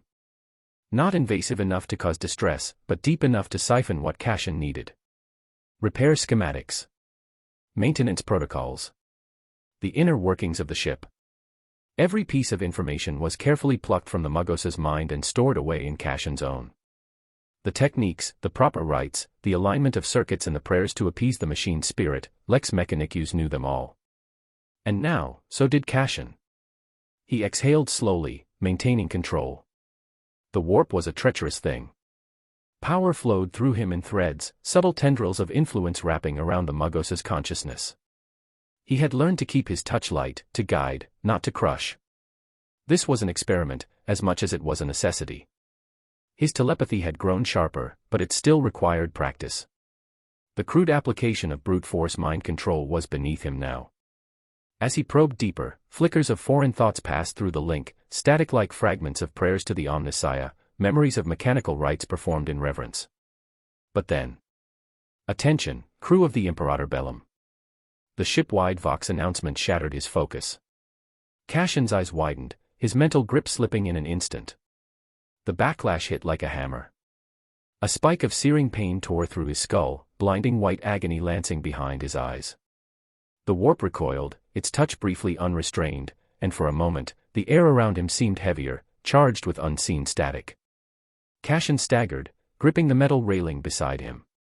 His breathing was sharp, ragged, his fingers twitching as the psychic strain clawed at his nerves. His vision swam, black spots eating at the edges. Damn it. Too much. He had overreached. Not enough to cause real damage, but enough to leave him reeling. Approaching Caravarn. Estimated arrival, 12 days. All personnel to remain on standby. The announcement concluded, but Cashin barely heard the rest. His mind was still ringing, his skull pulsing with the aftershock of psychic exertion. He forced himself to steady his breathing. In. Hold. Out. A practiced rhythm. He focused inward, drawing upon the meditation techniques he had developed. The warp's corrosive power gnawed at his mind, but he anchored himself to reality, shutting out the lingering remnants of pain. Slowly, the migraine dulled. The tension in his muscles eased. The sharp, grating pull of the warp receded. My mind is my own. By the time his vision cleared, Lex Mechanicus was still standing in place, motionless, his mind unaware of the violation that had just occurred. Cashin straightened, brushing sweat from his brow. Good. No permanent damage. His telepathy had grown more skilled, but there were still limits. He had extracted knowledge, experimented with influence, but maintaining control under stress, that needed work. The ship-wide announcement had thrown him off, proving that even now, he was not yet perfect. His grip on his abilities was strong. But it needed to be unshakable. With a silent command, Cashin withdrew his influence. The Muggos's head tilted slightly, as if waking from a trance, his mechanical eyes refocusing. Lex Mechanicus blinked. I seem to have lost my train of thought. Cashin gave a small smile. Long hours will do that. The Muggos considered his words before nodding. Indeed. The Omnisio's work is unending. With that, he turned away, continuing his duties as though nothing had happened. Cashin exhaled, shaking off the remnants of warp exposure. He had what he needed. 12 days. 12 days until Caravarn. 7 days passed. Cashin spent most of that time in quiet focus, honing his telepathy and refining his control over the warp. Each brush against a mind was smoother than the last. His touch was lighter, almost surgical.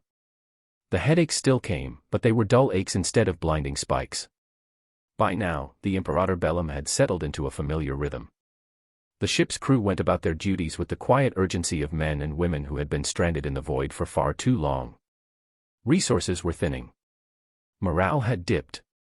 People rarely spoke unless necessary. Cashin noticed the shift, but kept to himself. But that didn't mean they ignored him. Over the past 6 months, his presence had grown harder to overlook even with his telepathy. Even when he tried to blend in, eyes lingered. Whispers spread. The Arbite who wore power armor. Some looked at him with respect. Others with caution. It made little difference to Cashin. What mattered was that the crew itself had noticed. A junior officer, barely out of his teens, found Cashin in the lower decks and passing along the message. An invitation from the captain himself informing him to be present at an important meeting at captain's quarters. The quarters themselves were dimly lit, the air thick with the scent of recaf and stale incense. The room was Spartan, bare walls, a steel desk, and a single flickering cogitator screen. Gilles Corwin sat at the head of the table, his scarred face visible to all present in the meeting. Around him stood the ship's senior crew. Lieutenant Commander Reynold leaning against the far wall, arms crossed over his chest, face unreadable. Hal Brecht, the ship's navigator, sat hunched in his chair, eyes closed probably due to staring at literal hell to chart courses every day. Chief Chirurgeon Alara Warren stood near the door, her gaze distant, as if reminiscing. Lieutenant Soren was quiet, he stood at Corwin's right. Cashin remained silent, as he walked into the meeting room. Corwin cleared his throat. We're closing in on Caravarn. His voice was low, rough with disuse. 5 days. Give or take. A silence settled over the room. Cashin folded his arms, listening. Corwin tapped on his cogitator, and a grainy holomap flickered into view. A planet hung suspended in the air, spinning slowly in the dim light. Caravarn, Corwin continued. Civilized world. Or at least, it was. He leaned forward, his gaze sweeping across the room. Last transmission was 20, maybe 30 years ago. Reports of uprisings. Cult activity. He exhaled sharply. After that, silence. Soren grunted. Could be dead. Or worse. No way to know, Corwin said. But it's our only shot. Supplies are running thin. We can't keep crawling through the void forever. His eyes darkened. If there's anything left down there, food, fuel, shelter, we need it. The silence deepened. Cashin glanced around the table, watching the others carefully. Reynold shifted in his seat. Assuming the planet isn't a death trap. Assuming, Corwin agreed. He turned toward Lurin. Chief Ensign Seer. The hunched tech priest tilted his head, the software of servos filling the air. The ship's sublight engines will hold, Lurin rasped. But we lack the resources for long-term repairs. If we don't dock somewhere soon. He trailed off, the unspoken truths hanging heavy. Corwin nodded grimly. Suggestions. Soren shifted, arms crossed. We approach slow. Scan the surface before we commit. If there's a threat, we don't land. Reynold frowned. And if there's nothing? What then? Then we pray, Corwin muttered. His gaze shifted to Cashin. Arbeit. Cashin straightened. He hadn't expected to be addressed so directly, but he met the captain's gaze. We don't have the luxury of choice, he said quietly. If there's a chance of survival down there, we take it. Corwin studied him for a moment, then nodded. Agreed. The meeting ended without ceremony. As the others filed out, Cashin lingered for a moment, watching the holomap spin slowly in the darkness. Caravarn. Another dead world. Or maybe worse. Either way, they were heading straight for it. The ship shuddered as it made contact with the planet's surface. The Imperator Bellum had docked far from any civilization, nestled into a barren stretch of land that stretched endlessly beneath a rust-colored sky. The void shields hummed faintly as the ramp lowered, and a dry wind howled through the open hatch. Cashin stood in the embarking bay, checking his weapons one last time. The hiss of his power armor's servos filled the silence as he moved, the Mark 7 plates shifting seamlessly with each motion. The armor's black sheen drank in the dim light, the inquisitorial seal on his pauldron glinting faintly.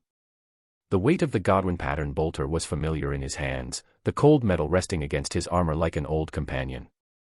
The melt-a-gun hung from a maglock at his hip, a brutal promise of destruction. Across his back, his chain sword purred softly, dormant but eager. He caught the occasional glance from the crew as they passed. Some eyes lingered longer than others, cautious, curious.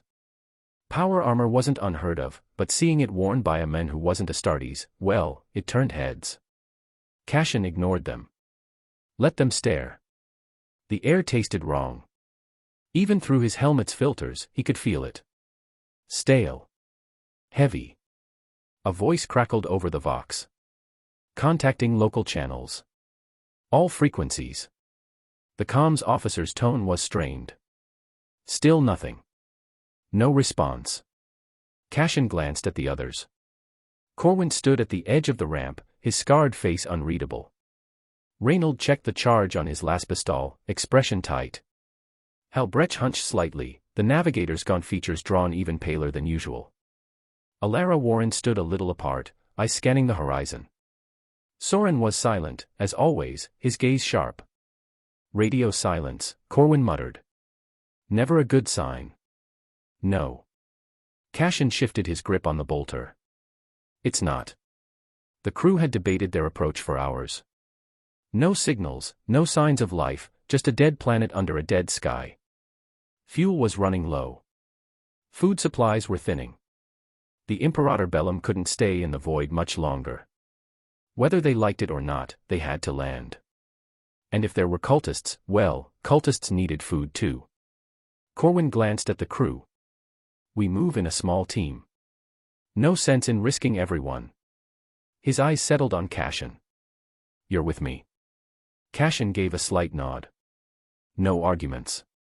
The ramp lowered fully, the hydraulic hiss fading into the dry wind. Cashin stepped out first, boots thudding against cracked earth. The landscape stretched out before them, barren and quiet. Jagged rocks jutted from the ground like broken teeth, and the horizon shimmered faintly beneath a hazy sun. There were no sounds. No distant hum of machines. No calls of wildlife. Just silence. Cashin shifted his bolter, scanning the terrain. The land sloped downward, leading into a shallow valley where twisted metal and rusted debris hinted at long-abandoned settlements. Farther out, dark shapes loomed against the horizon, half-crumbled structures, maybe. Or a city. Corwin stepped up beside him. We move in pairs. Scan the area.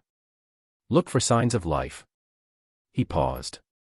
Or death. Cashin fell into step beside him, the software of his armor's servos the only sound as they moved forward. Word count, 2019. Chapter 38, First Contact. Cashin's boots crunched against dry soil, the weight of his power armor making each step sink slightly into the earth. The sun hung low in the sky, its pale light casting long shadows across the land. The city loomed ahead, a sprawl of metal and stone rising against the horizon. From a distance, it looked intact, not the crumbling ruins they'd feared. That alone was unsettling. After months adrift in the void, they'd braced for the worst. Cassian shifted his grip on the Godwin pattern bolter. Beside him, Captain Corwin marched in silence, his hand resting on the pommel of his chain sword. The others followed in a loose formation: Reynold, Helbreck, Alara Warren, Soren, and a small squad of armed crewmen.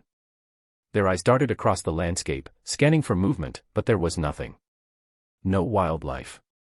No wind. Just stillness. As they neared the city's edge, the quiet gave way to sound. Faint at first, the distant murmur of voices, the hum of machinery. Then, as they crested a ridge, the city opened before them. It was alive. People moved through the streets, going about their business with a calm manner. Automobiles rumbled past, their engines purring smoothly. Market stalls lined the main thoroughfare, vendors hawking wares to passing citizens. Children laughed as they darted between the legs of adults. The buildings were tall and clean, their facades showing little sign of neglect. There were no signs of war. No signs of chaos. Cassian tensed. It felt wrong. After so long on edge, this normalcy was unsettling. He felt Corwin stiffen beside him. The others slowed, eyes scanning the crowd. Weapons down, Corwin muttered. No sudden moves. They advanced cautiously, boots echoing against the stone streets. Heads turned as they passed. People slowed, eyes widening as they caught sight of Cassian's armor, the seal gleaming in the sunlight. Whispers spread through the crowd, but there was no panic. Only curiosity. A group of men approached from the far side of the square. Their clothing was clean, high-collared jackets, polished boots, and subtle sigils of office pinned to their chests. One man stepped forward, tall and lean, his dark hair neatly combed. He raised a hand in greeting. "Welcome, travelers," the man said, voice smooth.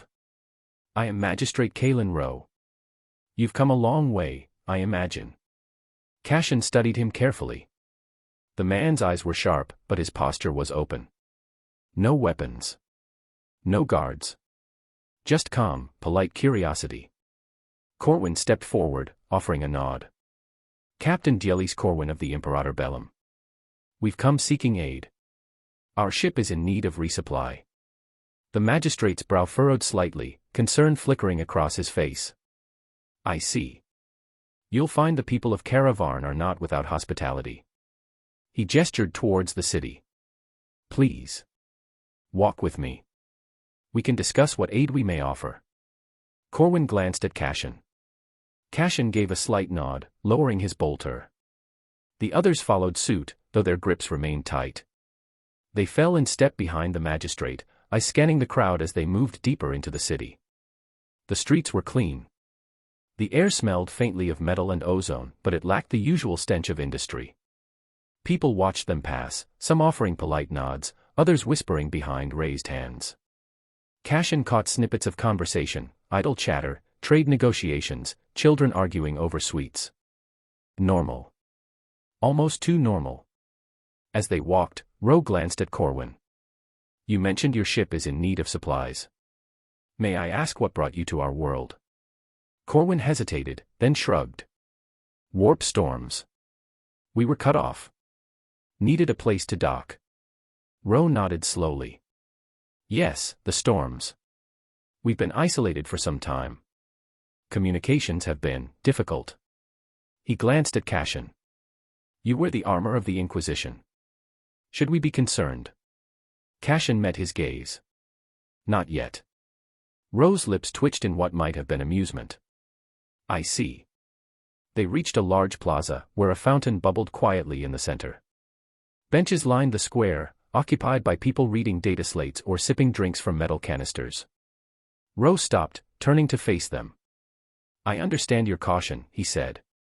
"But you'll find no enemies here. Caravarn is a civilized world, Captain Corwin. We are a people of order and tradition." Corwin studied him for a long moment, then gave a curt nod. "Good." Rowe smiled faintly. "Come. Let us speak further. I believe we may be able to help one another." Cassian exchanged a glance with Corwin, then fell into step behind the magistrate once more. For the first time in weeks, the tension in his chest eased. But not entirely. The plaza was quiet, save for the soft trickle of the fountain and the distant murmur of city life. Magistrate Rowe stood before the visitors, hands folded neatly behind his back, his expression calm and welcoming. The crew, Cashin among them, kept a respectful distance as Captain Corwin stepped forward to speak. Corwin studied Rowe carefully.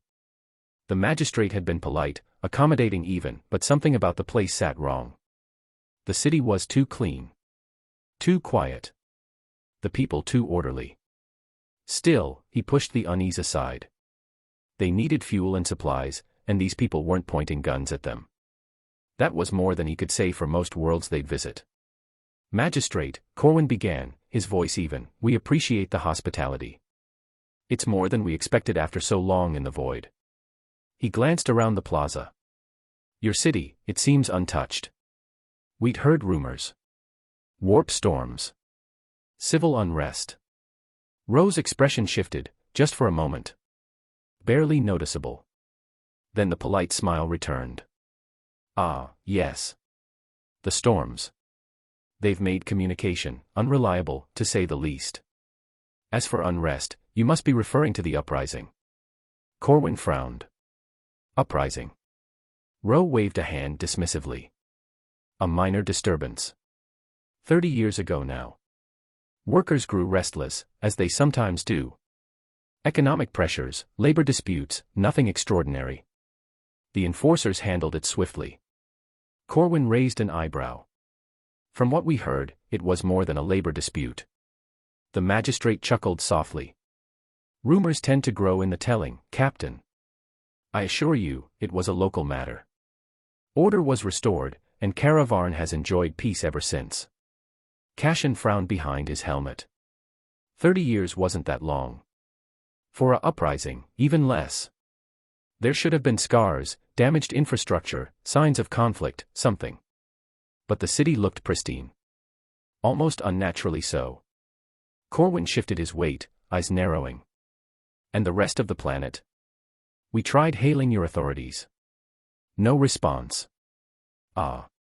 Rowe nodded, as if he'd expected the question. The storms have made off-world communication difficult. Even planetary Vox traffic can be unreliable at times. He gestured vaguely towards the sky. It's unfortunate, but we manage. Corwin's jaw tightened slightly. The silence stretched. Finally, he exhaled, shifting gears. We're in need of fuel and supplies. How quickly can that be arranged? Rowe's smile widened. Of course. Caravarn is a trading hub. We can accommodate your needs. He tilted his head slightly. Might I ask how long you intend to stay? Corwin hesitated. He didn't like giving out information so freely, but the truth was simple enough. Long enough to refuel and make necessary repairs. Travel hasn't been kind. Rowe nodded thoughtfully. Understandable. The storms have been unpredictable. He clasped his hands together. We'll assist where we can. Your crew is welcome to make use of our facilities. I'm sure you'll find the city quite accommodating. Corwin offered a tight nod. Appreciate it. The magistrate smiled again, then inclined his head. If there's anything else you require, simply ask. He turned smoothly, gesturing for them to follow. Come. I'll arrange accommodations. As they walked, Corwin leaned towards Cashin, keeping his voice low. Thoughts? Cashin frowned beneath his helm. Feels off. Corwin nodded. Agreed. But we don't have much choice. Still, they needed fuel. Supplies. Rest. Whatever suspicions lingered, they'd have to wait. For now. The crew returned to the ship in silence, steps echoing through the metal corridors as they made their way to the briefing hall. The air inside felt stale, recycled too many times, the hum of life support a constant reminder of how long they'd been drifting. Word spread quickly. By the time Captain Corwin stood before the assembled officers and nobles, the room was full. Faces, pale from months without natural light, turned towards him with quiet anticipation. Corwin kept his tone even, steady. The planet's safe. He paused, considering his words. As safe as it can be. A ripple of relief moved through the crowd. The nobles, draped in what finery they could still muster, exchanged quiet glances. For them, safety meant more than just survival, it meant a return to comfort. We'll begin refueling and resupplying immediately, Corwin continued. The locals have been accommodating. He didn't mention the unease that gnawed at the back of his mind. No need to stir panic. Cassian stood at the edge of the crowd, arms folded, watching the faces carefully. Relief. Hope. They were too eager to believe things would be simple. Too quick to forget how quickly things could turn. He turned and left before Corwin finished speaking. There was something he needed to do. The Muggos workshop was a cold, sterile place. Machinery whirred softly in the dim light, red optics glimmering in the shadows. Cassian stepped inside, the hiss of the door sealing behind him. Muggos Farron stood at a workbench, hunched over a disassembled servo skull, mechadendrites shifting and clicking as they worked. Muggos. Cassian's voice was quiet but firm. Farron turned, the red glow of his optics sweeping over Cassian's armored form. Initiate veil. The voice was metallic, distorted through the vox. Assistance required. Cassian hesitated. He didn't trust anyone. Not really. But if there was one person who wouldn't betray him, it was Farron. The Mechanicus didn't deal in secrets or politics. And they were aligned. I need you to store my armor, Cassian said, stripping off his gauntlet and placing it on the workbench with a heavy thud. Keep it secure. Farron's optics flickered, scanning the Mark 7 power armor.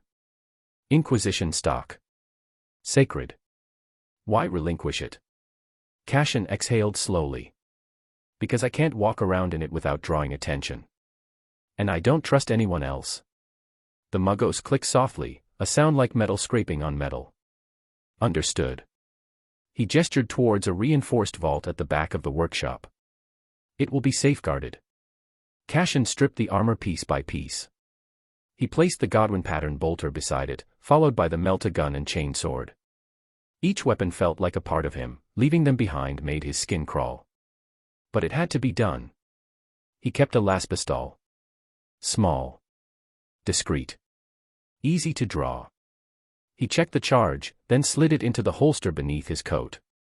Thank you. Cassian's voice was quiet.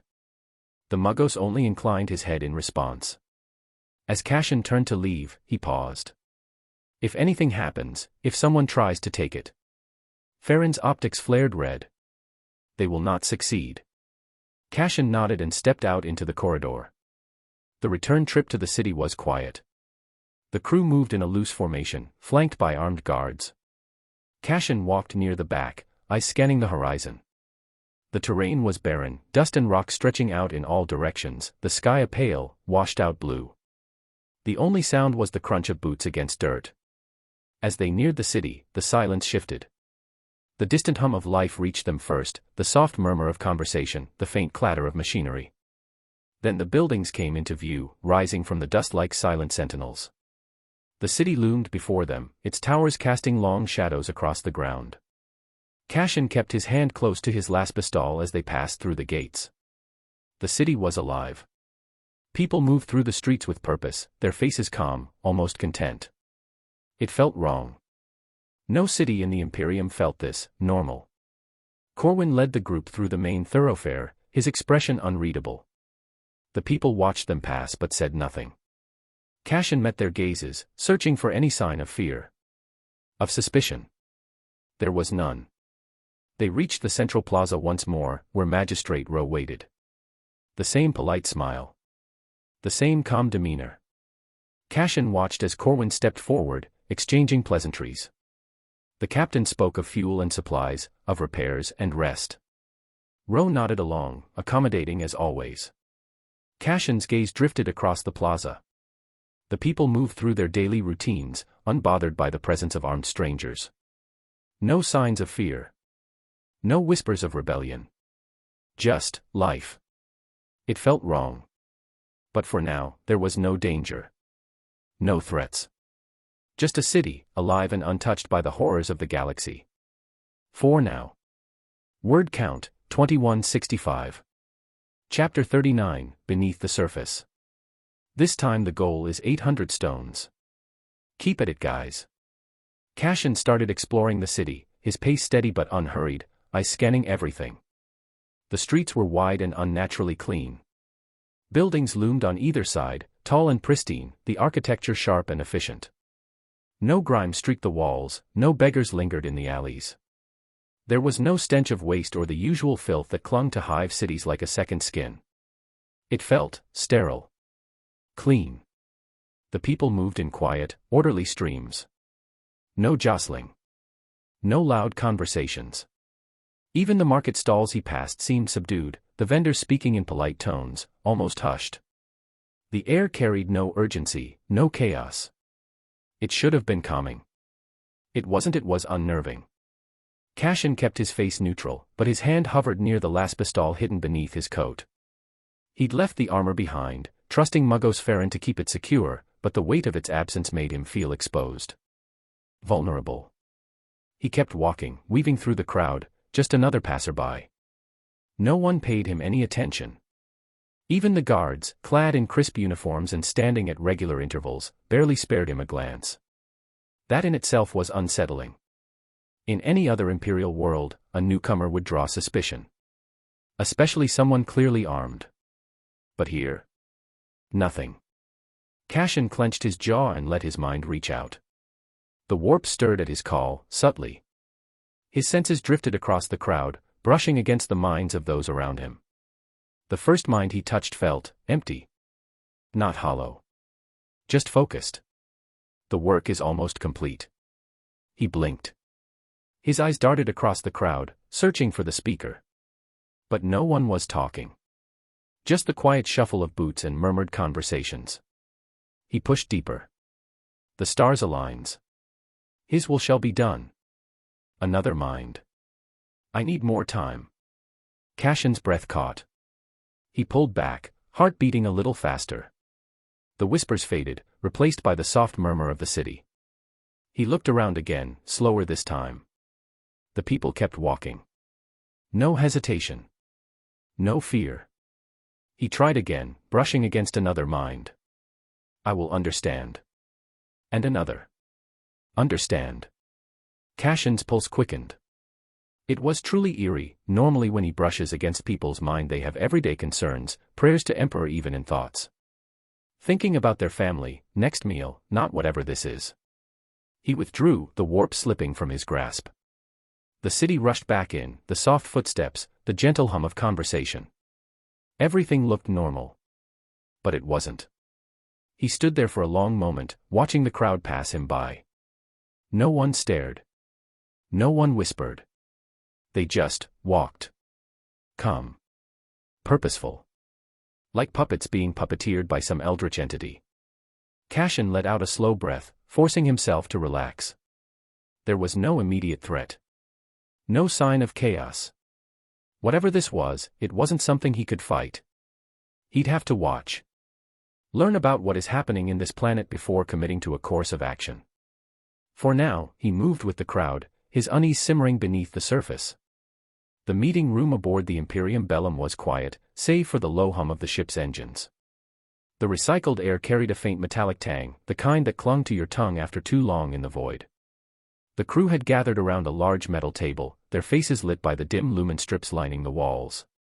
Captain Corwin stood at the head, arms folded, his expression unreadable. Lieutenant Reynolds sat to his left, fingers drumming a slow, steady rhythm against his thigh. Soren leaned against the bulkhead, his usual smirk absent. Magos stood off to the side, still and silent. Alara Warren sipping recaf. Cashin lingered near the wall, arms crossed. His gaze swept over the room, studying the faces of the crew. These were hardened men and women, people who had stared into the dark and lived to tell the tale. Veterans of warp travel, of close calls and near disasters. They didn't spook easily. Yet there was a tension in the air, subtle but undeniable. No one wanted to be the first to speak.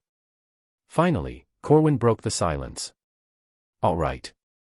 Let's hear it. What do we think of this place? The question hung there, heavy and unanswered. Cashin shifted, pushing off the wall and stepping forward. He could feel their eyes on him, waiting. He took a breath. There's something wrong with this planet. Corwin's gaze sharpened. Explain.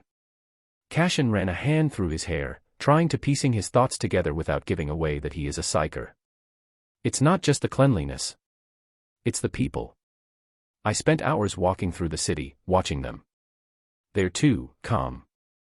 He shook his head. It's like they don't feel fear. No tension. No wariness of strangers. Even the guards didn't seem concerned about us. Soren snorted. Maybe they're just polite. Cashin ignored him. It's more than that. Every person I passed had this focus. I could see it in their eyes. They're all thinking about the same things. He hesitated, glancing around the table. I can't explain it, but it's there. Reynold shifted in his seat, brow furrowing. You felt it too. Cashin blinked. What do you mean? The lieutenant leaned forward, elbows resting on the table. Not the way you're describing, but there's a stillness here. It feels wrong. Like the city's waiting for something. He glanced at Corwin. I've felt it before. Back on Hive right before the rebellion. Corwin's expression darkened. Anyone else? Alara hesitated, then spoke softly. It's too perfect. The others turned to her, and she shrugged. Every city has its shadows. Even the most well-kept worlds have dark corners. But here, there's nothing. No graffiti. No signs of wear. It just doesn't feel lived in. Soren scoffed. You're all jumping at shadows. But the tension in his jaw betrayed him. Corwin sighed, rubbing his temples. It's not just that. He looked around the table. The nobles and civilians on board are already settling in. Desperate for a place to belong. After drifting through the void for so long, they'll cling to any sense of normalcy. They'll make excuses. Ignore the signs. Even the officers are starting to relax. Farron finally spoke, his mechanical voice breaking the silence. The planet offers resources we cannot afford to overlook. Refueling. Repairs. Food. His optic lenses whirred softly as they focused on Corwin. Prudence is required, but panic is inefficient. Cashin frowned. I'm not suggesting we panic. But we need to be careful. He met Corwin's gaze. This planet feels wrong. I don't know what it is yet, but we shouldn't let our guard down. The tension in the room settled like dust in the quiet that followed. Captain Corwin stood at the head of the table, arms folded, eyes scanning the faces of his officers.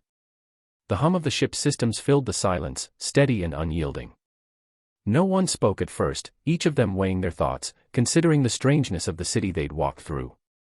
Cashin leaned forward, resting his elbows on the cold metal surface, watching Corwin carefully. All right, Corwin said finally, his voice low but steady. We're in agreement. Something is off about this planet. But suspicion isn't a plan. He glanced at Reynold. We need a course of action. Thoughts? Reynold shifted in his chair, fingers tapping against the table. First things first, we don't draw attention to ourselves. No sudden moves, no paranoia. We keep things calm. As far as anyone outside this ship knows, we're here to refuel and resupply. Nothing more. Corwin nodded. Good. Arbeit. Cashin spoke up. We can blend in, but we need eyes everywhere. The city is clean, almost unnaturally so, but it's more than that. The people, they don't act right. He hesitated, choosing his words carefully. It's like they're all thinking the same thing, moving with the same purpose. I'll keep watching. I'll move through the streets, keep my ears open, and see what I can pick up. Corwin considered that. Alone. I move quieter alone. Cashin met his gaze. I won't be noticed. The captain's eyes narrowed slightly, but he nodded. Fine. What else? Reynold spoke again. We stagger our movements. No large groups. If anyone's watching, they'll notice a squad moving through the streets. But 1 or 2 people at a time. It won't raise any alarms. Soren leaned against the bulkhead, arms crossed. And what exactly are we looking for? Weird behavior. Hidden symbols in the walls. They're polite, Captain. Maybe that's just how they are. Maybe, Corwin said quietly. But we don't take chances. He glanced at the others. You've all felt it. That itch at the back of your mind. Something isn't right. There was a murmur of quiet agreement. Even Soren shifted uneasily. I'll keep to the markets, Reynold offered. People talk when they trade. If there are rumors, I'll find them. Corwin nodded. Good. He turned to Farron. Muggos. The tech priest inclined his head slightly, optics whirring. I will monitor communications. The planet's Vox network is unusual. It is worth further analysis. Do it. Corwin turned back to the table, scanning the faces of his officers. We're here to refuel and resupply. That hasn't changed. But we keep our eyes open. We rotate shifts, 2 people in the city at all times. No more, no less. Cashin, you'll be the primary observer. Reynold, you'll coordinate rotations. Soren, you stick to the docks. Keep an ear on the ship hands. They always know more than they let on. Soren smirked. Aye, Captain. And the rest of us? Reynold asked. Keep the ship ready. We're guests here, but that doesn't mean we're safe. If we need to leave, I want us ready to fly in minutes, not hours. The lieutenant nodded. Cashin leaned back in his chair, watching the others carefully. There was unease in the room, subtle but there. These were hardened voidfarers, used to danger and uncertainty. The fact that they were uneasy spoke volumes. Cashin's own suspicions still lingered, but he pushed them aside for now. There was work to do. Corwin took a deep breath, looking around the table one last time. All right. We keep quiet. We stay sharp. If anything feels wrong, we regroup and reassess. Understood. A chorus of quiet nods followed. The meeting ended without ceremony. One by one, the crew filed out, each lost in their own thoughts. Cashin lingered for a moment, watching Corwin as the captain stared at the empty table. Finally, he turned and left the room, the hum of the ship's engines following him into the corridor. Word count, 1785. Chapter 40, The Watchful City. Bonus chapter at 500 stones, guys. Thanks for your support. Cashin sat outside a ration vendor, observing people as they came in and out of the shop going about their day. The other crew members had gone about their own business, Corvin and the officers handling the ship's resupply, and implementing the plan, the nobles taking to the city like half-starved men offered a banquet. Cashin, however, drifted alone, eyes moving from face to face, noticing every detail. The people unnerved him. They all walked with same purpose, there was no person left idle, each one has a destination to go to, some work needing to be done. No wasted effort, no idle wandering. Vendors manned market stalls, their goods carefully arranged, their greetings polite but distant. It all felt pre-programmed somehow. Like someone trying their hardest to mimic how a city works. Cashin stood up and greeted the vendor. Before going along with the crowd, he moved on, eyes flicking between the buildings. The architecture was flawless, each stone fitted with care, each window perfectly placed. Even the grime seemed to be put there carefully, as if it had been arranged to give the city a lived-in feel. Cashin stopped at a fountain. The water was clear, the surface smooth. He knelt, cupping his hands to drink, and caught his reflection in the water. His own face stared back at him, sharp features, dark eyes, a thin scar along his jaw. His black hair hung loose, framing his face, his pale skin standing out against the dark fabric of his coat.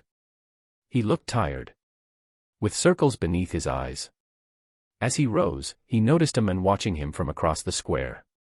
Cashin tensed, hand drifting toward his last pistol, but the man only smiled. The kind of polite, distant smile one gives to a passing stranger.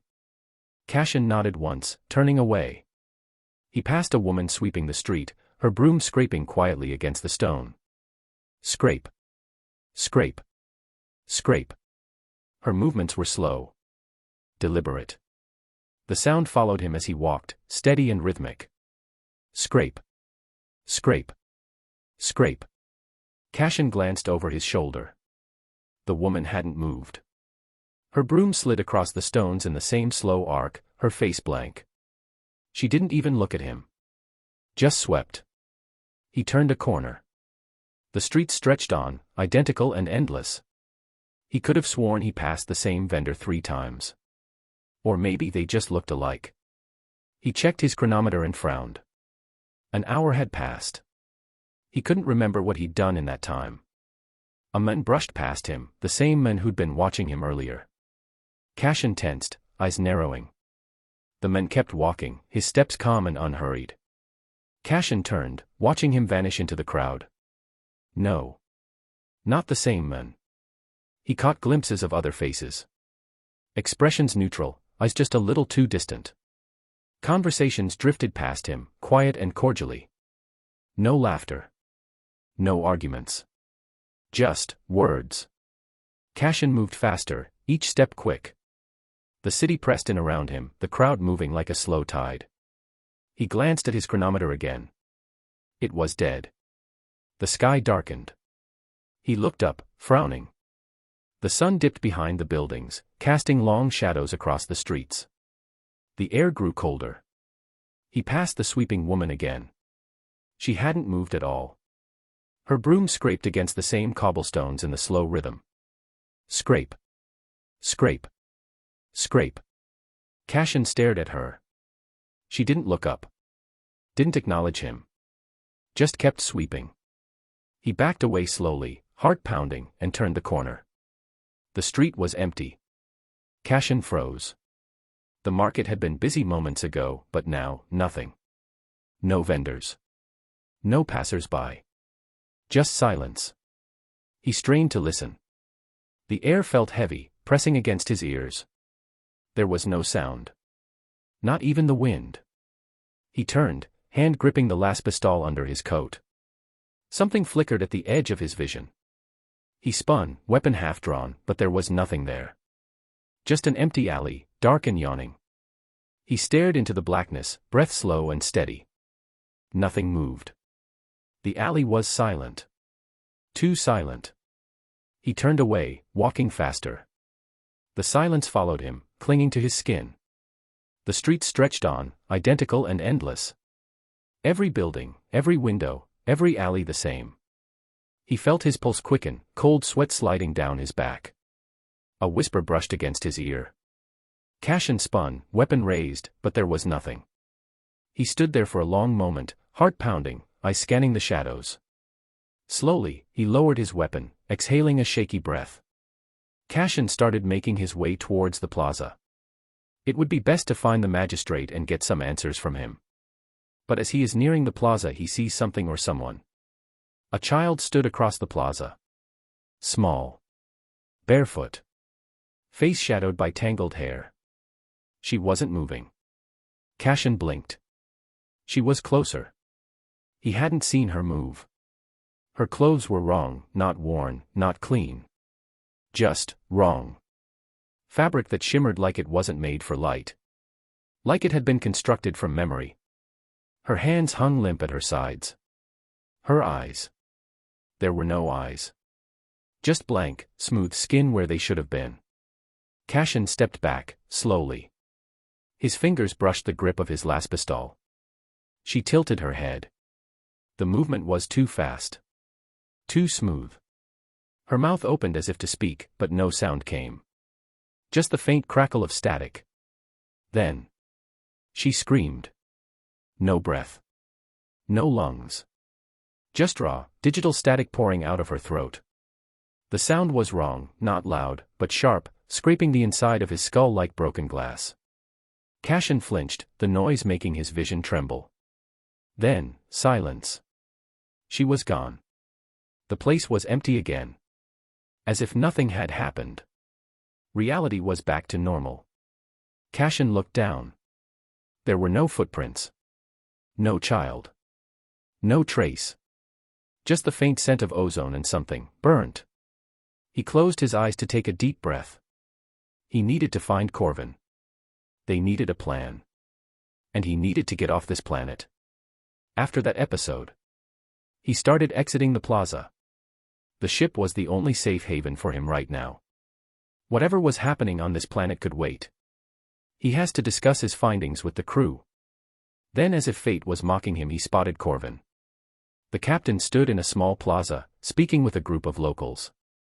The scene should have been mundane, but something about it made Cashin's pulse quicken.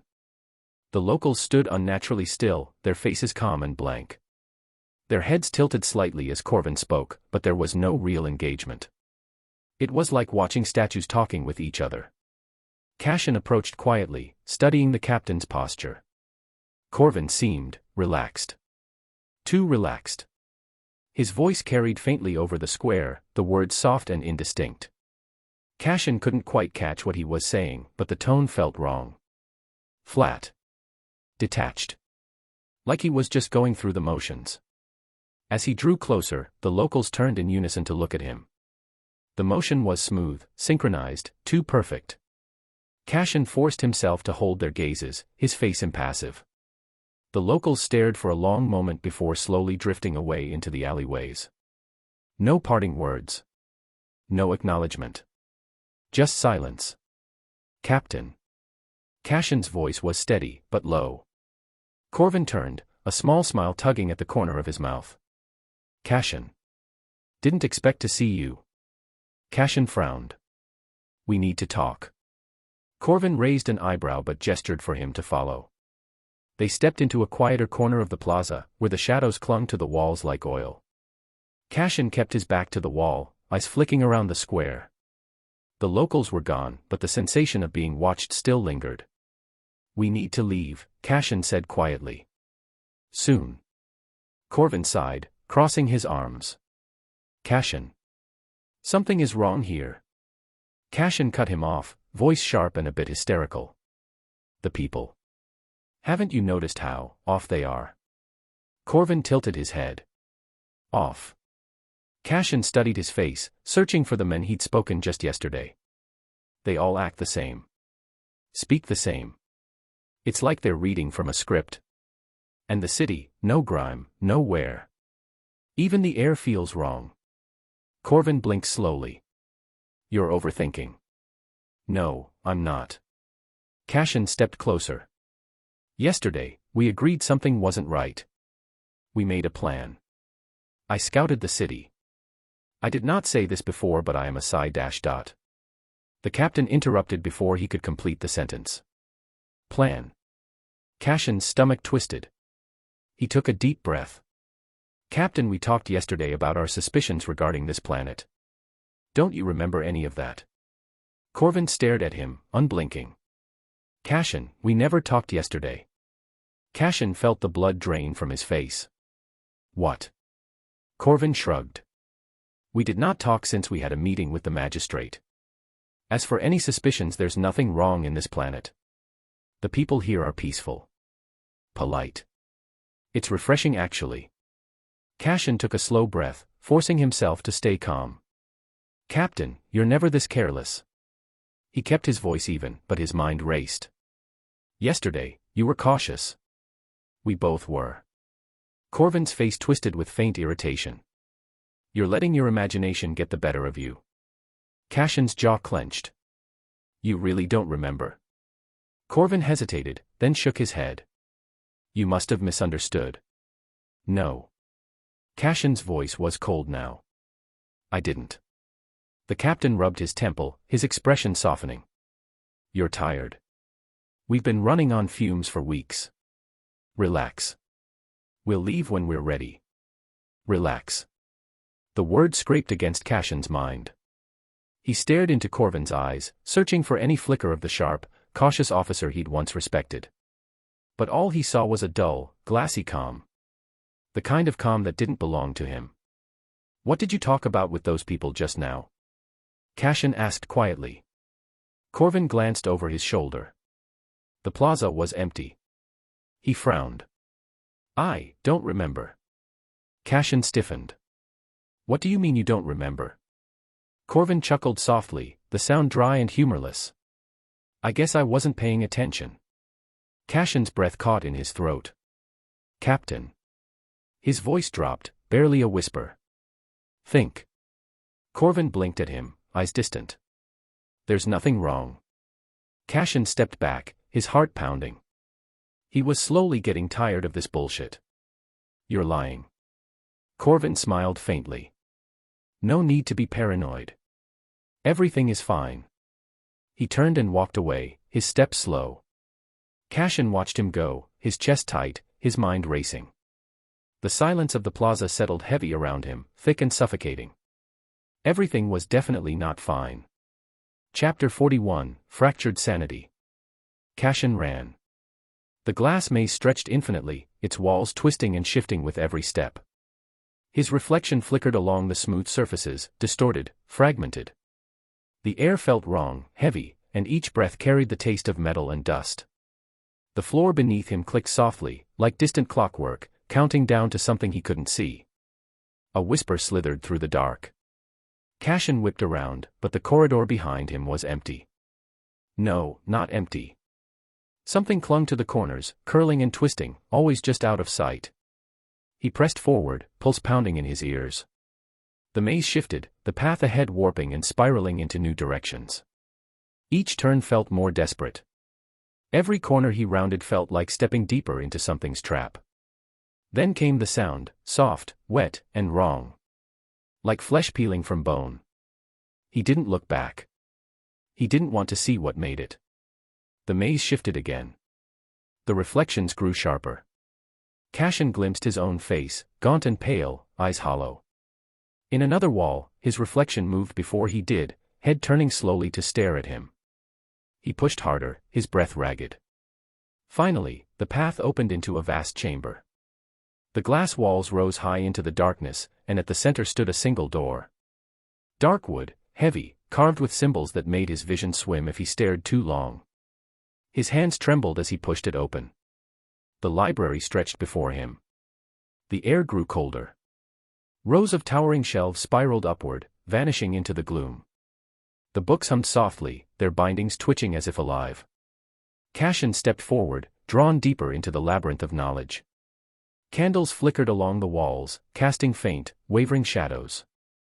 He moved down an aisle, fingers brushing against the spines of the books. The titles were unreadable, shifting whenever he tried to focus. One book caught his eye, bound in dark blue leather, its cover smooth and cold. He pulled it free, and the pages fell open beneath his touch. The words shifted, rearranging themselves into meaning. It read. The mind's boundaries are self-imposed. The diagrams were elegant, intricate. They showed the delicate lattice of thought, the threads of the mind entwined with the warp. Cashin followed the patterns, understanding seeping into him as if the book whispered its secrets directly into his thoughts. There were techniques here, real techniques. Ways to refine his telepathy, to make it sharper, more dangerous. He read about mental lances, focused bursts of psychic energy that could pierce through a target's thoughts, leaving them stunned or broken. He studied the art of cloaking his presence in the minds of others, slipping unnoticed through their perceptions. Another page turned, revealing something deeper. Techniques to fortify the mind, weaving mental barriers to shield his thoughts from intrusion. There were methods to strengthen his connection to the warp, using emotion as fuel, fear, anger, even pain, each becoming a weapon. Cashin flipped another page, breath-catching. There were ways to push the limits. To amplify his physical form, if only briefly, by channeling warp energy through his nerves and muscles. It wasn't his discipline, but the technique was clear. He could feel the knowledge threading into his mind, becoming a part of him. The candlelight dimmed. Cashin stiffened. The shadows crept closer. The library groaned. He shut the book and turned, heart pounding. The shelves stretched endlessly, the path behind him gone. The darkness pressed in, cold and suffocating. Then he heard something, the wet, scraping sound. Closer now. The shadows slithered along the floor, pooling at his feet. He tried to run, but his legs felt leaden, heavy. The darkness climbed higher, curling around his limbs. The library twisted, the walls bending inward.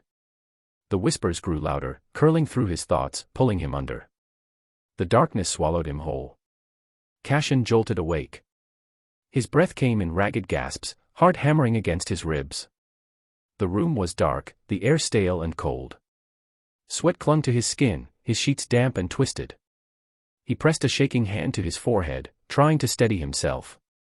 It had been a dream. Hadn't it? He closed his eyes, but the knowledge was still there. The techniques. The diagrams. Every word was burned into his mind. Cashin sat up slowly, breathing hard. His head throbbed. He swallowed, glancing around the dark room. The shadows lingered a little too long. The silence felt heavier. Cashin lay back down, staring at the ceiling. Trying to get rid of the dream. Cashin woke to silence. He lay still for a long moment, staring at the metal ceiling above him. The dream still clung to him. No, not a dream. It felt more like an intrusion. His head throbbed faintly, and behind his eyes lingered the afterimages of twisting glass corridors and shadows that moved when they shouldn't. The knowledge was still there. Techniques. Concepts. Words that felt like they didn't belong in his mind. He could almost feel the weight of them, like something foreign coiled in the back of his skull. Cashin sat up slowly, rubbing his face. His sheets were damp with cold sweat. He glanced around the dimly lit room. The ship's ancient ventilation system hissed softly in the background, a sound he usually found comforting. Today, it grated against his nerves.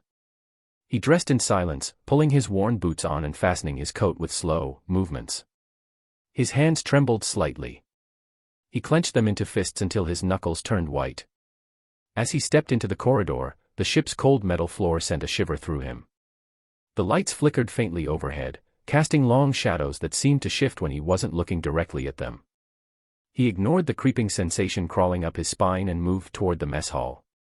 That's when he heard them. Low, urgent whispers drifted through the corridor, bouncing off the metal walls. Cashin slowed his steps, pressing himself against the cold bulkhead, straining to listen.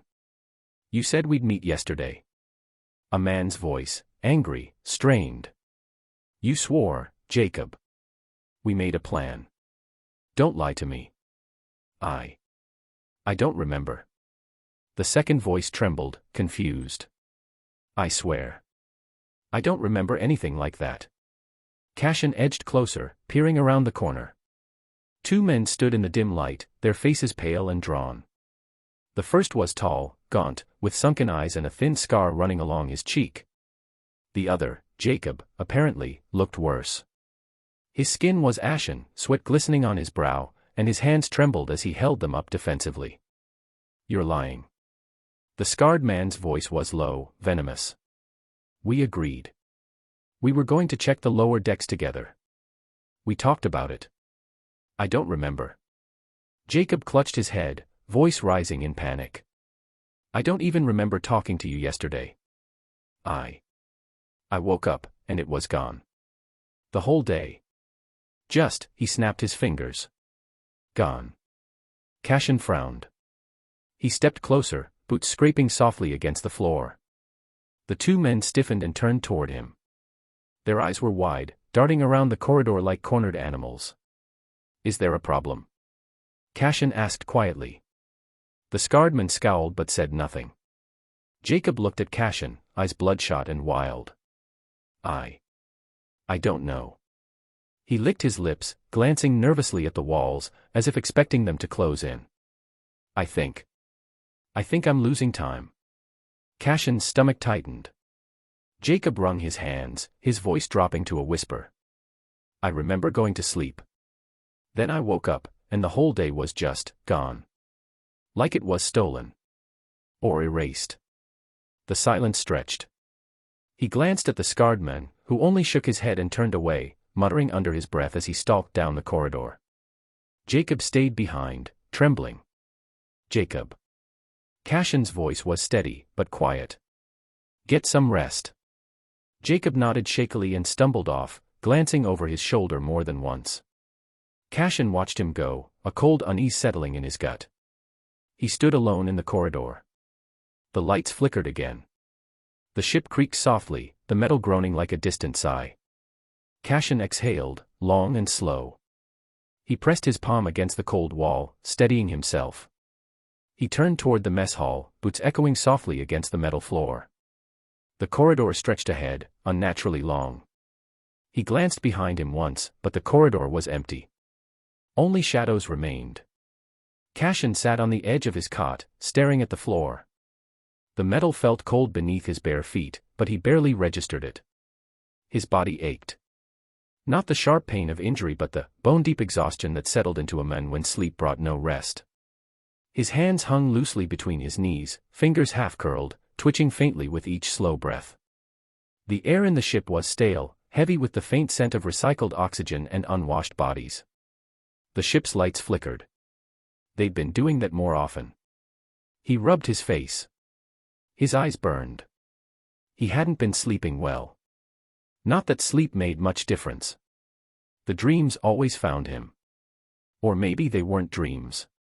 He wasn't sure anymore. The line between waking and sleeping felt thinner these days. His thoughts drifted. Back to the hive. The screams. The blood. The distant roar of something too vast and furious to comprehend. He could still feel the heat of the fires licking at his back, the weight of every step as he ran, lungs burning, heart pounding. Survive. Survive. Survive. And he had. Somehow. Only to end up here. This planet. It was wrong. Even the air felt heavier. Like the atmosphere itself pressed against his skin, whispering things he couldn't quite hear. The people were worse. Fractured. Forgetful.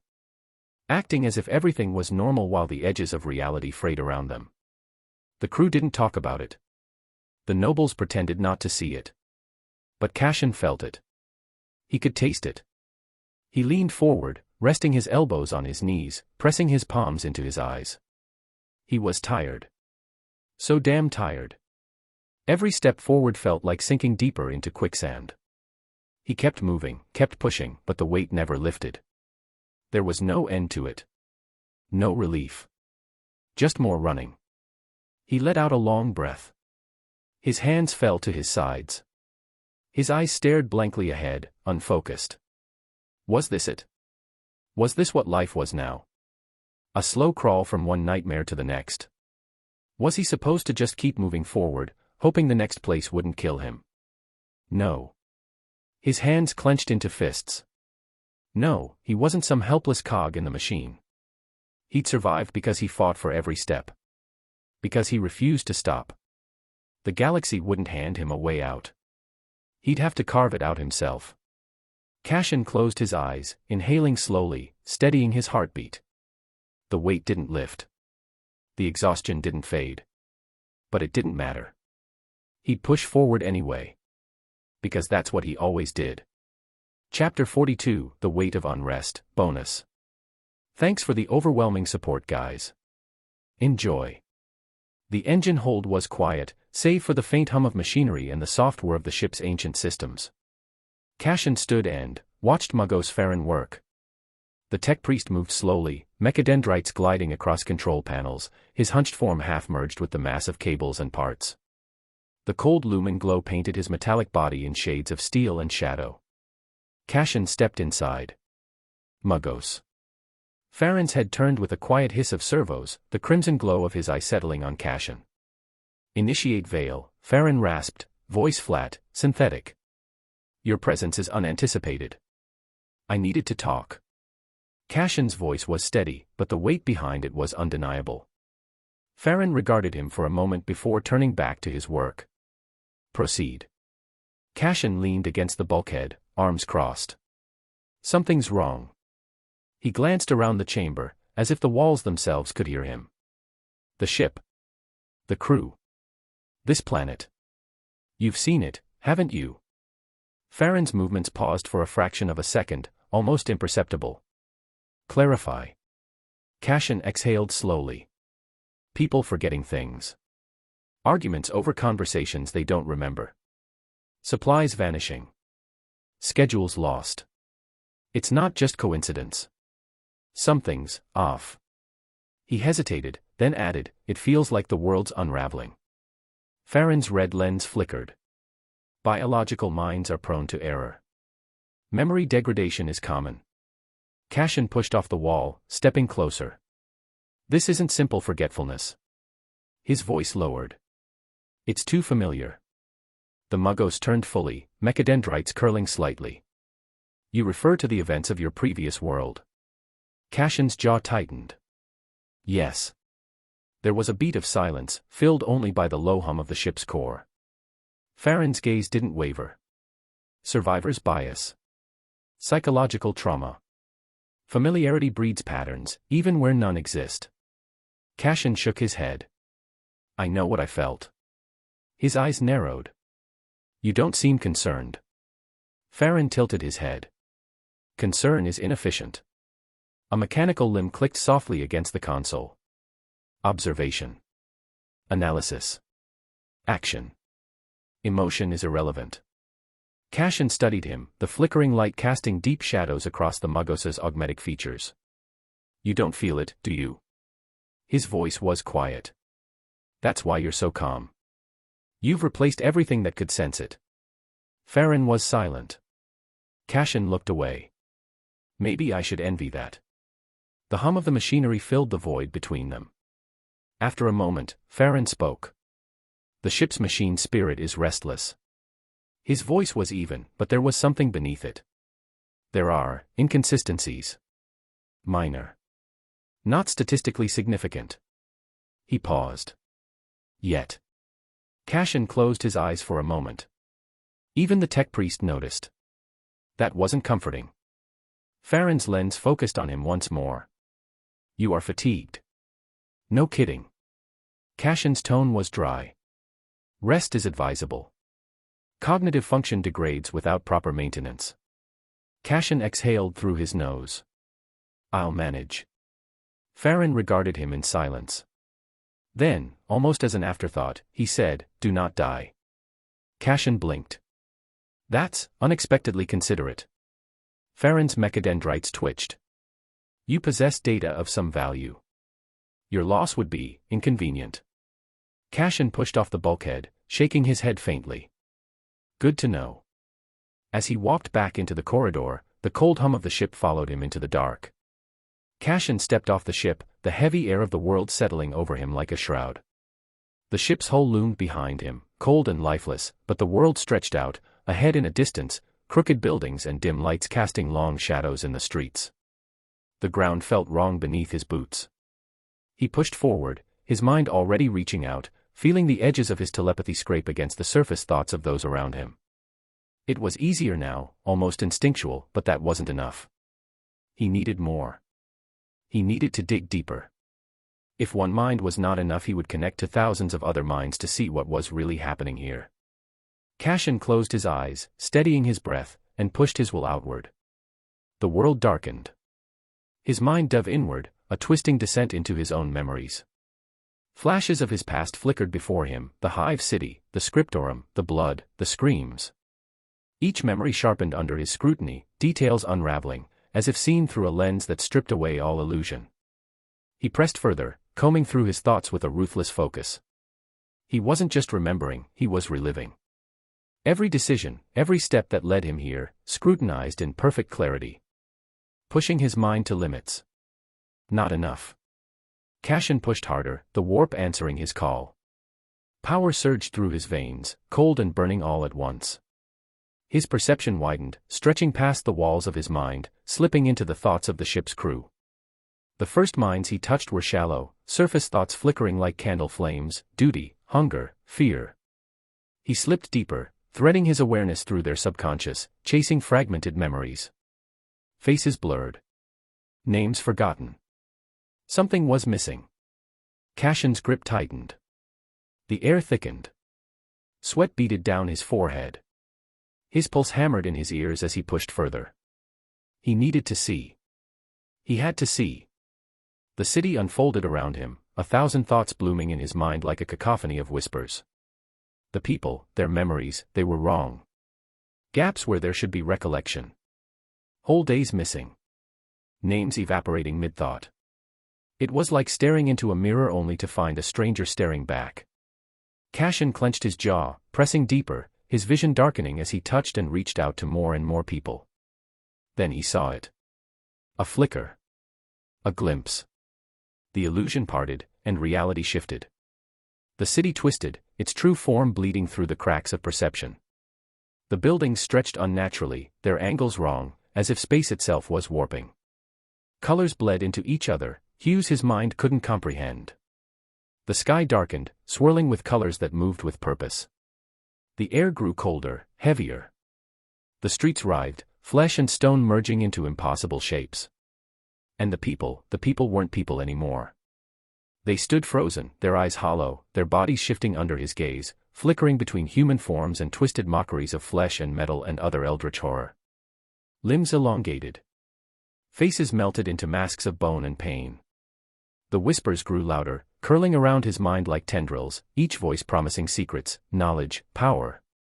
Cassian staggered, clutching his head. The warp pressed against him, a tide of madness threatening to pull him under. He felt them, demons. Shadows coiling at the edges of reality, pushing against the thin veil. They felt him too. Hungry. Watching. Waiting. No. Cassian grit his teeth and shoved back. His will surged, raw and desperate, slamming the door shut on the horrors clawing at his mind. The world snapped back into focus, the twisted city gone, the people once again dull and lifeless. The whispers faded, leaving only silence. Everything was back to normal. Agony ripped through him. His nose bled freely, crimson dripping onto the cold ground. His head throbbed, each heartbeat brought a spike of pain. He gasped, barely holding himself upright as the backlash rolled over him. The warp receded, but its mark lingered. He stumbled forward, his vision swimming. The city looked the same, but it wasn't. He'd seen the truth. Beneath the facade, beneath the normalcy, this place was already lost. The planet was a demon world. A world of changer of ways. He had suspicions, but now it was confirmed. Cassian steadied himself, wiping the blood from his face. His breathing slowed. His hands trembled, mind ragged with overuse of psyker powers. He slowly went back to his ship. Cassian's breathing was ragged. His hands trembled, fingers curling and uncurling as if trying to claw the memory out of his mind. The warp, the demon world, the twisted, maddening truth of this planet, it gnawed at him. Even now. His head throbbed violently. Every pulse of pain was like a white-hot nail driven into his skull. But he pushed forward. One step after another.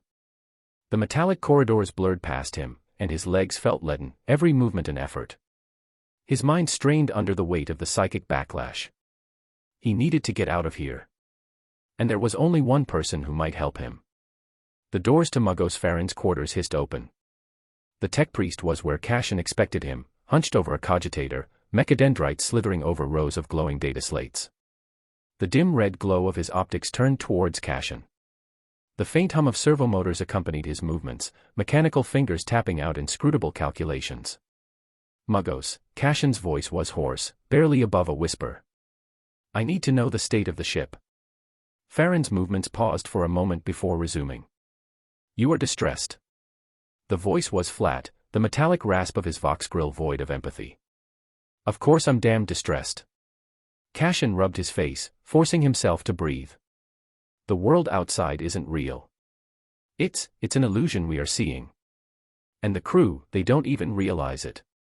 He took a step closer. I need to know.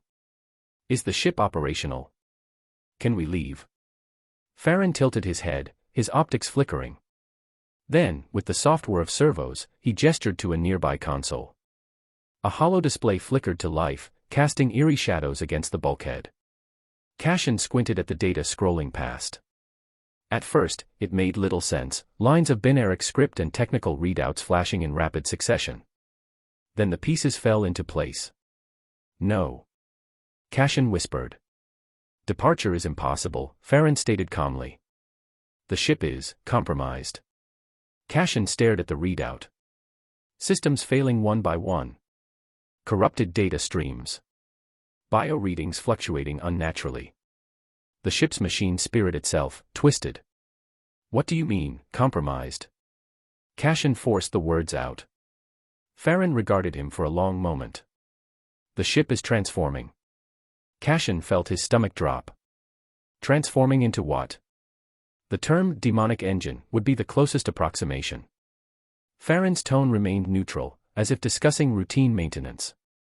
Infection is subtle. Progressive. The machine spirit is no longer what it once was.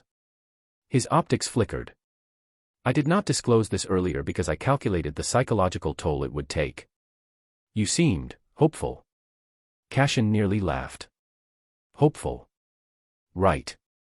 His hands balled into fists, nails biting into his palms. And you? You're just standing here, watching everything unravel, and you're calm. Farron tilted his head again. Emotion is inefficient. I have shed most of it.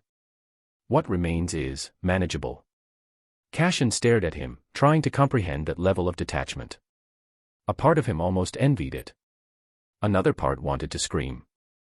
Instead, he just closed his eyes and exhaled slowly. He couldn't think. The pounding in his skull wouldn't stop. Every muscle in his body felt like it was trying to tear itself apart. Even standing upright was a struggle. I need to rest. The words felt foreign on his tongue, but he could barely keep his eyes open. His mind felt like it had been wrung dry.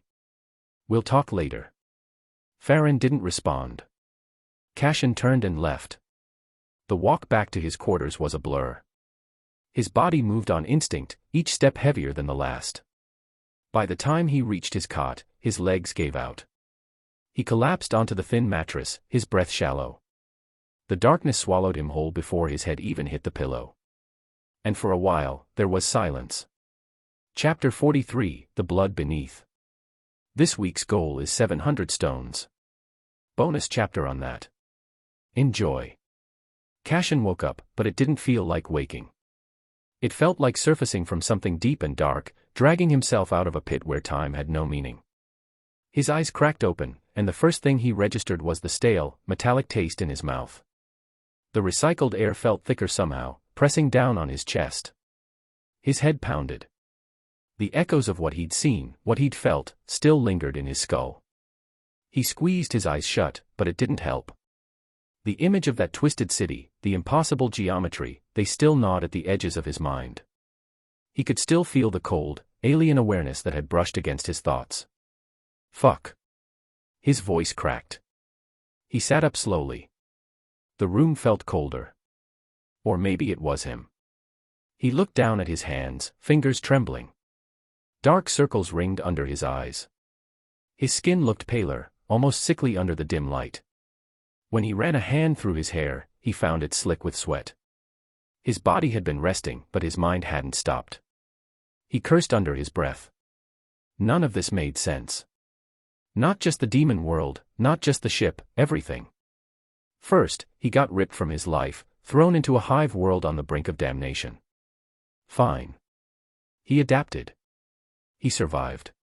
But then, after escaping that hell, he'd ended up here, in something even worse. Another chaos-tainted nightmare. He couldn't even cling to the idea that this was just terrible luck. No one was that unlucky. Why, he muttered to himself. His voice barely rose above a whisper. Why me? What the hell did I do to deserve this? No answer. Just the quiet hum of the ship's failing systems. Cashin forced himself to stand. His head throbbing painfully, but he ignored it. He needed food. Energy. He needed to think. The corridors felt emptier than before.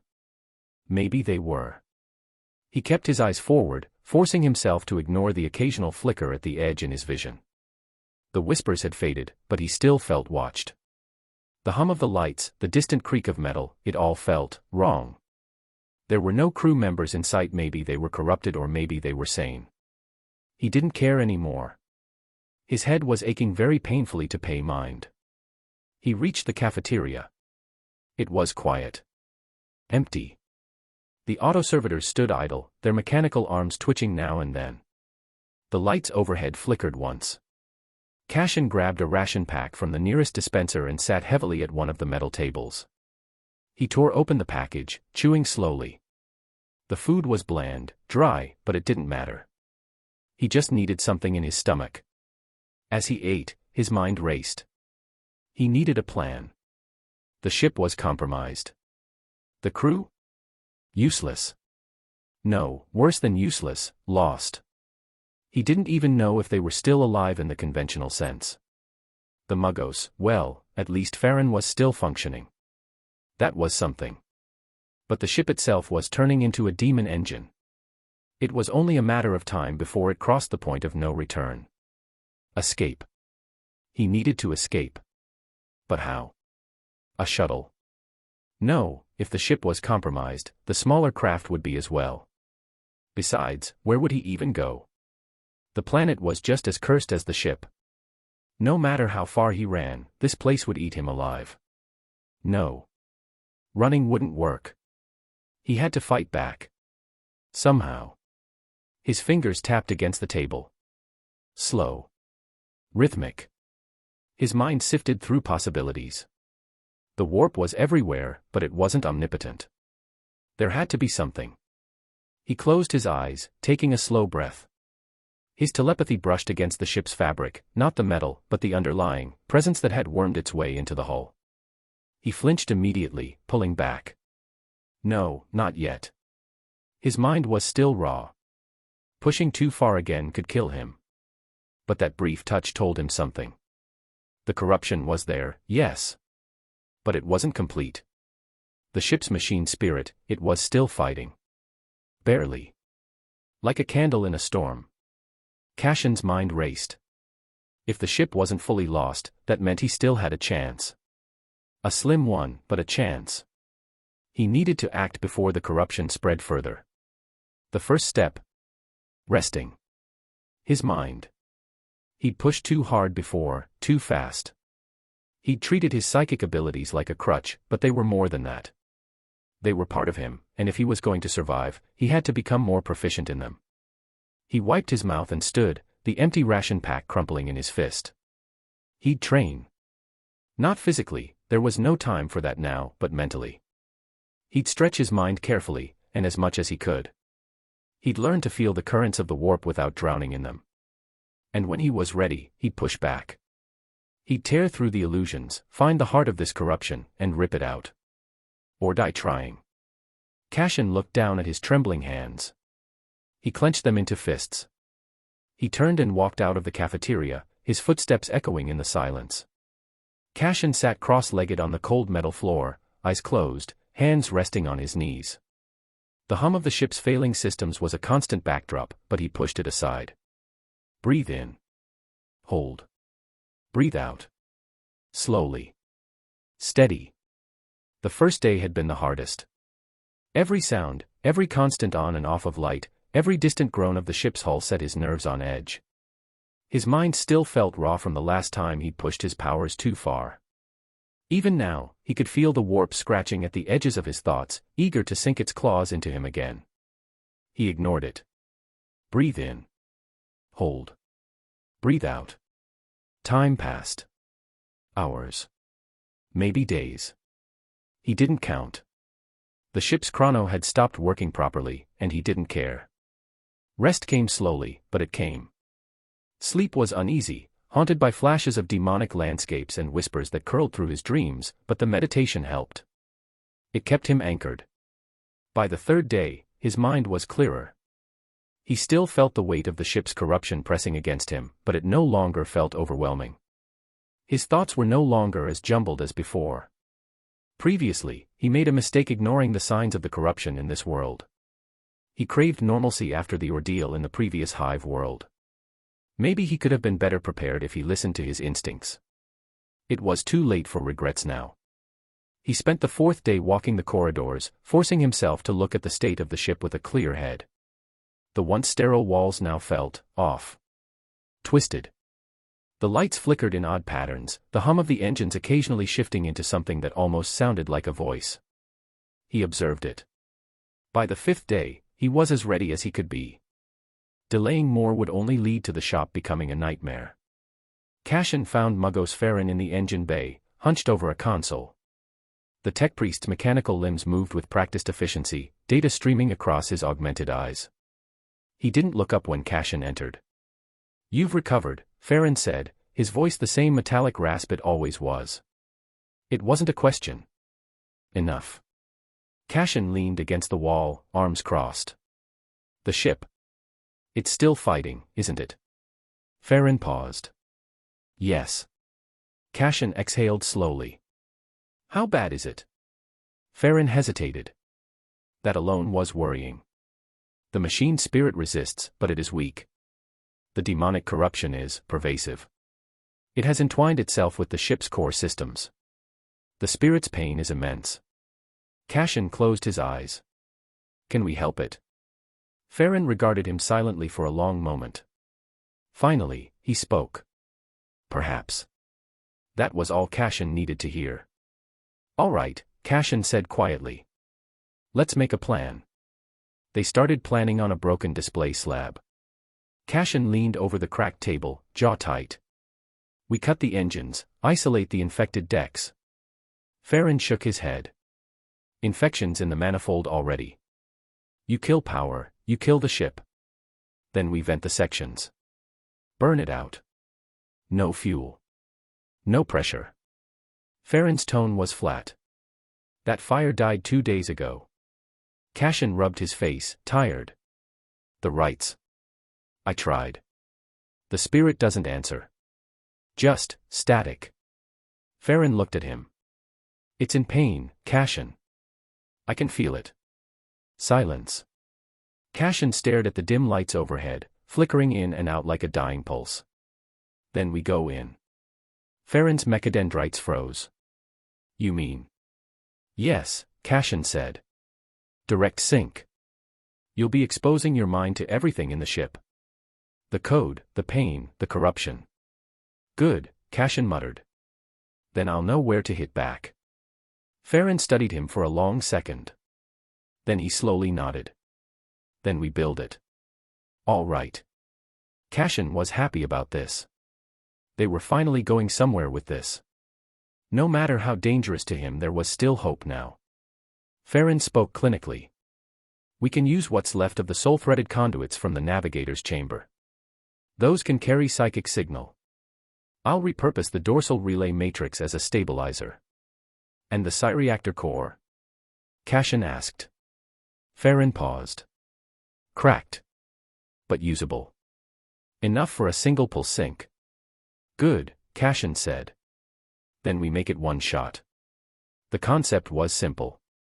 In theory, Cashin would be wired into the ship's noosphere, not as a pilot, but as a presence. His psychic field would be flooded through the machine's thought routes. The corrupted sectors could then be confronted from within, not purged mechanically, but denied metaphysically. Denied reality. He wouldn't just see the infection. He'd fight it. In the raw. It took 4 hours to build. Cashin scavenged the materials, cutting power conduits from the ship. Farron rewired the old bridge throne, carving sigils into the steel frame, adding in sacred insulation foam around the base. The throne looked nothing like what it once was. Now it pulsed faintly, like it was alive. Psychic transference coils lined the headrest.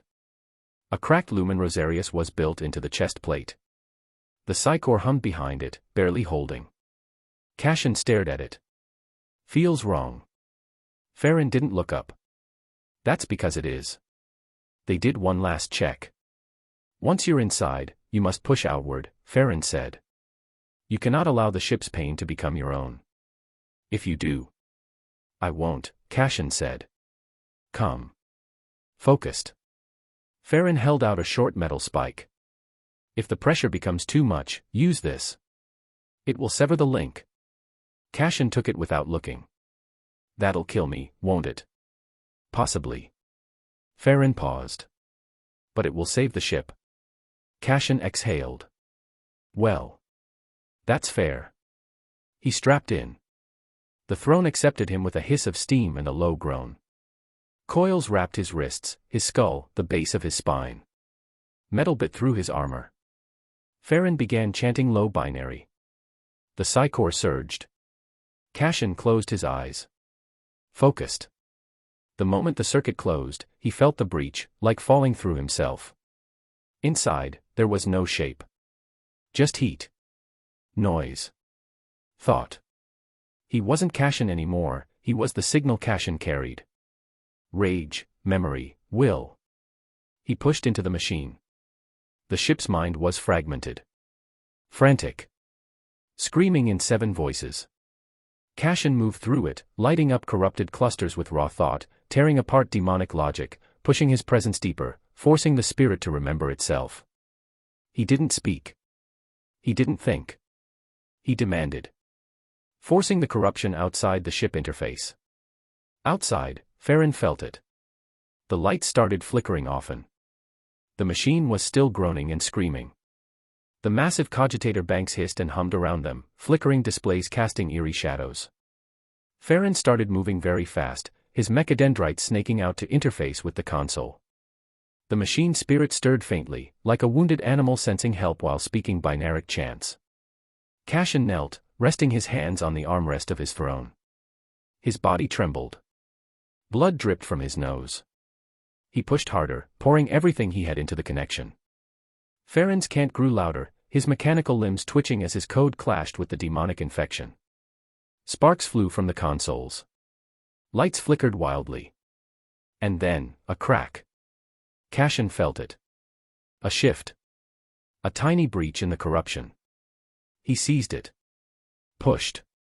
The machine spirit surged, its flickering presence flaring brighter. The corruption writhed, resisting, but Cashin didn't let go. Inch by inch, they pushed the corruption back, forcing it out of the core systems. With a final surge, the machine spirit roared. The lights flared. The consoles screamed with static. Cashin felt the demonic presence recoil, shrieking as it was forced out, its grip slipping away. The ship shuddered violently, and then... silence. Cashin collapsed, gasping for breath. His vision swam.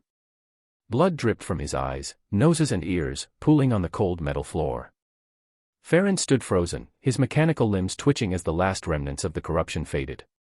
The machine spirit stirred once more, weak, but alive. Cashin felt its gratitude, faint and distant. He smiled weakly. They'd done it. Farron turned to him, his red optics flickering. The corruption is purged. Cashin laughed softly. It hurt. Yeah. I noticed. Farron knelt beside him, scanning him with a mechadendrite. You are damaged. No shit. Cashin coughed, wiping the blood from his face. His entire body ached. His mind felt like it had been put through a meat grinder. But they'd won. That was what mattered. The ship, he asked quietly. Farron hesitated. Stable. The demonic infection is gone. But the damage is severe. Cashin frowned. Can it fly? Farron shook his head. No. Cashin closed his eyes. Of course not. Nothing was ever that easy. So we're stuck. Affirmative. Cashin exhaled slowly. Great. They sat in silence for a long moment. Finally, Cashin spoke. Thanks, Farron. The Muggos tilted his head slightly. For what? Cashin managed a weak smile. For not letting me die. Farron was quiet for a moment. Then, softly, you are welcome. Cashin leaned back against the cold metal floor, closing his eyes.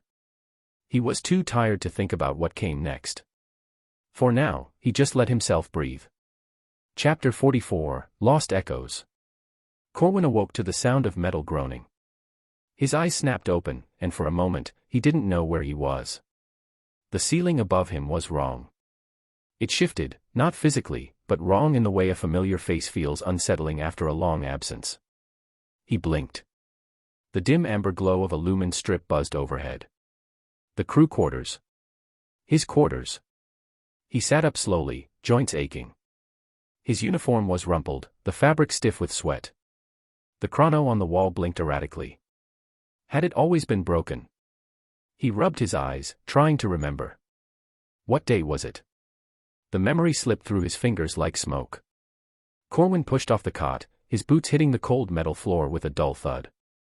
He dressed quickly, movements almost mechanical, and stepped out into the corridor. The ship was silent. Too silent.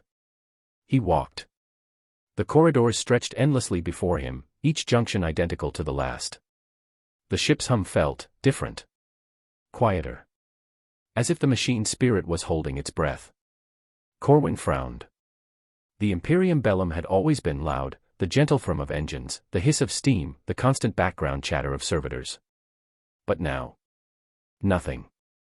He rounded a corner and stopped. The corridor was empty. No crew. No noise. Just him and the flickering lumen strips overhead. He turned back. Walked the way he came. Turned another corner. Stopped. Same corridor. Same flickering lights. Same empty silence. Corwin's hand drifted to his sidearm. The grip felt cold. Wrong. He glanced down and saw his holster was empty. Had he forgotten it? No. He never forgot his weapon. He glanced back up and a man stood at the end of the corridor. Corwin froze. The man was too far to make out details, but he stood motionless, watching. Corwin's heart pounded. He opened his mouth to speak, but no sound came. He blinked. The man was gone. Corwin swallowed. His throat felt dry. He pressed on, boots echoing against the metal floor. His footsteps felt distant. Like they belonged to someone else. He passed another junction. And another. He turned a corner, and he was back where he started. Panic crept into his mind. He clenched his fists. "Get a hold of yourself, Corwin," he muttered. His voice sounded strange. Thin. He kept walking. Another corridor. Another junction. Another corner. He kept walking. The ship stretched endlessly in every direction. He glanced at the walls. They looked different. Were the bulkheads always so narrow? Had the lumen strips always flickered in that pattern? He just didn't remember.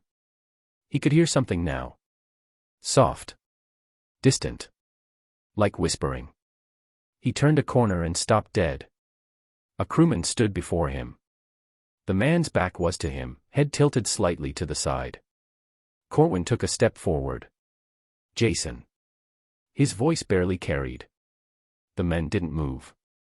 Corwin stepped closer. "Jason." The men turned. Corwin staggered back. The crewman's face was wrong. His features shifted, blurring and twisting like oil on water. His eyes were hollow, empty voids. His mouth opened, too wide, and a soft, wet gurgle escaped. Corwin turned and ran. His boots pounded against the deck. He sprinted through the corridors, turning corners at random, lungs burning, heart racing. He could hear footsteps behind him. Soft at first. Then louder. Closer. He didn't dare look back. He turned another corner and the corridor ended. A dead end. He spun around. The corridor was empty. No footsteps. No whispers. Just silence. He slumped against the wall, gasping for breath. His head pounded.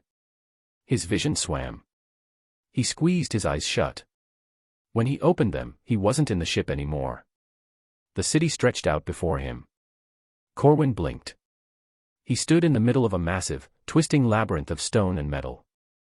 The sky was dark, choked with smog. Towers loomed overhead, their spires vanishing into the darkness. The streets stretched endlessly in every direction. The shadows shifted unnaturally. He turned. The ship was gone. "No." Corwin whispered. "No, no, no." He stumbled forward, boots scraping against the cracked pavement. He needed to find someone. He wandered through the streets, each corner identical to the last. He saw people now, shadows flickering at the edges of his vision. Whenever he turned to look, they were gone. Time passed. Or maybe it didn't. Corwin couldn't tell anymore. His throat burned with thirst. His legs ached. His thoughts felt sluggish. He kept walking. Kept searching. The shadows grew darker. The whispers grew louder. He turned a corner and saw a child. The boy stood alone in the middle of the street. He looked up at Corwin with wide, empty eyes. Corwin stepped forward. The boy smiled. His mouth stretched too wide. Far too wide. His eyes darkened, black voids consuming his face. Corwin stumbled back, heart hammering in his chest. The boy whispered something. Soft. Gentle. Almost kind. Lost. Corwin screamed. He ran. The city twisted around him, the streets shifting and warping with every step. He turned corner after corner, but there was no escape. The shadows closed in. The whispers grew deafening. His vision blurred. His mind fractured. Finally, he collapsed to his knees. The darkness pressed in. The whispers grew quiet. He looked up and saw a single lumen flickering in the distance. A figure stood beneath it. Small. Familiar. The figure didn't move. Corwin reached out, fingers trembling. His vision darkened. The last thing he heard was a soft, gentle whisper. Lost. Corwin ran. His boots pounded against the cracked stone, breath ragged, chest heaving. The city stretched endlessly before him, labyrinthine streets winding in impossible patterns, shadows clinging to the walls like living things. The sky overhead churned, sickly green and black, swirling like smoke in a closed room. The air felt thick. Heavy. Each breath tasted wrong. Keep moving. Don't stop. Find someone sane. He turned another corner and found himself in the same street. The same broken lamp flickered overhead, its lumen barely piercing the gloom. He stopped, chest rising and falling with ragged gasps, and looked around. It was the same. Always the same. He turned again and found himself back where he started. No, Corwin whispered. No, no, no, no, he pressed his hands against his temples. His head throbbed, pain stabbing behind his eyes. This isn't real. It's not real. But it felt real. The cold of the stone beneath his feet. The weight of the air. The whispers at the edge of his hearing, just soft enough that he couldn't make out the words. He squeezed his eyes shut. Think. Think, damn you. Something brushed against his hand. His eyes snapped open. A child stood before him. Pale. Thin. Hollow eyes stared up at him from a face that barely looked human anymore. The boy's skin was pulled tight over sharp bones, mouth slightly open as if trying to speak but forgetting how. Hello. Corwin whispered. The boy didn't move. He took a step forward, hand reaching out, and the boy twitched. Sudden. Violent. His head snapped to the side with a wet crack, eyes rolling back into his skull. His mouth opened, wide, impossibly wide, and a soft, wet gurgle escaped. Corwin stumbled back, heart hammering in his chest. The boy twitched again, limbs jerking at odd angles. His body convulsed, skin shifting, bubbling, and then he collapsed. Silence. Corwin didn't move. And then the boy laughed. A dry, rasping sound that scraped against Corwin's nerves like rusted metal. The boy's body jerked again, and slowly, painfully, he began to rise. Not onto his feet, but onto his hands and knees. His head lolled to the side, eyes rolled back, mouth gaping. Fingers lengthened. Bones cracked. Skin split and reformed. Corwin turned and ran. The streets twisted around him, shifting with every step. He sprinted through narrow alleys, vaulted over debris, his heart pounding in his ears. He turned corner after corner, but the city never changed. No matter which path he took, he always ended up in the same street, beneath the same flickering lamp. The whispers grew louder. He fell to his knees, gasping for breath. His hands shook. His vision blurred. He looked down at his palms, they were slick with sweat, but the sweat was dark. Too dark. He raised his hand to the light and saw black veins crawling beneath his skin. No. He squeezed his eyes shut. No, not me. Not me. His body felt heavy. Wrong. His fingers twitched, curling unnaturally. His joints ached. The shadows pressed in, darker than before. He could feel something watching. Waiting. The whispers grew louder. Corwin pressed his hands over his ears, but it didn't help. The whispers weren't coming from outside. They were inside his head. Soft voices, gentle and cold. Promises of power. Of release. He stumbled to his feet and kept moving. His legs felt weak. His muscles burned. His body, it felt distant, as if it didn't belong to him anymore. Every step was a struggle. Every breath felt heavier. The shadows stretched around him, warping and twisting. The buildings loomed higher, pressing inward, crowding him. And then he heard something. Wet. Heavy. The sound of something dragging itself along the ground. He turned slowly. A shape emerged from the darkness.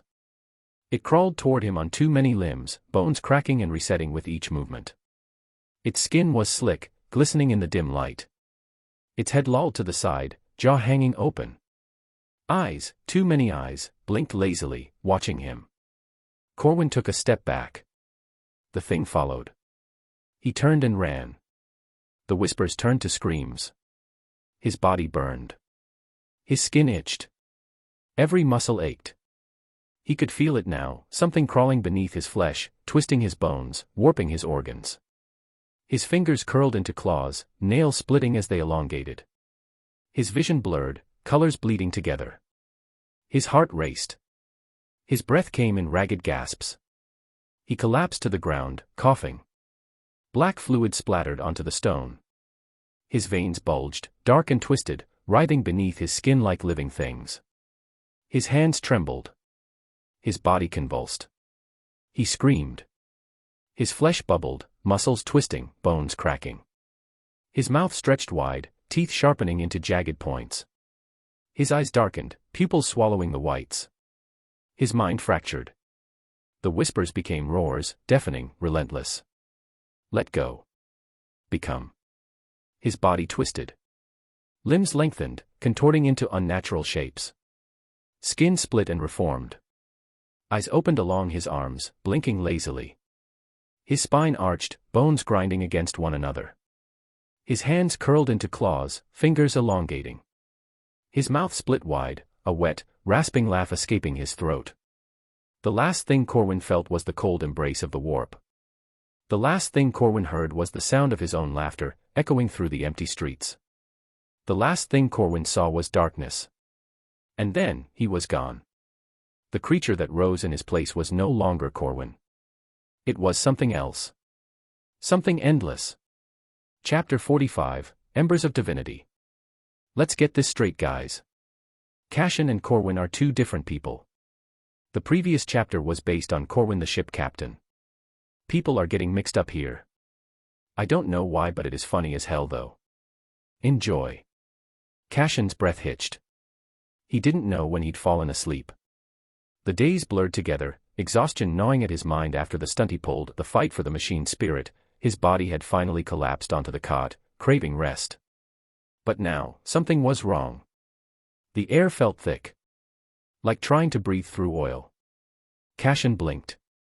The darkness of his quarters was gone. He stood in a vast, shifting expanse, the ground beneath him cold and slick, like wet slate. The horizon stretched endlessly, no walls, no sky, only a swirling void of colors twisting unnaturally, shapes forming and unraveling before he could make sense of them. The silence pressed against his ears. His heart pounded. He clenched his fists, forcing himself to breathe slowly. This isn't real. It's a dream. A trap. He muttered to himself. A whisper slid across his mind. Ah, little mortal. You're aware. Cassian spun around, searching for the source, but there was only emptiness. Shadows slithered at the edges of his vision, slipping away when he tried to focus. The void pulsed, the colors bleeding together, forming symbols he couldn't understand. A laugh. Soft. Amused. Ancient. You've been busy, haven't you? So young, so fragile, and yet, you dare meddle with what you cannot comprehend. The air grew heavier. Cassian dropped to one knee, gasping as a cold pressure settled over his mind, sharp, vast, and alien. A figure emerged from the void. It moved like smoke, flickering between shapes, each more grotesque than the last. One moment, a robed figure with far too many arms. The next, a serpentine beast with a grin too wide, eyes that bled fire and shadows.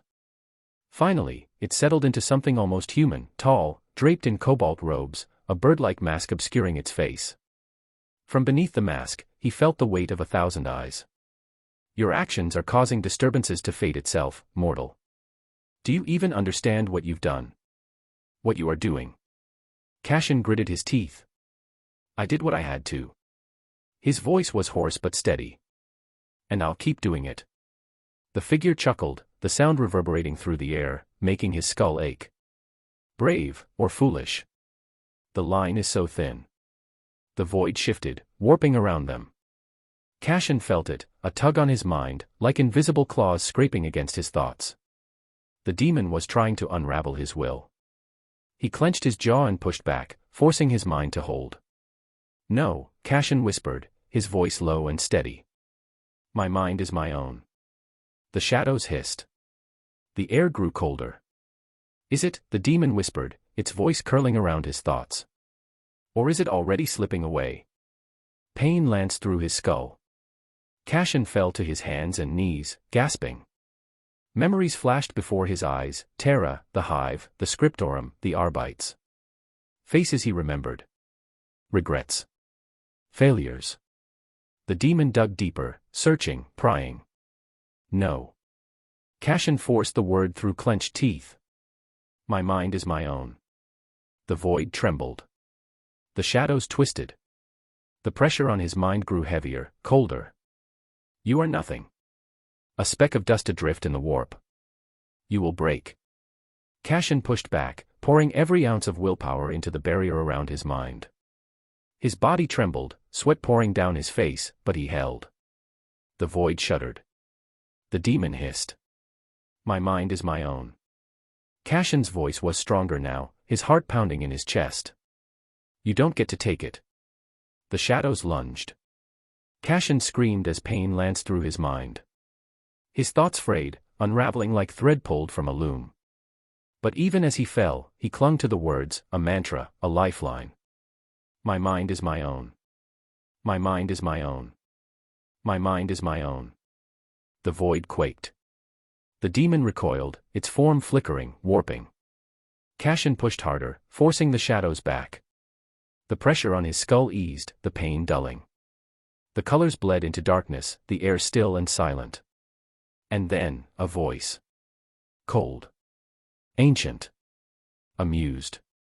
Let's see if you can hold on to that. The void shifted. The shadows writhed. Cashin stood alone, fists clenched, heart pounding. The battle began. Cashin blinked, and the world shifted. One moment, there was darkness. The next, he stood on a cracked stone floor that stretched into infinity.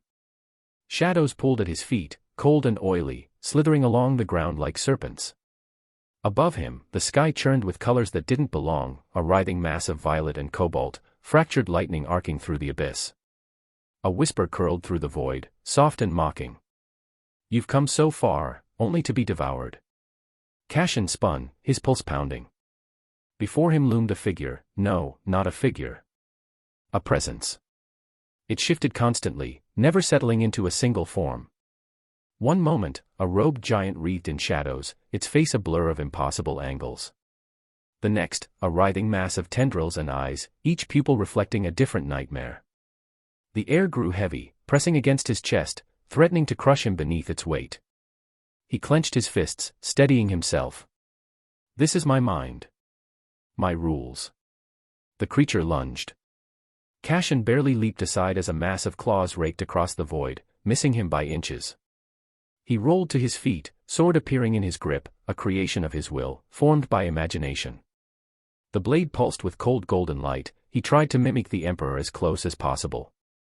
Tendrils lashed out again. He slashed through them, the blade cutting clean, but more surged forward. The void trembled beneath his feet, shifting with each step. The creature moved faster than thought, its attacks relentless. Claws tore at his mind, raking through memories. Terra. The hive. The scriptorum. Faces flashed before his eyes, each more distant than the last. He gritted his teeth, pushing the invading thoughts back. No. Focus. My mind is my own. The words echoed through the darkness, and for a moment, the shadows recoiled. Cassian pressed forward, forcing the battlefield to shift around him.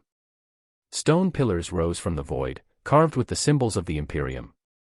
Gilded aquila stretched skyward, their wings catching a faint golden light. The scriptorum formed around him, cogitators humming softly, parchment scattered across the floor. His fortress. His mind. The demon hissed, shadows curling tighter. You cannot fight me. Watch me. They clashed again, silver blade against darkness. Each strike sent shockwaves through the void, the battlefield twisting with every blow. Cassian pushed harder, drawing on memories of the Imperium's might. The walls shifted, massive statues rising around them, faceless warriors clad in ceramite, bolters raised in silent defiance. The shadows recoiled, the creature snarling. But it was not enough. The demon twisted the space around them, warping reality itself. The scriptorum shattered, stone falling away beneath his feet. Cassian plummeted into darkness, the wind howling past his ears. He hit the ground hard, rolling to his feet. The creature loomed above him, shifting forms faster than he could comprehend. You cannot win, it whispered. You are alone. Cassian staggered upright, gasping for breath. Alone. No.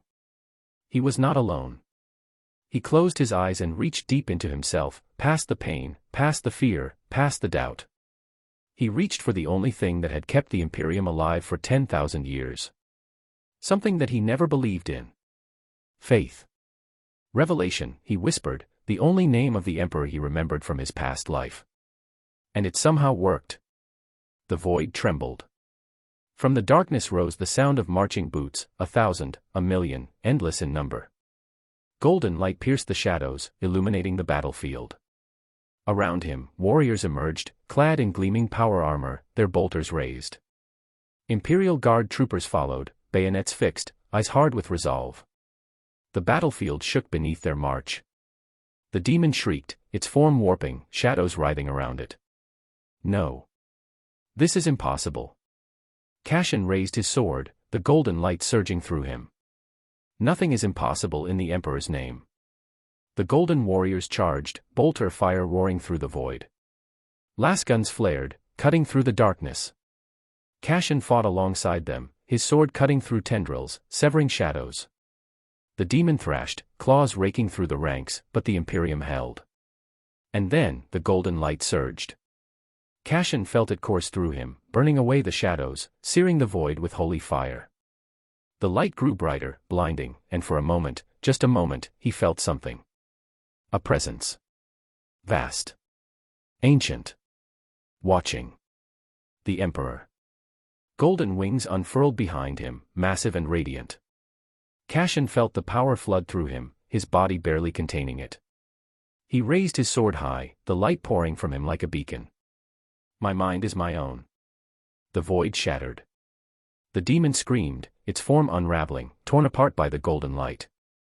The shadows fell away, the battlefield dissolving into nothingness. Cassian stood alone, sword raised, breath ragged. The golden warriors faded into the darkness, their duty done. The void was silent. Cassian lowered his sword, the golden light fading. He stumbled forward, falling to his knees. The battle was over. Or so he thought. The shadows stirred. From the darkness came a whisper, soft and mocking. You may have won this battle, but the war is far from over. Cassian clenched his fists, forcing himself to stand. We'll see about that. And the dream was shattered. Cassian jerked awake, gasping for air.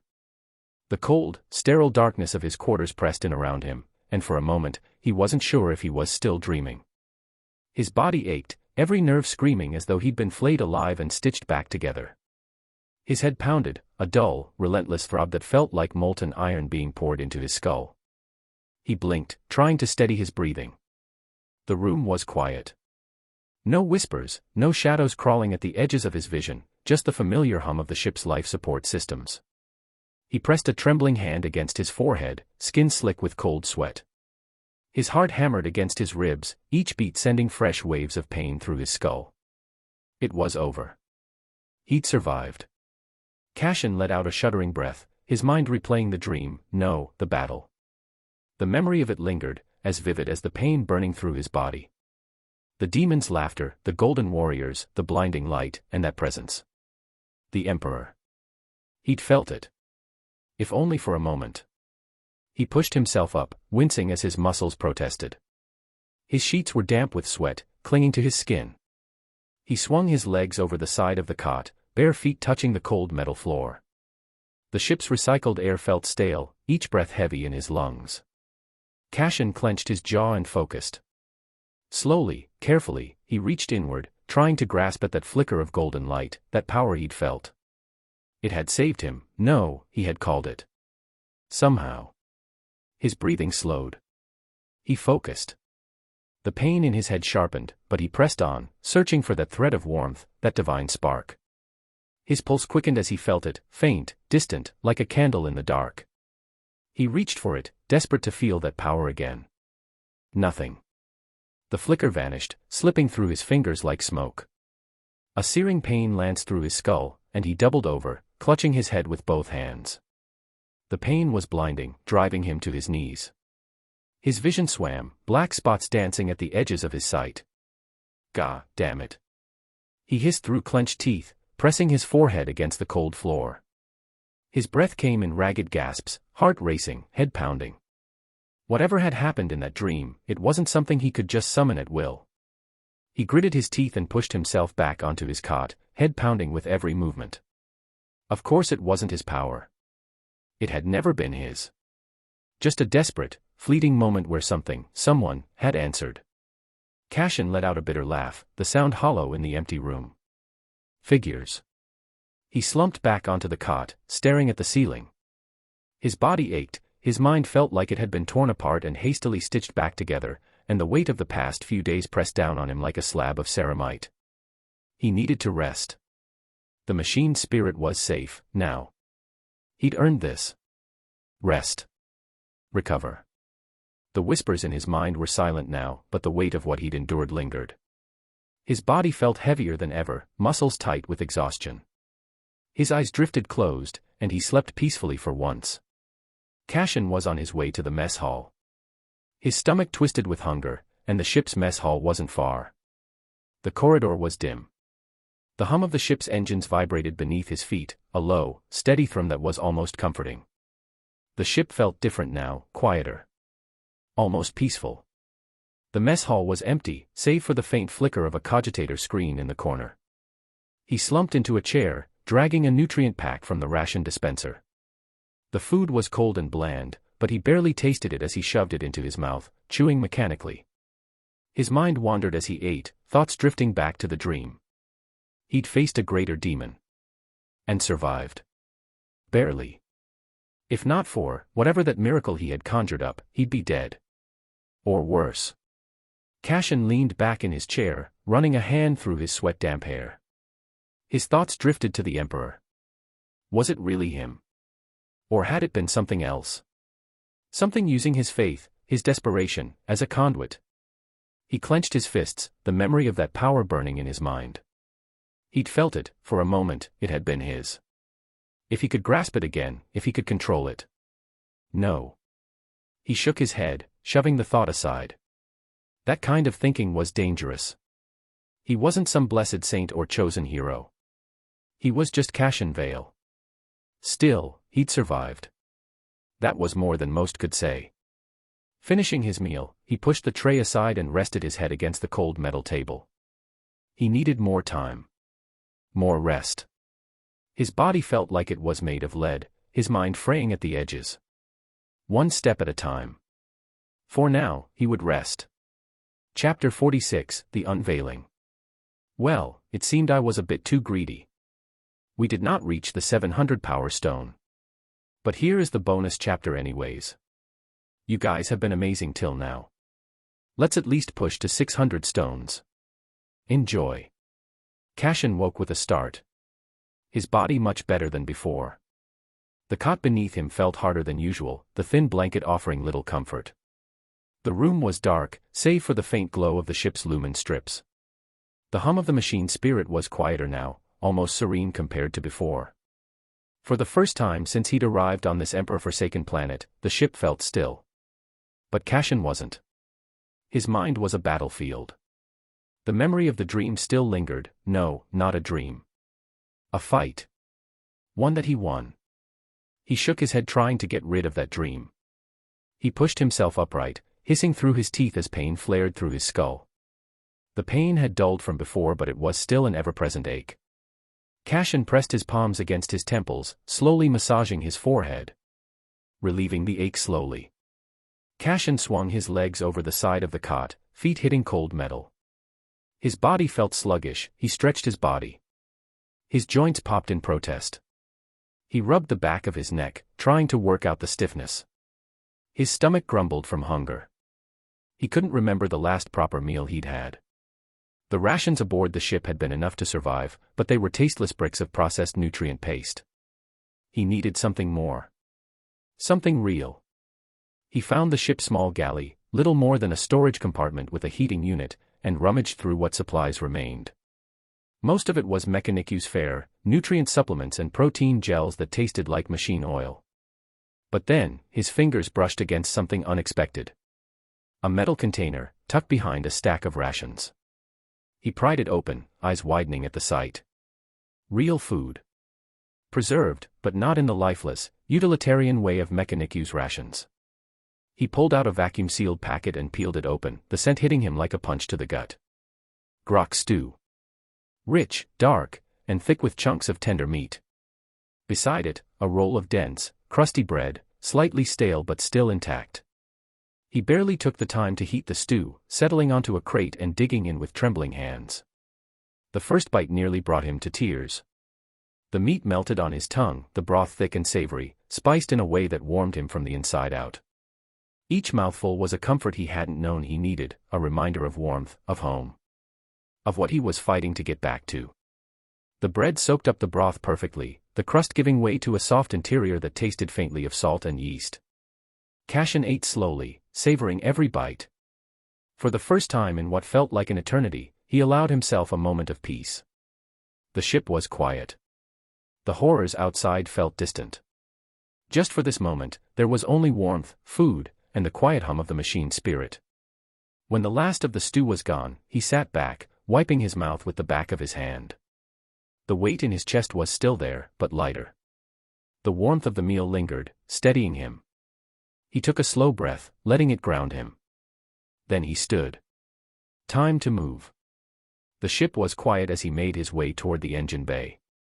The machine spirit was resting, or sulking. He couldn't tell. He found Muggos Farron exactly where he expected, hunched over a console, mechadendrites twitching as he worked.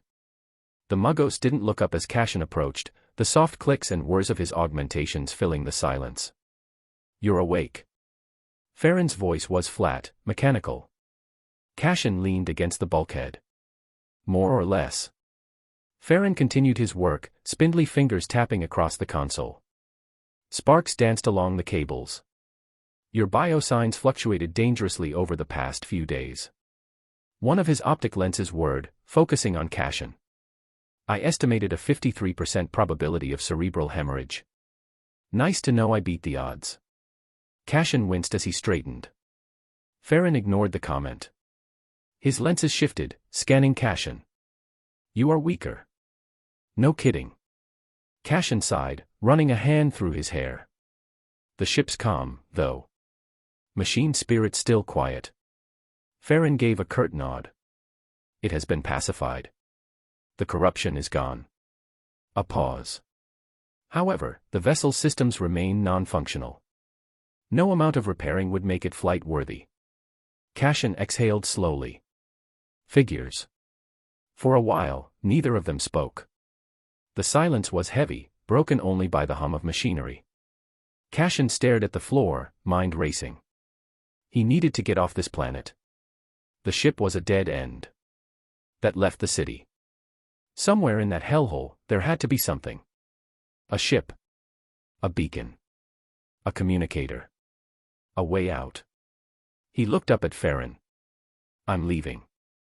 Farron finally turned to face him. "Explain." "I can't just sit here and wait to die." Cashin crossed his arms. "There's no future on this ship. If there's even a chance I can find something out there, I have to take it.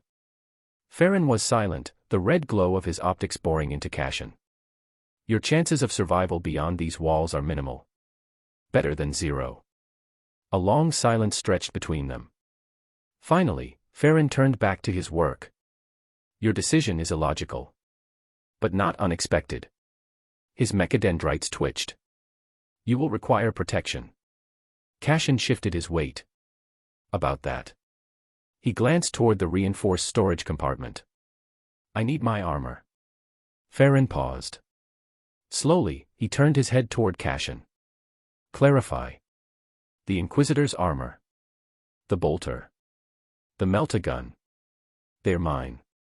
Cashin's voice was steady, but there was an edge to it. I left them with you for safekeeping. Farron's lenses narrowed. The armor is cumbersome. Ill-suited for reconnaissance. I'm not planning to sneak past anything. I need protection. Cashin stepped closer.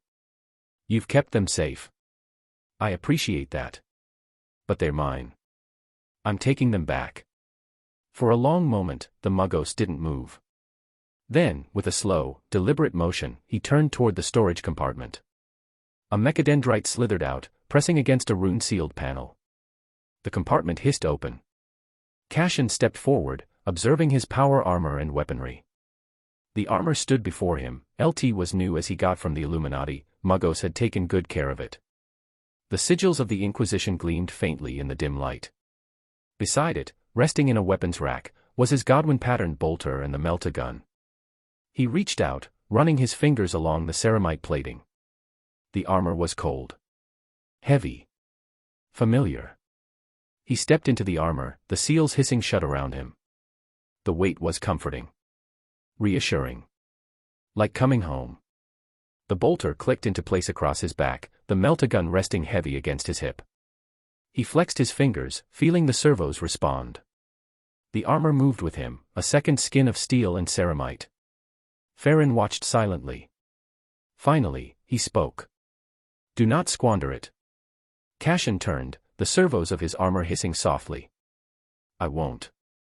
Without another word, he turned and walked toward the ship's airlock. The city awaited. The airlock hissed open. Cashin stepped out onto the ramp, his boots hitting the scorched ground with a metallic thud. The moment his gaze lifted, he saw the truth. The veil was gone. He'd seen it before, that first time, when he'd pushed his power to the brink, prying open the layers of falsehood to glimpse the truth beneath. Back then, the world had been a lie. A civilized planet, thriving and orderly, with its spires reaching for the heavens and its streets pulsing with life. That was the illusion. A mask. Now, he saw it as it truly was. There was no veil covering the reality. And he had a clue that it was related to that dream he had. The city stretched out before him, dark and twisted. Buildings loomed at impossible angles, their jagged silhouettes stabbing at the bruised sky. The walls shimmered, shifting as though the stone itself breathed, and the windows, dark, empty sockets watching him pass. The streets curled unnaturally, warping in ways that made his head ache if he stared too long. What gnawed at him was the familiarity of it. He'd seen this hellscape once before, when he touched the warp with his mind and tore the veil away. In his previous hive world, the situations may be different but it remained same to him. The sky churned above, a sickly blend of purples and greens, swirling as if the heavens themselves were alive. Lightning arced silently in the distance, casting jagged shadows across the landscape. The air felt heavier here, cloying, thick with a metallic tang that lingered on the back of his tongue. His boots pressed into the cobblestones, and the ground squelched beneath him, soft where it should be hard, solid where it should give. The stones shimmered, dark veins of something oily pulsing beneath the surface. Each step echoed unnaturally, the sound stretching and twisting through the streets. Cashin tightened his grip on the bolter. No corpses. No blood. Just emptiness. But he could feel the echoes. The city wasn't dead. Something still lingered. He pressed forward, the servos in his armor humming softly with each step. The further he walked, the more the city shifted. Walls bent inward, narrowing the streets into claustrophobic alleys. Shadows stretched unnaturally long, curling around corners, slipping out of sight when he turned his head. He heard whispers, soft, distant, curling through the air like smoke. They slid beneath his helmet, brushing against his ears, voices too faint to understand. There was no turning it off. No going back. Cassian exhaled slowly, his breath fogging the inside of his helmet. The city loomed ahead, dark and endless. Somewhere in that twisted maze, there had to be answers. A way off this cursed rock. A chance to survive. His armor hummed as he moved, each step heavy with purpose. The shadows pressed closer, watching. Waiting. He wouldn't stop. He wouldn't die here. He survived till now not to just rot in some corner of the galaxy. Cassian pushed forward into the city. Chapter 47, Through the Maze. This week's goal is 600 stones. Enjoy. Cassian moved through the desolation, the rhythmic thrum of his power armor humming low in his ears. The steps felt heavier than the last, not from fatigue but from the city itself, as if the streets pulled at him, dragging him deeper into the twisted heart of this world. The city stretched around him like a labyrinth, its streets slick with filth and shadows. Buildings loomed unnaturally tall, their spires curling toward the sky like skeletal fingers. Metal and stone fused in ways that defied logic, spiraling into jagged peaks or arching into impossible bridges. Structures that should have collapsed stood hunched and silent, their windows dark and vacant. The air stank of rust, ash, and something sweet and sickly that lingered at the back of his throat. His machine spirit whispered faintly in the back of his mind, guiding each step, dampening the whir of the armor's servos as he slipped from shadow to shadow. Without it, the armor would have made him a walking target. Instead, it moved with him, each shift of weight carefully balanced, each step falling silent against the cracked ferrocrete. He rounded a corner and crouched low behind a crumbling wall. The plaza ahead stretched into darkness, the shadows too thick, too deep. He waited, breath steady, eyes scanning the area. The shadows shifted. Something moved. A faint scraping echoed through the streets, claws on stone. Cassian pressed himself lower, the armor adjusting with a soft hiss of hydraulics. Slowly, carefully, he peered around the edge. They moved like wraiths, twisted figures, hunched and gaunt, their flesh barely clinging to their bones. Eyes glimmered faintly in the darkness, empty and cold. The mutants prowled the plaza, their heads jerking unnaturally as they sniffed the air. One dragged a rusted chain behind it, the link scraping against the ground in an eerie, rhythmic clatter. He stilled, slowing his breathing, willing himself to disappear into the shadows. The machine spirit quieted, matching his stillness. One of the mutants paused, cocking its head. Cassian's finger hovered over the bolt gun's trigger. The mutant sniffed the air, growled low, then slunk back into the darkness. He waited. 10 seconds. 20. When the silence stretched long enough to make his heart pound in his ears, he moved. Low and careful, slipping from cover to cover, each step deliberate. Then he heard them. Not mutants. Not humans. Something else. A low, guttural growl drifted through the air, reverberating in his bones. He froze, pressing himself into the shadows. From the far end of the plaza, they emerged. Demons. Their forms defied reason, flickering between shapes with each step. One moment they strode onto lone feet, the next they slithered or floated, their limbs twisting unnaturally. Their eyes burned like coals, and their skin shimmered with colors that hurt to look at. The air around them shimmered and warped. Cassian held his breath, watching as they passed. The ground beneath their feet darkened, the stone cracking and bleeding as they moved. They prowled the streets, searching for something unseen. Or perhaps just reveling in the hunt. He slipped past them, silent as possible, heart pounding in his chest. The city itself seemed to shift with their passing, walls stretching, shadows deepening. He pressed on, deeper into the nightmare. The further he went, the more signs he found of what this place once was. Shattered hab-blocks, market stalls turned to rusted husks. And the people, or what was left of them. He stumbled upon a street where the corpses still stood. Men, women, and children frozen mid-scream, their bodies twisted into grotesque statues of flesh and bone. Some clutched at their heads, their faces locked in eternal agony. Others knelt in supplication to unseen gods. The warp had claimed them, reshaping their forms into mockeries of humanity. One still moved. Cassian nearly fired before realizing it wasn't attacking. The man, or what was left of him, crawled across the ground, his limbs thin and brittle, his face stretched unnaturally long. His eyes were empty, mouth moving silently. Cashin stepped past him, the armor's heavy tread shaking the ground. The men didn't even flinch. Further ahead, he found strange symbols carved into the walls, twisting glyphs that pulsed faintly with sickly green light. They burned at the edges of his vision, writhing like living things if he stared too long. Whispers followed him, curling around his thoughts, soft and insidious. He grit his teeth and pressed forward. At one point, he found a mural painted across a crumbling wall. It showed a battle long past, soldiers in tarnished armor fighting twisted, alien shapes. The paint was cracked and peeling, but the blood-red sky above them remained vivid, as if the artist had dipped their brush directly into the warp. He tore his gaze away and kept moving. The deeper he went, the heavier the air grew. It pressed against him like a living thing, cloying and thick. Every step felt wrong, his balance subtly off, the ground shifting beneath his feet. The city itself was alive. Watching. Waiting. Then, faintly, he heard it. Laughter. Soft, distant, curling through the air. It echoed through the streets, bouncing off the walls, impossible to pin down. Cashin froze, heart hammering, bolt gun raised. The laughter grew louder, distorted, wrong, a child's giggle warped into something cold and sharp. He pressed against a wall, scanning the shadows. Shapes flickered at the edge of his vision, movements too fast to track. He tightened his grip on his weapon, eyes flicking between the darkened windows and the twisting alleys. He moved deeper into the darkness, every step a battle against the weight pressing down on him. The whispers grew louder. The shadows closed in. And Cashin walked on. Alone. Cashin crept along the shattered street, each step deliberate, each breath drawn slow and steady. They were close. The mutants prowling through the ruins, hunched figures slinking between broken walls and collapsed hab blocks.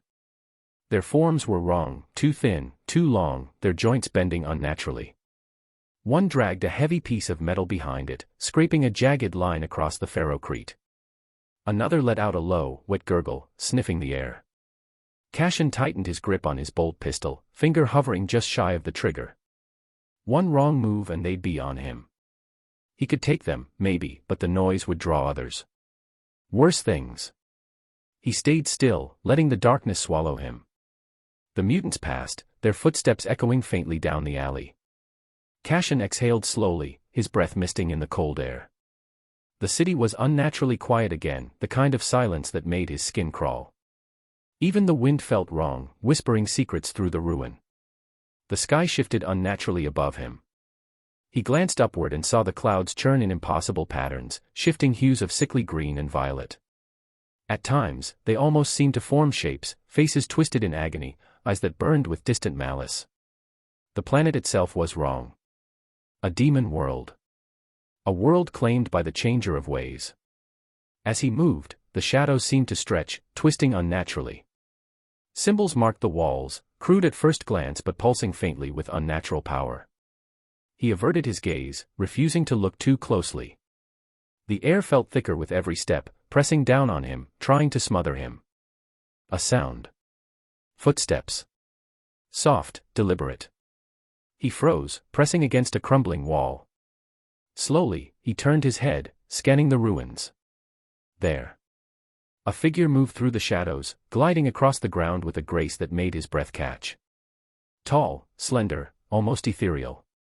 She moved like liquid shadow, each step precise and silent. Even the warped city seemed to hush around her presence. Then she turned, and he saw her face. A Xenos. Elderly. Cashin raised his bolt pistol in an instant, but she was faster. A flash of silver, and a wickedly curved blade was pointed at his throat, the edge gleaming faintly in the dim light. Her eyes met his, cold, ancient, filled with a disdain that burned colder than any blade. Well, well, she murmured, voice soft and lilting, each word laced with venom. A Monclay. Crawling through the dirt. How quaint. Cashin didn't move. Didn't blink. Lower the blade. She tilted her head, considering him. I think not. Her eyes flicked over his armor, lingering on the machine spirit's faint hum. Clumsy. Loud. Typical of your kind. Cashin's finger tensed on the trigger. Say that again. She smiled, slow and cruel. Monclay. They stood there, locked in silence, the air thick with tension. Cashin's heart pounded, his mind racing. He couldn't fight her, not without drawing attention. But she hadn't struck him down either. Why are you here? He asked, voice low. Her eyes narrowed. Surviving. As you are. She glanced past him, scanning the shadows. The streets are not kind to those who linger. Cashin lowered his pistol slightly, though he didn't relax. You've been here a while. Longer than you. Her tone was clipped, as if the words themselves irritated her. I've seen what this place does to those who stay too long. Her gaze flicked back to him, sharp and searching. And you? What madness brought you here? Cashin hesitated. He wasn't about to pour his heart out to a Xenos. Wrong place. Wrong time. Her lips curled in a mocking smile. How very human. They stood in silence, the weight of the city pressing down on them. Cashin's mind raced. She was dangerous. He knew that. The elderly were killers, arrogant and cunning. But she was alive. And in this place, that meant something. Finally, she lowered her blade, though her eyes never left his. If you wish to live, Monclay, I suggest you keep quiet. The shadows have ears. Cashin exhaled slowly, lowering his pistol. Fine. Lead the way. She arched a delicate brow. Lead. No. You'll keep up. Or you'll die. With that, she turned, slipping back into the darkness without a sound. Cashin watched her for a moment, then followed, each step echoing softly in the silence. The city loomed around them, the shadows shifting, watching. Somewhere in distance, the laughter began again. Soft and insidious. Chapter 48, Unsteady Accord. Stone me like your life depends on it. The Eldari moved through the ruins like a shadow, her steps silent, each movement light. Cashin followed, his power armor humming faintly, the machine's spirit guiding his steps as he did his best to keep his bulk from making too much noise. Even with its guidance, he felt loud compared to his companion. They slipped through crumbling archways, past twisted metal and stone. The city shifted around them, the shadows seeming to lengthen, the walls pressing in closer. The silence was oppressive, broken only by the distant wail of some unseen creature. Cashin crouched behind a rusted column as the elderly raised a hand, signaling him to stop. He strained his ears, heart pounding. Then he heard it, the low, wet sound of something breathing, the scrape of claws against stone. A patrol emerged from the gloom, lumbering shapes moving through the street. Cashin froze, barely daring to breathe. The demons slithered past, their forms shifting and warping, eyes glowing with unnatural light. One of them paused, its head twisting unnaturally, sniffing the air. Cashin tensed. For a moment, he was sure it had sensed him. Then, with a low snarl, the creature moved on. The patrol vanished into the darkness. Cashin exhaled slowly, feeling his muscles unclench. Close, he muttered.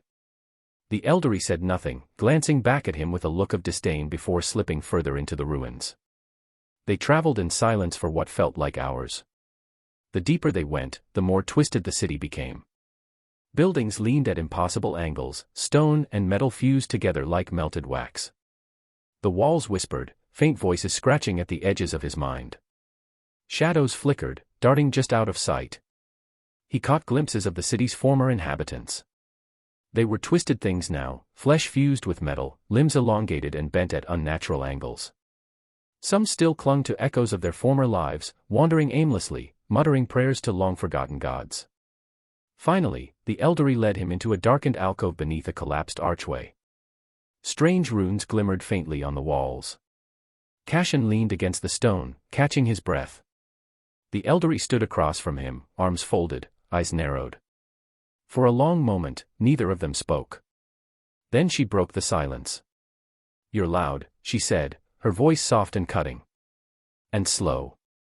You would not last long here. Cashin scowled. I'm doing my best. Your best is barely adequate. She tilted her head. Tell me, Monclay, how did you come here, or are you a native of this place? He hesitated. She was dangerous, more dangerous than she let on. But there was no point in lying. I was on a ship, he said slowly. Escaping. He took a breath, steadying himself. The Gelmero cluster is swallowed by a warp storm. We couldn't travel through the immaterium, so we had to go the long way, sublight. Supplies were running low. We found this planet, thought we could refuel, resupply. He shook his head. That's when the horror started. She regarded him for a long moment, her eyes narrowing. Foolish, she said quietly. This is no place for the living. Yeah, I figured that out pretty quick. He rubbed his face. What about you? For a moment, she said nothing. Then, quietly, she spoke. I am here to hunt. Hunt. Cashin frowned. Hunt what?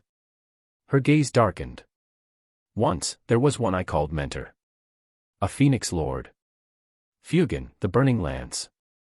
She looked away, her voice colder. He is lost. Consumed.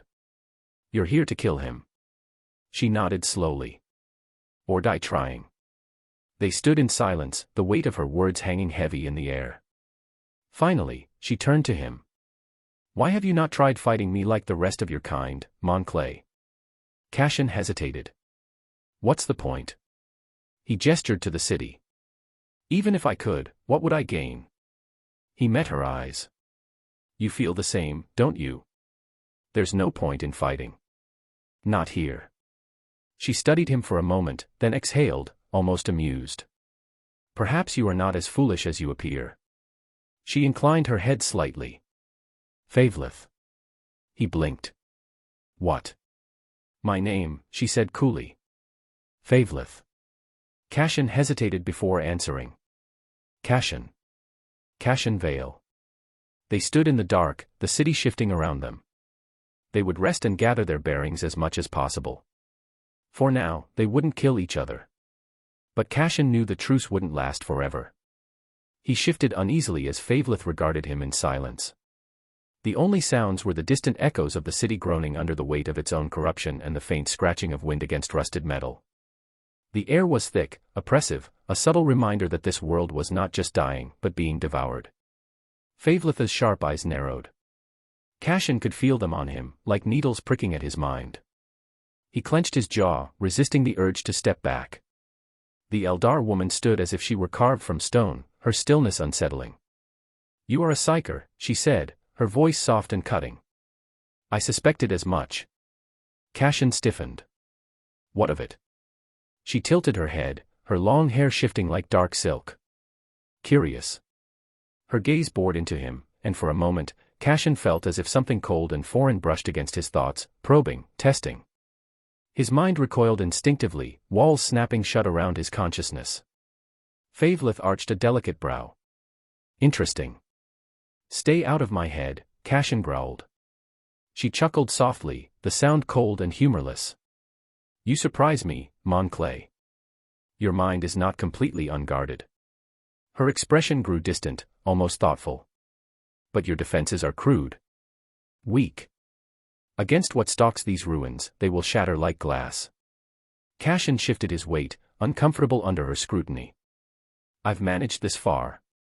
Barely. She turned, her gaze sweeping over the twisted landscape. The warp seeps into everything here. It gnaws at the edges of your mind, whispering sweet lies and darker truths. Even now, you hear it, don't you? He swallowed hard.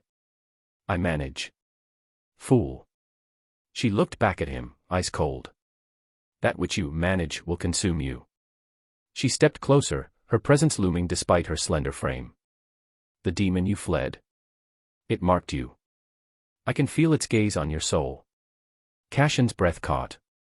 The memory of that terrible, alien presence pressing against his mind still lingered, like a shadow at the edge of his thoughts. He clenched his fists. I didn't take the bait. Her brow furrowed. Bait. He hesitated. It offered me things. Power. Knowledge. I refused. For the first time, something shifted in her expression, not quite respect, but perhaps a flicker of acknowledgement. Wise. For a Monclay. Her gaze sharpened again. But refusal is not enough. If you are marked, it will come for you again. You need to learn to protect your mind properly. Cashin frowned. And you're offering to teach me? She scoffed. Do not mistake necessity for charity. Alone, you are a liability. If your mind breaks, you'll either die screaming or become another puppet for the warp. Her eyes glimmered with faint amusement. Neither outcome serves me. Cashin exhaled slowly, considering. She was right. The warp's whispers were growing louder each day. Even in sleep, they slithered through his mind, probing for cracks. If he could learn to fight back. All right, he said quietly. Teach me. Favelith inclined her head slightly, almost approving. Good. Sit. Cashin hesitated, glancing around. The ruins were quiet, but not silent. The shadows shifted unnaturally, and every breeze carried the faint stench of decay. Here. Do you see a safer place? She gestured to the crumbling walls. Sit. Reluctantly, Cashin lowered himself to the ground, resting his back against a cold, rusted pillar. Favelith moved with eerie grace, settling cross-legged before him. For a long moment, she simply watched him, unblinking. Then she spoke, her voice low and steady.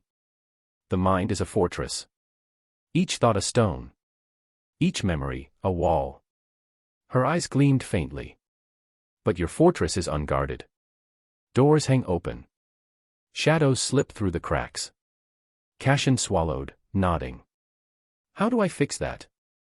Close the doors. She reached out, one slender hand resting on his forehead. Her touch was ice cold, and his breath caught as his mind suddenly shifted. He wasn't in the ruins anymore. Darkness surrounded him, vast and silent. He floated, weightless, in the void of his own mind. Shapes flickered at the edges of perception, whispers curling through the shadows. Focus, Favelith's voice echoed through the darkness. Feel the walls of your mind. See them. Cashin closed his eyes, concentrating. Slowly, the darkness shifted, resolving into a vast, silent fortress. The walls were cracked and crumbling, shadows slipping through the gaps. Rebuild, she commanded. One stone at a time. Cashin gritted his teeth. He reached out, imagining the stones sliding into place. The shadows hissed, resisting him, but he pushed harder. Stone by stone, he rebuilt the walls, sealing the cracks. The whispers grew louder, angry. Cold tendrils of thought lashed at his mind, trying to tear down what he built. His heart pounded. Sweat trickled down his temple. Hold. Favelith's voice was sharp. Do not waver. He focused, pouring every ounce of will into the task. The shadows recoiled. The walls solidified. Bit by bit, the darkness retreated, until at last, there was silence. When he opened his eyes, he was back in the ruins. His body ached, and his head throbbed, but the whispers, they were gone. Favelith watched him closely, her expression unreadable. Not entirely useless, she muttered. You might yet survive. Cashin exhaled shakily. Thanks. I guess. She rose smoothly, brushing the dust from her robes. Come. The hunt is not over. Cashin pushed himself to his feet, the weight of his armor settling around him. As they moved deeper into the ruins, he felt different. For the first time in a long while, the whispers were silent. The ruins stretched out before them, a labyrinth of twisted steel and crumbling stone. Cashin walked behind Favelith, keeping close but careful not to let his boots scuff too loudly against the debris. The city's silence felt unnatural, the kind that pressed against his ears, making every distant sound sharper, more menacing. Even the air seemed heavier here, like the planet itself was holding its breath. They moved in near silence, weaving through the wreckage, always careful to keep to the shadows. Cashin's eyes darted around constantly, scanning the streets for movement. Occasionally, he caught glimpses of things. Silhouettes slipping through the fog. Shadows that moved against the faint red glow of the sky. Once, they heard the low, distant wail of something alive, and very, very large, echoing across the ruins. They pressed themselves into a broken alleyway and waited in silence until the sound faded. Favelith glided ahead of him, her footsteps impossibly light, her every movement ethereal. Cashin wasn't sure if she was even touching the ground half the time. She moved like a fairy, and he felt like a lumbering beast by comparison. After a time, when the silence stretched almost too long, she finally spoke, her voice barely a whisper. "You walk like a mon clay." Cashin scowled. "I am a human." "Yes," she mused, glancing over her shoulder, "but you don't have to sound like one." She turned back, slipping through the ruins. "Your body is a conduit.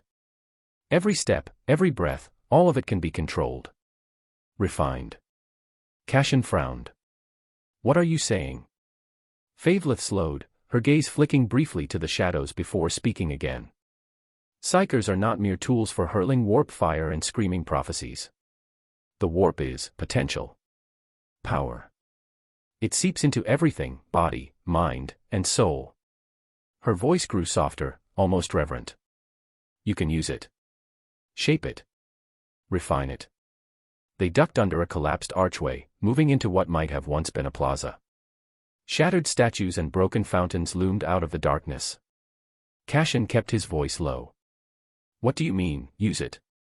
Favelith slowed, turning her head slightly. Her eyes glimmered faintly in the dark. "You could empower your body," she said softly. "Let the warp flow through your muscles, making you faster, stronger. It requires discipline, more than most Monclay possess."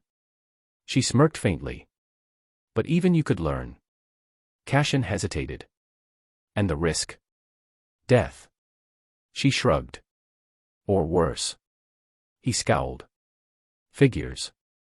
They moved in silence for a few moments more, weaving through the ruins.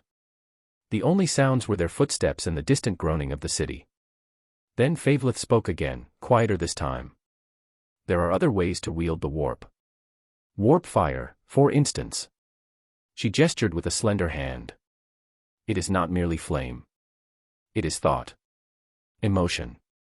Will. A psyker can shape it, twist it, make it burn hotter than any mortal flame." Her gaze flicked to Cashin. "With enough control, you could incinerate a man's soul before his flesh even knew it was burning."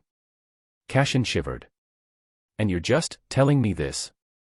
His voice was sharp, suspicious. "Why?" Favelith slowed. Cashin stopped, watching her carefully as she turned to face him. Her expression was unreadable, but there was something cold in her gaze, something ancient. "Because you are weak." Cashin stiffened. "Excuse me." She stepped closer, eyes narrowing. "Do not delude yourself, Monclay. You are fragile. Pathetic. The only reason you still draw breath is because I have not decided to snuff it out." Her voice was quiet, almost gentle, and somehow that made it worse. "I could kill you with a flick of my finger. You would not even have time to scream." Cashin remained silent. He took a step back, but she followed, her gaze boring into his. "I share this knowledge because you are of no threat to me. You are a speck of dust beneath my heel." She tilted her head. "But even a speck can serve a purpose." Cashin was calm. He already knew in grand scheme of things he was just a microcosm. But he still asked, "And what purpose is that?" "Survival." She turned away, continuing through the ruins. "If you die, I lose a set of eyes. A distraction. Perhaps even a weapon, if you live long enough to be useful." She glanced at him over her shoulder, smirking faintly. "Besides, I tire of the silence." Cashin stared after her, his jaw tight. He wanted to argue. But he knew that if she wanted to eliminate him there is nothing he could do. Taking a deep breath, he followed after her, the weight of her words pressing down on him like a stone. She was right about one thing, at least. If he wanted to survive, he needed to be stronger. Much stronger. Chapter 49, Threads of Darkness. The story has officially reached 100k words. Thank you for your support, everyone. Enjoy. Cashin moved through the city with purpose, but not confidence. Every step was measured and cautious. The silence here wasn't just absence of sound, it was oppressive. Like the city was waiting for something. Or someone. He glanced ahead. Favelith moved like a shadow, slipping through the ruins with uncanny grace. Her presence was reassuring, but also unsettling. She belonged in this place more than he did. Time had lost meaning. Minutes stretched into hours. Or maybe it was the other way around. The sky hadn't changed since they'd arrived, a swirl of violet clouds casting everything in a twisted, sickly glow. Even the sound, when it came, was wrong. The distant hum of something immense and buried deep beneath them, it vibrated in his bones, like a warning. The streets narrowed as they walked, the buildings becoming stranger, more alien. Once familiar architecture now slouched and twisted in ways that defied reason. Cashin passed statues worn down to grotesque lumps by time or madness. A toppled column oozed a slick, black film that shimmered in the corner of his eye. He didn't stop to look closer. Deeper into the city, reality began to fray. The streets bent in directions that felt impossible. A building on his right blinked out of existence when he turned his head. He breathed in sharply, grounding himself. No time to panic. They emerged into a collapsed courtyard, wide and broken, littered with rusting metal and shattered statues. Cashin's boots crunched over old bones. He slowed as he spotted something beneath the dust, fragments of blue-painted ceramite. Imperial Guard, he muttered, brushing off the grit. The armor was cracked and warped, like it had been melted and frozen again. Favelith crouched beside him, her gaze unreadable. They died here. You've seen this before? She hesitated. Her voice was lower when she answered. This city isn't just cursed. It's wounded. And it bleeds still. Cashin's skin crawled. So what killed them? She didn't answer. And they kept moving. Soon the ground beneath them became oily, the stone slick with something he didn't dare name. Every surface pulsed faintly, as if it shared one heartbeat, slow and deep, echoing through his boots. Then he heard something. A whisper. He froze. Did you hear that? Favelith didn't stop walking. Hear what? Cashin strained to listen, but the whisper had vanished, or melted into the air. They turned a corner and found a chasm. It split the street like a wound. Cashin leaned over the edge. The bottom was darkness. Not shadow, darkness, alive and pulsing. The edge throbbed faintly. Warp energy, Favelith said quietly. Fantastic. They skirted the edge carefully. That's when Cashin saw them, shapes in the gloom, tall and wrong. At first it looked like one figure. Then he saw more. Dozens. Standing still. Watching. His hand drifted toward his pistol. What are they, Dot? Favelith's body tensed. They won't move. Not yet. What do you mean, not yet? She didn't reply. The city closed in around them. Every step felt like walking deeper into a nightmare. The whispering came and went, it was maddening. Cashin felt his thoughts fray at the edges. The buildings leaned over him like giants with bad intentions. Finally, Favelith stopped at the entrance of a crumbling ruin. We rest here. Cashin raised a brow. Here? Really? She crouched against a cracked wall and closed her eyes. Like that was the end of the conversation. Cashin took the opposite side, his armor buzzing as he sat. They rested in the shadows of a crumbling wall, the darkness pressing close. Cashin adjusted his stance, back against the cold stone, eyes scanning the ruins.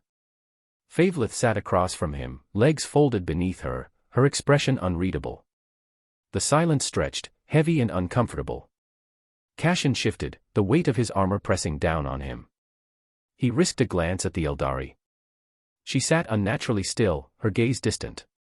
He hated the quiet. It made the whispers louder. After a long moment, he spoke. You are not like Xenos I had in mind. Favelith scoffed. Yes, the propaganda your government forces into your mind. To make you more obedient. Cashin met her gaze. Maybe, but every exaggeration has a kernel of truth in it. She smirked. You monkeys are in quadrillions, spread across the galaxy. You multiply like rabbits. While the fertility of our people is like one birth in 100 years. So tell me, Monkey, why should we not preserve my people? If it takes a bit trickery, then so be it. Cashin looked at her calmly. There will never be trust between us with you talking like that. Favelith stared at him intensely. I don't need your trust, Monkey. I only need your obedience. They sat in silence after that, the weight of the city pressing down on them. Cassian stared into the darkness, feeling more alone than ever. The whispers drifted through the ruins, quiet and persistent. Somehow, they felt louder now. The air shifted. Cassian felt it, a prickling sensation at the nape of his neck, crawling down his spine like ice-cold fingers. The shadows lengthened unnaturally, swallowing what little light remained in the twisted streets. The wind, ever present in the ruins, stilled. In the sudden hush, the silence pressed against his ears, deafening. Somewhere in the distance, a faint keening sound drifted through the air, high and thin, barely audible. Favelitha's head snapped up, her body tensing like a coiled spring. "Hide," she whispered, sharp and urgent. Cassian dropped into a crouch, slipping behind the crumbling remnants of a stone wall. Favelith vanished into the shadows across from him, her movements fluid and silent. He pressed his back against the cold stone, heart hammering in his chest. The silence thickened, heavy and oppressive. A ripple of wrongness swept through the streets, and the sky darkened unnaturally. Warp fire flickered above, dancing in oily tendrils across the heavens. The shadows twisted and writhed, no longer content to remain still. The very air grew thick, cloying, pressing against his skin, his mind. Cassian gritted his teeth, trying to steady his breathing. "Planetary warp storms," Favelith whispered from the darkness. "Stay still. Do not speak." The weight of the air grew heavier, more suffocating. It pressed down on him, squeezing his lungs, making every breath feel like a struggle. Then came the whispers. Soft at first, like the rustling of dry leaves, they slithered into his thoughts. His pulse quickened. The words were faint, almost indistinguishable, but they gnawed at the edges of his mind. Power. Freedom. Knowledge. Cassian squeezed his eyes shut. No. Not again. The whispers grew louder, each word like a needle driven into his skull. He gasped, pressing a hand to his head, but the voices didn't stop. They slid deeper, wrapping around his thoughts like smoke, probing, searching, promising. "I can make you stronger. I can give you what you seek. Just open yourself to me." No. Then he felt a presence. It slithered across his mind, cold and oily, like a serpent coiling around his thoughts. It pushed against his defenses, testing, looking for cracks. Cassian gritted his teeth, trying to shove it away, but it pressed harder, writhing against his mind. His breathing quickened. "Fool," Favelith hissed, barely audible. "You're attracting it. Your mind is wide open." "I'm trying." Cassian rasped, sweat trickling down his temple. It's too strong." "Because you're weak." Her voice was sharp, cutting through the fog in his mind. "Listen to me. It's drawn to power. To you. If you don't quiet your mind, it will find us." Cassian bit back a curse, eyes darting through the shadows. He could feel it now, the thing. It drifted through the ruins, drawn by the psychic tremors rippling through the air. His chest heaved, panic clawing at his throat. "What do I do?" Her eyes glimmered faintly in the dark. "The technique I taught you. Reinforce the walls of your mind. Do it now, or I will kill you. I do not need a liability." Cassian squeezed his eyes shut, trying to focus. The memory came slowly, her lessons, brief but sharp, drilling into his mind like a blade. The mind was a fortress. Walls of thought. Towers of will. Doors that must remain shut. He imagined those walls now. Stone and iron, heavy and unyielding. The whispers battered against them like waves against rock. Cassian pushed back, forcing them away. The darkness pressed closer, heavy and suffocating, but he held firm. "Good," Favelith whispered. "Stronger." The presence pushed harder, writhing against his mind, desperate to slip through the cracks. His head throbbed, pain lancing behind his eyes, but Cassian shoved back with everything he had. The walls stood. And then, it was gone. The air shifted. The pressure lifted. The whispers faded, leaving only silence. Cassian slumped against the wall, gasping for breath. His head pounded, his limbs trembling with exhaustion. Favelith watched him from the shadows, her expression unreadable. "Barely adequate," she said, her tone as cold as ever. Cassian let out a deep breath. Thanks. Her gaze flicked toward the darkness beyond the ruins. The demon is gone. For now. She looked back at him, eyes narrowing. Next time, if you fail, I'll kill you myself before it can take you. Cashin met her gaze, chest still heaving. Noted. They sat in silence after that, the storm raging above, the shadows pressing close. And Cashin stared into the darkness, lost in his thoughts. Cashin leaned his head back against the cold wall, eyelids fluttering shut for a heartbeat. The strain of holding back the demon's presence had left a lingering ache behind his eyes. He didn't speak. Didn't move. Just breathed, shallow and uneven. The air still reeked of metal and rot, but now there was something else beneath it. Burnt ozone. The scent of warp residue. Across from him, Favelith sat like a statue. Only her eyes moved, scanning the area beyond their ruin. She hadn't drawn a weapon. She didn't need to. How often does that happen here? He asked after a while, voice hoarse. Often enough that I sleep with one eye open, she said, without looking at him. But not always so, focused. You think it wanted me? I don't think, she said flatly. I know. He swallowed dryly. That's comforting. You have no idea what kind of mark you carry, she continued, quieter now. He looked at her, frowning. So what now? We just sit here and wait for another demon to show up and flirt with my brain. Favelith actually laughed. A short, bitter thing. You wish that's all they do. Cashin shifted, uneasy. The humor had vanished as quickly as it came, leaving behind only the cold.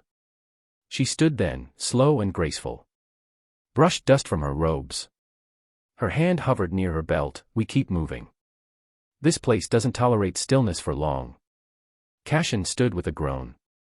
Because it attracts attention.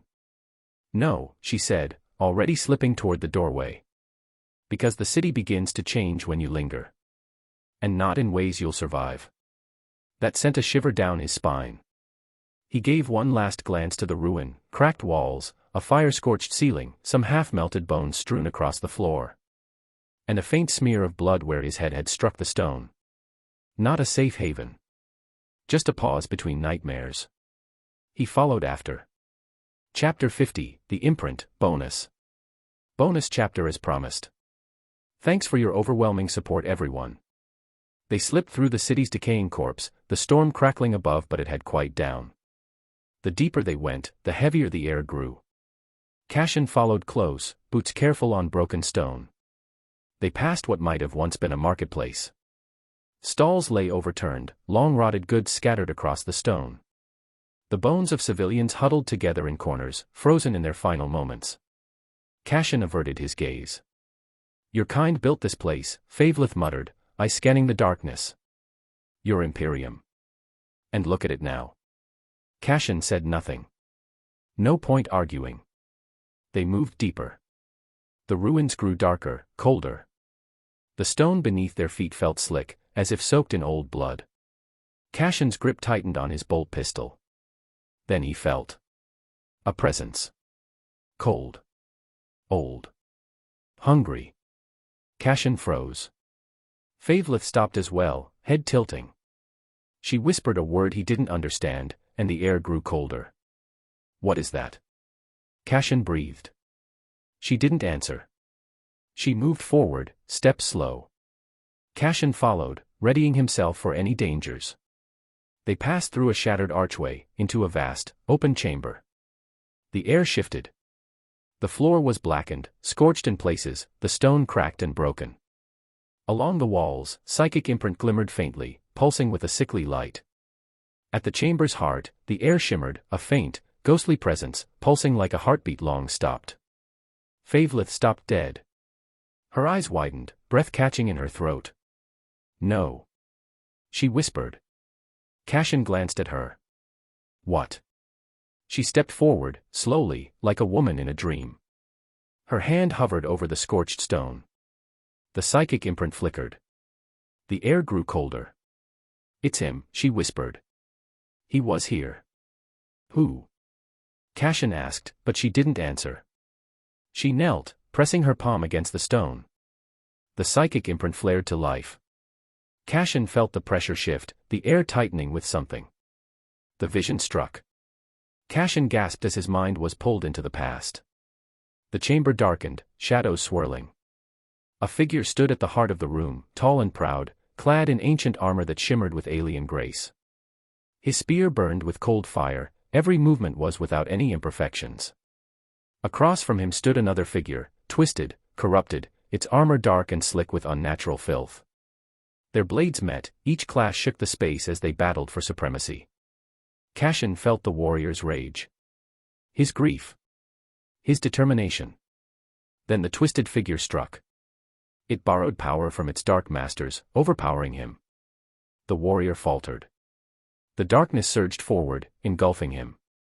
There was a scream, of pain and defiance. And then silence. The vision shattered.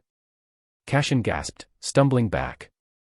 The chamber spun, darkness curling at the edges of his vision. He blinked, breath ragged, trying to steady himself. Favelith remained frozen, staring at the scorched stone. Her hands trembled. Breathing heavily. He fought here, she whispered. My mentor. Cashin swallowed. Your Phoenix Lord? She didn't answer. Her hands curled into fists. The air crackled around her, from her psychic pressure and volatile emotions. She breathed deeply as she whispered. This imprint contains both my corrupted mentor and the Assyrian sent to hunt him down. Cashin shifted uncomfortably. What does this mean for us then? She turned, eyes cold. It means we are getting close. Her gaze lingered on the psychic imprint, jaw tight. Then she stood, her expression hardening. Come. We are not alone. Cashin glanced into the shadows. He felt it too. They moved in silence, shadows stretching long under the dim, sickly glow bleeding through the roiling clouds above. Cashin kept his steps light, ears straining for any hint of noise. Favelith glided ahead of him, each movement soundless, her eyes constantly sweeping the ruins around them. As they crept past the rusted husk of an imperial transport, Cashin caught a glimpse of something, faint lines of alien script, barely visible beneath centuries of grime. He squinted, the markings faintly familiar. A rune. The same sigils he'd glimpsed earlier in the city. Cashin slowed. These symbols. They're elderly, aren't they? His voice was low, barely above a whisper. Favelith halted. Her head turned slightly, violet eyes catching his in the gloom. You are more perceptive than I gave you credit for, Monkey, she said, her tone laced with disdain. Yes. They mark old paths, remnants of a time when my kind walked these worlds unchallenged.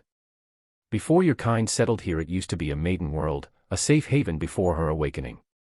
She had a sad look in her face as she narrated her race's downfall. Before her mask went back in place. Cashin frowned as he gave her time to adjust her mood, before asking. You mentioned paths to where? She hesitated, eyes narrowing. The webway. Cashin knew about the webway from his past life, but he kept quiet. Revealing that now would only invite suspicion. Favelith let out a breath that was almost a laugh. The webway, a labyrinth of hidden paths and tunnels that spans the galaxy. It allows my people to travel vast distances in the blink of an eye. This place. She gestured to the ruins. It once held a gate. A path to safety, perhaps. Or death. She turned away, continuing down the ruined street. Cashin followed. They moved quietly for a time before he spoke again. I need to leave this planet. Favelith laughed, cold, bitter. And what makes you think you could use the webway that is barely functioning? I can't.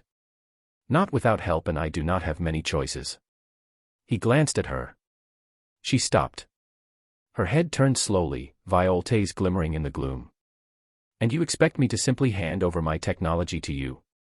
No, Cashin said, his voice low. But you want to kill your fallen mentor. You're strong, I've seen that, but you can't be everywhere at once. You need a distraction. You need someone expendable. He gestured to himself. That's me. Her gaze lingered on him, sharp and cold. You overestimate your worth. Maybe, Cashin allowed. But I'm not asking you to trust me. I'm asking you to use me. Another pause. Then, slowly, Favelith reached into the folds of her armor and withdrew a slender, rune-covered pendant. It glimmered faintly in the dim light. "The gate won't open for you," she said, her voice sharp. "Not without guidance. This will show you the way. But if you betray me..." Her eyes flashed with cold fire. "I will ensure your death is slow." Cassian took the pendant carefully, the weight of it cold against his palm. Before returning it to her, he met her gaze, nodding once. "Deal." They moved on, the silence heavier than before. Cassian stood still for a moment, eyes lingering on the towering ruins ahead. The oppressive atmosphere of the chaos-tainted world pressed down on his body, but he has already gotten used to it. Beside him, Favelith moved with the kind of grace only the Eldar possessed, silent, light.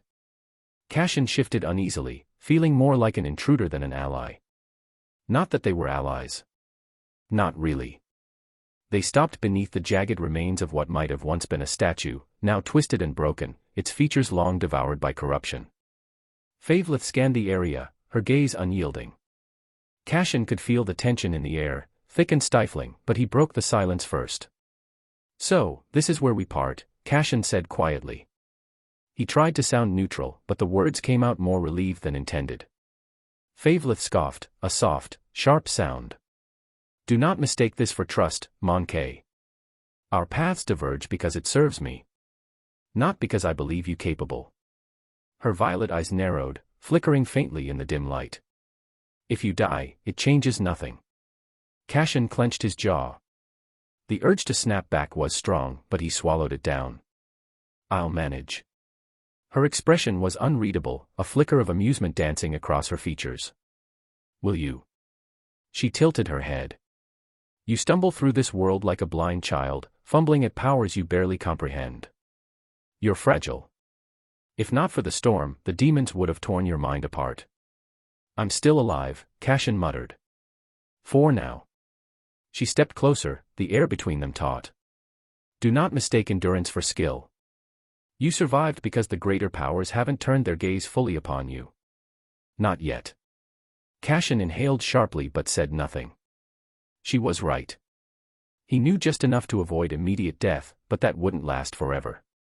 The warp was patient. It always waited. Favelith turned her back on him, her movements predatory. "When the time comes, do not hesitate. Or you'll be consumed." He watched her for a long moment. "I'll find my own way." She chuckled softly, the sound cold and distant. "Of course you will." Without another word, Favelith tossed a spirit stone communicator and vanished into the shadows, her form melting into the darkness like a ghost. Cassian stood alone, the silence pressing in around him. He tightened his grip on the spirit stone and started toward the distant silhouette of the ship. The journey back felt longer than before. Shapes twisted and shifted in the darkness, some real, some imagined. He moved quickly, footsteps quiet against the cracked stone. Every sound felt louder here. When the ship finally came into view, Cassian felt only relief. The battered hull stood out against the desolation, its metal form weathered but enduring. As he approached, the ship's automated defenses clicked softly, scanning him before disengaging. The doors hissed open, and Cassian stepped inside, the stale air washing over him like a familiar weight. The interior was dark, illuminated only by the flickering glow of the consoles. Cassian moved through the narrow corridors, each step echoing faintly. When he reached the central chamber, he found Muggos Farron hunched over a console, the red glow of his optics flickering in the dim light. "Muggos," Cassian greeted. His voice felt small in the silence. Farron turned slowly, mechanical limbs whirring softly. "Initiate veil." The tech priest's voice was a metallic rasp, modulated and cold. "You return." Cassian exhaled, leaning against the wall. "I found someone." Farron's optics clicked softly. "An ally." "Hardly." Cassian shook his head. "An Eldar. She's hunting someone." He hesitated. "A Phoenix Lord." The tech priest's movements stilled. "Curious." Farron turned back to the console, metal fingers tapping against the surface. "And what of your purpose?" Cassian hesitated. "We're leaving." Farron paused. "Leaving?" There's a webway gate on this planet, Cashin said quietly. The tech priest regarded him silently, the red glow of his optics unwavering. It will be dangerous. Less dangerous than staying here. Cashin pushed off the wall, stepping closer. We can't survive on this planet. You know that. Farron tilted his head slightly. You trust her?